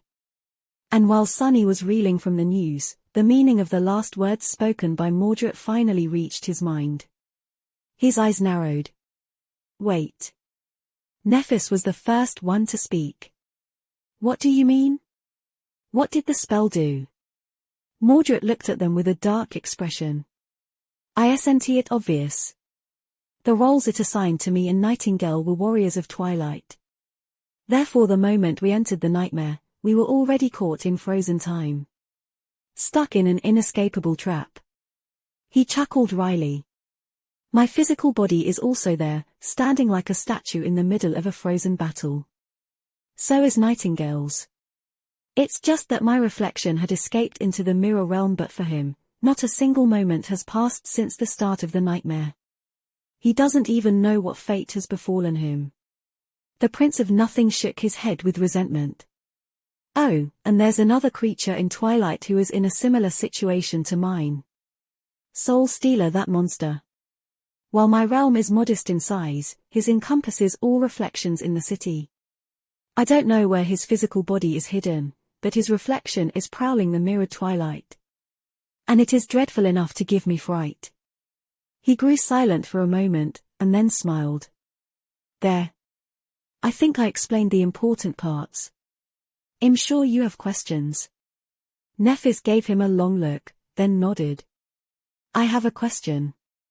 If I understood it correctly, are you trying to say? White sparks ignited in her eyes.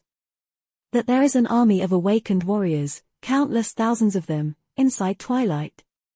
All waiting for the defensive array to be deactivated, so that they could resume the battle against the defilement. Chapter 1501, Two Choices. Sunny should have expected what question Nephis would ask. The Dread Lord was in Twilight. Soul Stealer was there, as well. The city itself was frozen in time. Finally, the truth of how it had been lost was revealed. But what mattered most was that there was also an army of human warriors there, all the people from the Twilight Sea, except for those who had perished during the Siege of Verge and the subsequent retaliation of the defiled horde. Could they really be saved by deactivating the defensive array? Sunny had just the memory to do it. However, the things Mordred had shared with them changed the entire game. Sure, the question Nephis had asked was reasonable. The primary goal of coming to Twilight was to rescue Kai, but they had harbored a tentative hope of finding more allies here, as well. Now, even if there was a caveat, it seemed that their hope could come true. But why was it that they needed allies, to begin with? It was to have enough forces in order to attack Verge, which was supposed to be guarded by the Legion of Defiled Abominations and the 6 Plagues. Now, 3 of the plagues were gone. Of the remaining 3, 2 were trapped here in Twilight. Numerous defiled had either perished or become frozen in time here, as well. Then, didn't it mean that Verge was far more vulnerable than they had ever expected? Vulnerable enough so that the cohort had a chance of destroying the first Seeker without the aid of powerful allies, perhaps. It was as though the only ally they needed was the Mad Prince. A subtle frown appeared on Sunny's face. Aren't I putting too much trust into a nightmare creature? Sure, the vile madman's motives seemed to align with his. But to what degree? And could an ending envisioned by a demented abomination truly fit what Sunny wanted to achieve? It could not. For example, Sunny would have never massacred Weave and treated Ananke so cruelly, but for the Mad Prince, it was a perfectly acceptable course of action. Who was to say that the bastard had not planned for something similar to happen again? What else would he have been willing to sacrifice in order to achieve his goal? Doubt. Sunny was full of doubt. Mordred, meanwhile, raised an eyebrow with an amused smile. He studied Nephis for a few moments, then answered in a pleasant tone. Why, although I can't be entirely sure, it appears so. Yes, there seems to be an army of awakened warriors in Twilight, all waiting to resume the battle against the defilement. He paused briefly. Do remember that there is also an army of the nightmare creatures there, complete with 2 dreadful defiled champions. But what of it? The point is moot unless you have discovered a method to control the defensive array of Twilight during your travels, of course.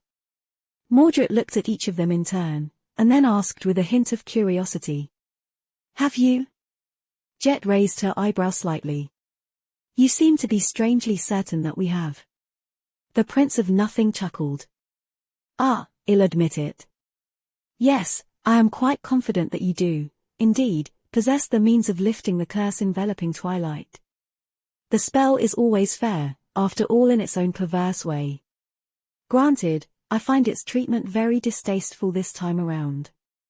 I have been left with no choice but to rely on others to help me escape this predicament, more or less. He smiled. But that is exactly why I believe that you, the others in question, must have a way of helping me free myself. Otherwise, the spell would have been entirely unreasonable, which it never is. Sunny scoffed. Help you? Do we have a reason to help you? All of us are in this mess because of you. If it wasn't for you and your schemes, the Battle of the Black Skull would have never happened, and we wouldn't have ended up in this damned nightmare. Mordred studied him with a friendly smile, then shrugged nonchalantly. Such a small trifle. Are you still mad about it? You should really learn how to let go of past grievances and forgive people, Sunless. Holding on to spite is a terrible way to live a life.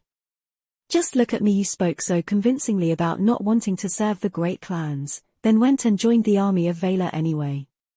But am I mad? No, I graciously forgave you a long time ago. He looked at them with reproach, waited for a few moments, and shrugged. Well, if that does not convince you, there is still your friend Nightingale. You might not feel very motivated to help me, but what about him? You aren't going to leave him to rot in Twilight, are you? Sunny glared at the Prince of Nothing for a bit, then grimaced and shook his head. No, most likely. And yes, we do have a way to control the defensive array. However, it is not a given that we should. He looked at Nephis and said, his voice somber. As I see it, we have 2 choices. One is to enter Twilight, deactivate the array, then try to kill the Dreadlord and Soul Stealer with the help of Darren's army. If we survive, the 7 of us will lead that army to besiege Verge and finish off Torment and the First Seeker. His expression darkened. The other choice is to leave Twilight without facing the Dread Lord and go directly to Verge, just the 5 of us. There can't be that many defiled left there. Serving Torment it will be dangerous, of course, but perhaps less dangerous than fighting the Dread Lord and Soul Stealer. Mordred coughed. Aren't you forgetting something? Abandoning your friend to avoid danger how heartless. Really, Sunless, I thought better of you. Sunny gave him a dirty look. Who is abandoning who? If we manage to destroy the First Seeker, the nightmare will be over. Both of you will return to the waking world as saints without having done anything. Mordred shook his head. What if you fail? At the risk of sounding presumptuous, you know what I am capable of. Don't you think that having me with you will increase our chances of escaping the nightmare? 7 is much better than 5, anyway. There is no reason to settle for less when you can have more. Sunny remained silent for a while, then sighed and looked at Nephis. Honestly, he found himself agreeing with Mordred. Not only because having the Prince of Nothing fighting by their side would be a boon during the assault on Verge, but simply because leaving Kai behind did not sit right with him. Sunny was not a superstitious man, but he knew more about fate than most. Sure, in theory, a person could conquer a nightmare without contributing anything to its completion. But in practice, the spell was never that kind. One way or the other, trying to hide and bide your time almost always invited disaster. So, even if there was no logical reason to worry about Kai, Sunny had a feeling that simply leaving their friend frozen in time would not end well both for him and for them. After hesitating for a few moments, he shook his head. I don't know. Neph, it's your decision. She glanced at him, then shrugged. Her answer was just as he had expected. What is there to decide? Let's kill the Dread Lord. Well, go conquer the nightmare after he is dead. Chapter 1502, Flawed Reflection. Nephis remained silent for a few moments, then shook her hand and gripped the hilt of her sword. Sparks of white flame were still dancing in her beautiful grey eyes. I am not suggesting it rashly. We have already faced 2 of the 6 plagues, so we know how fearsome they are. Mordred looked at her in surprise. Wait, you did? She nodded. Yes. There were unique circumstances that allowed us to exploit their flaws. As a result, Undying Slaughter killed Devouring Beast, and was then finished off by the 5 of us. She had been greatly weakened and still, we barely managed to survive that battle. Nephis glanced at Sunny. Then, a hint of a smile appeared on her lips. Glancing at Mordred, she said. Oh, and Sunny personally erased the Mad Prince from existence so thoroughly that there's not even a corpse left. So, the 6 plagues are now down to 3. Sunny stared at her incredulously. Everything she had said was technically true. The Mad Prince had, indeed, been erased from existence by Sunny because Sunny was the Mad Prince. There had not been a corpse left by the transition, either. But why did it sound so misleading and outrageous? Did she just steal a page from my book? Was it really the right time to tease him? Nephis, meanwhile, ignored the amused smile on Mordred's lips and continued. In any case, I am not underestimating the threat posed by the Dread Lord and Soul Stealer. I would not have suggested facing them directly in other circumstances, at least not without being able to thoroughly prepare a battlefield of our choosing. But the situation is different here, in Twilight. Here, we'll have an army of allies on our side. This might very well be the best chance of slaying these monsters we'll ever have. One I am unwilling to pass by. She remained silent for a few moments, then sighed. However, I will not force anyone to follow this plan. You'll have to decide for yourself. As soon as she was done talking, Mordred smiled brightly. Why, I think that it is a great plan, Lady Changing Star. You are truly wise. Your exalted reputation is very well deserved, it seems. How wonderful. His smile was perfectly sincere, but Sunny knew the bastard well enough to guess what he was really thinking. Something like, It's just a shame that he'll have to gruesomely kill you in the future. Well, since it's inevitable, I might as well try to enjoy the process, when the day comes. Sunnis' eyes darkened. He stared at Mordred for a bit, then spat through gritted teeth. I don't mind killing Soul Stealer and the Dread Lord either. Jet simply shrugged. Well, only ever challenge a third nightmare once. Might as well do it right. Effie was the last to speak. Holding her belly, she hesitated for a bit, then smiled. I mean, we're not really going to leave Kai in this pit, are we? Let's come up with a good plan and crush those bastards. Or, if we can't, let's grab Kai and run away in the chaos. I'm sure we can manage that, at least. Finally, all eyes settled on Nephis. She nodded solemnly and looked at Mordred. Her face was motionless, with only the white flames dancing in the depths of her striking grey eyes. See, Lord Mordred, we are willing to help you escape Twilight. However, there is a condition. He raised an eyebrow. Oh? Do tell what you have in mind. She remained silent for a while, studying him, then said in an even tone. As I already mentioned, we were able to slay Undying Slaughter. However, it wasn't because we were more powerful than her.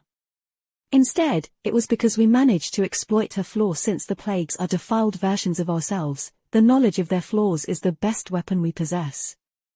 Nephis crossed her arms and added, her expression somber. Sadly, the Dread Lord does not possess a flaw that we can exploit. That already robs us of our main advantage. As for Soul Stealer, we simply don't know what his flaw is. Only you know that. So, if you want our help, you'll have to share that knowledge. At least in case it can help us defeat him. Mordred looked at them with a pleasant smile. Then, he laughed. You want to know what my flaw is? How daring should I help you tie a noose around my neck, while we're at it? Nephis did not respond, simply staring at him with her radiant eyes. Slowly, the smile disappeared from Mordred's face. He sighed, then shook his head with a reluctant expression. Forget it. Soul Stealer's flaw cannot help you kill him, anyway. Because it's not here. Confused, Sunny gave him a long look. What do you mean, it's not here? Mordred shrugged. I mean just that. My flaw is not here, in the nightmare. I didn't bring it along. It would be quite foolish to carry something that dangerous around, wouldn't it? His expression was a bit dejected, as if he was not happy about having to share even that little piece of information with them. Sunny, meanwhile, was stunned. What? What kind of flaw can be carried around or left behind? Does it exist outside Mordred? He had never heard about a flaw like that. But then again, he had never heard about someone like the Prince of Nothing. Divine aspects were both extremely rare and bizarre, so who was to say that Mordred's flaw wasn't just as odd? Nephis sighed. So how do we kill him? Mordred grimaced. Kill him is not going to be easy. As you might know, I am famously hard to kill. He hesitated for a moment, then pointed to Sunny. Soul Stealer won't die if you destroy his physical body. He might not even die if you destroy his soul. To truly get rid of him, we'll need to destroy his reflection. And there are only two ways to achieve that. The Prince of Nothing paused, then reluctantly shared the secret of how he could be killed. First is to defeat him in a soul battle when he tries to take possession of your body. Of all of us here, Sunless has the best chance of accomplishing something like that, perhaps changing Star as well. Followed by me. With all due respect, the rest of you don't stand a chance. Effie and Jet shrugged in unison. None taken. Cassie, who had remained silent before, finally spoke. What is the second way? Mordred nodded. The second way is to destroy his physical body while there are no other bodies around, and no reflections for him to flee into, either. Needless to say, that way is not very feasible. So, we'll have to somehow lure him into the soul of either Sunless, Lady Nephis, or me. His face suddenly grew dim. Mind you, even I don't know what Soul Stealer's transformation ability is. So, he might give us a nasty surprise. In fact, I'm pretty sure that he will. Sunny smiled darkly. That's all right. We are full of surprises, as well. Not the least of which is that the Mad Prince is supporting us from beyond the grave. He knew that I would receive the crown of Twilight. He also knew that I'd come to see Windflower and learn about its connection to the defensive array of this city. The mad bastard had most likely trapped the Dreadlord and Soul Stealer in frozen time himself, while I'll be the one to release them. Surely, all of it is not a coincidence. Nephis nodded. Let us share information. After learning everything you know about Twilight, we will come up with a plan and prepare. A strange, faint smile appeared on her lips. And then, we will make sure that the 3 plagues are no more, and only torment remains. We will win. Chapter 1503, Approaching Twilight. Sunny and his companions had come to Twilight expecting a battle, and now, that battle was swiftly approaching. The identity of the enemy was far more fearsome than they had expected, as well. In fact, it was far too fearsome, while the scope of the battle was far too great. The situation had changed too fast, leaving Sunny shaken. It's strange. He had spent how long? Around 8 months in this nightmare. It was already longer than his stay in the Kingdom of Hope had been, and that was without even considering the long stretches of time that passed without being experienced by him. But still, Sunny had not expected the culmination of the nightmare to happen so suddenly. And that was what the battle in Twilight promised to be, the most dreadful and deadly confrontation they would experience in the tomb of Ariel. The threat Verge posed paled in comparison to it. If they were to win here, in this lost and forsaken city, the rest of the nightmare would be simply an epilogue. Of course, that was only so because of Nephis and her longing. Still, Sunny was struggling to adjust to the shifting landscape of the nightmare. Nevertheless, he was ready. Now, there were 6 challengers working together to pass the dreadful trial of the spell. Well, 5.5, considering that Mordred's physical body was frozen beyond the walls of Twilight. 3 of them possessed divine aspects, 2 were among the most deadly masters in the world. There was Cassie, as well, whom Sunny could not even place into any kind of power hierarchy. Together, they tried to come up with a plan to kill the Dreadlord and liberate Twilight. Or rather, an approach. There was too little information and too many unknown factors to formulate a specific plan. The best they could do was learn everything there was to learn and come up with various strategies, then switch between them according to the situation. Finally, there was nothing left to discuss. Standing in the mirror version of the floating fortress once again, the 6 of them looked beyond its walls, into the twilight haze of dawn. Mordred was strangely withdrawn. Eventually, he smiled. There is no point in wasting time. Remember, stay close to me at all times. I will try to hide us from Soul Stealer's gaze as best I can. He paused for a moment and then added nonchalantly. Of course, we can still stumble upon that monster directly. If that happens, well, at least it will be painless. With a chuckle, he jumped over the battlement and swiftly climbed down the crumbling wall of the fortress. The rest of them followed, careful not to make too much noise. Luckily, there were no spikes protruding from the base of the fortress on the other side. Sunny and his companions were able to descend easily, stepping on the carapace of a dead behemoth that floated in the still water below the wall. Mordred was already there, waiting for them. The chain barrier protecting the city was broken, but it was not the only defensive measure prepared by Twilight. The Dreadlord paid a heavy price to reach the city wall. Ah, but you can see for yourselves a thrilling sight, isn't it? Sunny did not share his enthusiasm. The surface of the great river in front of them was covered by a carpet of giant corpses. The abominations that had perished here had been terribly mangled, their grotesque bodies littered with ghastly wounds. Here and there, broken ships were floating in still water, with masts that rose into the haze like dead trees. Taking a step forward, Mordred headed to the edge of the carapace. We can move freely here in the mirror realm. If we went in a reflection, however, the frozen time would have already started to envelop us. The most insidious part is that we would have been none the wiser. Eventually, our time would have halted entirely, without us ever knowing. Ah, what a terrible fate. N0v3LTR0VE served as the original host for this chapter's release on N0v3.1N. Reaching the point where the carapace of the dead abomination disappeared underwater, he easily jumped onto the next one and beckoned them to follow. Come. The sooner we reach the heart of the city, the better. Together, the 6 of them traversed the dreadful field of floating corpses. With each step, Sunny felt his mood turning more and more grave. The horrid landscape surrounding them was somber, bleak, and silent, but it was proof that an act of unimaginable violence had taken place here once, a long time ago. More than that, the reflection of Soul Stealer could be somewhere close, stalking the twilight haze. He could not allow himself to lose focus. Damnation. Guided by Mordred, the cohort moved from one carcass to another, sometimes walking across the shattered decks of empty ships. There was not a single living soul aboard them, however. The closer they got to twilight, the more well-preserved the corpses of the dead crew members seemed. You noticed it, I guess.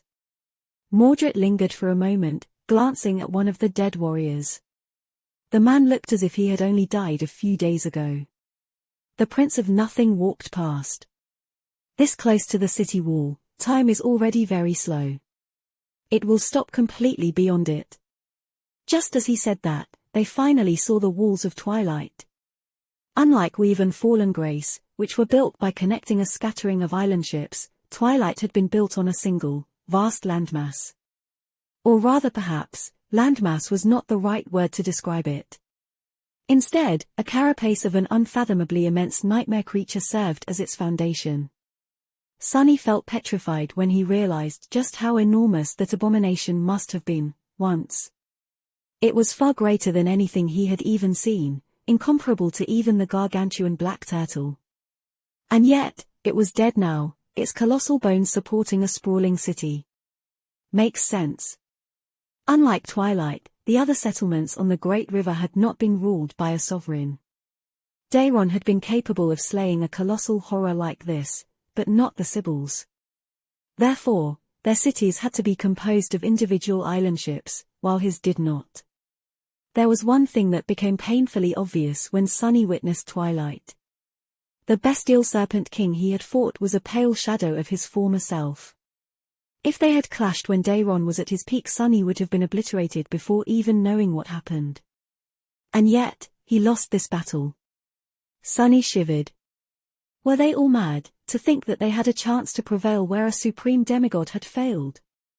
Chapter 1504, Frozen City. The walls of Twilight were tall and imposing, built from stone and reinforced with the scales of powerful nightmare creatures. In the dim twilight of the early dawn, they looked like towering black cliffs. However, now, these cliffs were shattered and ruined. Many sections of the wall had collapsed, others had been breached or severely damaged. The corpses of dead abominations piled high, reaching the ramparts in several places. The siege of Twilight had truly been terrible. But what caught Sunny's attention the most was not the devastated state of the city wall, but the eerie nature of the devastation. Time was indeed frozen in Twilight. Shards of broken stone hung in the air, unmoving. Rivers of blood were like abstract sculptures carved from ruby. Dancing flames had turned into motionless, searing blossoms. It was as though some deity had frozen the world in the middle of a fierce battle. We will have to be more careful now. Mordred's voice was strangely somber. His usual amused smile was nowhere to be seen. Instead, the Prince of Nothing seemed full of grim apprehension. Looking at the breached walls of Twilight, he sighed. Soul Stealer is most likely inside the city. We will move stealthily through the back streets and reach the palace. Once we are there, the memory of yours better work, Sunless. Sunny suppressed the desire to grimace. If even that bastard was nervous, the rest of them had to be ready for anything. Without having to say much, they entered the city through one of the breaches in its wall. Finally, twilight lay in front of them in all its glory. It was entirely unlike the other cities Sunny had seen in the dream realm. There were a few similarities, of course, like the extensive use of materials scavenged from the nightmare creatures in construction, for example. But the architectural style of the Twilight Sea was very unique. It was both robust and airy, paying more attention to practicality than aesthetics, but at the same time expressing the latter in a myriad of subtle ways. Fitting for a culture that had come from a world of water and frequent storms. Sunny did not pay a lot of attention to how the city looked, however, taken by what was happening on its streets. There, countless humans were frozen in the midst of a terrible battle against vile nightmare creatures. Hundreds of thousands, no, millions of them. Some had been frozen in the middle of swinging a sword. Some had been frozen in the middle of being torn apart by the swarming abominations. The gruesome sight of the frozen battle was both strange and disturbing. But what shook Sunny the most was not the eeriness of the motionless slaughter, but the faces of the people of Twilight. Not a single one of them seemed frightened or desperate. Even those who were dying maintained calm expressions, their eyes full of cold resolve. They did not show anger or fury, either, only chillingly dark killing intent. Just what kind of army did the Serpent King create? Sure, humans from the Twilight Sea had come to the tomb of Ariel after witnessing the destruction of their world, which had to have changed them. But they were still people. Sunny had spent plenty of time with seasoned soldiers, and none of them were immune to human emotions. Not all of these people were soldiers, either. Some were awakened, while most were mundane. Some were old, while some were young. And yet, he did not see a single person trying to flee or cowering in fear. Strange. Sunny suddenly felt uneasy about their chances of becoming allies with these alien people. However, he did not have time to ponder these matters. Mordred was already walking ahead, carefully maneuvering between the frozen warriors. They entered a narrow street and stealthily advanced toward the center of the city. As they did, Sunny found himself near their guide. He hesitated for a while, then asked quietly. "You've been here for a long time. Don't these people seem a bit strange?" The Prince of Nothing glanced at him with surprise. "How so?" Sunny frowned. "They are too stalwart, I guess." Mordred thought for a few moments and shrugged. "I'm not sure. All people seem a bit strange to me." "Figures." Sunny scoffed internally. But since he was already talking to Mordred, he decided to ask another question. "You must have been really surprised to learn that there's another you walking around, huh?" "I know I was. It's a really weird feeling." The Prince of Nothing raised an eyebrow, then grinned. "Is it weird?" "Ah, it must be. If you say so." Sunny stared at him impassively. What a curious answer. He did not speak after that, preferring to keep quiet. Who knew how good Soul Stealer's hearing was? Eventually, they crossed the outskirts of the city and entered its middle part. The battle seemed much more intense here, as if all participants, both the nightmare creatures and the humans, were rushing toward the heart of Twilight. Strangely enough, there were not that many abominations here. Sure, each of them was immensely powerful, but the defenders of the city still seemed to have an upper hand. The forces of the defilement were being suppressed by them. It made sense. A normal battle would progress in a similar fashion. The invaders would have to fight their way into the city, so their forces would gradually diminish the further away one traveled from the walls. There was just one odd detail. Somehow, it seemed that the epicenter of the battle was not behind them, at the outskirts of the city, but instead ahead of them, near the palace of the Serpent King. Sunny extended his shadow sense outward and frowned, feeling the row of buildings coming to an end not too far away. And indeed, they soon reached a wide open space. Mordred lingered just before entering the square, seemingly tense. Nephis studied the wide square, as well, her hand resting on the hilt of her sword. "Is there another way?" The Prince of Nothing slowly shook his head. "Not really. The whole city is built like a fortress. The inner districts are separated from the rest, so we won't be able to reach them without exposing ourselves at least a little. Still, as you can see, the skirmish happening on this square is especially fierce. With so many humans and abominations frozen on it, we can at least hide among them. She frowned. Let's go, then. They entered the square and walked between the motionless warriors. The battle was indeed especially furious in this area. There were so many people and nightmare creatures here that their bodies formed a bizarre labyrinth.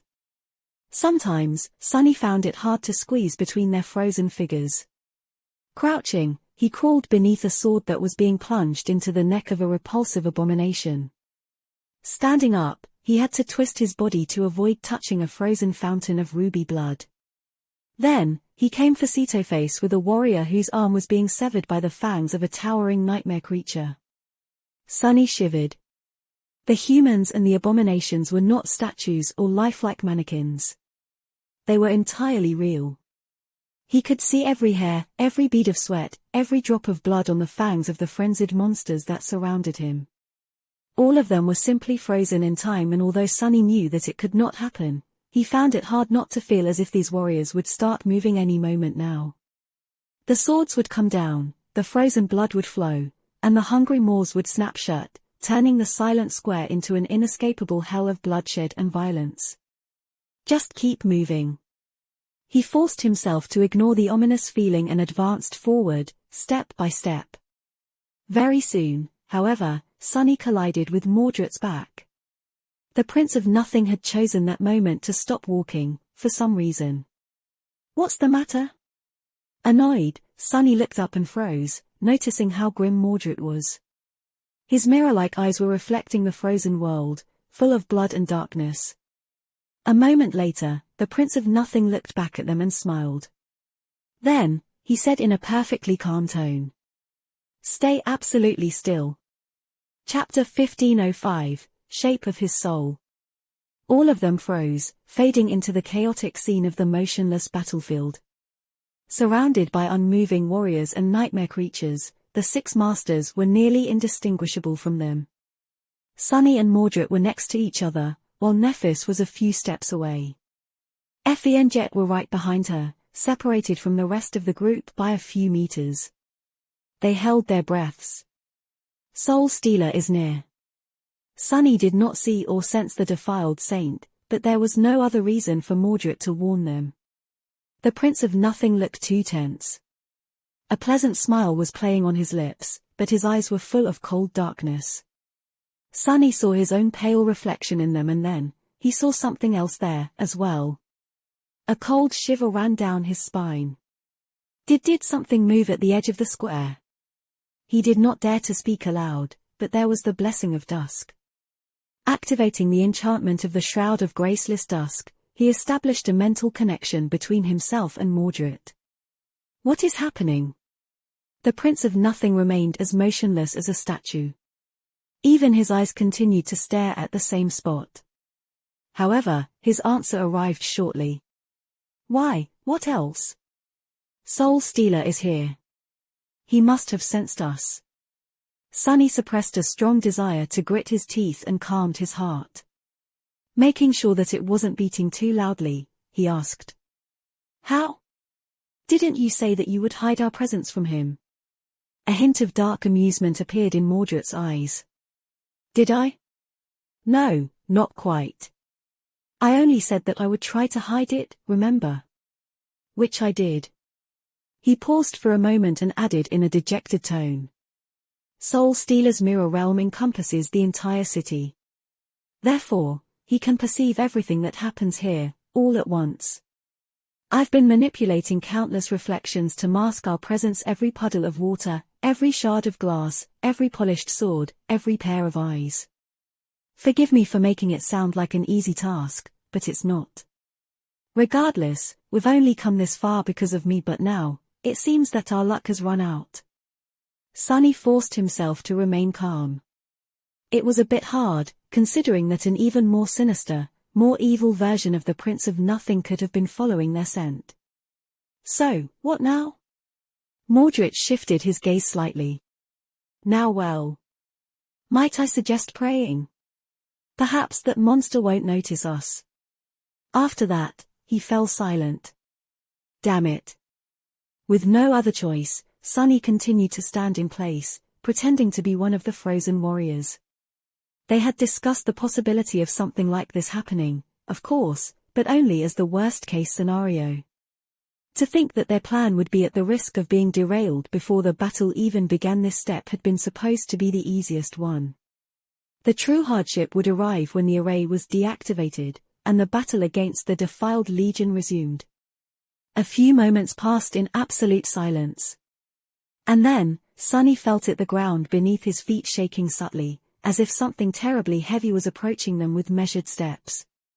He could not turn around and take a look, but Mordred's eyes were like two mirrors. The bloody scene of the frozen battlefield reflected in them, and so, Sunny caught a glimpse of the creature that emerged from between the houses, entering the square. His blood turned cold in his veins. Soul Stealer, or rather, the reflection of Soul Stealer, looked unlike anything he had imagined. Undying slaughter and devouring beast had been changed and twisted by the defilement. However, they still resembled their former selves. Soul Stealer did not. In fact, he did not resemble anything Sunny had ever seen. The vague figure that entered the square did not look like a human, but it did not look like an abomination either. Instead, it was like an amalgamation of countless people and numerous nightmare creatures, all fused together into a harrowing patchwork monster. The contours of its body constantly changed, as if light refracted when to eaching it.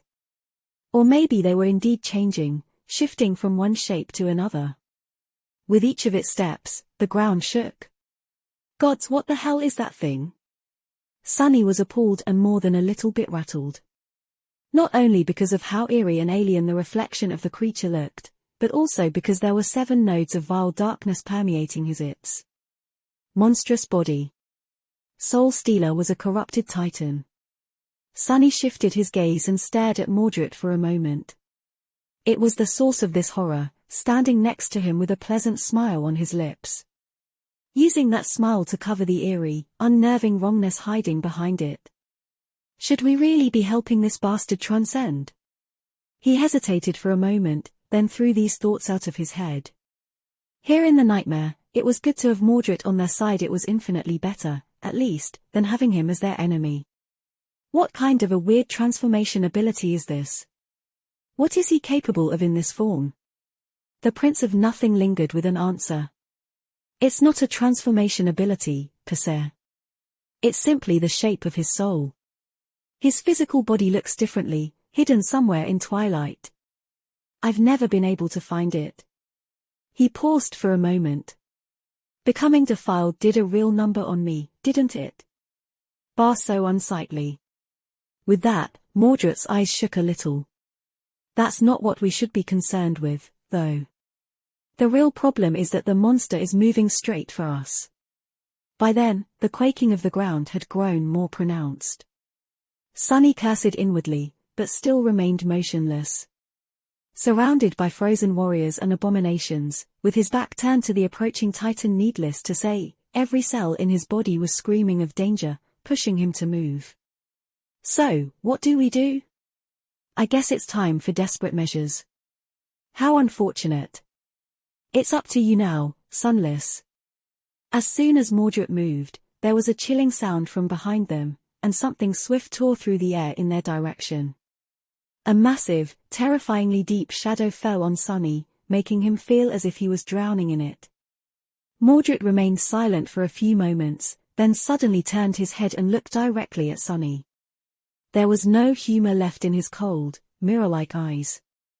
I guess it's time for desperate measures. How unfortunate. It's up to you now, Sunless. As soon as Mordred moved, there was a chilling sound from behind them, and something swift tore through the air in their direction. A massive, terrifyingly deep shadow fell on Sunny, making him feel as if he was drowning in it. Damn it. He was already turning, instinctively trying to summon the sin of solace. However, all Sunny saw was the fabric of reality around them cracking like glass, and then shattering to reveal He was violently thrown out of the mirror realm, crashing on the cobblestones of Twilight, the real Twilight, not its perfect reflection. Damn it all, the only contingency they had in case Soul Stealer discovered them was to escape the world of reflections altogether. Mordred had managed to send them back at the very last moment, so they were safe, for now. But the problem was that everyone, including the Prince of Nothing himself, was now frozen in time. Everyone except for Sunny, who was protected from the influence of the defensive array by the Crown of Twilight. Standing up, he uttered a quiet curse and looked up, at the distant dome of the Serpent King's palace. Now, he alone could reach it. Chapter 1506, Heart of Twilight. The Crown of Twilight was more than a supreme memory. It was also the symbol of power that Daeron, the Serpent King, had wielded, as well as the key to the enchantment array enveloping his city. Therefore, the person wearing it was immune to the influence of frozen time in a way. Curse it all. There was a cost to remaining unaffected by the frozen time. Looking around, Sunny felt his essence being devoured at a frightening rate. The Crown was using it to protect him. Usually, his reserves would have been drained in a matter of seconds, turning him into another prisoner of Twilight, but, luckily, the Crown was also helping him replenish the spent essence. He was still losing more than he was gaining, but at least the rate of attrition was not too great. Sunny would not have been able to traverse the entire city, but now that he was most of the way to the palace, he stood a good chance. As long as he did not waste any time. I should hurry. Their exit from Soul Stealer's mirror realm must have been a violent one, because Sunny was not on the square anymore. Instead, he found himself somehow thrown a few hundred meters away from his previous position, at the edge of the inner district they had been aiming for. He was protected by the Crown, but his shadows were not.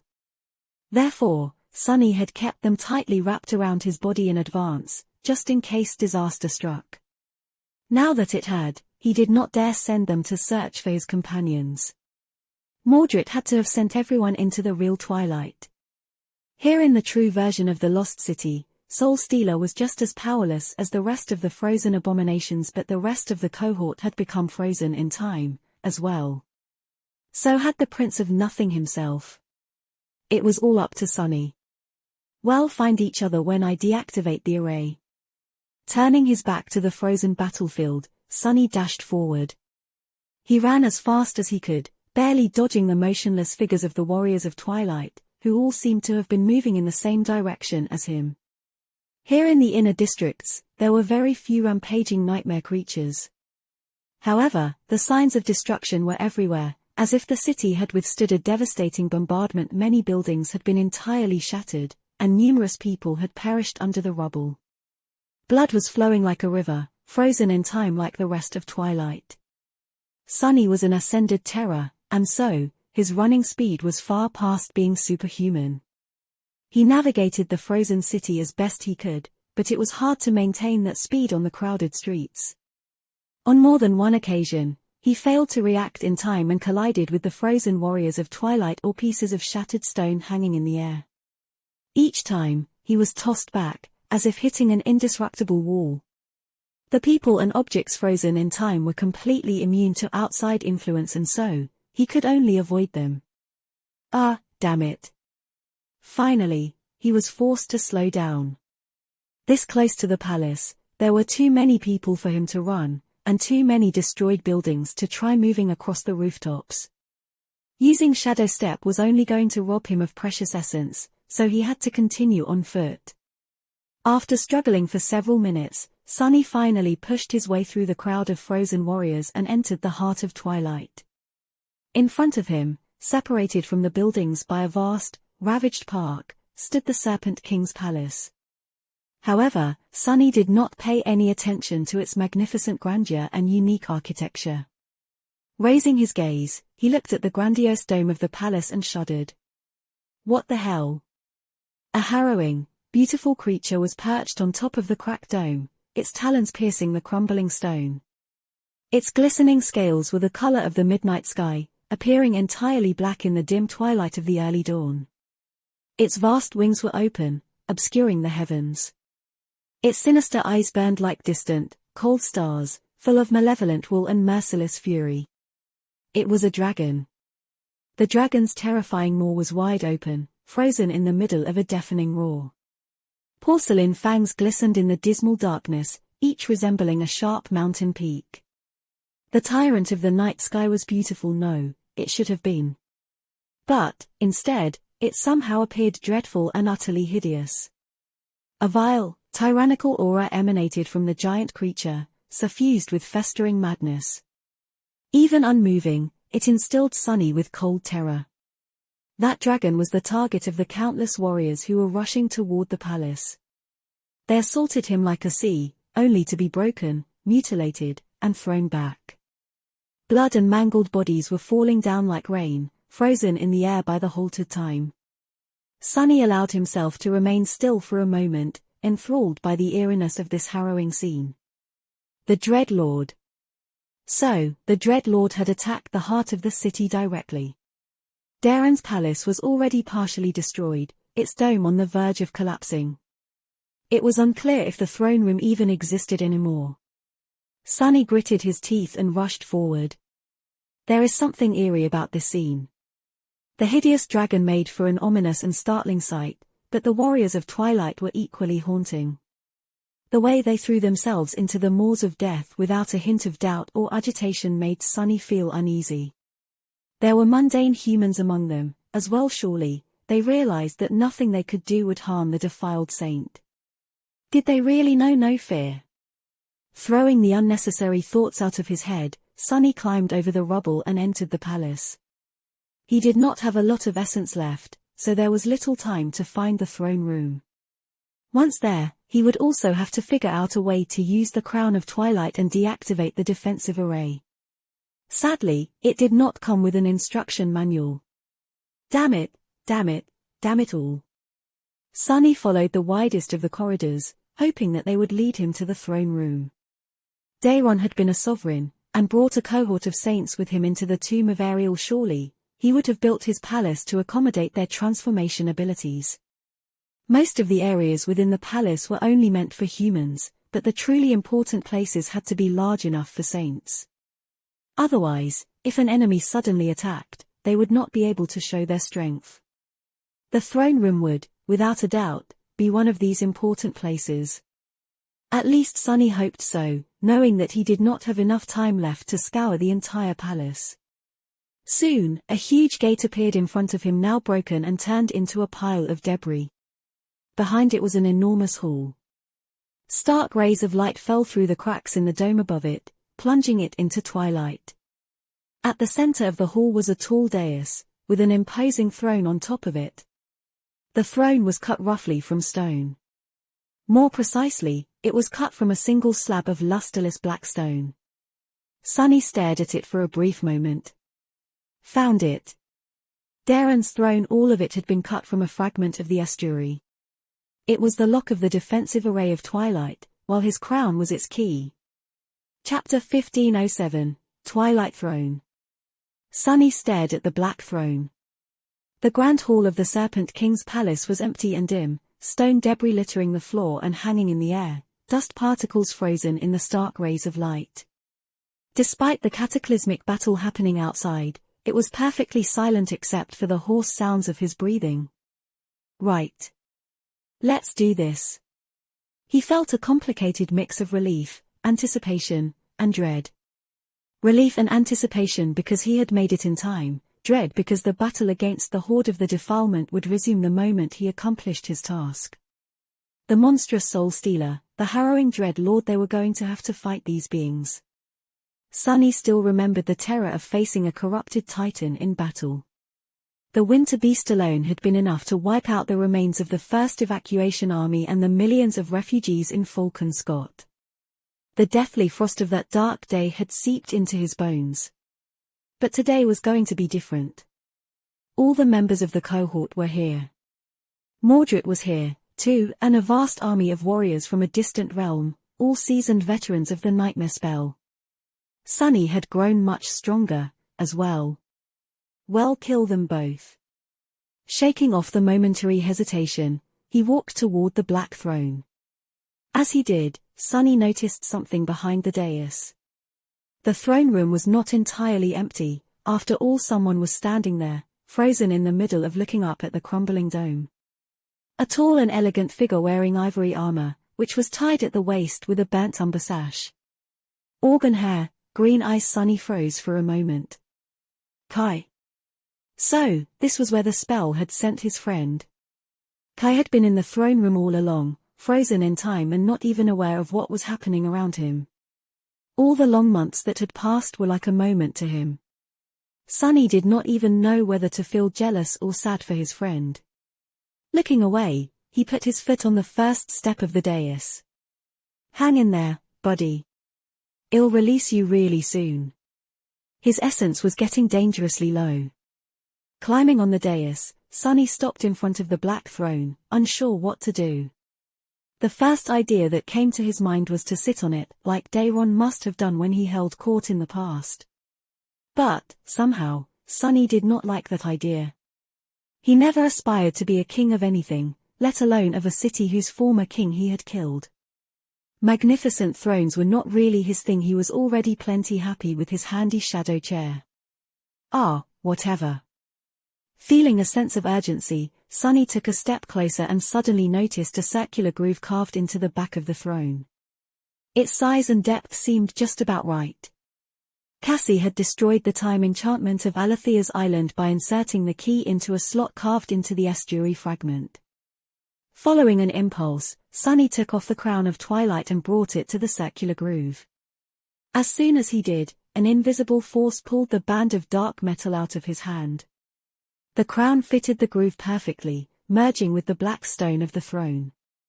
Luckily, its connection to his soul had not been cut. Sunny could still make use of its enchantments. He also felt a different, much vaster connection being established between his soul and something immense. The city itself, perhaps. Taking a deep breath, Sunny looked up at the cracked dome of the palace. And pulled on that connection, giving a mental command. In the name of Daeron, the Serpent King, in the name of Windflower of the Twilight Sea and all those who have fallen, lost from light, order time to flow once more. For a few moments, nothing happened. The grand hall of the palace was just as still and silent as before. But then, a loud sound tore the silence apart. It was the sound of a shard of stone falling on the floor. Sunny turned swiftly and saw pieces of debris scattering across the marble tiles. His eyes widened when he realized the significance of what just happened. Then, it was as though an invisible ripple spread through the world. The dust that had been hanging in the air, motionless, moved and danced in the rays of light. The shard of stone raining from the cracked dome of the palace plummeted down one after another, breaking against the marble floor. A muffled murmur of the disastrous battle seeped through the stone walls of the palace, sounding like the rising sea. I actually did it. And then, something struck the dome with a deafening noise, making the whole palace shake. Sunny felt claws of fear grasp his heart. Yes, he had indeed done it, and now, it was time to face the consequences of what he had done. There was an evil dragon right above his head right now, hell-bent on slaughtering every human in Twilight. There were also the members of the cohort lost somewhere on the streets of the city, a dreadful mirror titan, and an army of eerie warriors whose loyalty had to be won, somehow. But first, tearing the crown of twilight from the groove cut into the black throne, Sunny put it on his head and hurriedly dashed toward the lone figure standing beneath the dais. Kai was just now starting to move. He swayed a little and took a step back, stumbling over the first step of the dais. Before he could fall, however, Sunny caught him and started dragging him away from the throne. The charming archer looked very confused. Sunny? What is happening? Are we in the nightmare? Feeling the palace quake once again around them, Sunny cursed inwardly. Hey, Kai. Short version: yes, we are in the nightmare. There is an evil version of you, who is an abominable dragon, trying to eat us right now. Don't worry, though, there is also an army of alien warriors from a destroyed world to help us kill you. Him, the dragon. The rest of the cohort is also here, somewhere. We got separated when a corrupted titan attacked us in the mirror version of this city, which was frozen in time. But now, I thawed it, I guess. Sunny glanced at Kai and smiled. Oh, and also, Effie is pregnant. The archer stared at him with wide eyes for a few moments. I know. Sunny almost stumbled. What? You know about the plagues, the Twilight Sea, and the defensive array. Kai shook his head and outstretched one arm, summoning his bow. No, I know about Effie. She confided in me weeks ago. I have no idea what the rest of the things you said mean. Sunny stared at him incredulously, feeling hurt for some reason. So she told Kai, but she didn't tell me. HMP8. He couldn't help but say vindictively. Actually, I knew months ago. Which was still later than Kai, but technically true. Kai gave him a strange glance, then opened his mouth to say something. But at that moment, Sunny froze. Something was very strange about the palace. It took him a moment to realize what had changed. Why is everything so quiet? The muffled sounds of the furious battle raging outside had disappeared at some point, plunging the world into eerie silence. Sunny felt his hair stand on end. He had a dreadful premonition that they had made a terrible mistake, somewhere. Chapter 1508, Unleashed. Sunny? What is it? Kai must have read something from his expression. But Sunny did not know how to answer. He was suddenly in a state of mild panic, feeling like there had been a mistake in their plan. They must have misunderstood the situation, somehow. But what was there to misunderstand? Twilight was besieged by the forces of the defilement. In the middle of the battle, the Mad Prince had activated the defensive array, trapping Soul Stealer and the Dread Lord in frozen time and, therefore, escaping from the clutches of his master. The madmen had also manipulated the events of this cycle to make sure that Sunny arrived at Twilight wearing the Serpent King's crown. He must have wanted the battle to resume so that his future self, free of being enslaved to the Dread Lord, could turn its tide and destroy the tyrant of Verge. Right? I don't know. Something is wrong. Sunny gritted his teeth and pulled Kai to follow him, aiming to leave the throne room as soon as possible. They had to traverse the battlefield and find the other members of the cohort, first. Together, they would stand a much better chance of surviving the clash with the defiled legion. But before he could take another step, the palace shuddered, throwing both of them to the ground. There was a deafening rumble behind them, and the great hall was suddenly much brighter than it had been before. A whole section of the dome shattered and collapsed, revealing the beautiful twilight sky above. And the giant head of the harrowing dragon that had broken it. Enormous chunks of stone fell down, burying the black throne beneath debris. Luckily, Sunny and Kai had already distanced themselves from the dais, otherwise, they would have been buried with it. Damnation. The Dread Lord's head passed through the breach, hovering in the air on his long neck. His eyes shone with starlight, full of sinister madness and malevolence. Then, the harrowing dragon pushed his enormous body inside, causing more of the dome to collapse. A moment later, he landed in the throne room with a loud thud, and the palace shook once more. Strangely enough, though, it did not look as if the Dread Lord was chasing them. Instead, it almost looked as if he was escaping something. Towering above Sunny and Kai, the dragon gazed at them and opened its maw, his porcelain fangs glistening in the dim twilight. Sunny cursed inwardly and called upon his shadows, at the same time summoning the Sin of Solace. However, before he could, a thunderous voice suddenly resounded in his mind, causing him enormous pain. Stop. And, following the Dread Lord's command, Sunny halted, frozen in place. It was as if the dragon's words were the law, and he was unable to disobey. What but the shadow bond? By his side, Kai was frozen still, as well. It was only then that Sunny realized that the Dread Lord had not used the shadow bond against him. It was simply the authority of his voice. It was Kai's ascended ability, amplified and made more terrible by the dragon's corrupted rank. Kai's power had always been more than a little bit sinister. The charming archer was a good and honest person by nature, so he only ever used it to inspire his allies and influence nightmare creatures. However, in the hands of someone less decent, it had the potential to produce truly terrifying results. Being able to make anyone do anything, at least those of lesser ranks than you, was very much like wielding absolute power over them. And power, as everyone knew, corrupted. Sunny had always known that his friend's aspect had a scary side to it. That was why he was not too surprised to learn that it was the gentle and caring Kai who had become the dreadful Lord of Verge. With Kai's upright character destroyed by the curse of the defilement, the insidious side of his aspect would have had nothing to keep it in check anymore. However, knowing and experiencing it himself were two different things. Curse it! Paralyzed by the dreadful command, Sunny kneeled in front of the towering dragon. Somewhere else, on the devastated streets of Twilight, Nephis was released from the inescapable trap of frozen time. Disoriented, she fell and rolled, jumping to her feet a moment later. All around her, the time shackles binding the warriors of Twilight were slowly coming undone. Their cold eyes were regaining the spark of life. Their chests were beginning to rise and fall as they breathed for the first time in countless years.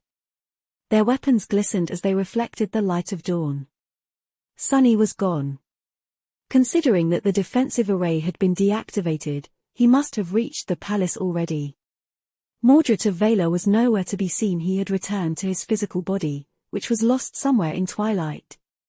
Cassie, Effie, and Soul Reaper Jet had to be somewhere nearby, but she couldn't see them. We can still win this battle. Although the cohort had been separated when escaping Soul Stealer's mirror realm, their primary goal was achieved. Time had been unfrozen, and the warriors of Twilight were released. Now, they just had to regroup, join forces with the defenders of the city, and overcome the invading legion of abominations. The battle would not be easy. It would be cruel and harrowing. Maybe even lethal. But when had it ever been different? Nephis took a step forward and hesitated for a moment, looking at the warriors around her. Suddenly, she had an ominous premonition. Something felt wrong about the scene. I need to convince them. She was a stranger to these people. They did not know that countless years had passed since the start of the battle, that their king was dead, and that their world had long been destroyed. That challengers from an alien realm had entered the nightmare, hoping to prevail where their predecessors failed. But still, the spell had a way of simplifying things. In its terrible world, there were humans, and there were nightmare creatures. Nephis might have been from a different world, but she was also a human. Therefore, she was a natural ally simply by virtue of not being a nightmare creature. Looking at the defenders of the city, Nephis pushed down the familiar, debilitating discomfort of talking to strangers and said, her voice bright and clear. Warriors of Twilight, I am. And then, something odd happened, forcing her to fall silent and grip the hilt of her sword. Countless people crowding the street all turned to look at her. They did so with perfect synchronicity, their hollow eyes devoid of any emotion. Their eerie faces were calm and motionless. None of them said anything, simply staring at her in ominous silence. Seeing herself reflecting in thousands of emotionless eyes, Nephis realized that something was terribly, terribly wrong. She might have been a human, but these people were not. Not anymore. A harrowing realization struck her like a bolt of lightning. They are. They were Soul Stealer. All of them. Nephis finally realized her mistake, but, by then, it was already too late to change anything. Chapter 1509, Stolen Bodies. The frozen battle they had witnessed was not a battle between the defiled Legion of Verge and the defenders of Twilight. Instead, it was a battle between the Dread Lord and Soul Stealer. The two defiled saints must have clashed as soon as the last true bastion of humanity in the tomb of Ariel had fallen. Perhaps it was because they had needed each other's power before that. Perhaps it was because Soul Stealer had finally become capable of resisting the authority of the Dread Lord after devouring the souls and stealing the bodies of millions of humans in Twilight.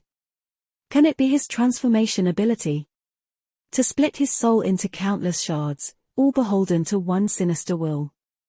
That would be a terrifying power in the hands of someone as devious as the Forsaken Prince of War. He had already been insidiously dangerous due to his ability to slither into human souls and wear their bodies like costumes. What if Mordred of Valor could possess not one, but several stolen bodies at the same time? Or millions of them, after becoming the Soul Stealer?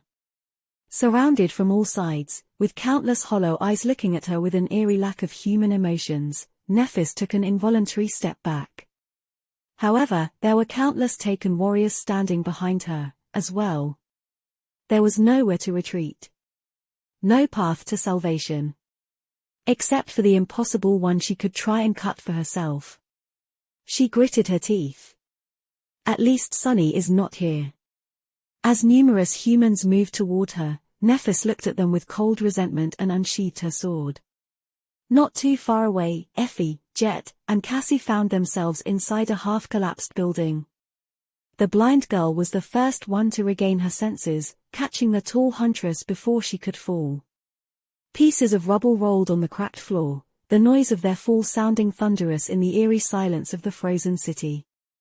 Although, by then, the city was not frozen anymore. Out there, all around them, twilight was beginning to stir. Jet summoned her scythe, looking over the collapsed wall of the building. Beyond the rubble, on a narrow street, the figures of the stalwart defenders of Twilight were slowly coming back to life. There were no nightmare creatures nearby, only people. But her expression was troubled, for some reason. "They're moving." Effie regained her balance and followed Soul Reaper's gaze. A small smile appeared on her lips. Doofus must have reached the throne room, then. She looked at the human figures outside. "Those guys seem a bit weird though, huh? I guess it's only natural for people from a different world. Well, at least they're tough. Soft people don't survive the spell." Her voice gradually faded away, replaced by a tense silence for a moment. "Why are they staring at us like that?" Before Effie could finish the sentence, a delicate hand appeared in front of her eyes, covering them. Cassie was standing on tiptoes, preventing her from looking at the warriors of Twilight. Jet was slowly backing away. Before the huntress could react, Cassie spoke in a grave and urgent tone. "Effie. Take Soul Reaper and yourself into the locket. Now." Effie hesitated for a moment, but did not ask any questions. A moment later, her figure disappeared. So did Jet's. They were gone, safely transported to the idyllic meadow. All that remained was an iron locket on a black cord, which fell to the ground. Before it touched the cracked floor, however, the cord was caught on the blade of a slender rapier. Raising the quiet dancer, Cassie caught the locket and cautiously put it around her neck. Then, she turned to face the approaching figures. Behind the silver half-mask, her beautiful blue eyes were cold and somber. The tip of her rapier shook slightly, then moved, pointing at the emotionless humans. Somewhere else, Mordred fell to the ground and gasped when his bloody stump hit the rubble.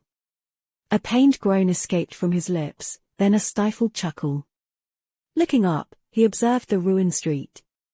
All around him, humans and nightmare creature were being slowly released from the shackles of frozen time. Their weapons moved, their maws opened hungrily. Blood flowed onto the cold stones once more. Mordred remained motionless for a moment, looking upon the world through countless reflections. Then, his eyes widened slightly. "So that's how it is." An amused smile twisted his cracked lips. Leaning on his sword, Mordred struggled to stand up and grinned when he felt countless eyes and yet, only a single gaze landing on him. Ah, how unfortunate. All his reflections had been destroyed. He only had a single soul core left, reducing his power to that of a mere beast. His own ascended body was missing a hand, while his best spare was nothing more than an awakened squire with a modestly useless aspect. Truly, the circumstances couldn't have been worse. Well, at least things wouldn't be boring. He had spent so many months, or was it years, already? Hiding from his defiled self in complete solitude. Any kind of excitement was better than that dull existence, no matter how fatal it would turn out to be. Such wonderful odds. I feel refreshed. Smiling, he raised his sword and pointed it at the nearest warrior. Then, his smile disappeared, replaced by an expression of cold contempt. His mirror-like eyes calmly reflected countless approaching figures, full of dark killing intent. I haven't had the pleasure of putting down repugnant things like you in a long, long time. Come, if you dare, let's see which one of us will be the last one standing. Mordred took a step forward, as well. Back in the Serpent King's palace, Sunny was kneeling on the marble floor, paralyzed by the dragon's command. The Dread Lord towered above him and Kai, full of sinister malevolence. Looking at the terrifying porcelain fangs of the defiled saint, Sunny felt a dark sense of foreboding. Curse it! Where were the warriors of Twilight? Why had they not stalled the damned Herald of the Estuary at all? The battle had not even properly started, and he was already in such a desperate situation. Sunny could almost feel the shadow of death pulling him into its cold embrace. He looked at the Dread Lord bitterly. At least Nephis is not here. Sunny was in a desperate situation, but not a hopeless situation, yet. There were still things he could do to try and get himself and Kai out of this predicament alive. He just had to gamble with their lives and hope for the best. Before he could, though. A human figure suddenly appeared at the edge of the broken dome of the palace. And then another, and another. The warriors of Twilight had finally caught up with the Dread Lord. Chapter 15:10, King's Resentment. Sunny could not even turn his head to take a better look at the humans that had appeared above the ruined throne room, standing on the edge of the collapsed sections of the dome. At least he knew now that the army of Twilight was not gone. It was still out there, beyond the walls of the palace, fighting against the invading abominations. Fighting against the Dread Lord and Soul Stealer.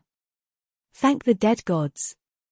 He had no hope that these few warriors would be able to defeat the dreadful dragon if they had the ability. There would have been no need to plunge Twilight into the eternal trap of frozen time, to begin with.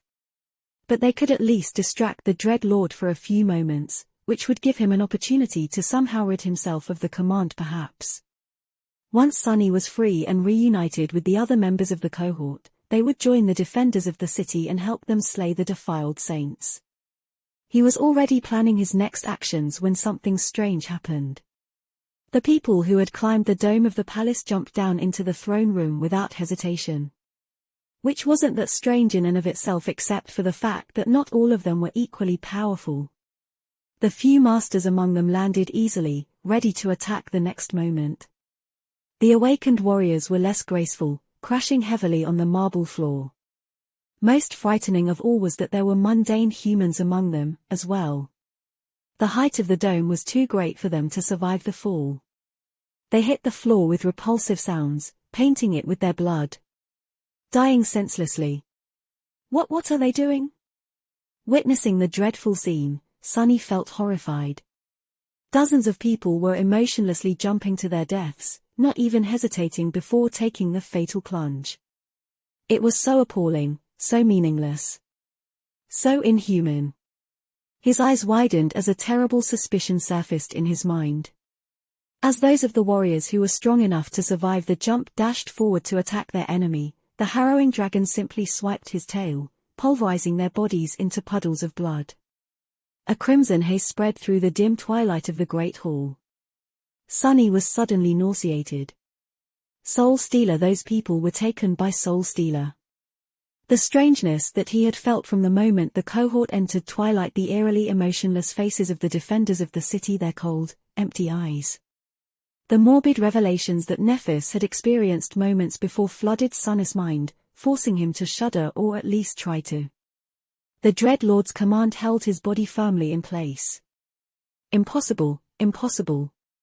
There were millions of people in Twilight. How could Soul Stealer have possessed them all? What kind of monster could do that? What kind of conscience could control millions of puppets, reflecting false copies of their souls? He reeled, remembering the ghastly being they had seen in the mirror version of Twilight.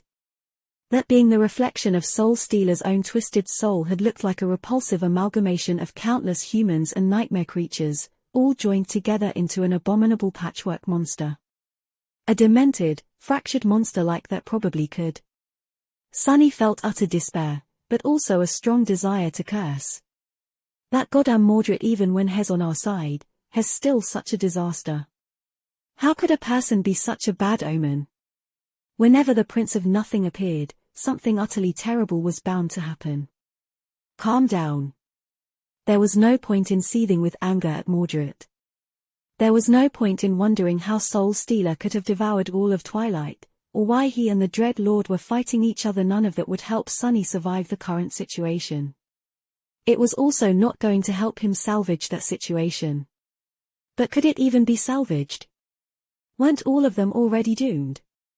The plan had been based on completely wrong information from the very start. No, we can still win, somehow. There had to be a way. Sunny felt sick to his stomach and frightened for Nephis and the rest of his companions, who were lost somewhere out there, on the streets of Twilight, surrounded by the numerous bodies of Soul Stealer. Especially Effie, who was much more vulnerable to the insidious powers of the Mirror Wraith than the rest of them. But he could not do anything about that, at least not now. In fact, Sunny had his own dire problem to deal with. The Dread Lord might not have been as utterly horrific as Soul Stealer, but he was still a foe far more dreadful than words could describe. And dealing with him was now up to Sunny. No matter what else happened, the tyrant of Verge had to die. I have to kill that fiend, I have to kill him, somehow. The Dread Lord had already dealt with the Soul Stealer puppets that had pursued him into the throne room, but more were pouring over the edge of the broken dome like morbid rain. The two plagues were fighting each other, which was good for the cohort. But their clash did not mean that Sunny and his companions would not be destroyed in the process. In fact, now that they were here in Verge, they had become alluring tools for the defiled saints. The Dread Lord was, without a doubt, capable of using his authority to turn them into deadly weapons against Soul Stealer. Soul Stealer, meanwhile, could empower himself even further by taking their bodies. Damn it all. The Dread Lord's authority, it was a manifestation of Kaiser-sended ability. And Kaiser-sended ability was a mental attack, of sorts. Sunny already possessed a very high resistance to mental attacks, but that resistance was relative. It was enough, for example, to shrug off an order given to him by Kai, a fellow master. But in front of a defiled saint, and one as immensely powerful as the Dread Lord, it had proved to be insufficient. A complete immunity to mental attacks, however, was much less relative. In fact, it was closer to being absolute. As fate would have it, Sunny possessed a memory that could grant them just that, albeit at a cost. Unable to move, he used the Shroud of Dusk to send Kai a mental message. Kai, listen to me carefully. His friend did not move, he was unable to, but his response arrived shortly. I'm listening. Sunny took a deep breath. When I start moving, think of me as an enemy. Don't get close. It will be dangerous. With that, he sent his essence into the crown of Twilight.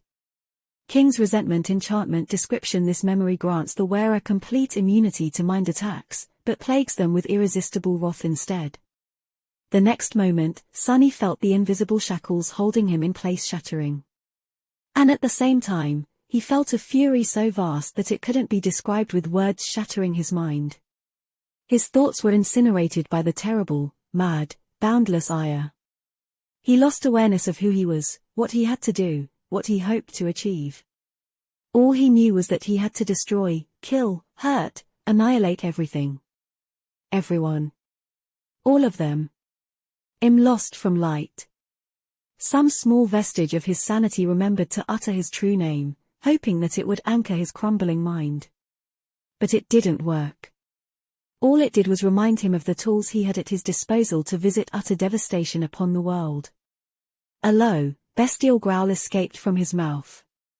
And then, a wicked smile appeared on his lips. The crown of Twilight had another gift to give him. A nearly endless amount of essence. Now that the defensive array was deactivated, nothing was draining his reserves anymore. It was all at his disposal. Jumping forward, Sunny called upon the shadows, surrounding himself in a sea of them. Then, a giant serpent with black scales, clad in a fearsome onyx armor, emerged from the sea of shadows, murderous wrath burning in his mad eyes. Slithering across the ruined floor of Daren's palace with stunning speed, the monstrous serpent created in his image lunged at the towering dragon and coiled himself around the winged horror's mighty body.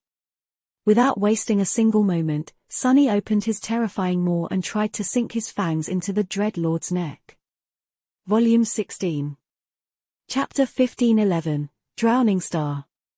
Nephis saw the Serpent King's palace sway, from afar. Its dome was collapsing, and a net of cracks appeared on its walls. However, she had no time to pay attention to what was happening in the distance. The street she had found herself on was crowded with countless warriors, and all of them were moving toward her, an eerie emptiness hiding behind their ruthless eyes. Hundreds of them. Thousands. Even, and that was only on this one street. Enemies were in front of her, behind her, and on all sides. There seemed to be no escape from this human flood. Their hands were already reaching toward her, aiming to catch her and push her down. Surrounded by the undulating mob, Nephis struggled not to surrender to primal fear. Before the first hand touched her chainmail shirt, she took a stance and lashed out with her sword. The movement was ingrained into her very bones, absorbed by both her body and mind. Mass, speed, force, space and time. Levers and fulcrums, transfer of energy. That was what swordplay was, deconstructed to its most basic pillars. Her body was a versatile and intricate tool for expressing these principles. Of course, there was another element to it, one that existed outside the scope of fundamental physics. Thought. After all, the most perfect tool would be useless without a conscious will to guide it. And thoughts, both her own and those of her enemies, could become a tool, in turn. But that was much harder to master. The severed hand fell to the ground, bright blood spilling on the cobblestones. A normal human would have recoiled in terror, or at least showed a reaction. Even a nightmare creature would not have completely ignored the loss of a limb. However, the empty shell hosting the perverse consciousness of Soul Stealer did not pay it any attention, continuing its lunge at Nephis. She had calculated that the warrior would not be deterred, as well. Shifting her weight, Nephis turned her torso and allowed the warrior to brush past her. At the same time, she gave him a measured shove. The man was already losing his balance, so that was enough to send him stumbling into the wall of people to her left. Her sword had never stopped moving. After severing the arm of the nearest human, she pierced the neck of another, then slammed the guard of the sword into the third, all in one fluid motion. By then, the hand she had used to shove the first warrior was already landing back on the hilt, giving her more leverage, and therefore speed. And, therefore, freedom. Nephis exploded into motion, shredding the bodies of the closest attackers like a hurricane of steel. A bright radiance suffused her skin, making it seem as though a merciless spirit of light was moving through the crowd of mortal warriors. One after another, their bodies seemed to melt in that light, severed and cut apart. The white radiance was soon tinted red, shining through the bloody haze. Faster. Her mind was silent and clear, moving at incredible speed. She perceived a million details about her environment, seamlessly assimilated these observations into a comprehensive understanding, and instantly formulated flawless responses to the shifting landscape of the battlefield. The silver longsword cut down anyone who entered within its reach, knowing no mercy or hesitation. Crimson blood was boiling and evaporating from its incandescent blade. Nephis was alone, surrounded by thousands of enemies. However, that was all right. Many of these people were awakened, but most were mundane. They were much slower than her. Much weaker than her.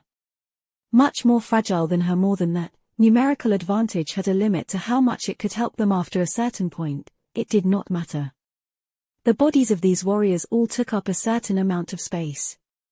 Only so many enemies could attack her at the same time, obstructed from approaching her by the walls of the surrounding buildings and the bodies of their own comrades. So, it wasn't like Nephis had to fight with thousands of Soul Stealer's marionettes at the same time. She only had to fight against a dozen or so at once, and those she could kill. But what did it matter? She could kill a dozen. She could kill 100, 1,000, 10,000, maybe. But she couldn't kill millions of them. Sooner or later, she would grow tired. Her essence would run dry. Soul Stealer would send the more powerful awakened and swarms of masters to confront her. Warriors who could bulldoze through the walls of the buildings, destroying her only advantage, would appear, as well as those possessing insidious aspects and arsenals of potent memories. In the end, she would be buried under a mountain of human flesh and torn apart. What do I do? Nephis cut down an awakened warrior wielding a long spear, severed a mundane soldier in half, pushed through the rain of blood, and pierced the throat of a heavily armored swordsman. The enchanted plate armor could not stop her blade, parting in front of it like paper. She kicked the swordsman's body, sending it flying back to crush and maim a dozen hollow-eyed warriors. There was only a split second remaining before she would receive a blow on her back. Spinning around, Nephis sliced through the descending sword, the attacker's arms, and his neck. What do I do? There were still thousands of enemies surrounding her. If anything, there were more of them now than there had been before. Despite the gruesome deaths of the first wave, their faces remained cold and emotionless. Their eerie eyes were full of emptiness and chilling malice. They were still advancing, aiming to bury her under an avalanche of bodies. Nephis moved, knowing that she could not stay in place. She was faster than them, after all, and although a wall of steel and flesh surrounded her from all sides, her sword was sharp enough to cut it down. She cut, pierced, and crushed. She calculated every move, both of her own and of her enemies, perfectly. She was 10 steps ahead in her calculations, even, plotting a bloody course through the flowing mob in advance. That was the only way not to drown in the flood. What do I do? Where was Sunny? Where was Cassie? What happened to Effie and Jet? Were they still alive, or had they already been taken as hosts by Soul Stealer? What about Kai? Had he escaped the trap of frozen time only to be devoured by the Mirror Fiend? What about Mordred of Valor? What had happened to him? Distracted by these thoughts, Nephis allowed the tip of an enemy's spear to strike her shoulder. The chainmail shirt held, but the cadence of her fluid sword dance was thrown into disarray, forcing her to scramble and recalculate dozens of movements. What was she supposed to do? Surrounded by thousands of enemies, Nephis looked ahead somberly. Then, furious white flames ignited in her eyes. Kill them all, I'll just kill them all. I'll try, at least. Her sword flashed, countless lives turning to ash in the incandescent glow of its blade. Chapter 15:12, Chaos and Mayhem. Somewhere far away, Mordred was in a similar situation. Of course, he did not possess the physical strength, speed, and resilience of Changing Star of the immortal Flame Clan. However, he did possess his own arsenal of tricks. I wonder. He had escaped into a section of the city where the ground had been broken by some titanic blow. Shallow water covered the cracked cobblestones, with ruined buildings rising from it like islands. The twilight sky reflected in the water, turning it into a beautiful painting of soft colors. Mordred was using the reflections to stay ahead of his pursuers. Countless human figures were surrounding him, their weapons hungry for his blood. If I tried to possess one of them, what would happen? Usually, he would have to bet his life against the soul of his victim, armed only with their reflected power.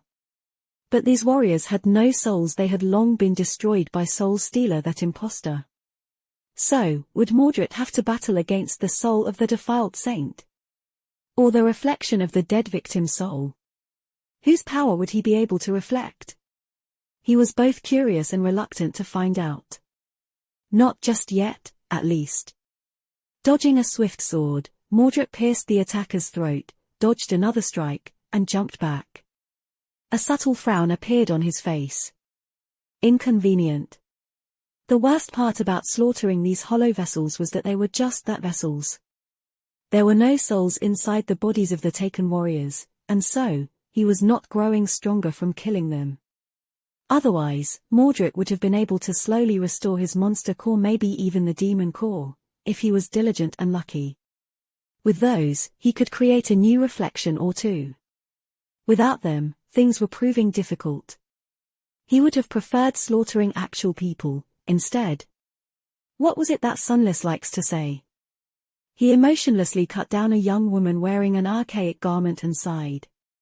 Damnation? The ring of enemies surrounding him was growing tighter. He couldn't do much against them with one hand. All Mordred could do was flee. Stepping into the reflected sky, he appeared a few hundred meters away, in the middle of a furious clash between the vessels of Soul Stealer and a swarm of nightmare creatures that were still loyal to the Dread Lord. So, the imposter has a limit, too. Why hadn't Soul Stealer taken these abominations, as well? Mordred smiled as he finished off a lumbering monstrosity. Finally, he felt his soul growing stronger. Was it because destroying the souls of those already taken by the defilement was harder? No, it wouldn't be. Mordred had slain plenty of nightmare creatures that way himself. So, it had to be because it was easier to destroy the souls of those who were not defiled. Why? He lingered suddenly. Don't tell me.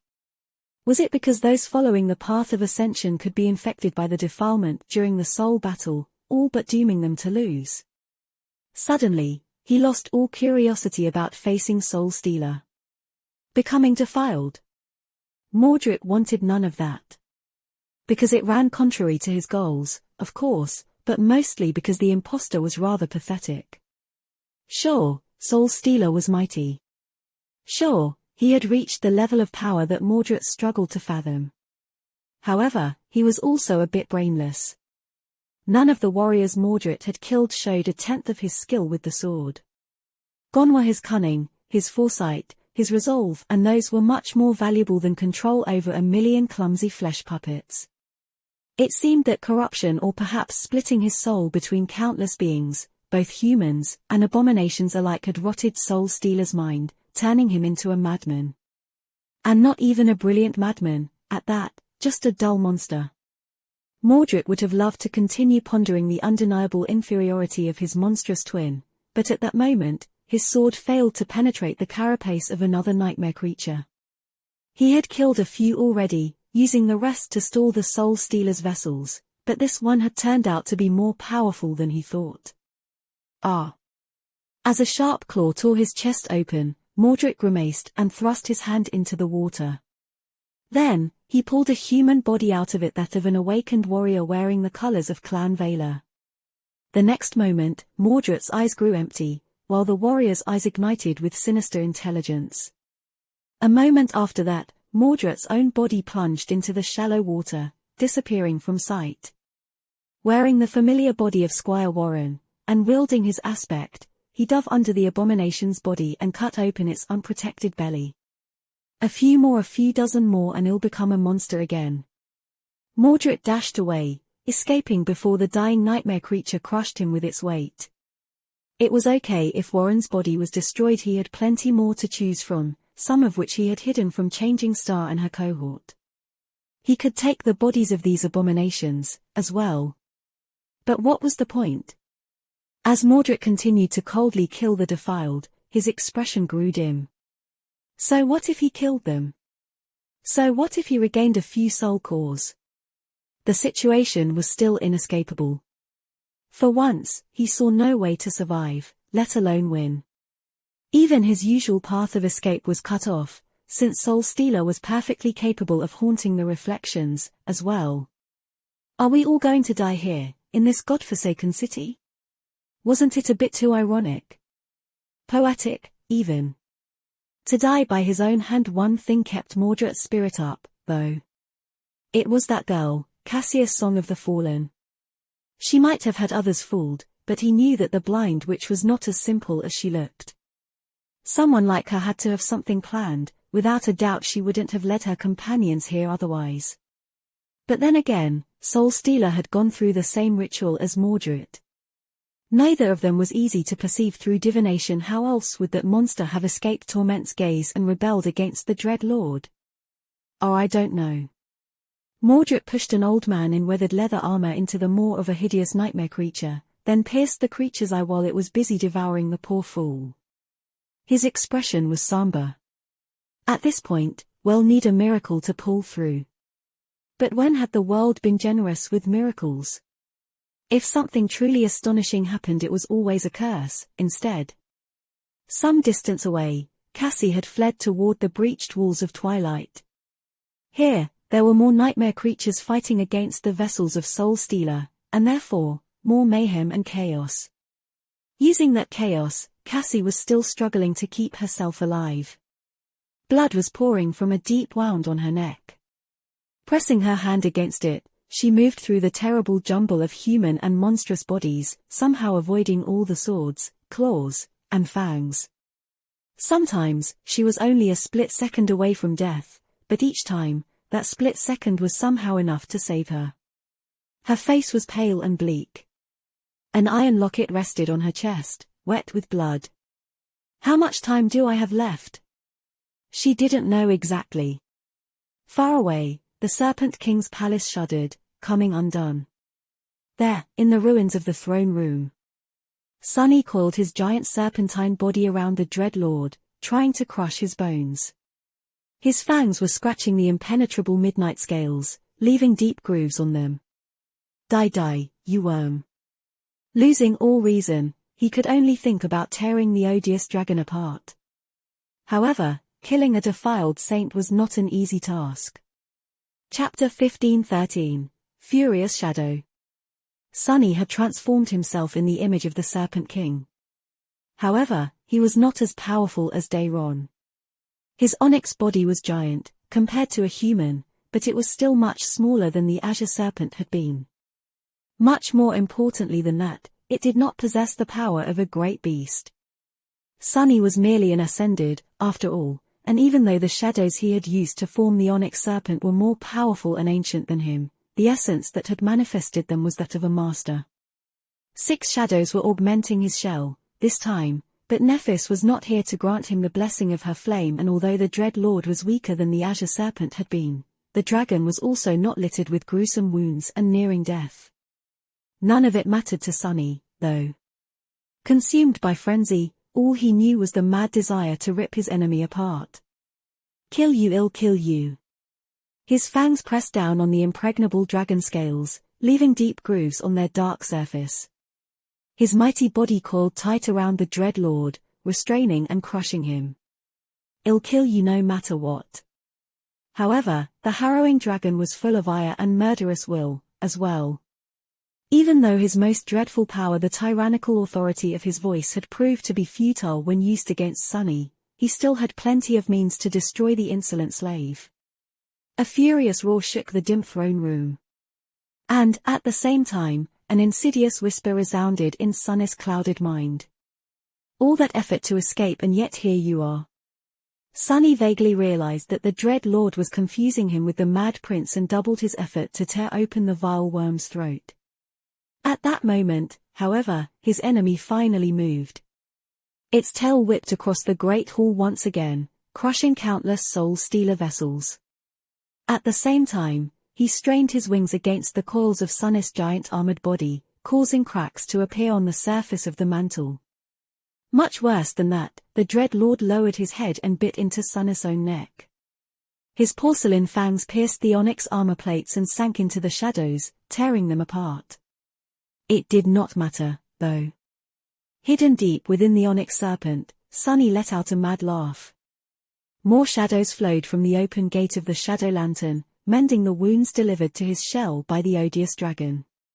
He had plenty more hidden away, and his essence was nearly limitless here in Twilight. If the Dread Lord wished to win, he had his work cut out for him. I'll bleed you dry, one drop at a time. Finally, one of his fangs slid between 2 scales and cut into the tough hide beneath. Tasting blood, or maybe simply imagining tasting it with a tongue made of shadows, Sunny let out a triumphant growl. Continuing to maul the shell's neck, the Dread Lord threw his massive body down. Tangled together, the dragon and the serpent rolled across the ruined floor of the throne room, making the whole palace shudder. The marble tiles were pulverized into dust, and countless hollow vessels were turned into puddles of shattered bones and blood. Is Kai alive? The thought flashed in Sunny's mind and disappeared. He did not care, he did not even really remember who Kai was. all he could feel was bloodlust and rage. Crushed under the weight of the Dread Lord, his serpentine body was coming undone. His neck was shredded, and his head was moments away from becoming separated from his body. Even though he was mending the damage, the hateful dragon was tearing through the shadows faster than Sunny could manifest them. But he tasted the dragon's blood. Sunny was full of dark glee. His coils moved, a ridge of spikes growing from his spine. His body was like a circular saw now, sending clouds of sparks flying from the points where it ground against the Dread Lord's scales. More blood flowed, falling to the shattered floor like drops of silver flame. Flame! Letting go of Sunny's neck, the dragon pierced him with a loathsome gaze and opened his maw. Hidden within the serpentine shell, Sunny gritted his teeth. But what came out of the Dread Lord's maw was not a torrent of flame. Instead, it was an eerie, melodious, otherworldly sound. It almost sounded like a song. And, enveloped by that harrowing song, the giant body of the onyx serpent shattered. Terrible cracks appeared on its surface, the shadows melting into a tenebrous haze. A deafening sonic boom sent a hurricane of stone dust into the air, and Sunny was thrown away, his shell torn asunder. Freed from the crushing embrace of his coils, the Dread Lord rose, his eyes burning with demented hatred. His gaze landed on the torn remains of the onyx serpent, searching for the human body hidden within. As he was looking, though, a radiant arrow hit the side of his head. A fiery explosion bloomed, pushing the dragon's head aside. Hovering near the cracked dome of the palace, Kai gritted his teeth and drew the string of his bow again. The Dread Lord opened his maw, wanting to give the archer another command. But at that moment, Kai screamed. "Shut your mouth, you traitor!" And, although the authority of his voice was not nearly powerful enough to restrain the defiled saint, the Dread Lord's jaws did freeze for a moment. That moment was all Sunny needed.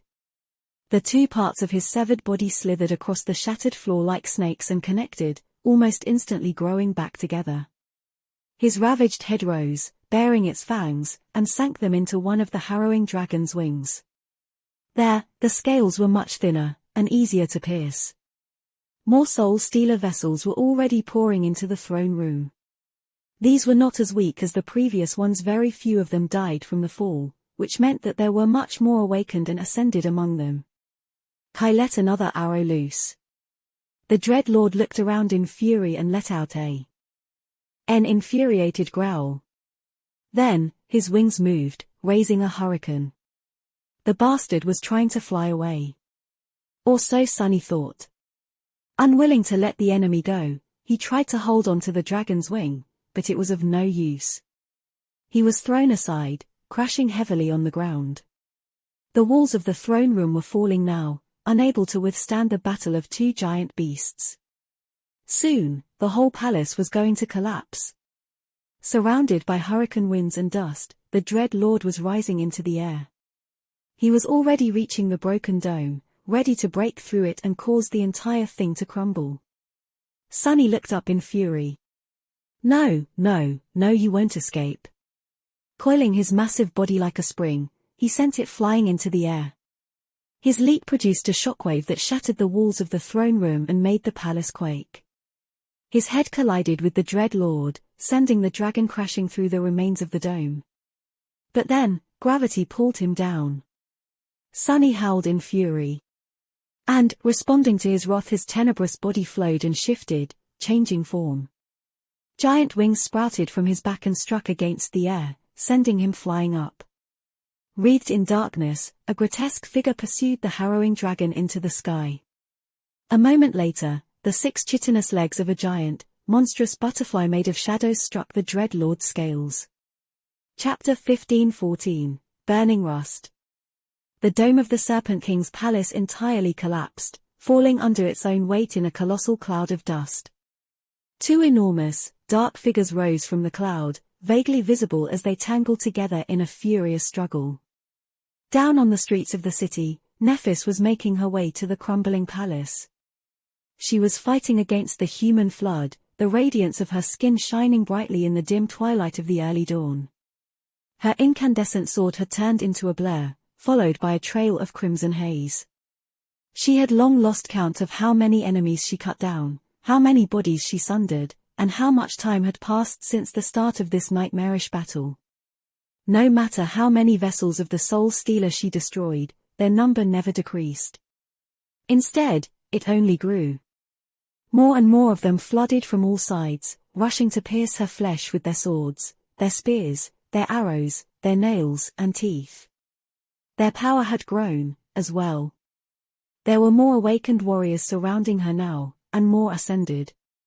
Their powers were like a constant hail that relentlessly assaulted her, lethal and unpredictable, growing more perilous with each step she took. But something else grew with it, as well. Her will. Slowly but surely Nephis was shaking off the burden of doubt that had covered her heart like rust, at some point. Little by little, its weight had added up, until she became pressed into the ground by it without even noticing.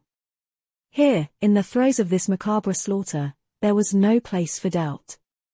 There was only combat. Steps, lunges, and feints. The movements of her sword, the movements of her body. The measured ruthlessness of her mind, the cold lethality of her skill. The empty eyes of her enemies, the perilous sheen of their weapons, and the inevitable moments of their deaths. This was clarity. This was the stark world where only pain and will existed. She was always tormented by harrowing pain. Pain burned everything away, leaving only will. And Neph's will was to kill them all. Her blood was in that river, as well. Nephis moved with dreadful speed and chilling precision, rending the flesh of her enemies like a radiant, flawless, fatal machine. Lifeless corpses fell to her feet, men and women, young and old. All severed and mutilated, their bodies gaping with horrible wounds. She cut through countless humans, erasing them from existence with her sword. Their bodies came undone under its blade, forming a gruesome path. A river of blood flowed where she had passed, paving the way. Her blood was in that river, as well. Nephis moved with dreadful speed and chilling precision, rending the flesh of her enemies like a radiant, flawless, fatal machine. Lifeless corpses fell to her feet, men and women, young and old. All severed and mutilated, their bodies gaping with horrible wounds. But she wasn't unscathed, either.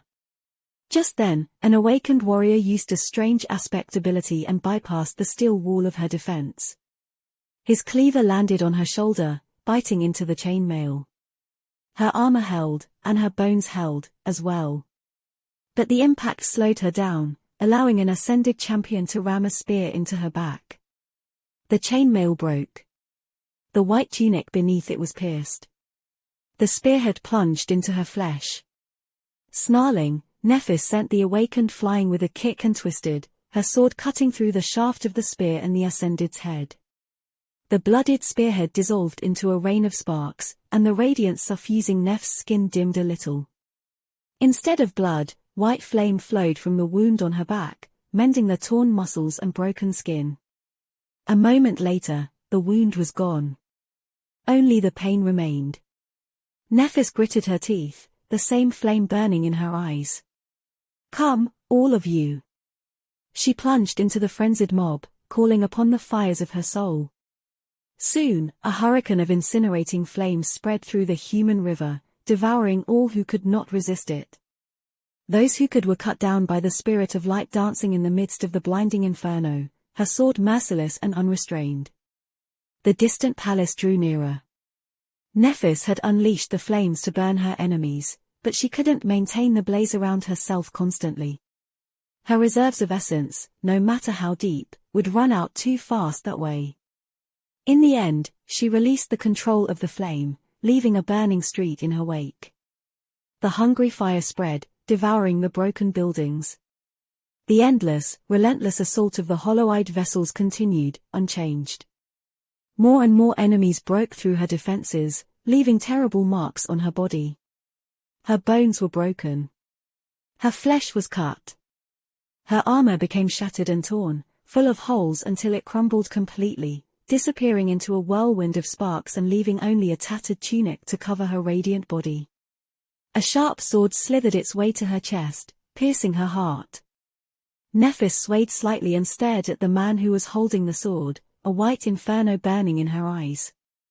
Then, she reached with her hand and grabbed his throat, crushing it in an incinerating grasp.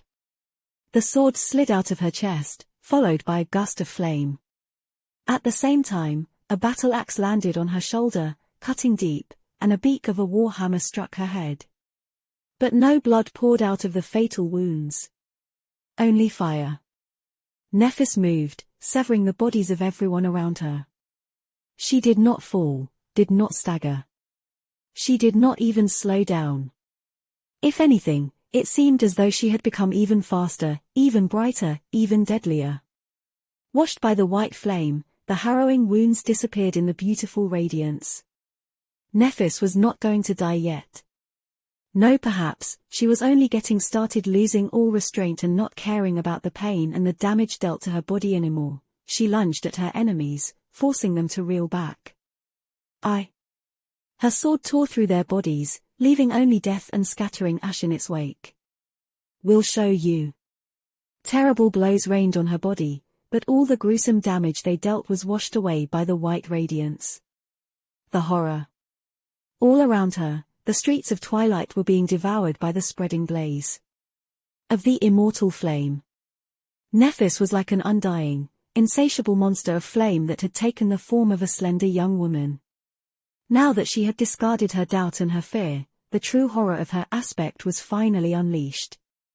No matter how her enemies cut and pierced her radiant body, nothing seemed capable of bringing her down.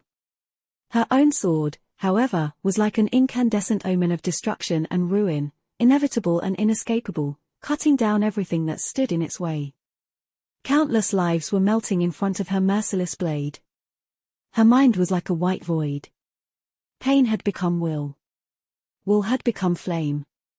Doubt had become ash. Nephis cut a road of blood and scorched bodies through the human flood, refusing to go down. Why would she? These swords, these spears, these arrows, these nails and teeth, she would withstand them all.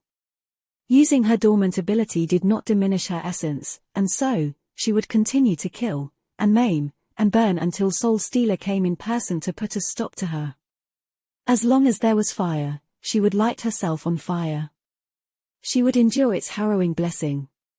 She would persist. For now. Of course, even the undying were not invulnerable. No one was. Nephis was going to make a fatal mistake, eventually. Fatigue and mental strain would accumulate, draining her strength away. Then, she would be caught and pinned down, or obliterated entirely. But until that happened, she would continue to burn. Burn brightly in the dim twilight of the endless dawn. Chapter 15:15, Formless Shadow. High in the sky above Twilight, Sunny was being mauled by the Dread Lord. The monstrous butterfly shell he had hastily created was battered and torn, bleeding shadows into the air. The shadows dissipated into the beautiful radiance of dawn, disappearing.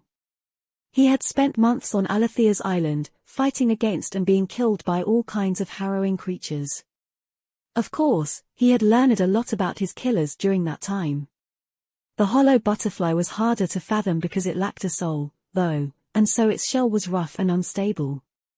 Sunny did not care. All he cared about was hurting the hateful dragon. His wings had long been broken, failing to regrow, so he clutched onto the body of the Dread Lord with his 6 sharp legs.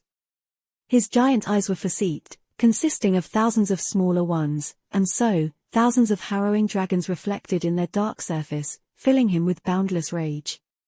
His long beak had just pierced the Dread Lord's flesh in the spot where a few scales had cracked, mangling it. Sunny felt murderous joy. Bleeding and hurt by that last attack, the dragon spread its wings.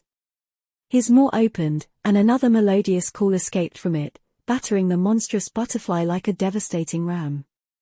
Reeling from the shockwave of the following sonic boom, Sunny felt his shell falling apart and growled, mending it. The Dread Lord was a step ahead, though. Before the damaged butterfly coalesced back into a stable form, he tore 2 of its legs with his fangs, then broke another with his terrifying claws. Sunny felt his grip on the odious dragon loosen. No, no, come back here, you hideous worm. Blinded by pain and driven mad by the scent of blood, he laughed. The massive body of the tenebrous butterfly rippled and then flowed, changing shape. Long tentacles shot from its carapace, wrapping themselves around the Dread Lord's wings and pressing them into his body. Soon, a revolting octopus-like abomination was clinging to him, tearing at his scales with a sharp beak. Sunny had no wings anymore, and the dragon could not move his.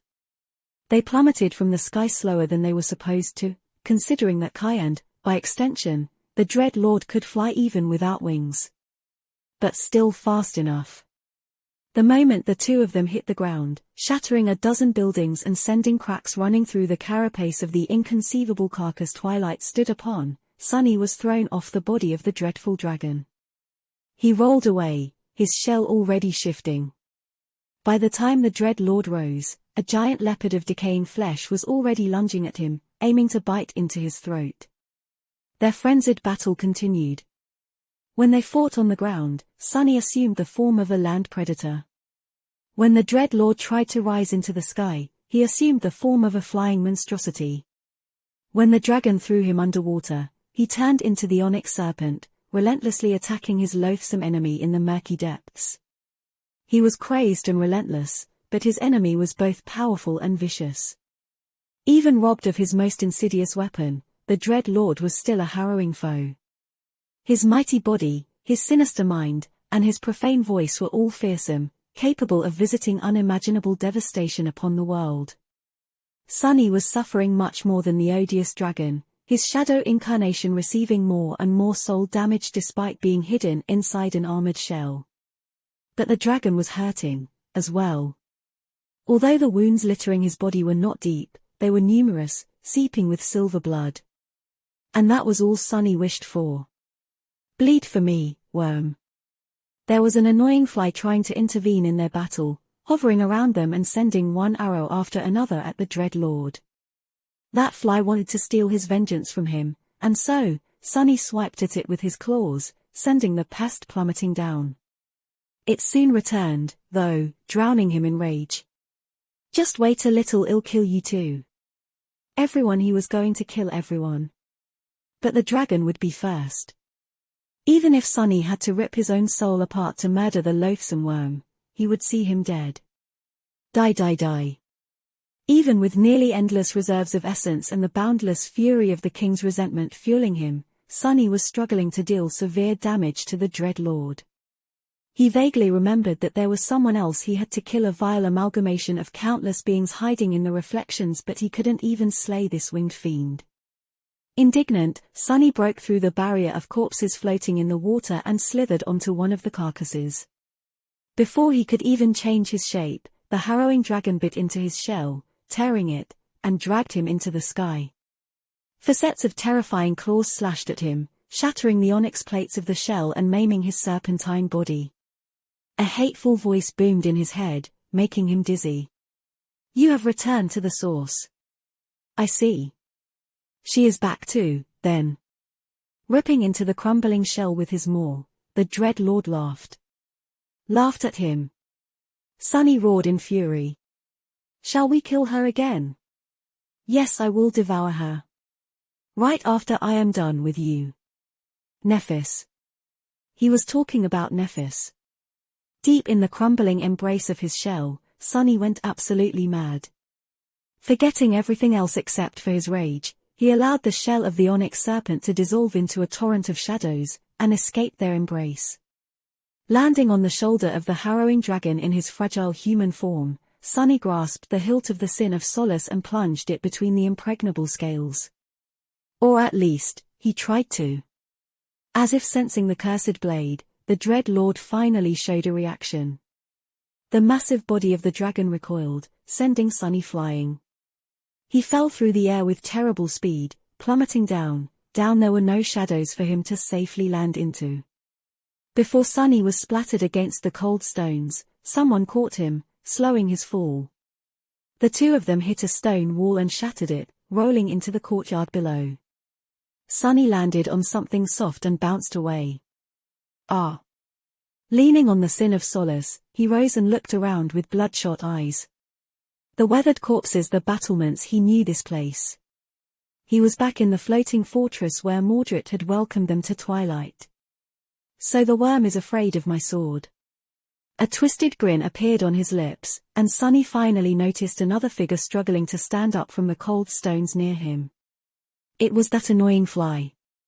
Killing it would only take a split second. Before he could do it, though, a massive shadow covered him. Then, the battered dragon landed on the wall of the fortress, crushing the battlements with his claws.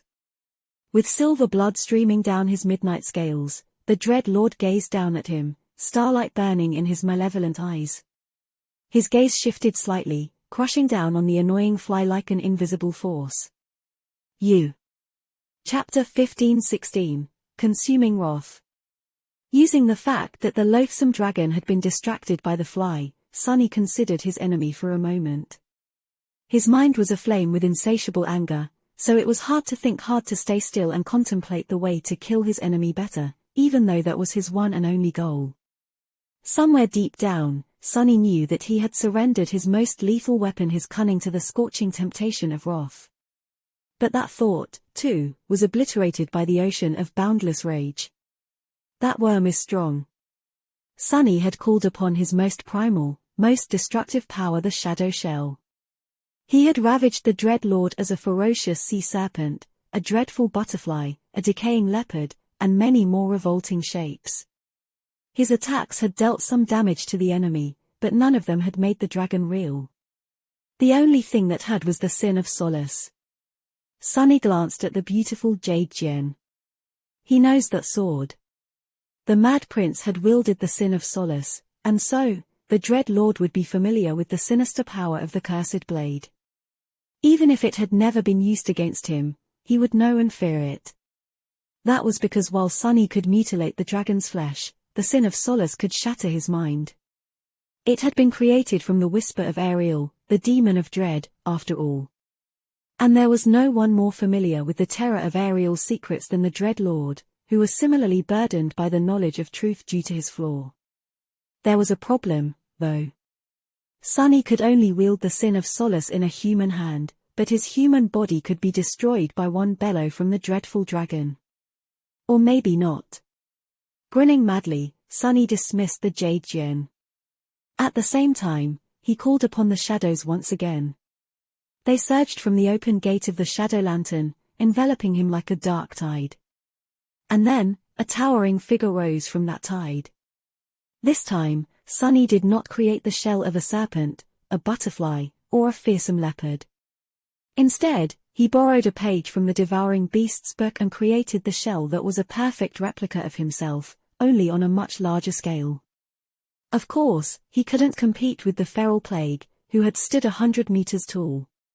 But even at a third of her height, his head still rose above the battlements of the fortress. A furious dark giant made of shadows appeared in the middle of the courtyard, sharing Sunny's appearance. His towering body was covered by a cracked onyx armor and a whirlwind of sparks surrounded his outstretched hand. Memories were mystical tools. They were created from the soul essence of their wielder, and adjusted to suit the wielder's body.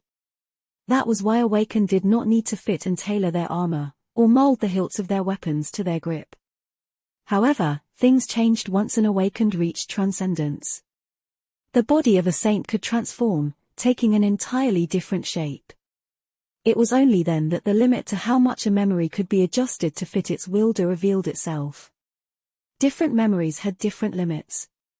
Some could still be used by the transformed saints, some could not. Generally, the more powerful a memory was, the more flexible potential it possessed. And Sunny was willing to bet that the Sin of Solace, a transcendent memory of the fifth tier, possessed more than enough of it to be useful in the hands of a giant, especially because the form he had taken was only different from his own body in size, and therefore did not require the Jade Gem to stray away from its nature as a sword. All he had to do was pour more essence into manifesting it. 10 times more, 100 times more, 1,000 times more, it did not matter. Sunny's essence was inexhaustible right now. As the shape of a graceful sword, its blade dozens of meters long, started to manifest itself from light, Sunny grinned and dashed forward. It was going to take the Sin of Solace some time to weave itself into existence, and he would have to occupy the loathsome dragon until then. Struggling to control his massive body, Sunny leaned forward and rammed his shoulder into the wall of the courtyard. The entire fortress quaked and tilted, water pouring in through the broken gates. The wall itself cracked and collapsed, forcing the Dread Lord, who had been using it as purchase, to lose balance. Before the dragon could open his massive wings, Sunny grabbed onto him and pulled him down. His face was very close to the Dread Lord's bloodied chest. If not for the visor of the onyx helmet, Sunny would have tried to bite into his throat. What's this? Something glistened amidst the silver blood. There, between the midnight scales, was a scale that seemed different from all the others.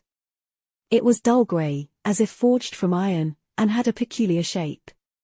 Sunny tried to get a better look at it, but at that moment, he heard the annoying fly shout. Sunny, I can't. What? And then, a radiant arrow hit him in the back, slid into the crack of the mantle, and detonated inside. No. The left side of the shadow giant's torso exploded from within. His onyx armor, which had already been severely damaged, crumbled into pieces. His left arm, which had almost grasped the hilt of the Sin of Solace, fell to the ground.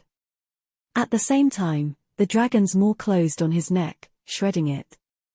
The Dread Lord growled, tearing the giant's head off with a terrible pull. Blinded by terrible pain and disoriented, Sunny crashed on the cold stones. His shell fell apart, and he was banished from the embrace of shadows. His body rolled and came to halt in the rubble of the shattered fortress wall. He felt cold water licking his torn skin. Ah! The fly, he should have killed it sooner. The loathsome dragon must have whispered a command into the vermin's ear, letting out a pained groan. Sunny forced his battered body to rise only to see the Dread Lord's tail swiping at him with terrible speed. Remembering how the hollow vessels of Soul Stealer exploded into bloody mist after being struck by it, he let out a hateful scream and stepped into the shadows. A moment later, he appeared on top of the crumbling wall. From there, Sunny could see the courtyard, and the figure of the bleeding dragon below him. He could also see twilight in the distance, barely visible through the haze of dawn. What to do, what to do? Belatedly, he thought about his shadows. Saint, Fiend, Nightmare, they could help him a lot in this battle. Especially Saint, who was immune to all mind attacks and could resist the authority of the Dread Lord. But thinking about them filled him with endless fury. No one was allowed to steal his vengeance from him. No one summoning the shadows would only give them a chance to kill the odious dragon before he could. He would never allow that to happen. This is madness. A feeble thought was drowned by the torrent of bloodlust and demented anger. Sunny was not going to allow anyone to steal his victims. No, if he summoned the shadows, it would only be to kill them. Kill them all. In fact, it was exactly what he should have done. Each of them was a shadow creature, and a powerful one at that, suitable to become fuel for his soul. He had painstakingly nurtured them himself, after all. So, wasn't it only right, for him to reap what he had sown? Just imagining the flood of shadow fragments he would receive from slaughtering his servants made Sunny smile viciously. Was that how the Mad Prince had become a Titan? It had to be. Where else would the vile madman find enough fragments to form the seventh core? Here in the tomb of Ariel. Sunny would be wise to follow his example. But first, he had to kill the dragon. And the traitorous fly. Turning his head to look at his enemies, Sunny lingered for a split second. Out there, far away, wasn't something strange happening in twilight? Suddenly frozen, he looked into the distance. Chapter 15-17, Supernova. On the crumbling streets of twilight, a grotesque nightmare creature was mauling another with its fangs, while a rain of swords and spears fell on its tough hide. Each strike caused streams of fetid blood to pour out of ghastly wounds, but the abominations paid it no attention. It hurts. Mordred, who had taken the body of the nightmare creature, was not having a great time. Not only was he being cut and mangled by the vessels of the imposter, but it was also getting hard to breathe. The air was full of smoke, and the buildings around him had caught fire, at some point. But he was so close. Finally, the abominations he had been brutalizing shuddered and died. An ethereal stream of power flowed into his soul, and he fled into the reflections, escaping the cruel blades of the hollow vessels. Appearing a few hundred meters away from the pursuing mob, he left the dying body of the battered nightmare creature and returned to his own. Before too long, a familiar pain tore apart his soul, forcing Mordred to groan. Why does it have to be so unpleasant?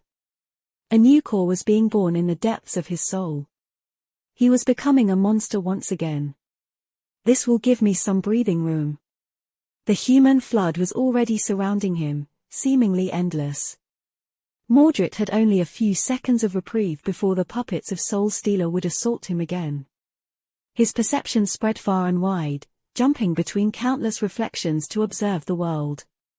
He saw Song of the Fallen, the blind witch. He also saw a giant made of shadows wield a jade sword against a harrowing dragon. Sunless, the madman, was fighting against the Dread Lord. Nightingale was there, as well, kneeling near a puddle of water. At that moment, Mordred's eyes glistened, and a sinister thought entered his mind. Can I? He hesitated for a moment, unsure. But then, a dark smile twisted his lips. Well, even if I fail, it will at least be entertaining. Mordred moved, contemplating how much essence he had left. Reaching the distant fortress would be a challenge. But then, he was distracted from these calculations. That was because he saw something else. Turning toward the heart of the city, Mordred froze for a moment. His eyes widened slightly. Cassie leaned against a broken wall, clutching her mangled neck. Her armor was slick with blood, and she felt weak. Her beautiful face was pale and tired. Go. The echo of the slain Sibyl floated away, the hem of her red dress hovering above the cobblestones. She was going to buy her master some time to escape, and then drown in the flood of hollow-eyed warriors. Sighing, Cassie pushed herself off the wall and continued to flee. She dodged and evaded the nightmare creatures that lunged at her from the ruins, not bothering to retaliate. There was no time for it. The lives of Effie and Jet were hanging in a fragile balance. They were literally hanging from her neck, hidden in an iron locket. That locket pressed her down with the weight of a mountain. She couldn't allow herself to make mistakes. I must escape. Making another turn, she came to a halt in front of a devastated space. Behind her was the tide of pursuing warriors, all staring at her with those eerie empty eyes of theirs. In front of her were the broken gates of twilight. Beyond them, there was nothing but still water. There was nowhere else to run. Cassie let out a quiet sigh. Turning around, she lowered her blooded hand and unsheathed the quiet dancer. The slender rapier glistened in the light of dawn, pointing at the approaching puppets of Soul Stealer. She gritted her teeth. Come, then. It's time. In the heart of twilight, Nephis finally reached the Serpent King's palace. The palace was no more. It had collapsed, at some point, turning into a vast ruin. Blood flowed between the shattered stones. The Dread Lord was not here. Sunny was nowhere to be seen, either. She was late. A heavy sigh escaped from her lips. Behind Nephis, twilight was wreathed in white flames. In front of her, a dozen warriors stood motionlessly, surrounding a monstrous figure in a tattered vermilion cloak. If not for his mirror-like eyes, she would not have recognized Mordred of Valor Soul Stealer. His original body. Nephis stared at the monster silently, an incandescent void shining through her eyes. Then, she took a step forward. Her armor had long crumbled. Her white tunic was torn and cut, revealing the soft radiance of her skin. Even her sword was covered by a net of cracks, ready to shatter into a whirlwind of sparks. She was tired. Found you. Nephis walked towards Soul Stealer, and the figures surrounding him moved to meet her. At the same time, thousands upon thousands of human vessels were pouring from the burning streets, surrounding her. There was no end to them.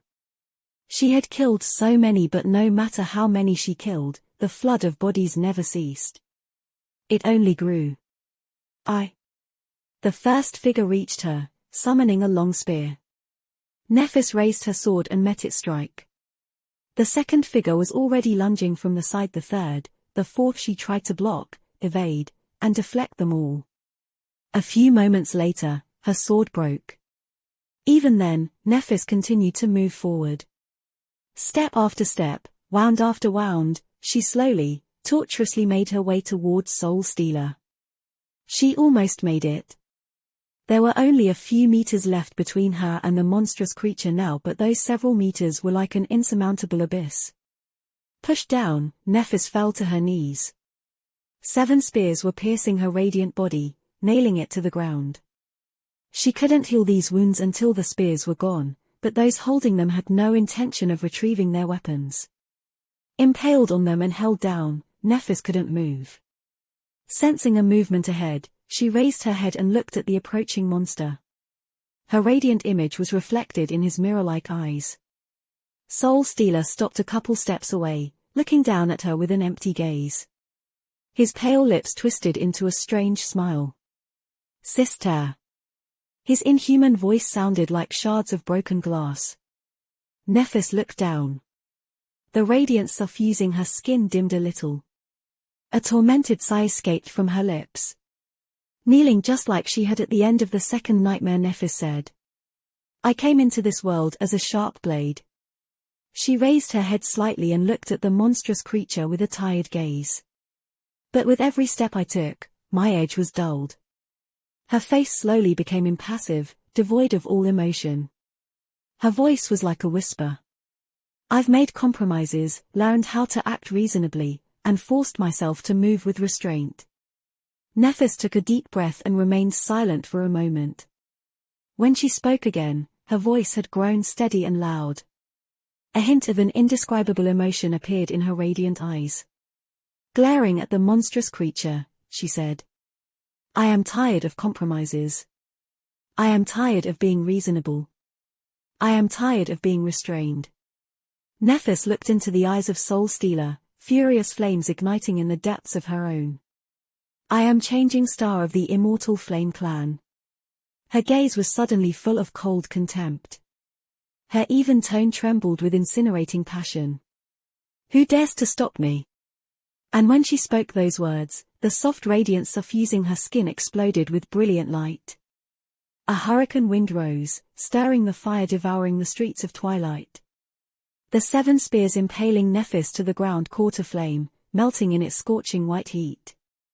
Although it seemed impossible, the blinding light emanating from her incandescent figure grew even more intense, unbearable to look at. If Sunny was there to see Nephis, he would have witnessed her 6 radiant soul cores swelling with furious light.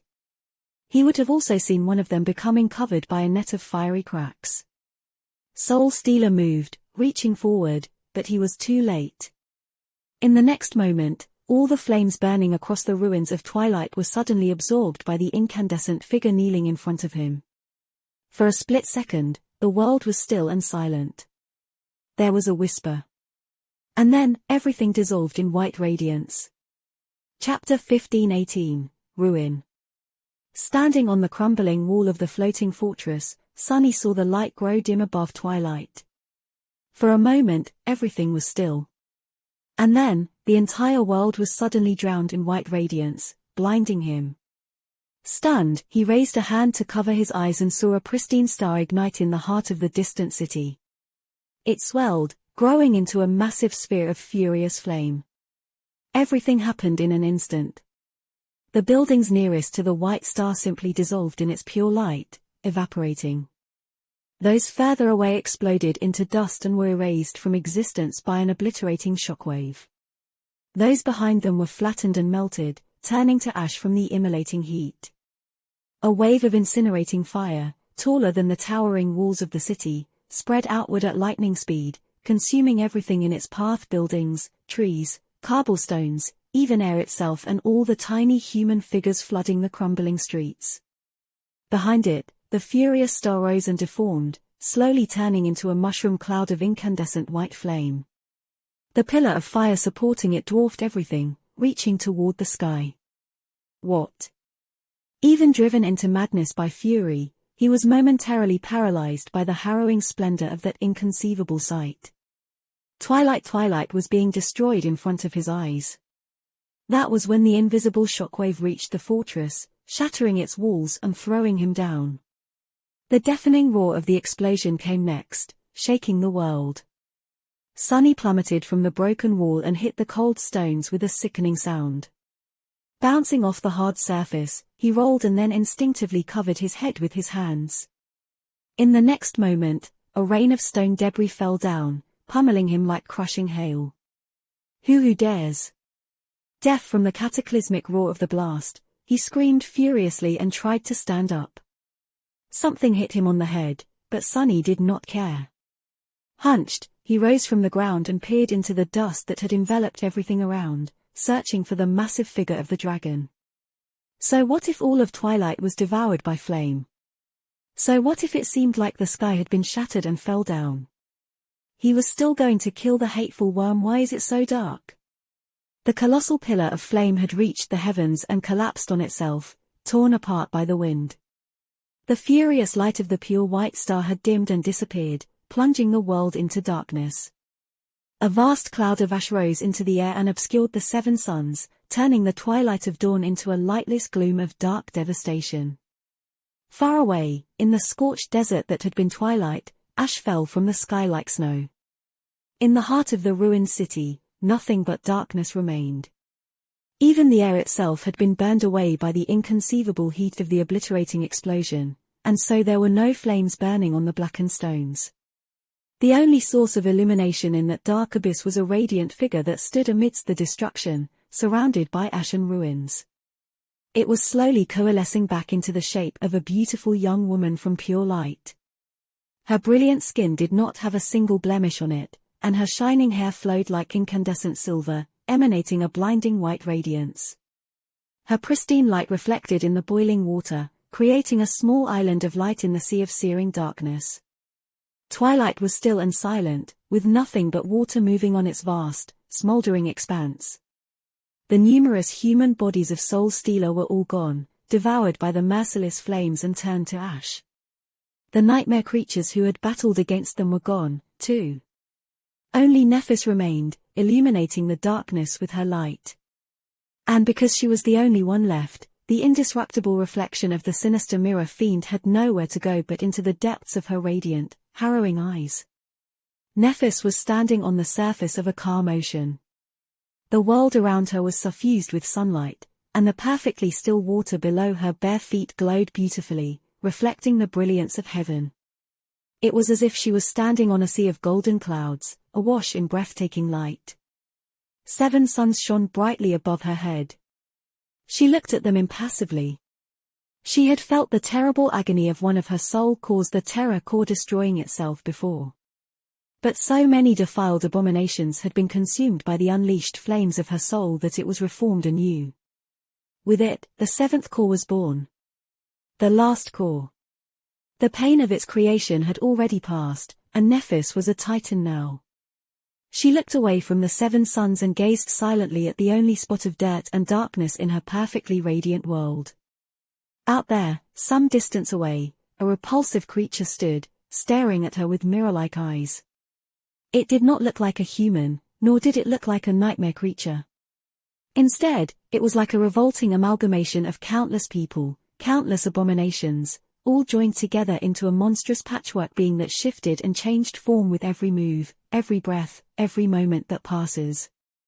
The shifting monster towered above her, staining the pure waters of her soul with darkness and corruption. Soul Stealer grinned, reaching forward with countless hands. He called her name with countless voices. His countless eyes festered with hatred and greed. But also fear. Nephis looked at him with contempt. Her even voice echoed across the radiant expanse, uttering a single word. Burn. And then, the beautiful landscape of her soul changed. The water Soul Stealer stood upon was no water at all. Instead, it was liquid flame, as if he was standing on the surface of a furious white star. The golden clouds floating above him were not vapor, but incandescent gas, as if he was drowning in burning stardust. Most harrowing of all, though, was the light of the seven suns. Because here in the sea of changing stars' soul, there was no escape from their incinerating rays. The radiance of the seven suns swelled, turning the car motion into an incandescent white void. And, trapped in that merciless void, Soul Stealer burned.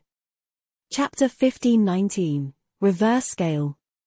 The floor of the floating fortress was tilted, and Sunny could hear the sound of water rushing into the breaches. His sight was obstructed by the cloud of dust, so he closed his eyes and sensed a massive figure stirring in the darkness. He grinned, forgetting about how torn and battered his body was. Looking up, Sunny saw two cold silver stars burning in the darkness high above him, the eyes of the murderous dragon, gazing down upon him. The dragon moved, and at the same time, the shadows moved, as well. The drowning fortress shuddered. Slumped near a puddle of water, Kai gasped for air. He was suffering from terrible pain and struggling to breathe. That blow Sunny had delivered him before was not a light one. He suspected that several of his ribs had been cracked or broken. His muscles were torn, as well, so drawing the bow was a torment.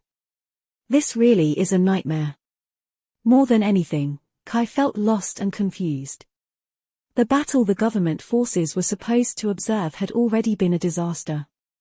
The terrible journey through the merciless white desert was like a feverish dream.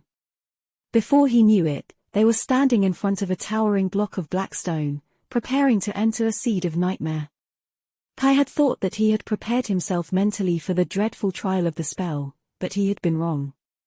Coming to his senses in the dim throne room of a mysterious palace was unlike anything he had ever expected and much more terrible.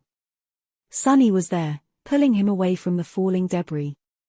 He heard some outlandish things about an evil dragon, who was also his twin, and an army of alien warriors that were supposed to help the cohort.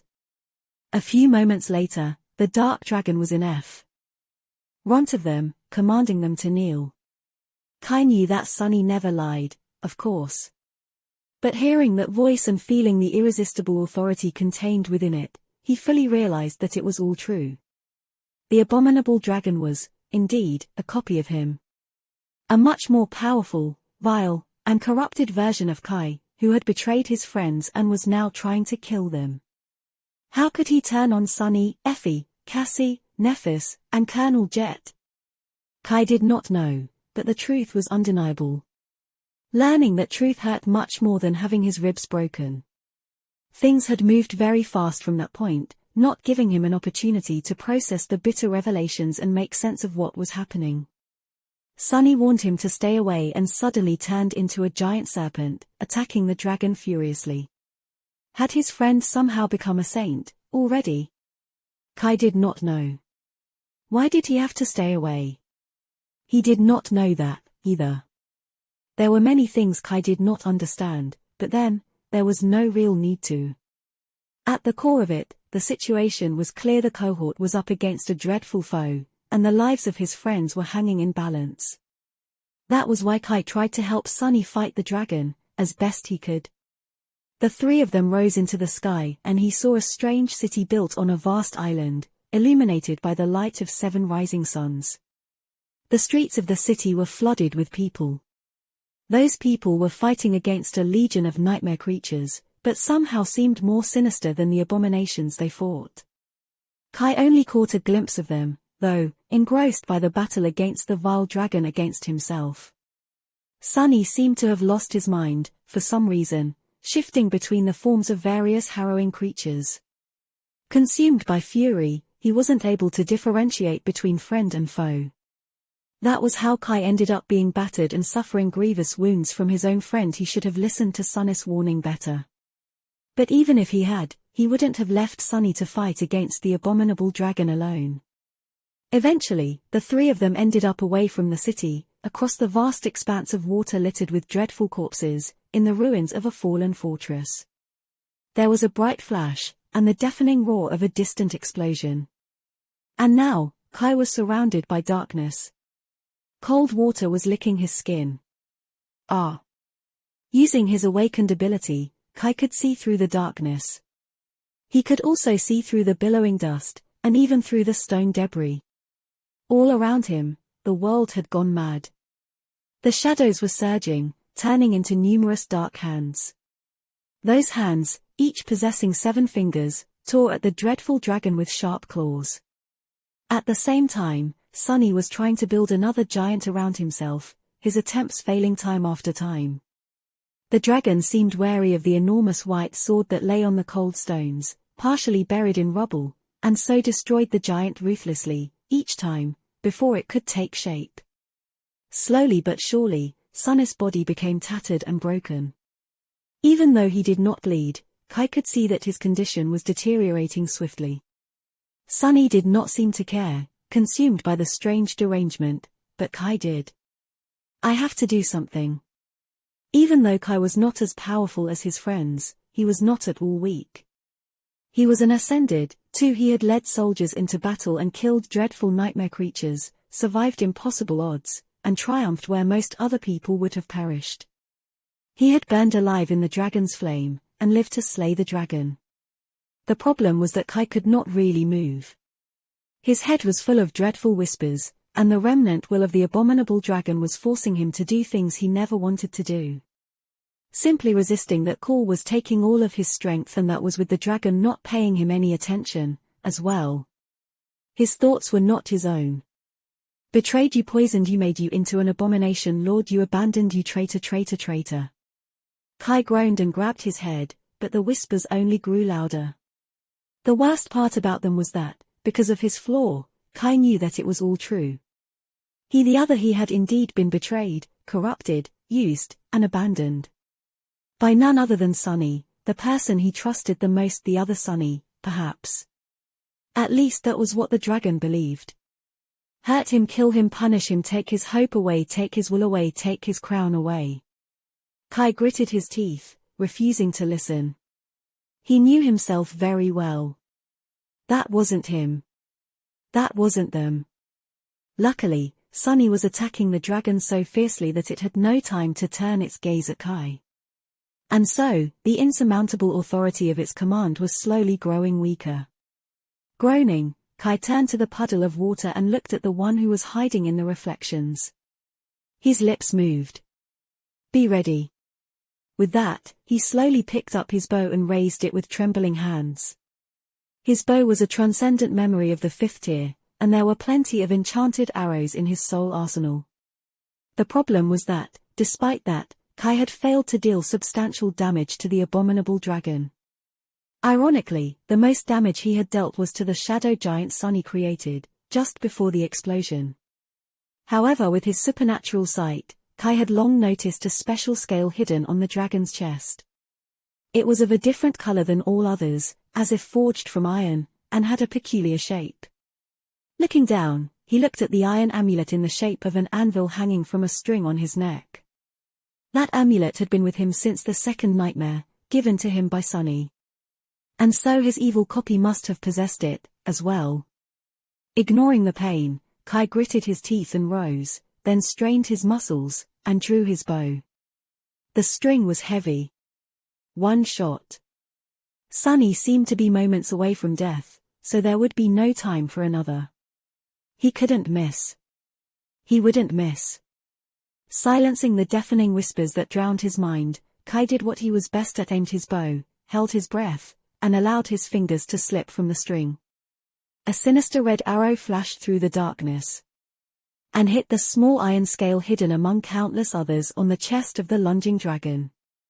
The dragon's claws tore through the forming shadow giant and struck Sunny, pressing him into the ground. The arrow failed to pierce the creature's tough hide, and so Kai swayed, suddenly weak from blood loss. But it did break that single scale, cracking it in two. In the next moment, the man hiding in the reflection was suddenly gone, and the dragon froze in place. Something sinister reflected in the depths of his silver eyes. Chapter 1520, Dreadful Soul. What a sight Mordred watched as Nightingale, picturesque despite being blooded and covered in dust, drew his bow and let an arrow loose. He had fled to the floating fortress after noticing the denial amulet fused into the Dread Lord's scales, and just in time. Something truly curious had happened in twilight, destroying all the reflections he could have used to take a look. It was probably Changing Star's fault or Soul Stealer's fault. In any case, Mordred would have been burned to a crisp if he had not left the city. After traversing the still water and reaching the fortress, he hid in the reflections and observed what was happening inside. Sunless was fighting like a madman, more of a madman than he usually was, while the Dread Lord viciously mauled and battered him. Truly, it was a miracle that Sunless had been able to battle the tyrant of Verge for so long, and even deliver countless wounds to the mighty dragon. What other master could have done the same? That guy really boggled the mind. Nevertheless, there was something strange about their fight. The defiled saint could have gone for the kill a long time ago, but he was restraining himself. Probably because he wanted to capture Sunless alive and make him a slave again. That made sense. Although Mordred mostly knew about the 6 plagues from the records he had spied in the frozen reflection of twilight, the Mad Prince seemed to have been the deterrence the tyrant of Verge used to keep the other 5 defiled champions in check, especially Soul Stealer. Now that Soul Stealer had finally turned on him, Sunless and his sinister soul were the best weapon the Dread Lord could use against the rebellious fiend. Mordred studied Nightingale for a while, amused. Have I really submitted to that naive fool? Well, he must not have remained naive for long after becoming defiled. Still, how had Soul Stealer missed the chance to become the master of the Mad Prince himself, after Changing Star was gone? The impostor was really a disappointment. Regardless, Mordred had spoken to the Nightingale, the original carrier of the Denial Amulet, just before twilight went up in flames. The charming archer had a part to play. And now, it seemed that he had played it brilliantly. A red arrow whistled through the air and struck the small scale on the chest of the giant dragon, cracking it. What a shot! How hard would it be to hit a target so small, and a moving one at that? Mordred allowed himself to admire the precision of the ascended archer for a split second. And then dove into the Dread Lord's corrupted soul. Here we go. Smiling, Mordred found himself surrounded by darkness. The darkness extended its revolting tendrils, trying to catch him. A forest of them rose from all sides, slithering like snakes. Trembling slightly, he evaded the grasp of corruption and dashed forward. That's why I hate invading the souls of nightmare creatures. At least he possessed both of his hands here. Sadly, Mordred could only reflect the powers and weapons of the master of the invaded soul, not use his own. And since the Dread Lord had surrendered to defilement and was thus banished from the nightmare spell, there were no memories here for Mordred to summon. The memories were given by the spell, and taken away by the spell. There were other things he could steal, though. Almost caught by the harrowing tendrils, he jumped and soared into the air. Flying was not something Mordred did often, but he had experienced it before, so learning how to use this particular ability only took him a moment. His body rippled and swelled, becoming covered by impregnable scales. 2 mighty wings sprouted from his back, and his teeth turned into sharp porcelain fangs. He became a dragon. Mordred had not been a dragon before, but he had stolen bodies of nightmare creatures of a similar kind. So, he grew accustomed to this new shape quickly. Finally, his eerie gaze pierced the vile darkness and found a figure standing in the heart of it, lonesome and lost. The soul of the Dread Lord still maintained its human appearance. He must not have surrendered to corruption entirely, yet. A vicious smile twisted Mordred's reptilian lips. Time to die. He wasn't sure which one of them was going to die, but was eager to find out. Mordred was merely an ascended monster right now, while the Dread Lord there were 5 repugnant masses of corruption hidden in the boundless darkness of his defiled soul, so he had to be a corrupted tyrant. The chances of victory were slim. But then again, Mordred had killed numerous foes who were more powerful than him, more experienced than him, more knowledgeable about the nuances of their aspects than him, more proficient in using their memories than him. However, none of them had been as resourceful as him, as resolute as him, or as ruthless as him. Nightingale was a brave, but naive fool, so how much better could his corrupted version be? If there was one thing Mordred was afraid of, though, It was the knowledge of the defilement the Dread Lord wielded. That was why this battle was a gamble, even more so than every other soul battle Mordred had fought in the past. I'll just have to kill him before he has time to say anything, then. In the distance, the lonesome figure moved, finally noticing the invader. A mad light ignited in the Dread Lord's eyes. Far away, among the scorched ruins of twilight, nothing living moved. The buildings, those that were far enough from the epicenter of the blast to not be reduced to dust, had either collapsed or stood blackened and deformed. Ash fell from the dark sky like snow, covering the desolate landscape. Most of the living beings that had witnessed the birth of the radiant star had been turned to ash, but piles of smoldering corpses still remained at the edges of the city. The walls surrounding Twilight had collapsed, and the giant carcasses beyond them were scorched. A pale hand rose from the water among those carcasses. Surfacing, Cassie climbed onto the carapace of a dead abomination and gulped for air. Then, she collapsed and lay motionlessly, ash falling on her face from the dark sky. The iron locket was still with her, safe and sound. A slender rapier hovered in the air above the blind girl, seemingly concerned. Cassie concentrated on it, feeling her consciousness begin to slip. Go. The quiet dancer hesitated for a few moments, then disappeared into the darkness. Cassie sighed and allowed her battered body to relax. Laying on the blackened carapace of a dead abomination, she turned her head to face the ruins of Twilight. A cold, pale smile appeared on her lips. In the heart of the destroyed city, Nephis slowly opened her eyes. Soul Stealer was no more. The bright radiance suffusing her skin slowly grew dim and disappeared.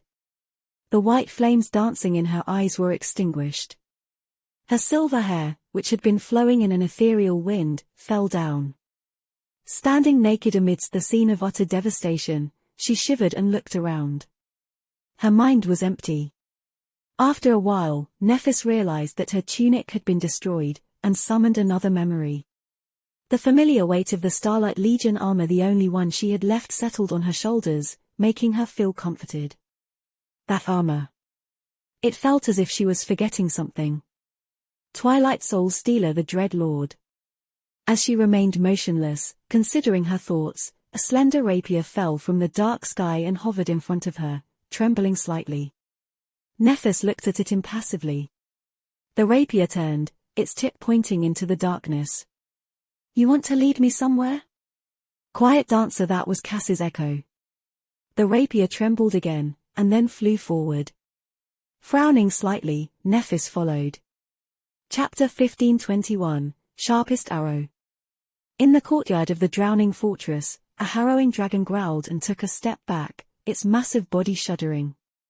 His silver eyes had lost their sinister light, turning glossy and unfocused. A vicious battle must have been taking place in the dragon's corrupted soul. The maddening whispers thundering in Kai's head finally grew silent. He swayed, then took a labored breath and limped toward Sunny. His friend was laying on the cold stones, barely alive. His body was a terrible painting of torn flesh, white bones visible through its mangled mess. Eerily, he was still not bleeding at all. Usually, Kai would have been reassured by that fact, but right now, it looked like Sunny was already a cold corpse. But he wasn't a corpse. Sunny was still moving, struggling to stand up. Even after battling a defiled saint tooth and nail, he was still unbroken, trying to continue to fight. As Kai approached, he heard his furious whispers. Kill you, I'll kill you, shut up, I'll tear you apart. Strangely enough, his hateful gaze was not directed at the archer. Instead, Sunny was glaring past him, seemingly at an empty spot. Kai felt his heart tighten. What is happening to him? Sunny had always had a wild personality, and there was that time he had turned a little feral in the dark city, but he was never truly mad. Now, however, it seemed as though his friend had entirely lost his mind. There must be a reason. He had warned Kai to stay away before, had he not? That meant that this strange condition Sunny was in had a purpose.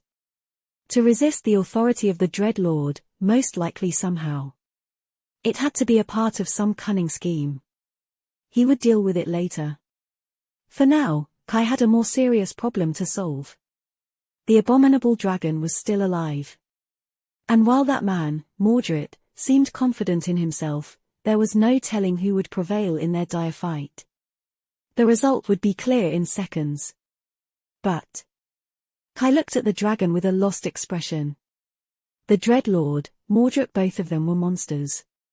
He still remembered what the scion of the great clan Valar had done in the second nightmare. The harrowing massacre he had perpetrated in the Kingdom of Hope was not something a sane person would ever commit. Even if he did win, was it really fine to let the dreadful authority of Kai's voice fall into the hands of someone so depraved?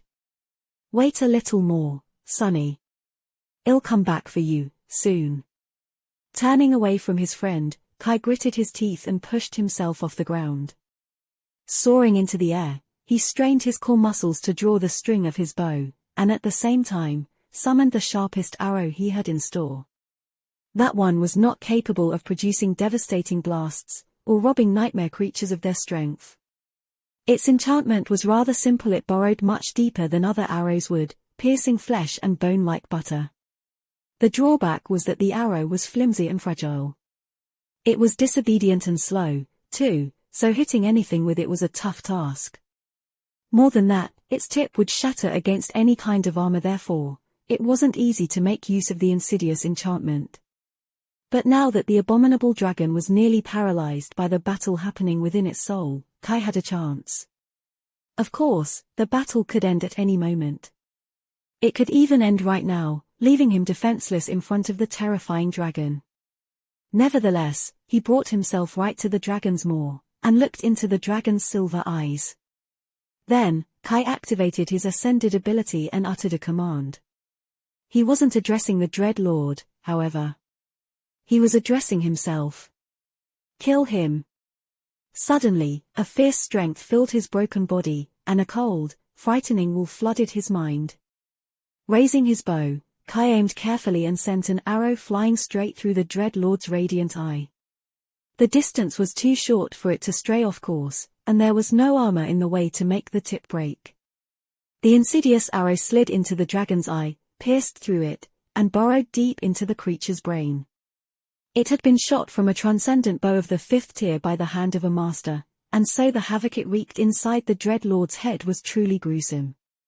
His body had been battered in the battle against Sonny, and his soul had been weakened by the battle against Mordred of Valar.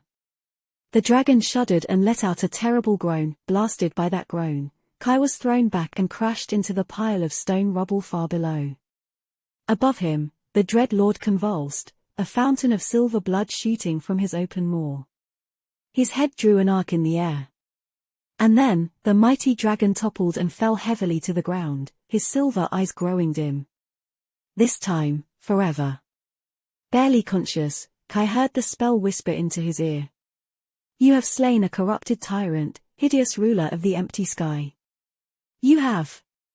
Consumed by pain, he didn't hear the rest. He did, however, hear a terrible scream. Turning his head, Kai saw a human figure rolling on the ground in agony. It was Mordred, the scion of Valar, missing a hand and covered in blood. There was something terribly wrong with that lunatic, though. His face, which had seemed to be incapable of showing earnest emotions, was now twisted by a terrible grimace, an eerie darkness devouring his eyes. Letting out a stifled groan, Mordred clutched at the stones and crawled to the nearby puddle.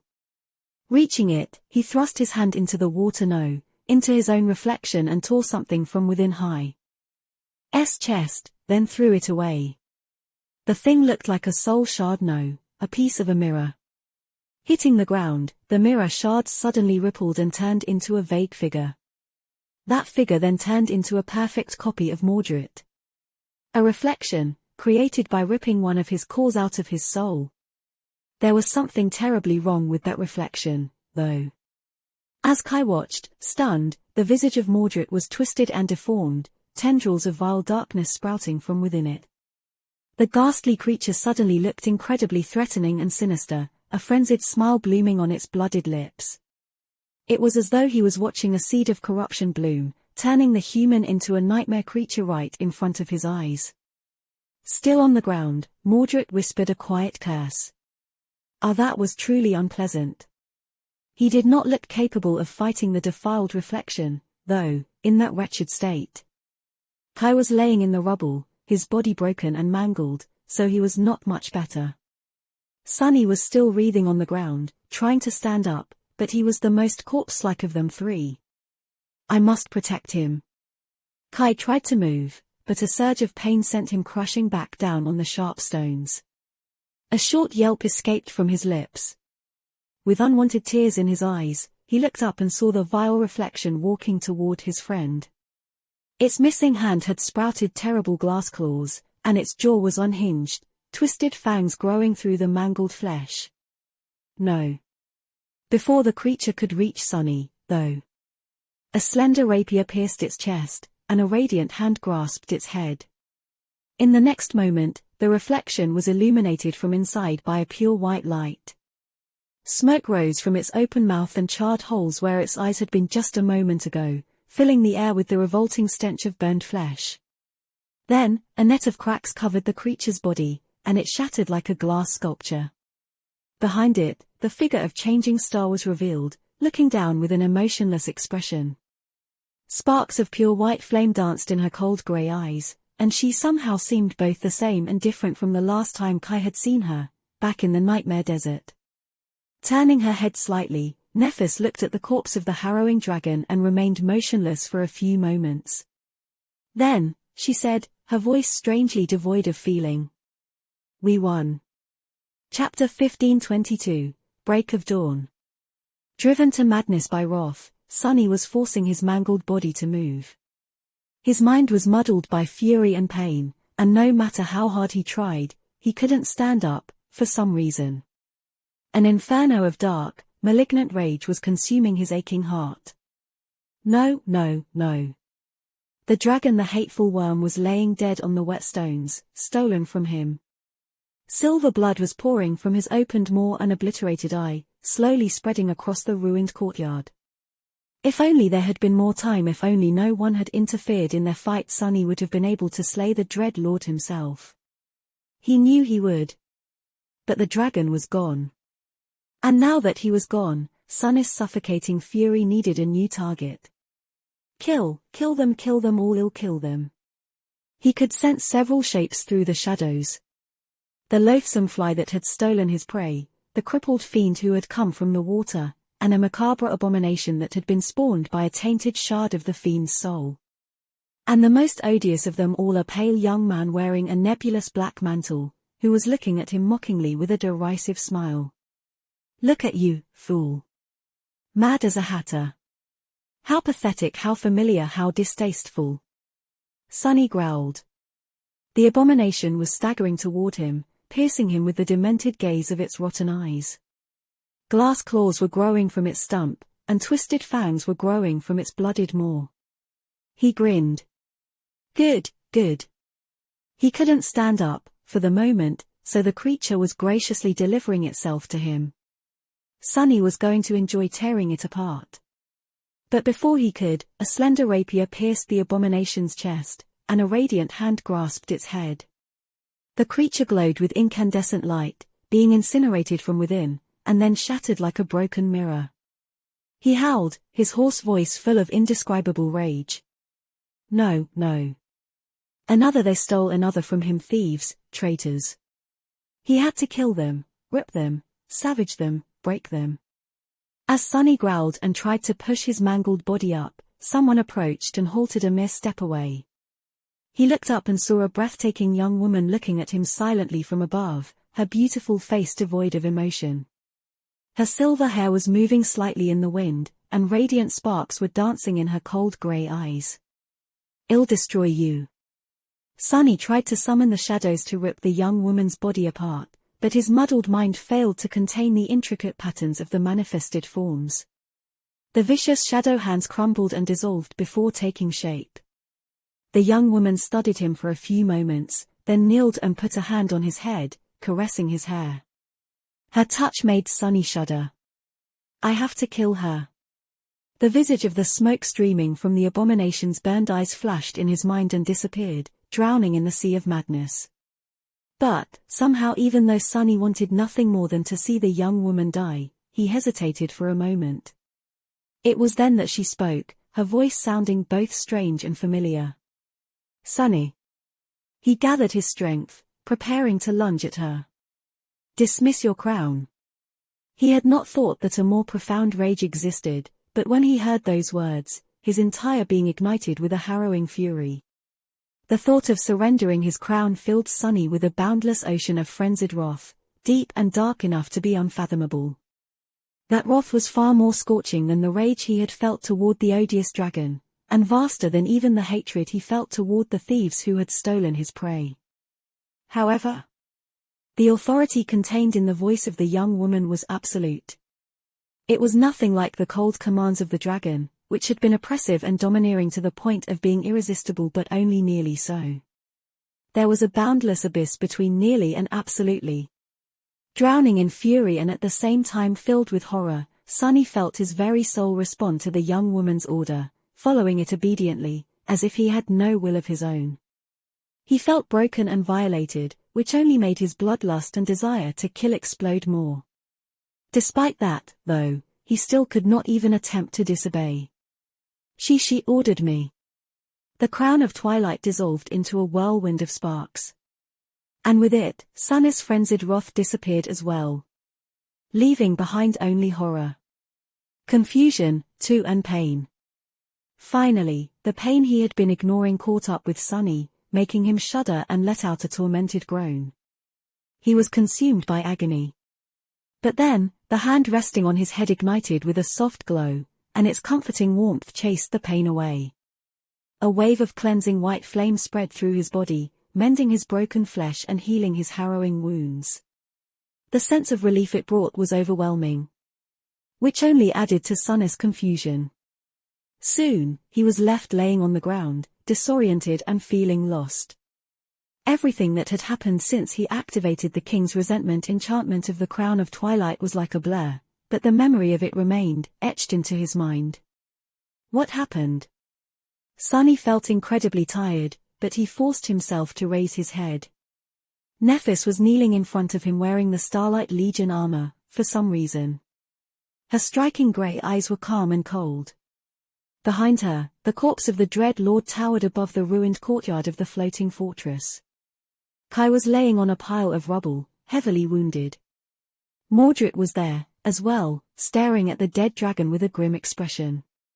The world was dark, with only a few rays of pale sunshine pouring through the veil of ashen clouds. There was something else, as well. A black crow was perched on the remnants of the broken wall, staring down at them. Sunny looked at Nephis, a storm of emotions raging in his heart. Noticing that he had regained his senses, she nodded simply and rose. Turning away, she walked toward where Kai was laying, his ivory armor painted by blood. Soon, soft radiance flowed from her hands, healing the archer. At the same time, Mordred sighed deeply and looked at Kai with a hint of resentment. "Why did you do it?" "I almost had him." Kai met his gaze somberly, and then said in a hoarse voice, "That was why I did it." The Prince of Nothing remained silent for a moment, then grinned with dark amusement and turned to Nephis. Waving his bloody stump in the air, he asked blithely, "Don't I get healed?" Her answer was cold and even. "Wait for your turn." Sunny observed it all, too tired to move, and too numb to think. Soon, two figures climbed over the pile of rubble that the wall of the fortress had turned to. They were Effie and Jet. Effie was walking while supporting her weight with a spear, while Jet was carrying unconscious Cassie. When she appeared, both Crow and the quiet dancer rushed to her side. The wind tore apart the veil of clouds, and finally, the light of dawn illuminated the drowning fortress once again. Sunny looked at the sky pensively. A strange thought surfaced in his mind. We won. Chapter 1523, Endlessly Flowing. Soon enough, the wind carried the clouds of ash away. Twilight was once again illuminated by the beautiful light of dawn, what was left of twilight, at least. The floating fortress where the Dread Lord had died broke apart and drowned in the still water. The water itself was starting to move, sparkling in the sunlight. Now that the Serpent King's city and whatever enchantments had held it in place were destroyed, the current was slowly returning. Soon enough, the current would carry it all the blackened ruins of Twilight, the corpses of the defiled that had stormed it, and the broken ships of its fallen defenders to the edge, then throw them into the lightless abyss that lay beyond it, where they would never be found or seen again, unless someone braved the void and reached the very bottom of Ariel's dreadful world, erasing all signs that Twilight had ever existed from the endlessly flowing surface of the Great River. Until the next cycle came. Hopefully, Sunny would not be there to witness it. The cohort had returned aboard the Chainbreaker before the fortress drowned. Now, they were observing the charred carcass of the inconceivable abomination that had served as the foundation of Twilight slowly crumbling and submerging underwater. The brilliant explosion had put a net of cracks into it, and now, the weight of the immense carapace and the water pressure was slowly pulling it apart. Well, some of them were observing. Some were in no condition to pay it much attention, if any at all. Cassie was still unconscious. Her wounds, including the deep gash on her neck, had been healed by Nephis, but the blind girl was showing no signs of waking up, yet. Surviving the mayhem and the obliterating blast must have taken a toll on her. Nephis herself was sitting at the stern of the flying vessel, staring into the distance with a detached look on her face. She was utterly exhausted, but also this was her usual state after overusing her aspect. It was as if her humanity had been burned away, and needed time to restore itself. Somehow, Sunny felt that this time, that process would take longer than it had in the past. Which was understandable. He already realized that the devastating explosion that destroyed the city, and turned every living being on its streets to ash, had been somehow caused by Nephis. Sunny did not know the details, but could see that she was a Titan now. That had to be the result of her fires consuming all the nightmare creatures that had been fighting against Soul Stealer, and then killing the Mirror Fiend himself. Neph's half-breed innate ability granted her a portion of the soul fragments of all beings killed by her flames, after all. He himself was in no mood to observe the collapse of Twilight either. Slumped against the trunk of the sacred tree, Sunny was not much different from Nephis. Using the king's resentment had taken a toll on him, making him feel utterly drained and exhausted. His gaze was distant, and his face was pale from fatigue. There was also a confusing storm of emotions raging in his heart, but at the same time, he was too numb to deal with that mess. For now, he was simply happy to be alive, happy that all of them were alive, while their enemies against all odds were dead. Saint, Fiend, and Nightmare were guarding the ship and keeping an eye on Mordred, in case the bastard decided to do something malicious. However, the Prince of Nothing did not seem inclined to turn on his allies, at least not just yet. He walked around the Chainbreaker, looking curiously at this and that. That would have infuriated Sunny if he wasn't feeling so drained. What was that guy so curious about? He had already seen everything there was to see here, hiding in their eyes on the way to the second nightmare. Perhaps looking at things through someone else's eyes and doing it yourself was not quite the same. Right, perhaps this Chainbreaker was not the same as the real Chainbreaker they had left in the real world, either. In any case, Mordred was not a problem, for now. Which left only Effie, Jet, and Kai. The first two had been spared from participating in the battle for Twilight.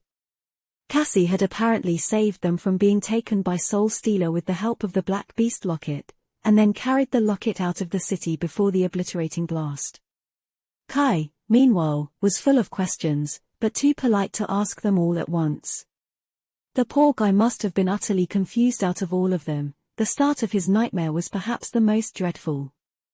As a result, the three were standing at the railings, looking at the blackened corpse of Twilight and talking quietly between themselves.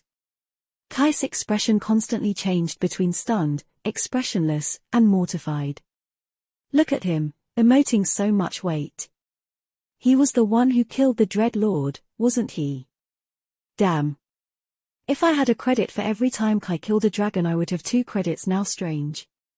Sunny studied the face of his friend for a few minutes, considering if he had to apologize for trying to kill him. Kai had blown up his shadow shell, too, so they were probably even. In any case, this dilemma seemed too tiring and complicated to consider right now. Looking away, Sunny turned his full attention to the wood grain of the Chainbreaker's deck. Everything had gone wrong in Twilight. He had failed but also prevailed, in a sense. Soul Stealer was dead. The Dread Lord was dead, too. The army they had hoped to recruit was dead as well. And Nephis had used the Shadow Bond to cure Sunny from madness, but still. She had broken her promise. Again. And saved him, again. What a mess. Tired and confused, he closed his eyes and lowered his head to the root of the sacred tree. He just wanted to sleep. The problems, messy as they were, could wait until tomorrow. Chapter 1524, Bitter, Sweet. By the time Sunny woke up, it was night. Even this place of endless dawn had a night, just like the crimson expanse of eternal dusk had one. However, nights were short and fleeting at the edges of the great river. Before he knew it, the 7 suns were already rising again. The world became painted by the soft colors of the breaking dawn. With a sigh, Sunny rubbed his eyes and sat up. He felt strangely great. His body was in perfect shape because of Neph's healing flames, and his mental energy had been restored with the help of the Shroud of Dusk after having a good sleep. Nightmare had also guarded his dreams, as well as the dreams of everyone else aboard the Chainbreaker. Here in the pyramid built by the Demon of Dread, that alone was more important than one would think. Great. Nevertheless, his good mood was diminished when he remembered what had transpired in Twilight. I should probably be happy, right? Beyond himself, even. And he was, to an extent. 2 of the most dangerous enemies there were in the tomb of Ariel had been slain, so why wouldn't he? Finally, the end of this nightmare did not seem so distant as to be impossible anymore. Salvation was within reach, already visible far in the distance just like the first rays of the rising suns were, shining from beyond the horizon to break the reign of night. But Sunny couldn't feel completely happy. That victory of theirs had been too perilous, almost turning into defeat. In fact, it should have been a defeat, if not for a couple miracles. Other than that, he was not happy with himself, personally. Sunny had accomplished a few astonishing feats during the battle for Twilight, reaching the throne room of the Serpent King's palace, lifting the curse of frozen time, resisting the authority of the Dread Lord, fighting the defiled saint almost to a standstill while being inhabited by madness, and even realizing the full potential of his current level of mastery over Shadow Dance. What other master could boast that they were not only capable of transforming themselves akin to a saint, but were also not limited to a single static form? Turning into monstrous serpents, winged horrors, and dreadful beasts. Truly, the depth of his divine aspect was slowly starting to put the entire hierarchy of Awakened under question. Most of the things Sunny had done yesterday, nobody else could have accomplished. And without him there, the cohort would have undoubtedly perished. And yet, in the end, he had been defeated. He had been defeated by the Dread Lord, and he had been defeated by the King's resentment enchantment of the Crown of Twilight. Most of all, he had been defeated by his own lack of foresight and knowledge. He was only alive by chance. Knowing that did not feel great at all. Sunny sighed. Well, one can't win every time. He knew that such thoughts were immature and childish. He had long realized, after all, that his allies were a part of his power. So, their triumph was his triumph, just like his triumph would be theirs in turn. Still, Sunny couldn't help but feel a bit disappointed in himself. He had done remarkably well in this nightmare up until yesterday. Experiencing a serious setback was a change of pace. And then there was the fact that Nephis had to resort to using Shadow Bond in order to make him come back to his senses. He did not know how to feel about it. Logically, there was no reason to be hurt or angry. It had been done for his own good, after all, and brought him no harm. It might very well have saved the lives of his friends, too. In fact, if Sunny had been able to think at that moment, he would have asked Nephis to use her power over him to help him escape from the insidious effect of the king's resentment himself. That would have been a cunning way to cheat the system. But humans were not logical creatures. All Sunny knew was that he could not forget that moment. The horror of having his will violated in such a tyrannical fashion. The hopelessness he felt when his body and soul moved despite his wishes, refusing to obey him. Obeying someone else instead. The demented fury he had felt at that time only made the experience so much more disturbing and vivid. That memory was like a shadow that hung over his head. Grimacing, Sunny shook his head and looked around. A moment later, his expression soured. He noticed a pair of hateful eyes glaring at him from a few meters away. The Sin of Solace was back, looking at him mockingly. Finally awake, are you? So, how does it feel to be? Shut up. Sunny did not let the sword wraith finish and stood up, deciding to go find the other members of the cohort. Nephis was still in the strange state of having had her reserve of humanity burned away by the terrible torment of her flaw. Usually, she would have already been up and about, preparing breakfast for the cohort, but today, that did not happen. Instead, Nephis was simply meditating at the stern of the chainbreaker, unmoved and unbothered by anything. The other members of the cohort had chosen not to disturb her. There was a tantalizing smell spreading through the air. Effie had taken it upon herself to cook up a feast, using the supplies stored in the cargo hold of the flying ship without sparing any of the ingredients. Sunny heard his stomach growl, and realized how hungry he was. Soon, all of them, even Nephis, had gathered on the mess deck, sitting around a table. Cassie had regained consciousness, but was still pale. Kai seemed to be a bit out of it, undoubtedly digesting the many incredible twists and turns of this bizarre nightmare. Effie and Jet were, more or less, their usual selves. It almost looked like the good old days when the cohort shared meals together, with the added bonus of having Jet keep them company. There was only one thing spoiling the atmosphere. Mordred was also there, sitting near Sunny and looking at them with a curious expression. The Prince of Nothing picked up a pair of chopsticks and smiled pleasantly. What's for breakfast? 1515. The breakfast ended up passing in a strange atmosphere. Which was understandable, considering that they were sharing the table with a homicidal maniac. Mordred was nothing but amiable and pleasant, but it was exactly his disarming charm that made everyone feel disturbed and uncomfortable. After all, they all knew what the Prince of Nothing was capable of, some better than others. Mordred was not the only one who made the conversation feel stifled, though. Nephis was still detached and impassive. Cassie was keeping quiet, as if she had forgotten how to speak. Sunny was not in the mood to talk, either, concentrating on his food. Kai was deep in thought, still struggling to come to terms with what he had learned from Effie and Jet. After a while, all 7 of them were more or less done with the meal. In the silence that followed, Effie glanced around the table. So. She leaned back and smiled. Is anyone going to explain what the hell happened in that damn city? Sunny looked at her somberly. So did Nephis and Mordred, the former without any emotion, the latter with a hint of amusement. At that moment, Jet stretched her legs, crossed them comfortably, and nodded. Yeah. Actually, I'm dying to know, too. Sunny remained silent for a few moments, trying to imagine the situation from their perspective, then sighed. Taking a sip of tea, he said. Well, first of all, our base assumption was wrong. We assumed that Twilight had been frozen in the middle of a battle between its army and the invading forces of the Defilement, but in fact, it was a battle between Soul Stealer and the Dread Lord all along. He paused, then added in a dark tone. They must have breached the walls of the city, which allowed Soul Stealer to consume the souls of everyone in Twilight.